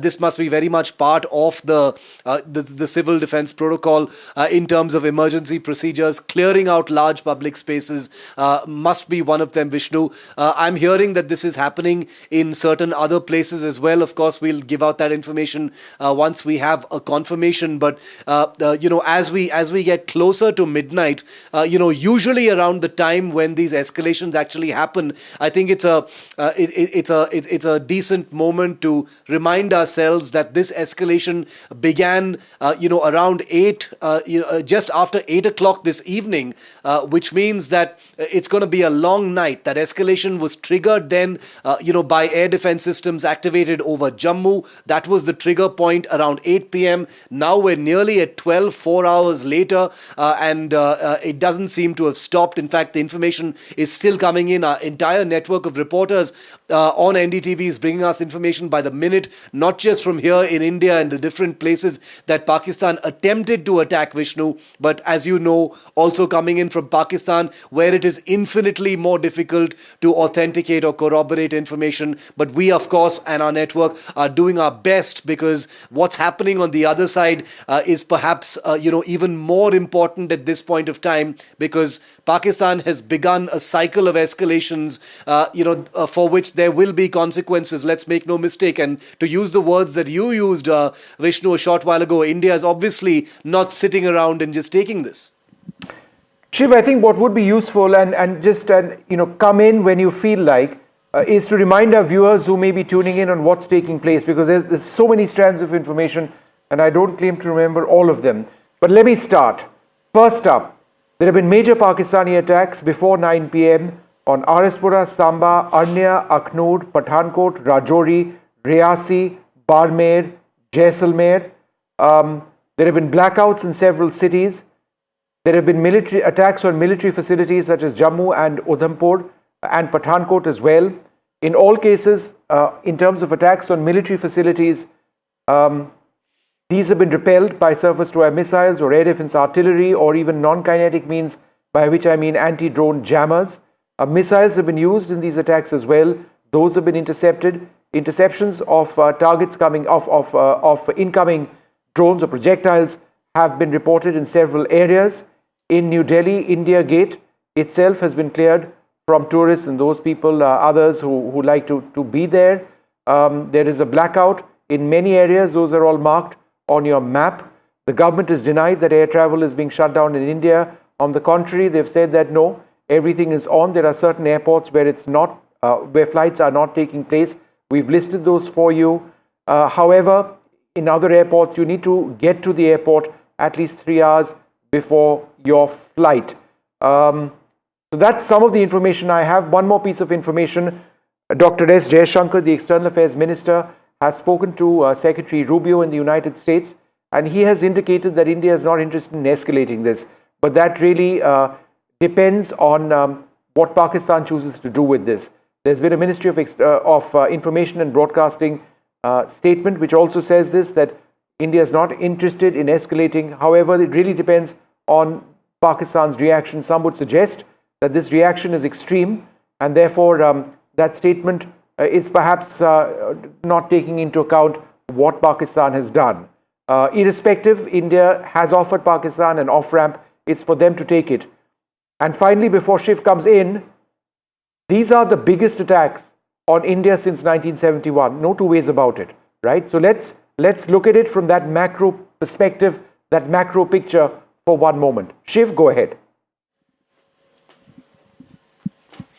Vishnu, I just got a message from a friend of mine in the armed forces who said that the evacuation from the India Gate is very much in keeping with emergency procedures because of proximity to North and South blocks. So basically, that's what that protocol is that we've seen at India Gate. So I wanted to obviously clarify that for our viewers, and thanks to the my soldier friend who's just sent me that information. It's standard operating procedure for all public areas in and around the North and South block area, Raisina Hill, to be completely cleared of people. So I just wanted to put that in, Vishnu.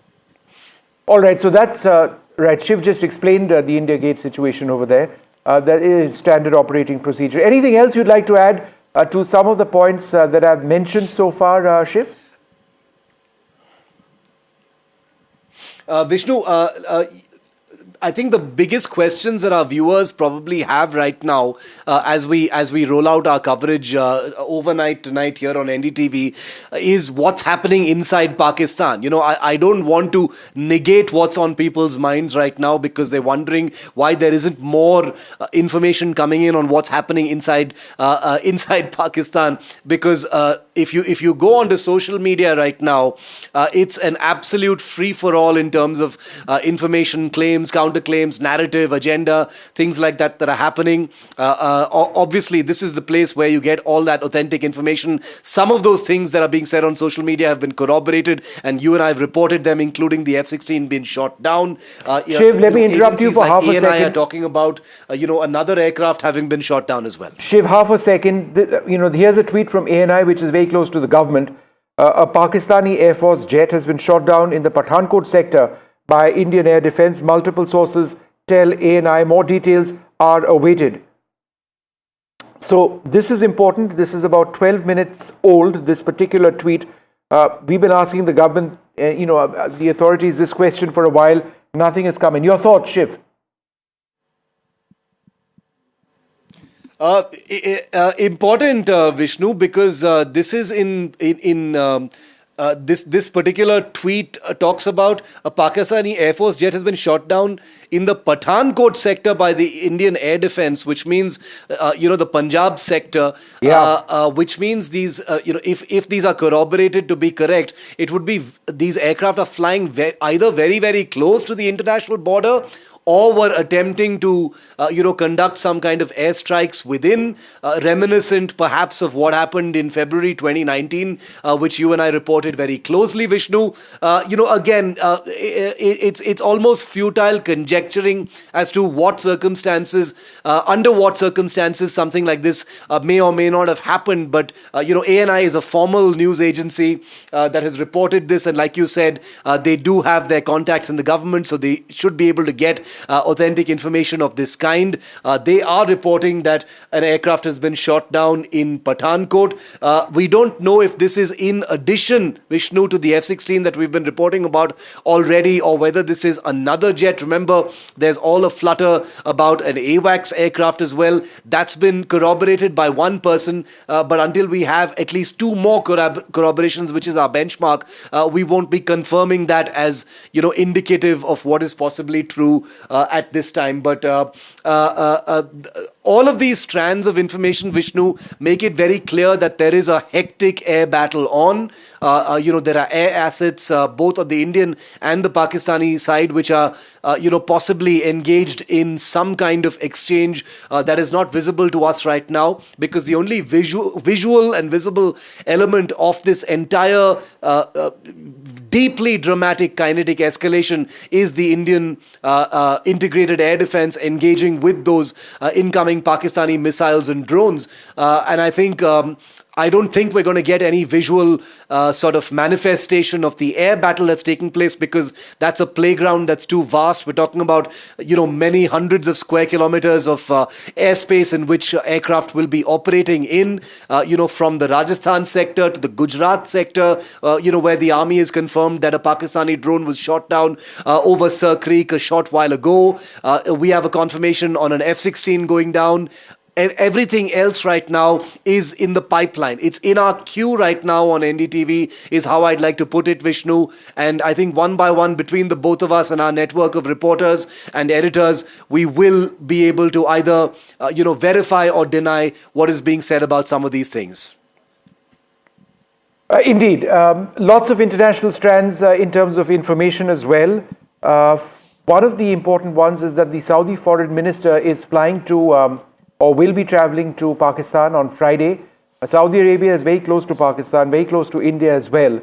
There would presumably be conversation on de-escalation. India has always said that this is something between India and Pakistan. It's a bilateral issue. It needs to be sorted out between both these countries. We don't need a third party per se to intervene. However, there have been offers of assistance, for example, from the United States.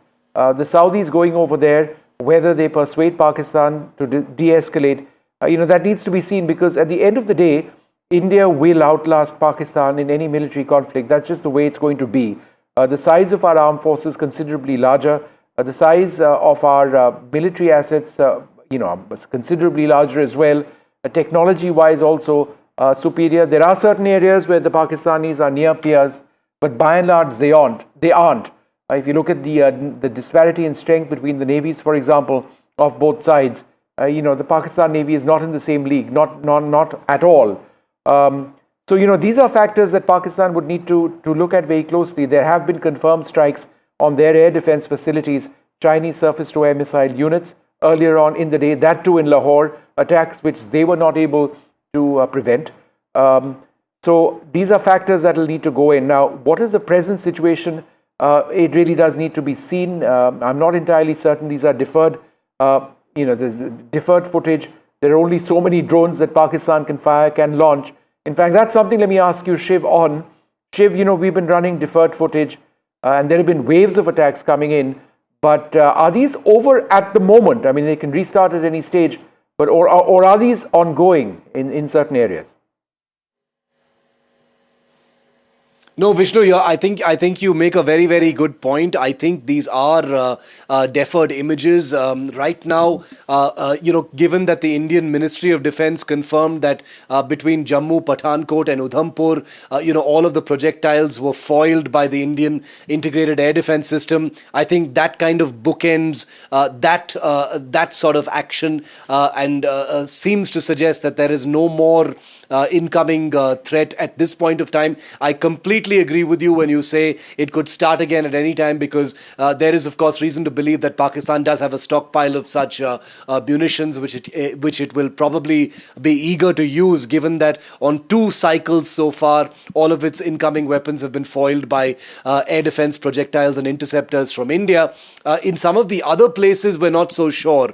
We've been talking about Samba and Jaisalmer and certain other places. Gwalior was apparently, a place that was being looked at as a possible target by Pakistan.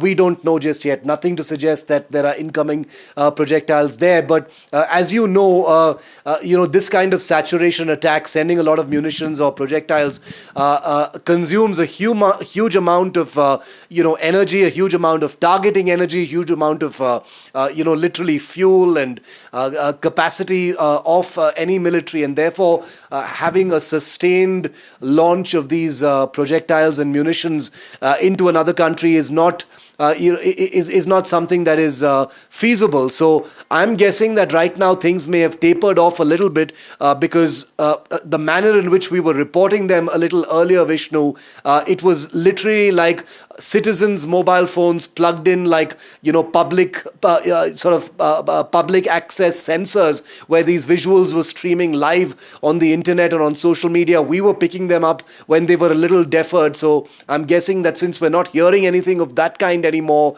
those things may have quietened down for just a moment. But I agree with you when you say that it could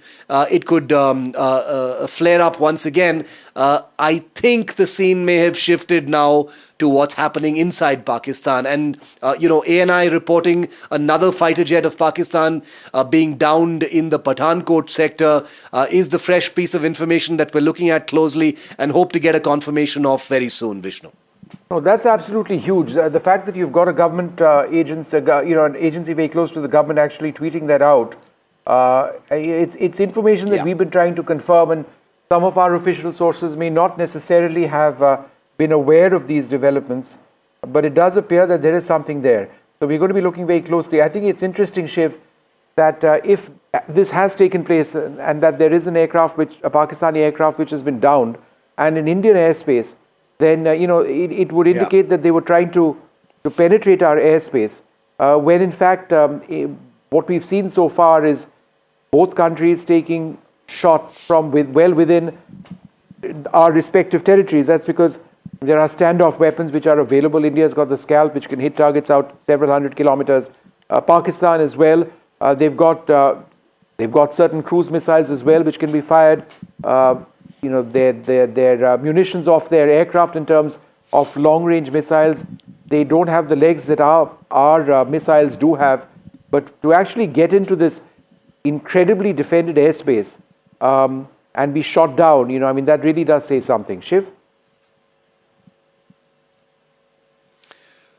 100% agree with that assessment, Vishnu. We do know an F-16 has been downed.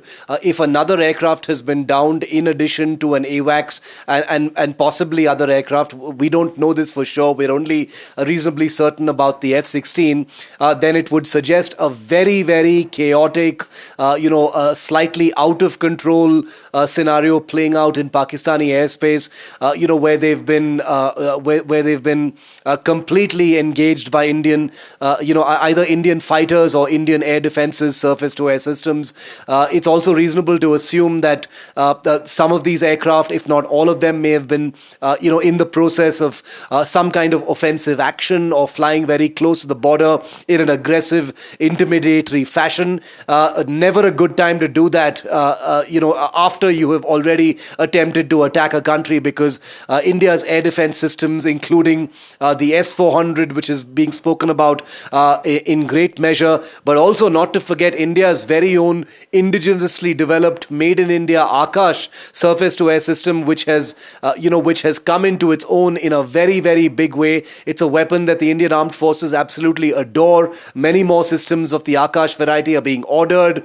We've got the Israeli Spider systems as well, which have been kicking into action, I presume, in some of these integrated air defense engagements. And therefore, something that you had said earlier today, Vishnu, I think defines what we're seeing in huge measure, which is this is probably one of the most epic air battles, sustained air battles that we are seeing play out in phases over the last 36 hours or so. I don't think I remember seeing anything of this kind in any recent conflict. We haven't seen it, Vishnu. No, we haven't. We've not seen it since 1971. And what strikes me is not the number of drones coming in or the number of missiles being fired, but the extent of the frontage where the Pakistanis are attacking. So we'll go back to using that word which we've been using, I think, accurately, that it's a war-like situation. We aren't calling it a war because there hasn't been a move of tanks. In fact, that's been denied by our army sources. They've said that there has been no move of tanks, so this isn't a land battle, as it were. We don't know about what's happening with the Navy. No confirmation on that front either. But never since 1971, think about it, has there been anything close to the frontage that we are seeing and the extent of the attempts by Pakistan to hit India. Now, it is important to remember the sequence of events. The sequence of events after the Pahalgam attack yesterday or overnight, India struck terror targets in Pakistan. We struck terror targets in Pakistan. We were looking to get terror targets. We were not looking to hit civilian areas. We were not looking to hit military targets either. Those strikes were extremely successful. That was verified not just by footage on the ground, but satellite imagery, which we also brought our viewers, which showed that targets in Muridke, targets in Bahawalpur and elsewhere, Lashkar-e-Toiba camps, Jaish-e-Mohammed camps, these were all destroyed as a result of multiple strikes, whether these were cruise missiles or drones or suicide drones. All sorts of munition was used. Pakistan then responded. They reacted in their first phase of attacks, where they tried to hit Indian targets this morning. And there were at least 15 Indian areas, Indian cities or towns or centers which were targeted. And India repulsed that attack. And then we responded with our own drones, suicide drones, and the Harop drone, which is an Israeli system, was certainly one of those systems which was used. And we did have a great deal of success when one of the drones or a few of the drones did manage to take out a Pakistani surface-to-air missile unit in Lahore. What you are now seeing on your screen is video of Pakistan's response to that, which took place this evening before 9 p.m. this evening. It's not happening right now because this is deferred footage. We don't really know whether these attacks are still ongoing in some parts of our country. Remember, there's a blackout in many areas. But what you are seeing is video of Pakistan's response to that. I think the question that Shiva asks is important. Is India just hanging around and soaking up these strikes, or are we looking to engage the Pakistanis as well? Some would suggest that perhaps we have done that, or we are doing that, or we may do that subsequently. But again, each consecutive strike means that escalation is going up from one step to the next. In all of this, there is an effort at diplomacy being played out. Marco Rubio, the Secretary of State in the United States, and External Affairs Minister Dr. S. Jaishankar have spoken. The Americans have offered to be, I wouldn't use the word mediator, but certainly try. They have encouraged both India and Pakistan to de-escalate. India seems to have conveyed to several countries, including the US, that it is our interest or it is our view that things need to be de-escalated, but it does really depend on Pakistan, which really does bring us to the larger question on whether the leadership in Pakistan is rational. I mean, what exactly do they intend to do in carrying out attacks like this, and how long can they sustain it? India is larger economically. India is more well armed. They are very skilled in certain areas, near parity in certain areas, but the sense is that overall they wouldn't be able to sustain an assault against India at the scale that they are doing. So would they in fact be using or expending a lot of their munitions at this stage? Would they be able to sustain this for days, if not weeks? It seems terribly unlikely, which is why I would suggest that meeting tomorrow with the the Saudi foreign minister, who's a close friend of Pakistan's and a close friend of India's, is important, particularly if he gets Pakistan to dial down the tensions that we are seeing. I was, of course, referring to General Asim Munir when I was making that point on or raising the question on whether Pakistan's leadership is rational.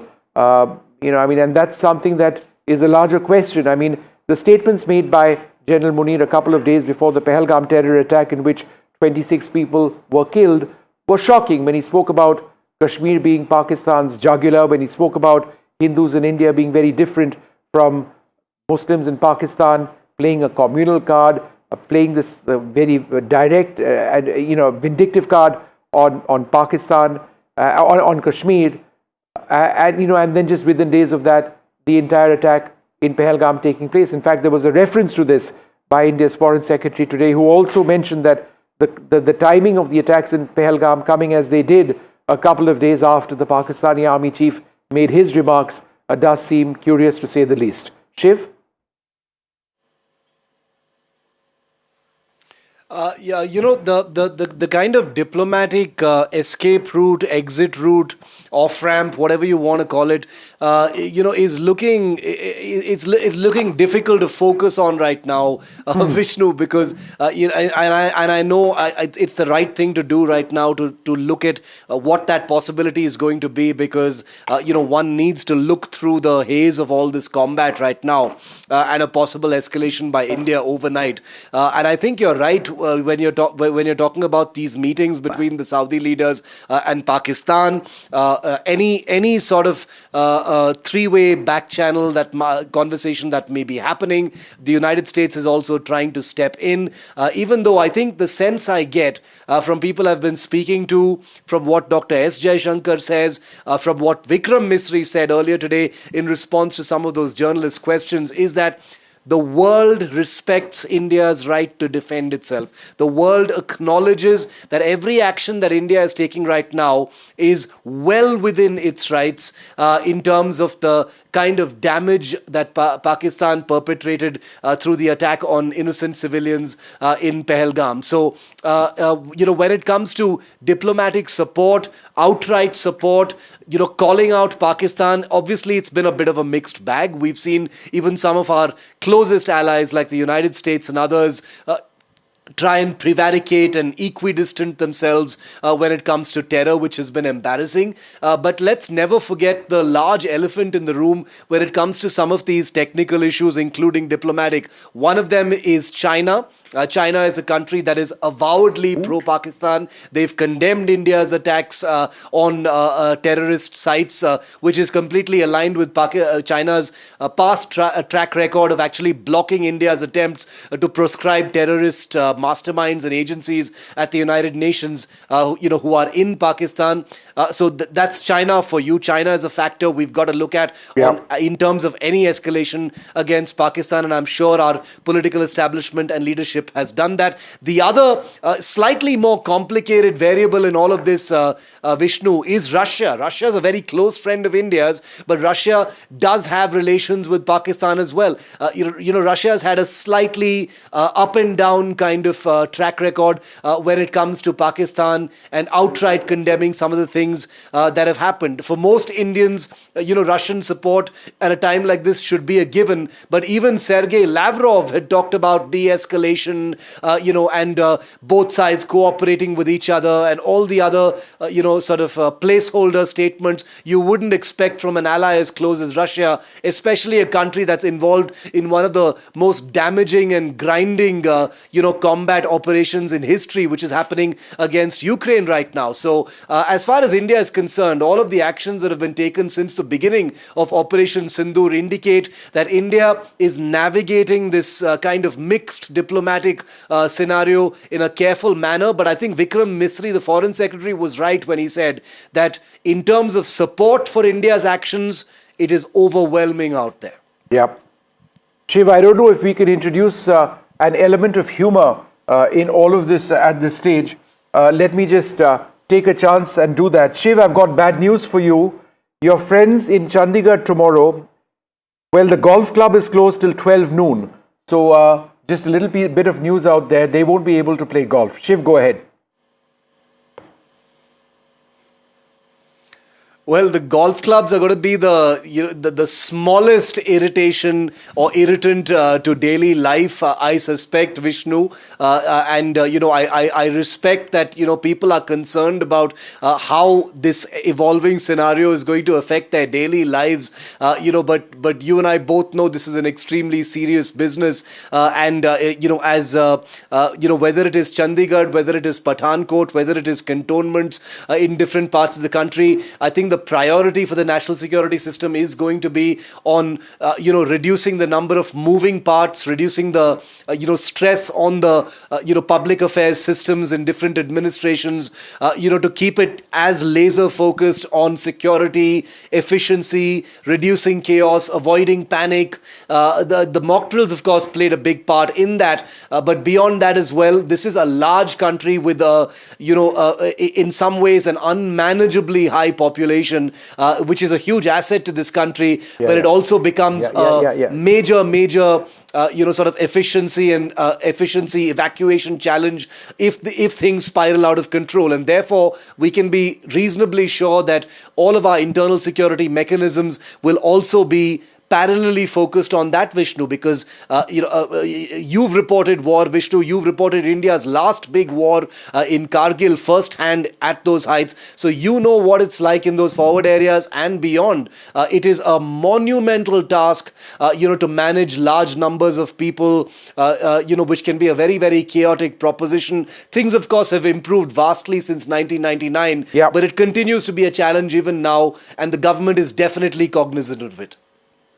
There's this bizarre piece of news which has come in, the fact that it comes from the Pakistani, a statement by the Pakistani government, and I'll read it out, is that the government of Pakistan categorically rejects the baseless and irresponsible allegations propagated by the Indian media, the media always, of course, attacked, accusing Pakistan of launching attacks on Pathankot, Jaisalmer and Srinagar.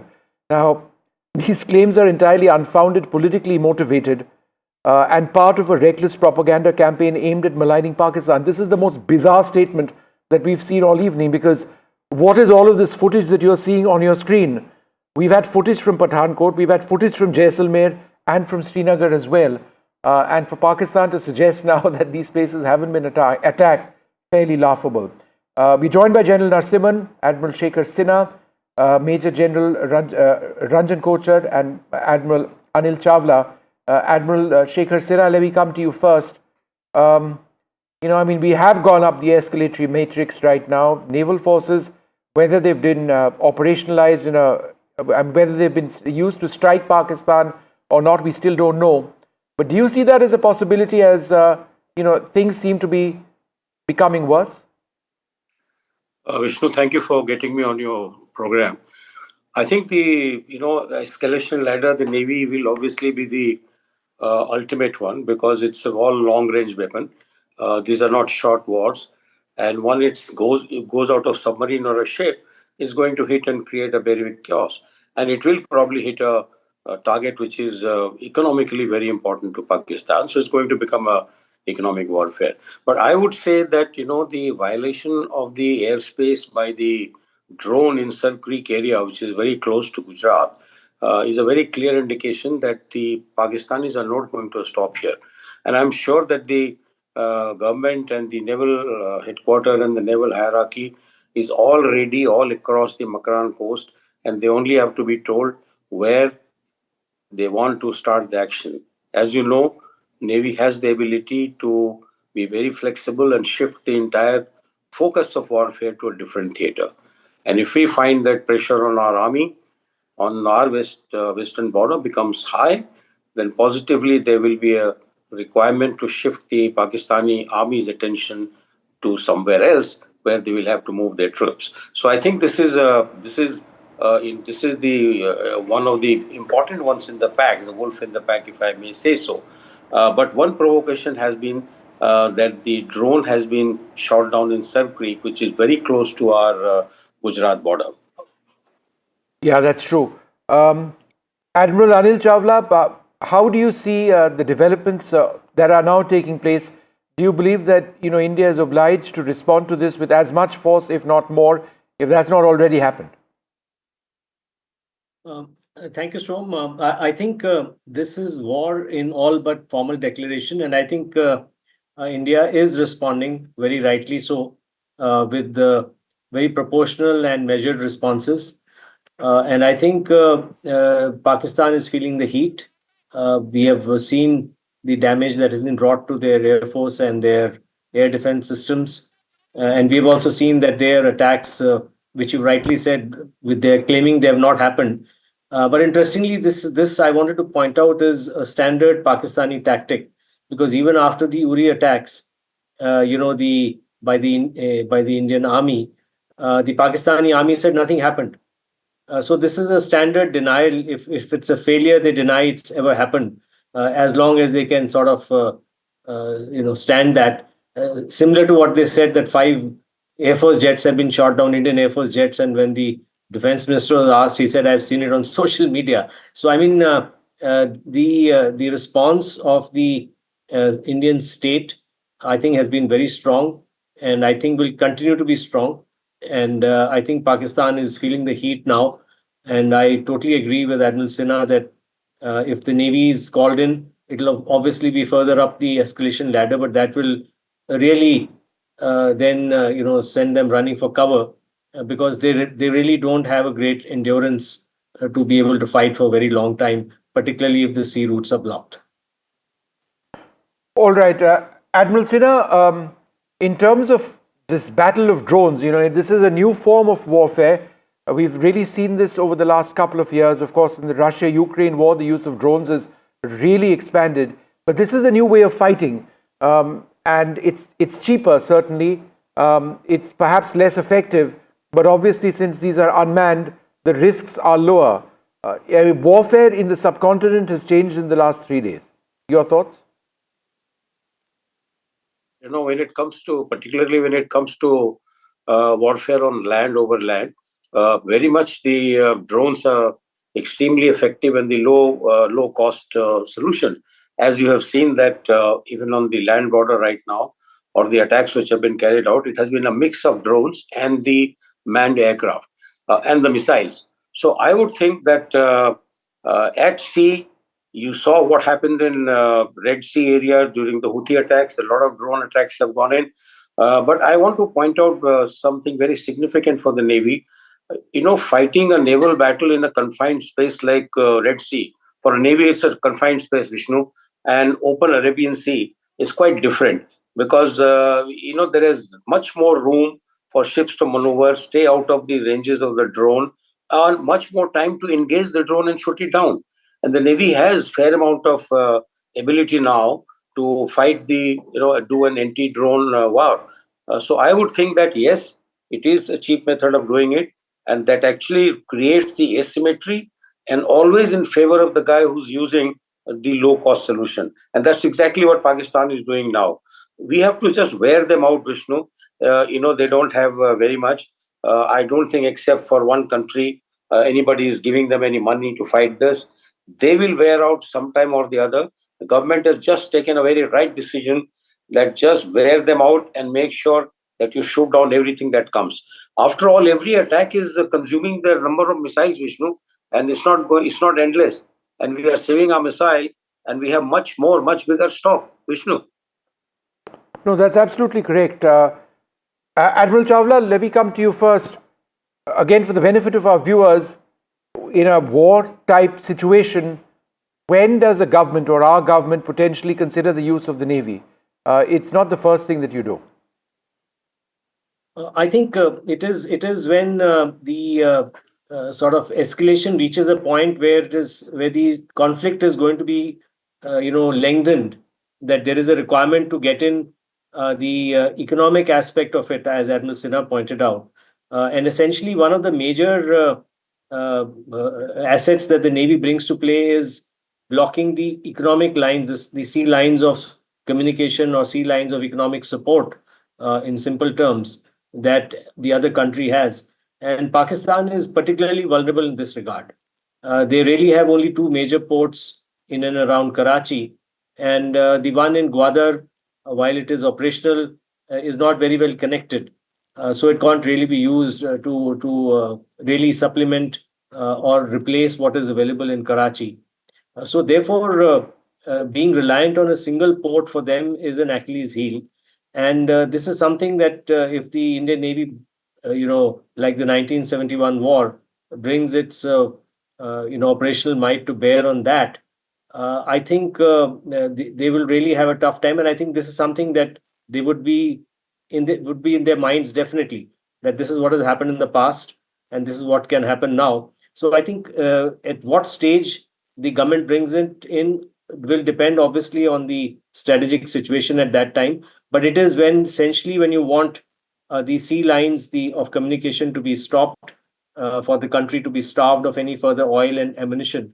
And as I brought out earlier, and as Admiral Sinha mentioned, they don't have any great stockpiles. We are aware of that. And most of the missiles and the drones that they are sending across are being shot down. And as such, drones are largely a tactical weapon. They're very effective tactically, but they are not really of any great strategic impact. So therefore, I think it will be up to the government when to bring the Navy in.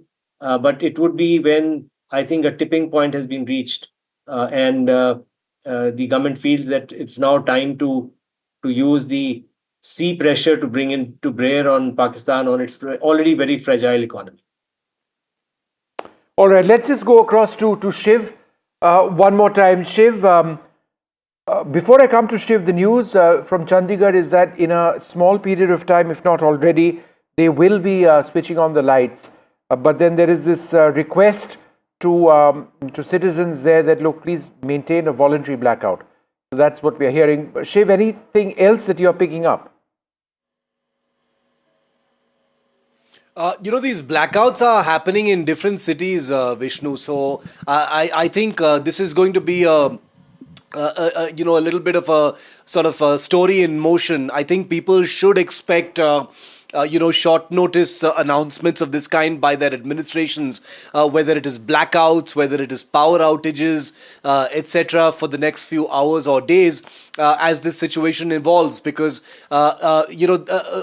just a couple of hours ago, we were in the middle of reporting a very, very high voltage confrontation between India and Pakistan, missiles, drones, air defense systems being used, the line of control being lit up with artillery, etc. I've just got information from our contact in the Uri sector that there have been some injuries and possibly some casualties on the Indian side, from shelling by the Pakistan side. Civilians I'm talking about, not military. So this kind of thing is going to happen, Vishnu. Whether it is Chandigarh, whether it is Amritsar, whether it is Jalandhar, Avantipura, Adampur, Kapurthala, all of the cities that were on that list that the Indian Ministry of Defence put out in its statement as having been defended by integrated air defence, but also other cities. We're talking about places in Rajasthan, we're talking about places in Gujarat. All of these places will fall under that national security umbrella right now, as being places of interest, if I can use that phrase, in terms of what Pakistan is attempting to do. They're looking to, get their weapons to wreak some kind of damage in some kind of high-profile location, and that's perhaps the reason why we're seeing, evacuations from public places, sanitization of some areas. This is where all that practice actually comes into effect. The fact that those mock drills haven't happened since 1971 is obviously something that would have borne down on the establishment's mind very deeply. But this is where that starts making its money as well, and that starts paying off in terms of reducing public panic, avoiding chaos, increasing efficiency of administrative services in getting people to safety, should the balloon go up even further than it already has, Vishnu. All right, Shiv. Again, for the benefit of our viewers, the footage that you see on your screens, and again, this is all deferred footage. Let's get the locations of these areas out, please. I think it's Jammu, and there are several other areas. People have been sending in footage to us, telling us that of what they are seeing, what they are hearing. This was earlier in the evening. 2 different areas, Jammu and in Aknoor. The blasts, the explosions are of surface-to-air missiles engaging incoming Pakistani projectiles, whether they're drones or they are missiles, we don't know. There have been at least 3 Indian military stations which have been attacked: Udhampur, Jammu and Pathankot. The attacks over there have been repelled through kinetic means and non-kinetic means, which basically means jammers. There have been attacks in Aknoor as well, which have taken place. I think, Admiral Chawla, it would be interesting for you to reflect on the point that these are the biggest air attacks that we've seen on India since the 1971 war. And it works the other way as well. Pakistan, we've hit Pakistan harder than we ever have by way of air attacks since the 1971 war. That's how big all of this is. Absolutely. As I mentioned in the beginning, this is war and anything else but a formal declaration. And that normally does not come in today's world. So I think it is also a test of the nation's will. I think India is a very strong country today, even compared to the victory in 1971, in every sense, in the sense of the comprehensive national power. It's a very, very strong country. The leadership is extremely strong. And I think with this kind of strength that we have, Pakistan should be very wary. And I think that's what they're trying to do, because when you see their statements on television, even the ISPR, they keep talking about this peace, something like Bagal mein chura aur muh mein ram ram sort of thing. But they're trying to keep emphasize that, so they are essentially looking for a way out of this. If they don't get a face-saving way out, obviously the Pakistani army in particular and the Pakistani army chief will have a big loss of face and may not be able to sustain his position. Already, if you remember, just a short time back, the army had suffered a massive blow when the corps commanders' houses, etc., in Karachi and in Lahore were attacked and ransacked. And there was this internal division within the military as well. They're also getting hammered very badly in Balochistan. And they're having a tough time on the Afghan border and in FATA as well. So all in all, I think they have bitten off more they can chew. And when one analyzes the public statements that are coming out from their official channels, not the YouTube videos that one sees, it is quite evident that they are trying to wriggle out of this. But the pressure on them from their backers is such that, and their own self-image is such that, they want some way out of this, which I don't think they're going to get this time. They will have to back out themselves from the situation that they have created. All right, Admiral Chawla and Admiral Sinha, be with us, Shiv as well. I'm going to take a break. I'm joined by my colleague Kitty. It's going to be a long night potentially for a lot of concerned people across the country. The situation is somewhat calmer now than it was a little while back.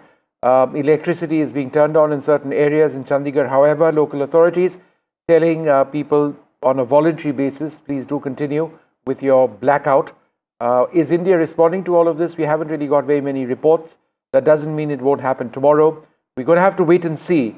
We're going to take a short break at this stage and come back with more. All right, the situation continues to remain tense along the Indian borders after Pakistan attempted to target military installations in Jammu, Udhampur, Pathankot. These attacks were foiled by India and India responded effectively. Army had confirmed that the military stations at Jammu, Udhampur, Pathankot, which are in proximity to the international boundary in Jammu Kashmir, were targeted by Pakistan using missiles and drones, but no losses were reported, and Indian armed forces confirmed that the threat was neutralized. At this point in time, we understand, the Ministry of Defence had said that the Pakistani military attempted to engage military targets in other places that also included Chandigarh, Bathinda, Udhampur as well. However, these attempts were foiled by the forces. There is, of course, total blackout in border areas at this point in time. These visuals coming in from Jammu, Jaisalmer, Aknoor and other areas from Jammu Kashmir, we understand also Pathankot, total blackout in these areas as Pakistan also fired at least 8 missiles in these areas across Jammu Kashmir that were intercepted and all destroyed Also, there is confirmation that in Pak, F-16 jet was shot down. A JF-17 fighter jet was also shot down by the Indian surface-to-air missiles. Well, this was the confirmation that came in from the army earlier. Pakistan also itself admitted that its jets were shot down. So far, we had this confirmation that a JF-17 was shot down, as well as a Pak F-16 jet was shot down. Remember, this retaliation by the Indian forces comes after Pakistan's provocations. The Indian Foreign Secretary Vikram Misri earlier, while he was addressing the media in the evening, had made it clear that India is only going to attack, India is only going to retaliate if Pakistan doesn't mend its ways, if Pakistan chooses to attack us. And this is what has happened. A big escalation by Pakistan that targeted military bases in Jammu, Udhampur and Pathankot in India, and India managed to foil this attempt by Pakistan. But at this point in time, it looks like there is no stopping anytime soon. This is going to continue for some time at least, unless and until Pakistan decides to stop, unless and until Pakistan decides that it can't really go ahead. As so far we understand, Pakistan doesn't really also have that kind of military power that exists with India. I mean, there is no comparison between India and Pakistan when it comes to the military prowess. But this is the latest information that's coming in. 2 Pak jets, 1 F-16, 1 JF-17 have been shot down. The Pak airborne warning and control system, that Pak AVAX, has also been shot down.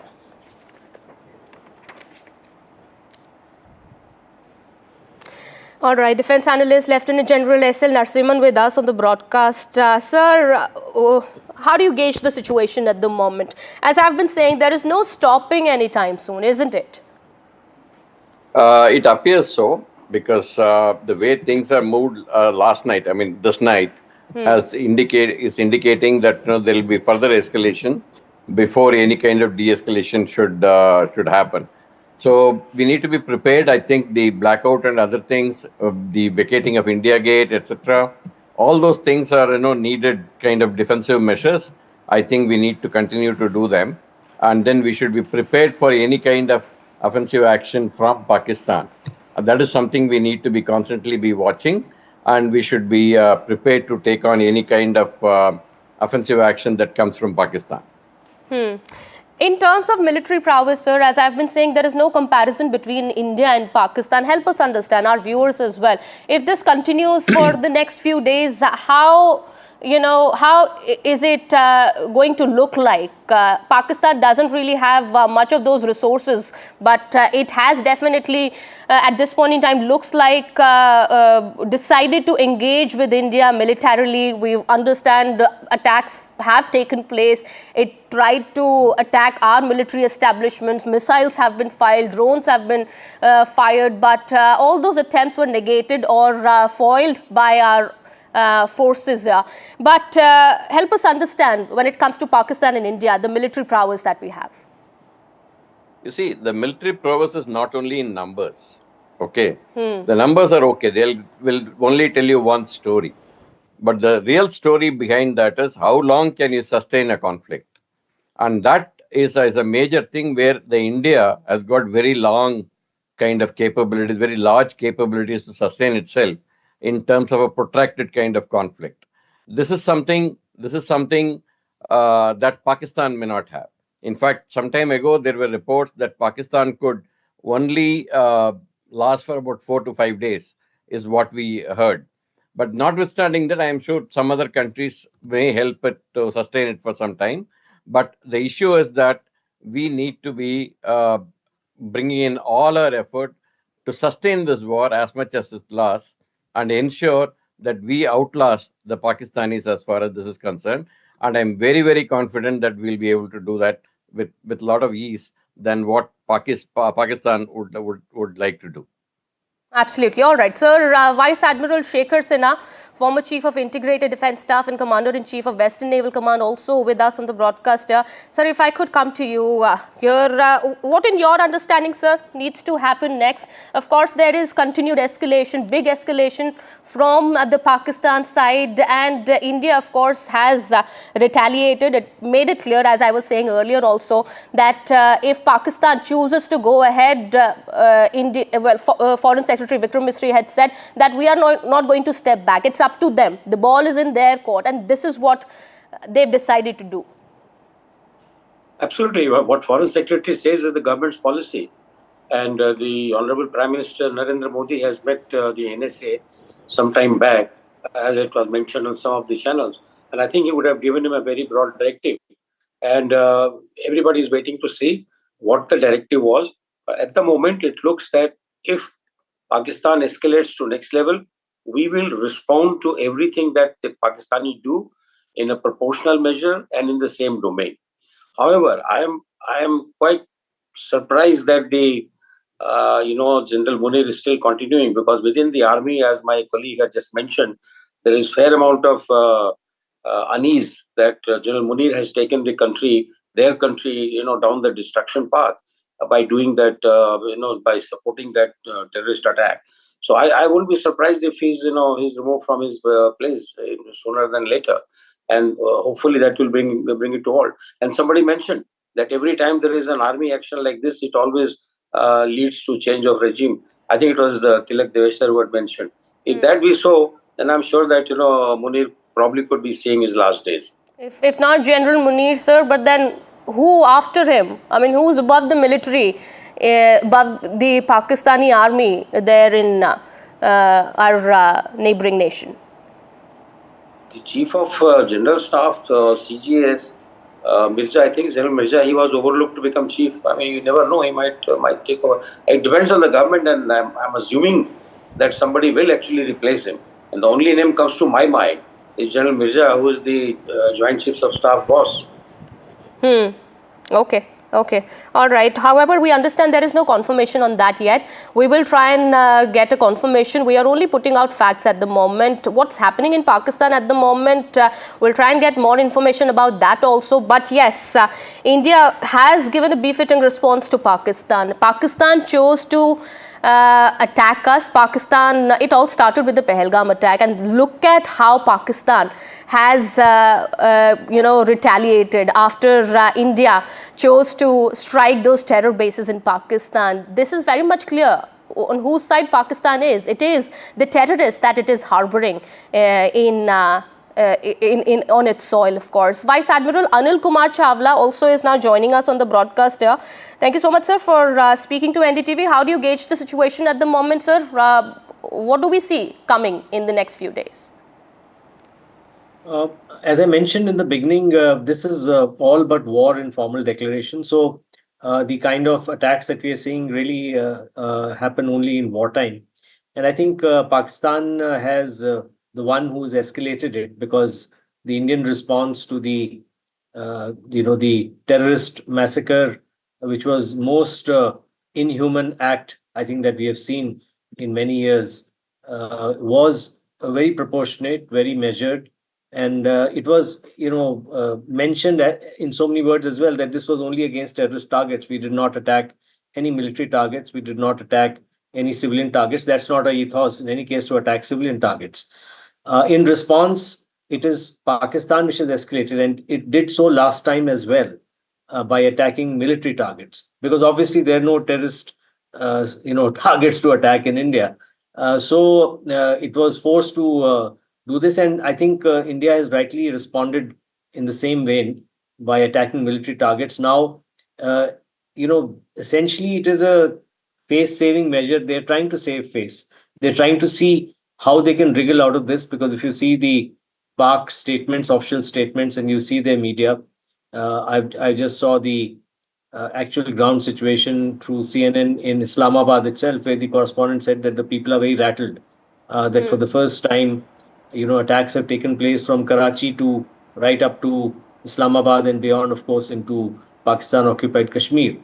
So I think this kind of situation is something which Pakistan cannot sustain. India can. Obviously, no country can sustain or should need to sustain such a situation for a very long time. But I think they are trying to find some face-saving way out. And I suspect, as in the past, they will look for a mediation and they will say, okay, now in the current situation, the United States is really preoccupied with other things, though it has stepped in recently in the last day or so. Yes. But it has its own sort of preoccupations with the tariff and the other issues that are internally going on in the United States. And there's really no other country which can mediate in that manner as the United States. So, Pakistan is in a hard spot. Its main sponsor, that is China, is unwilling to help. China can only give them verbal assurances and maybe provide them with some arms and ammunition. But sir, so US is in a wait and watch mode at this point in time?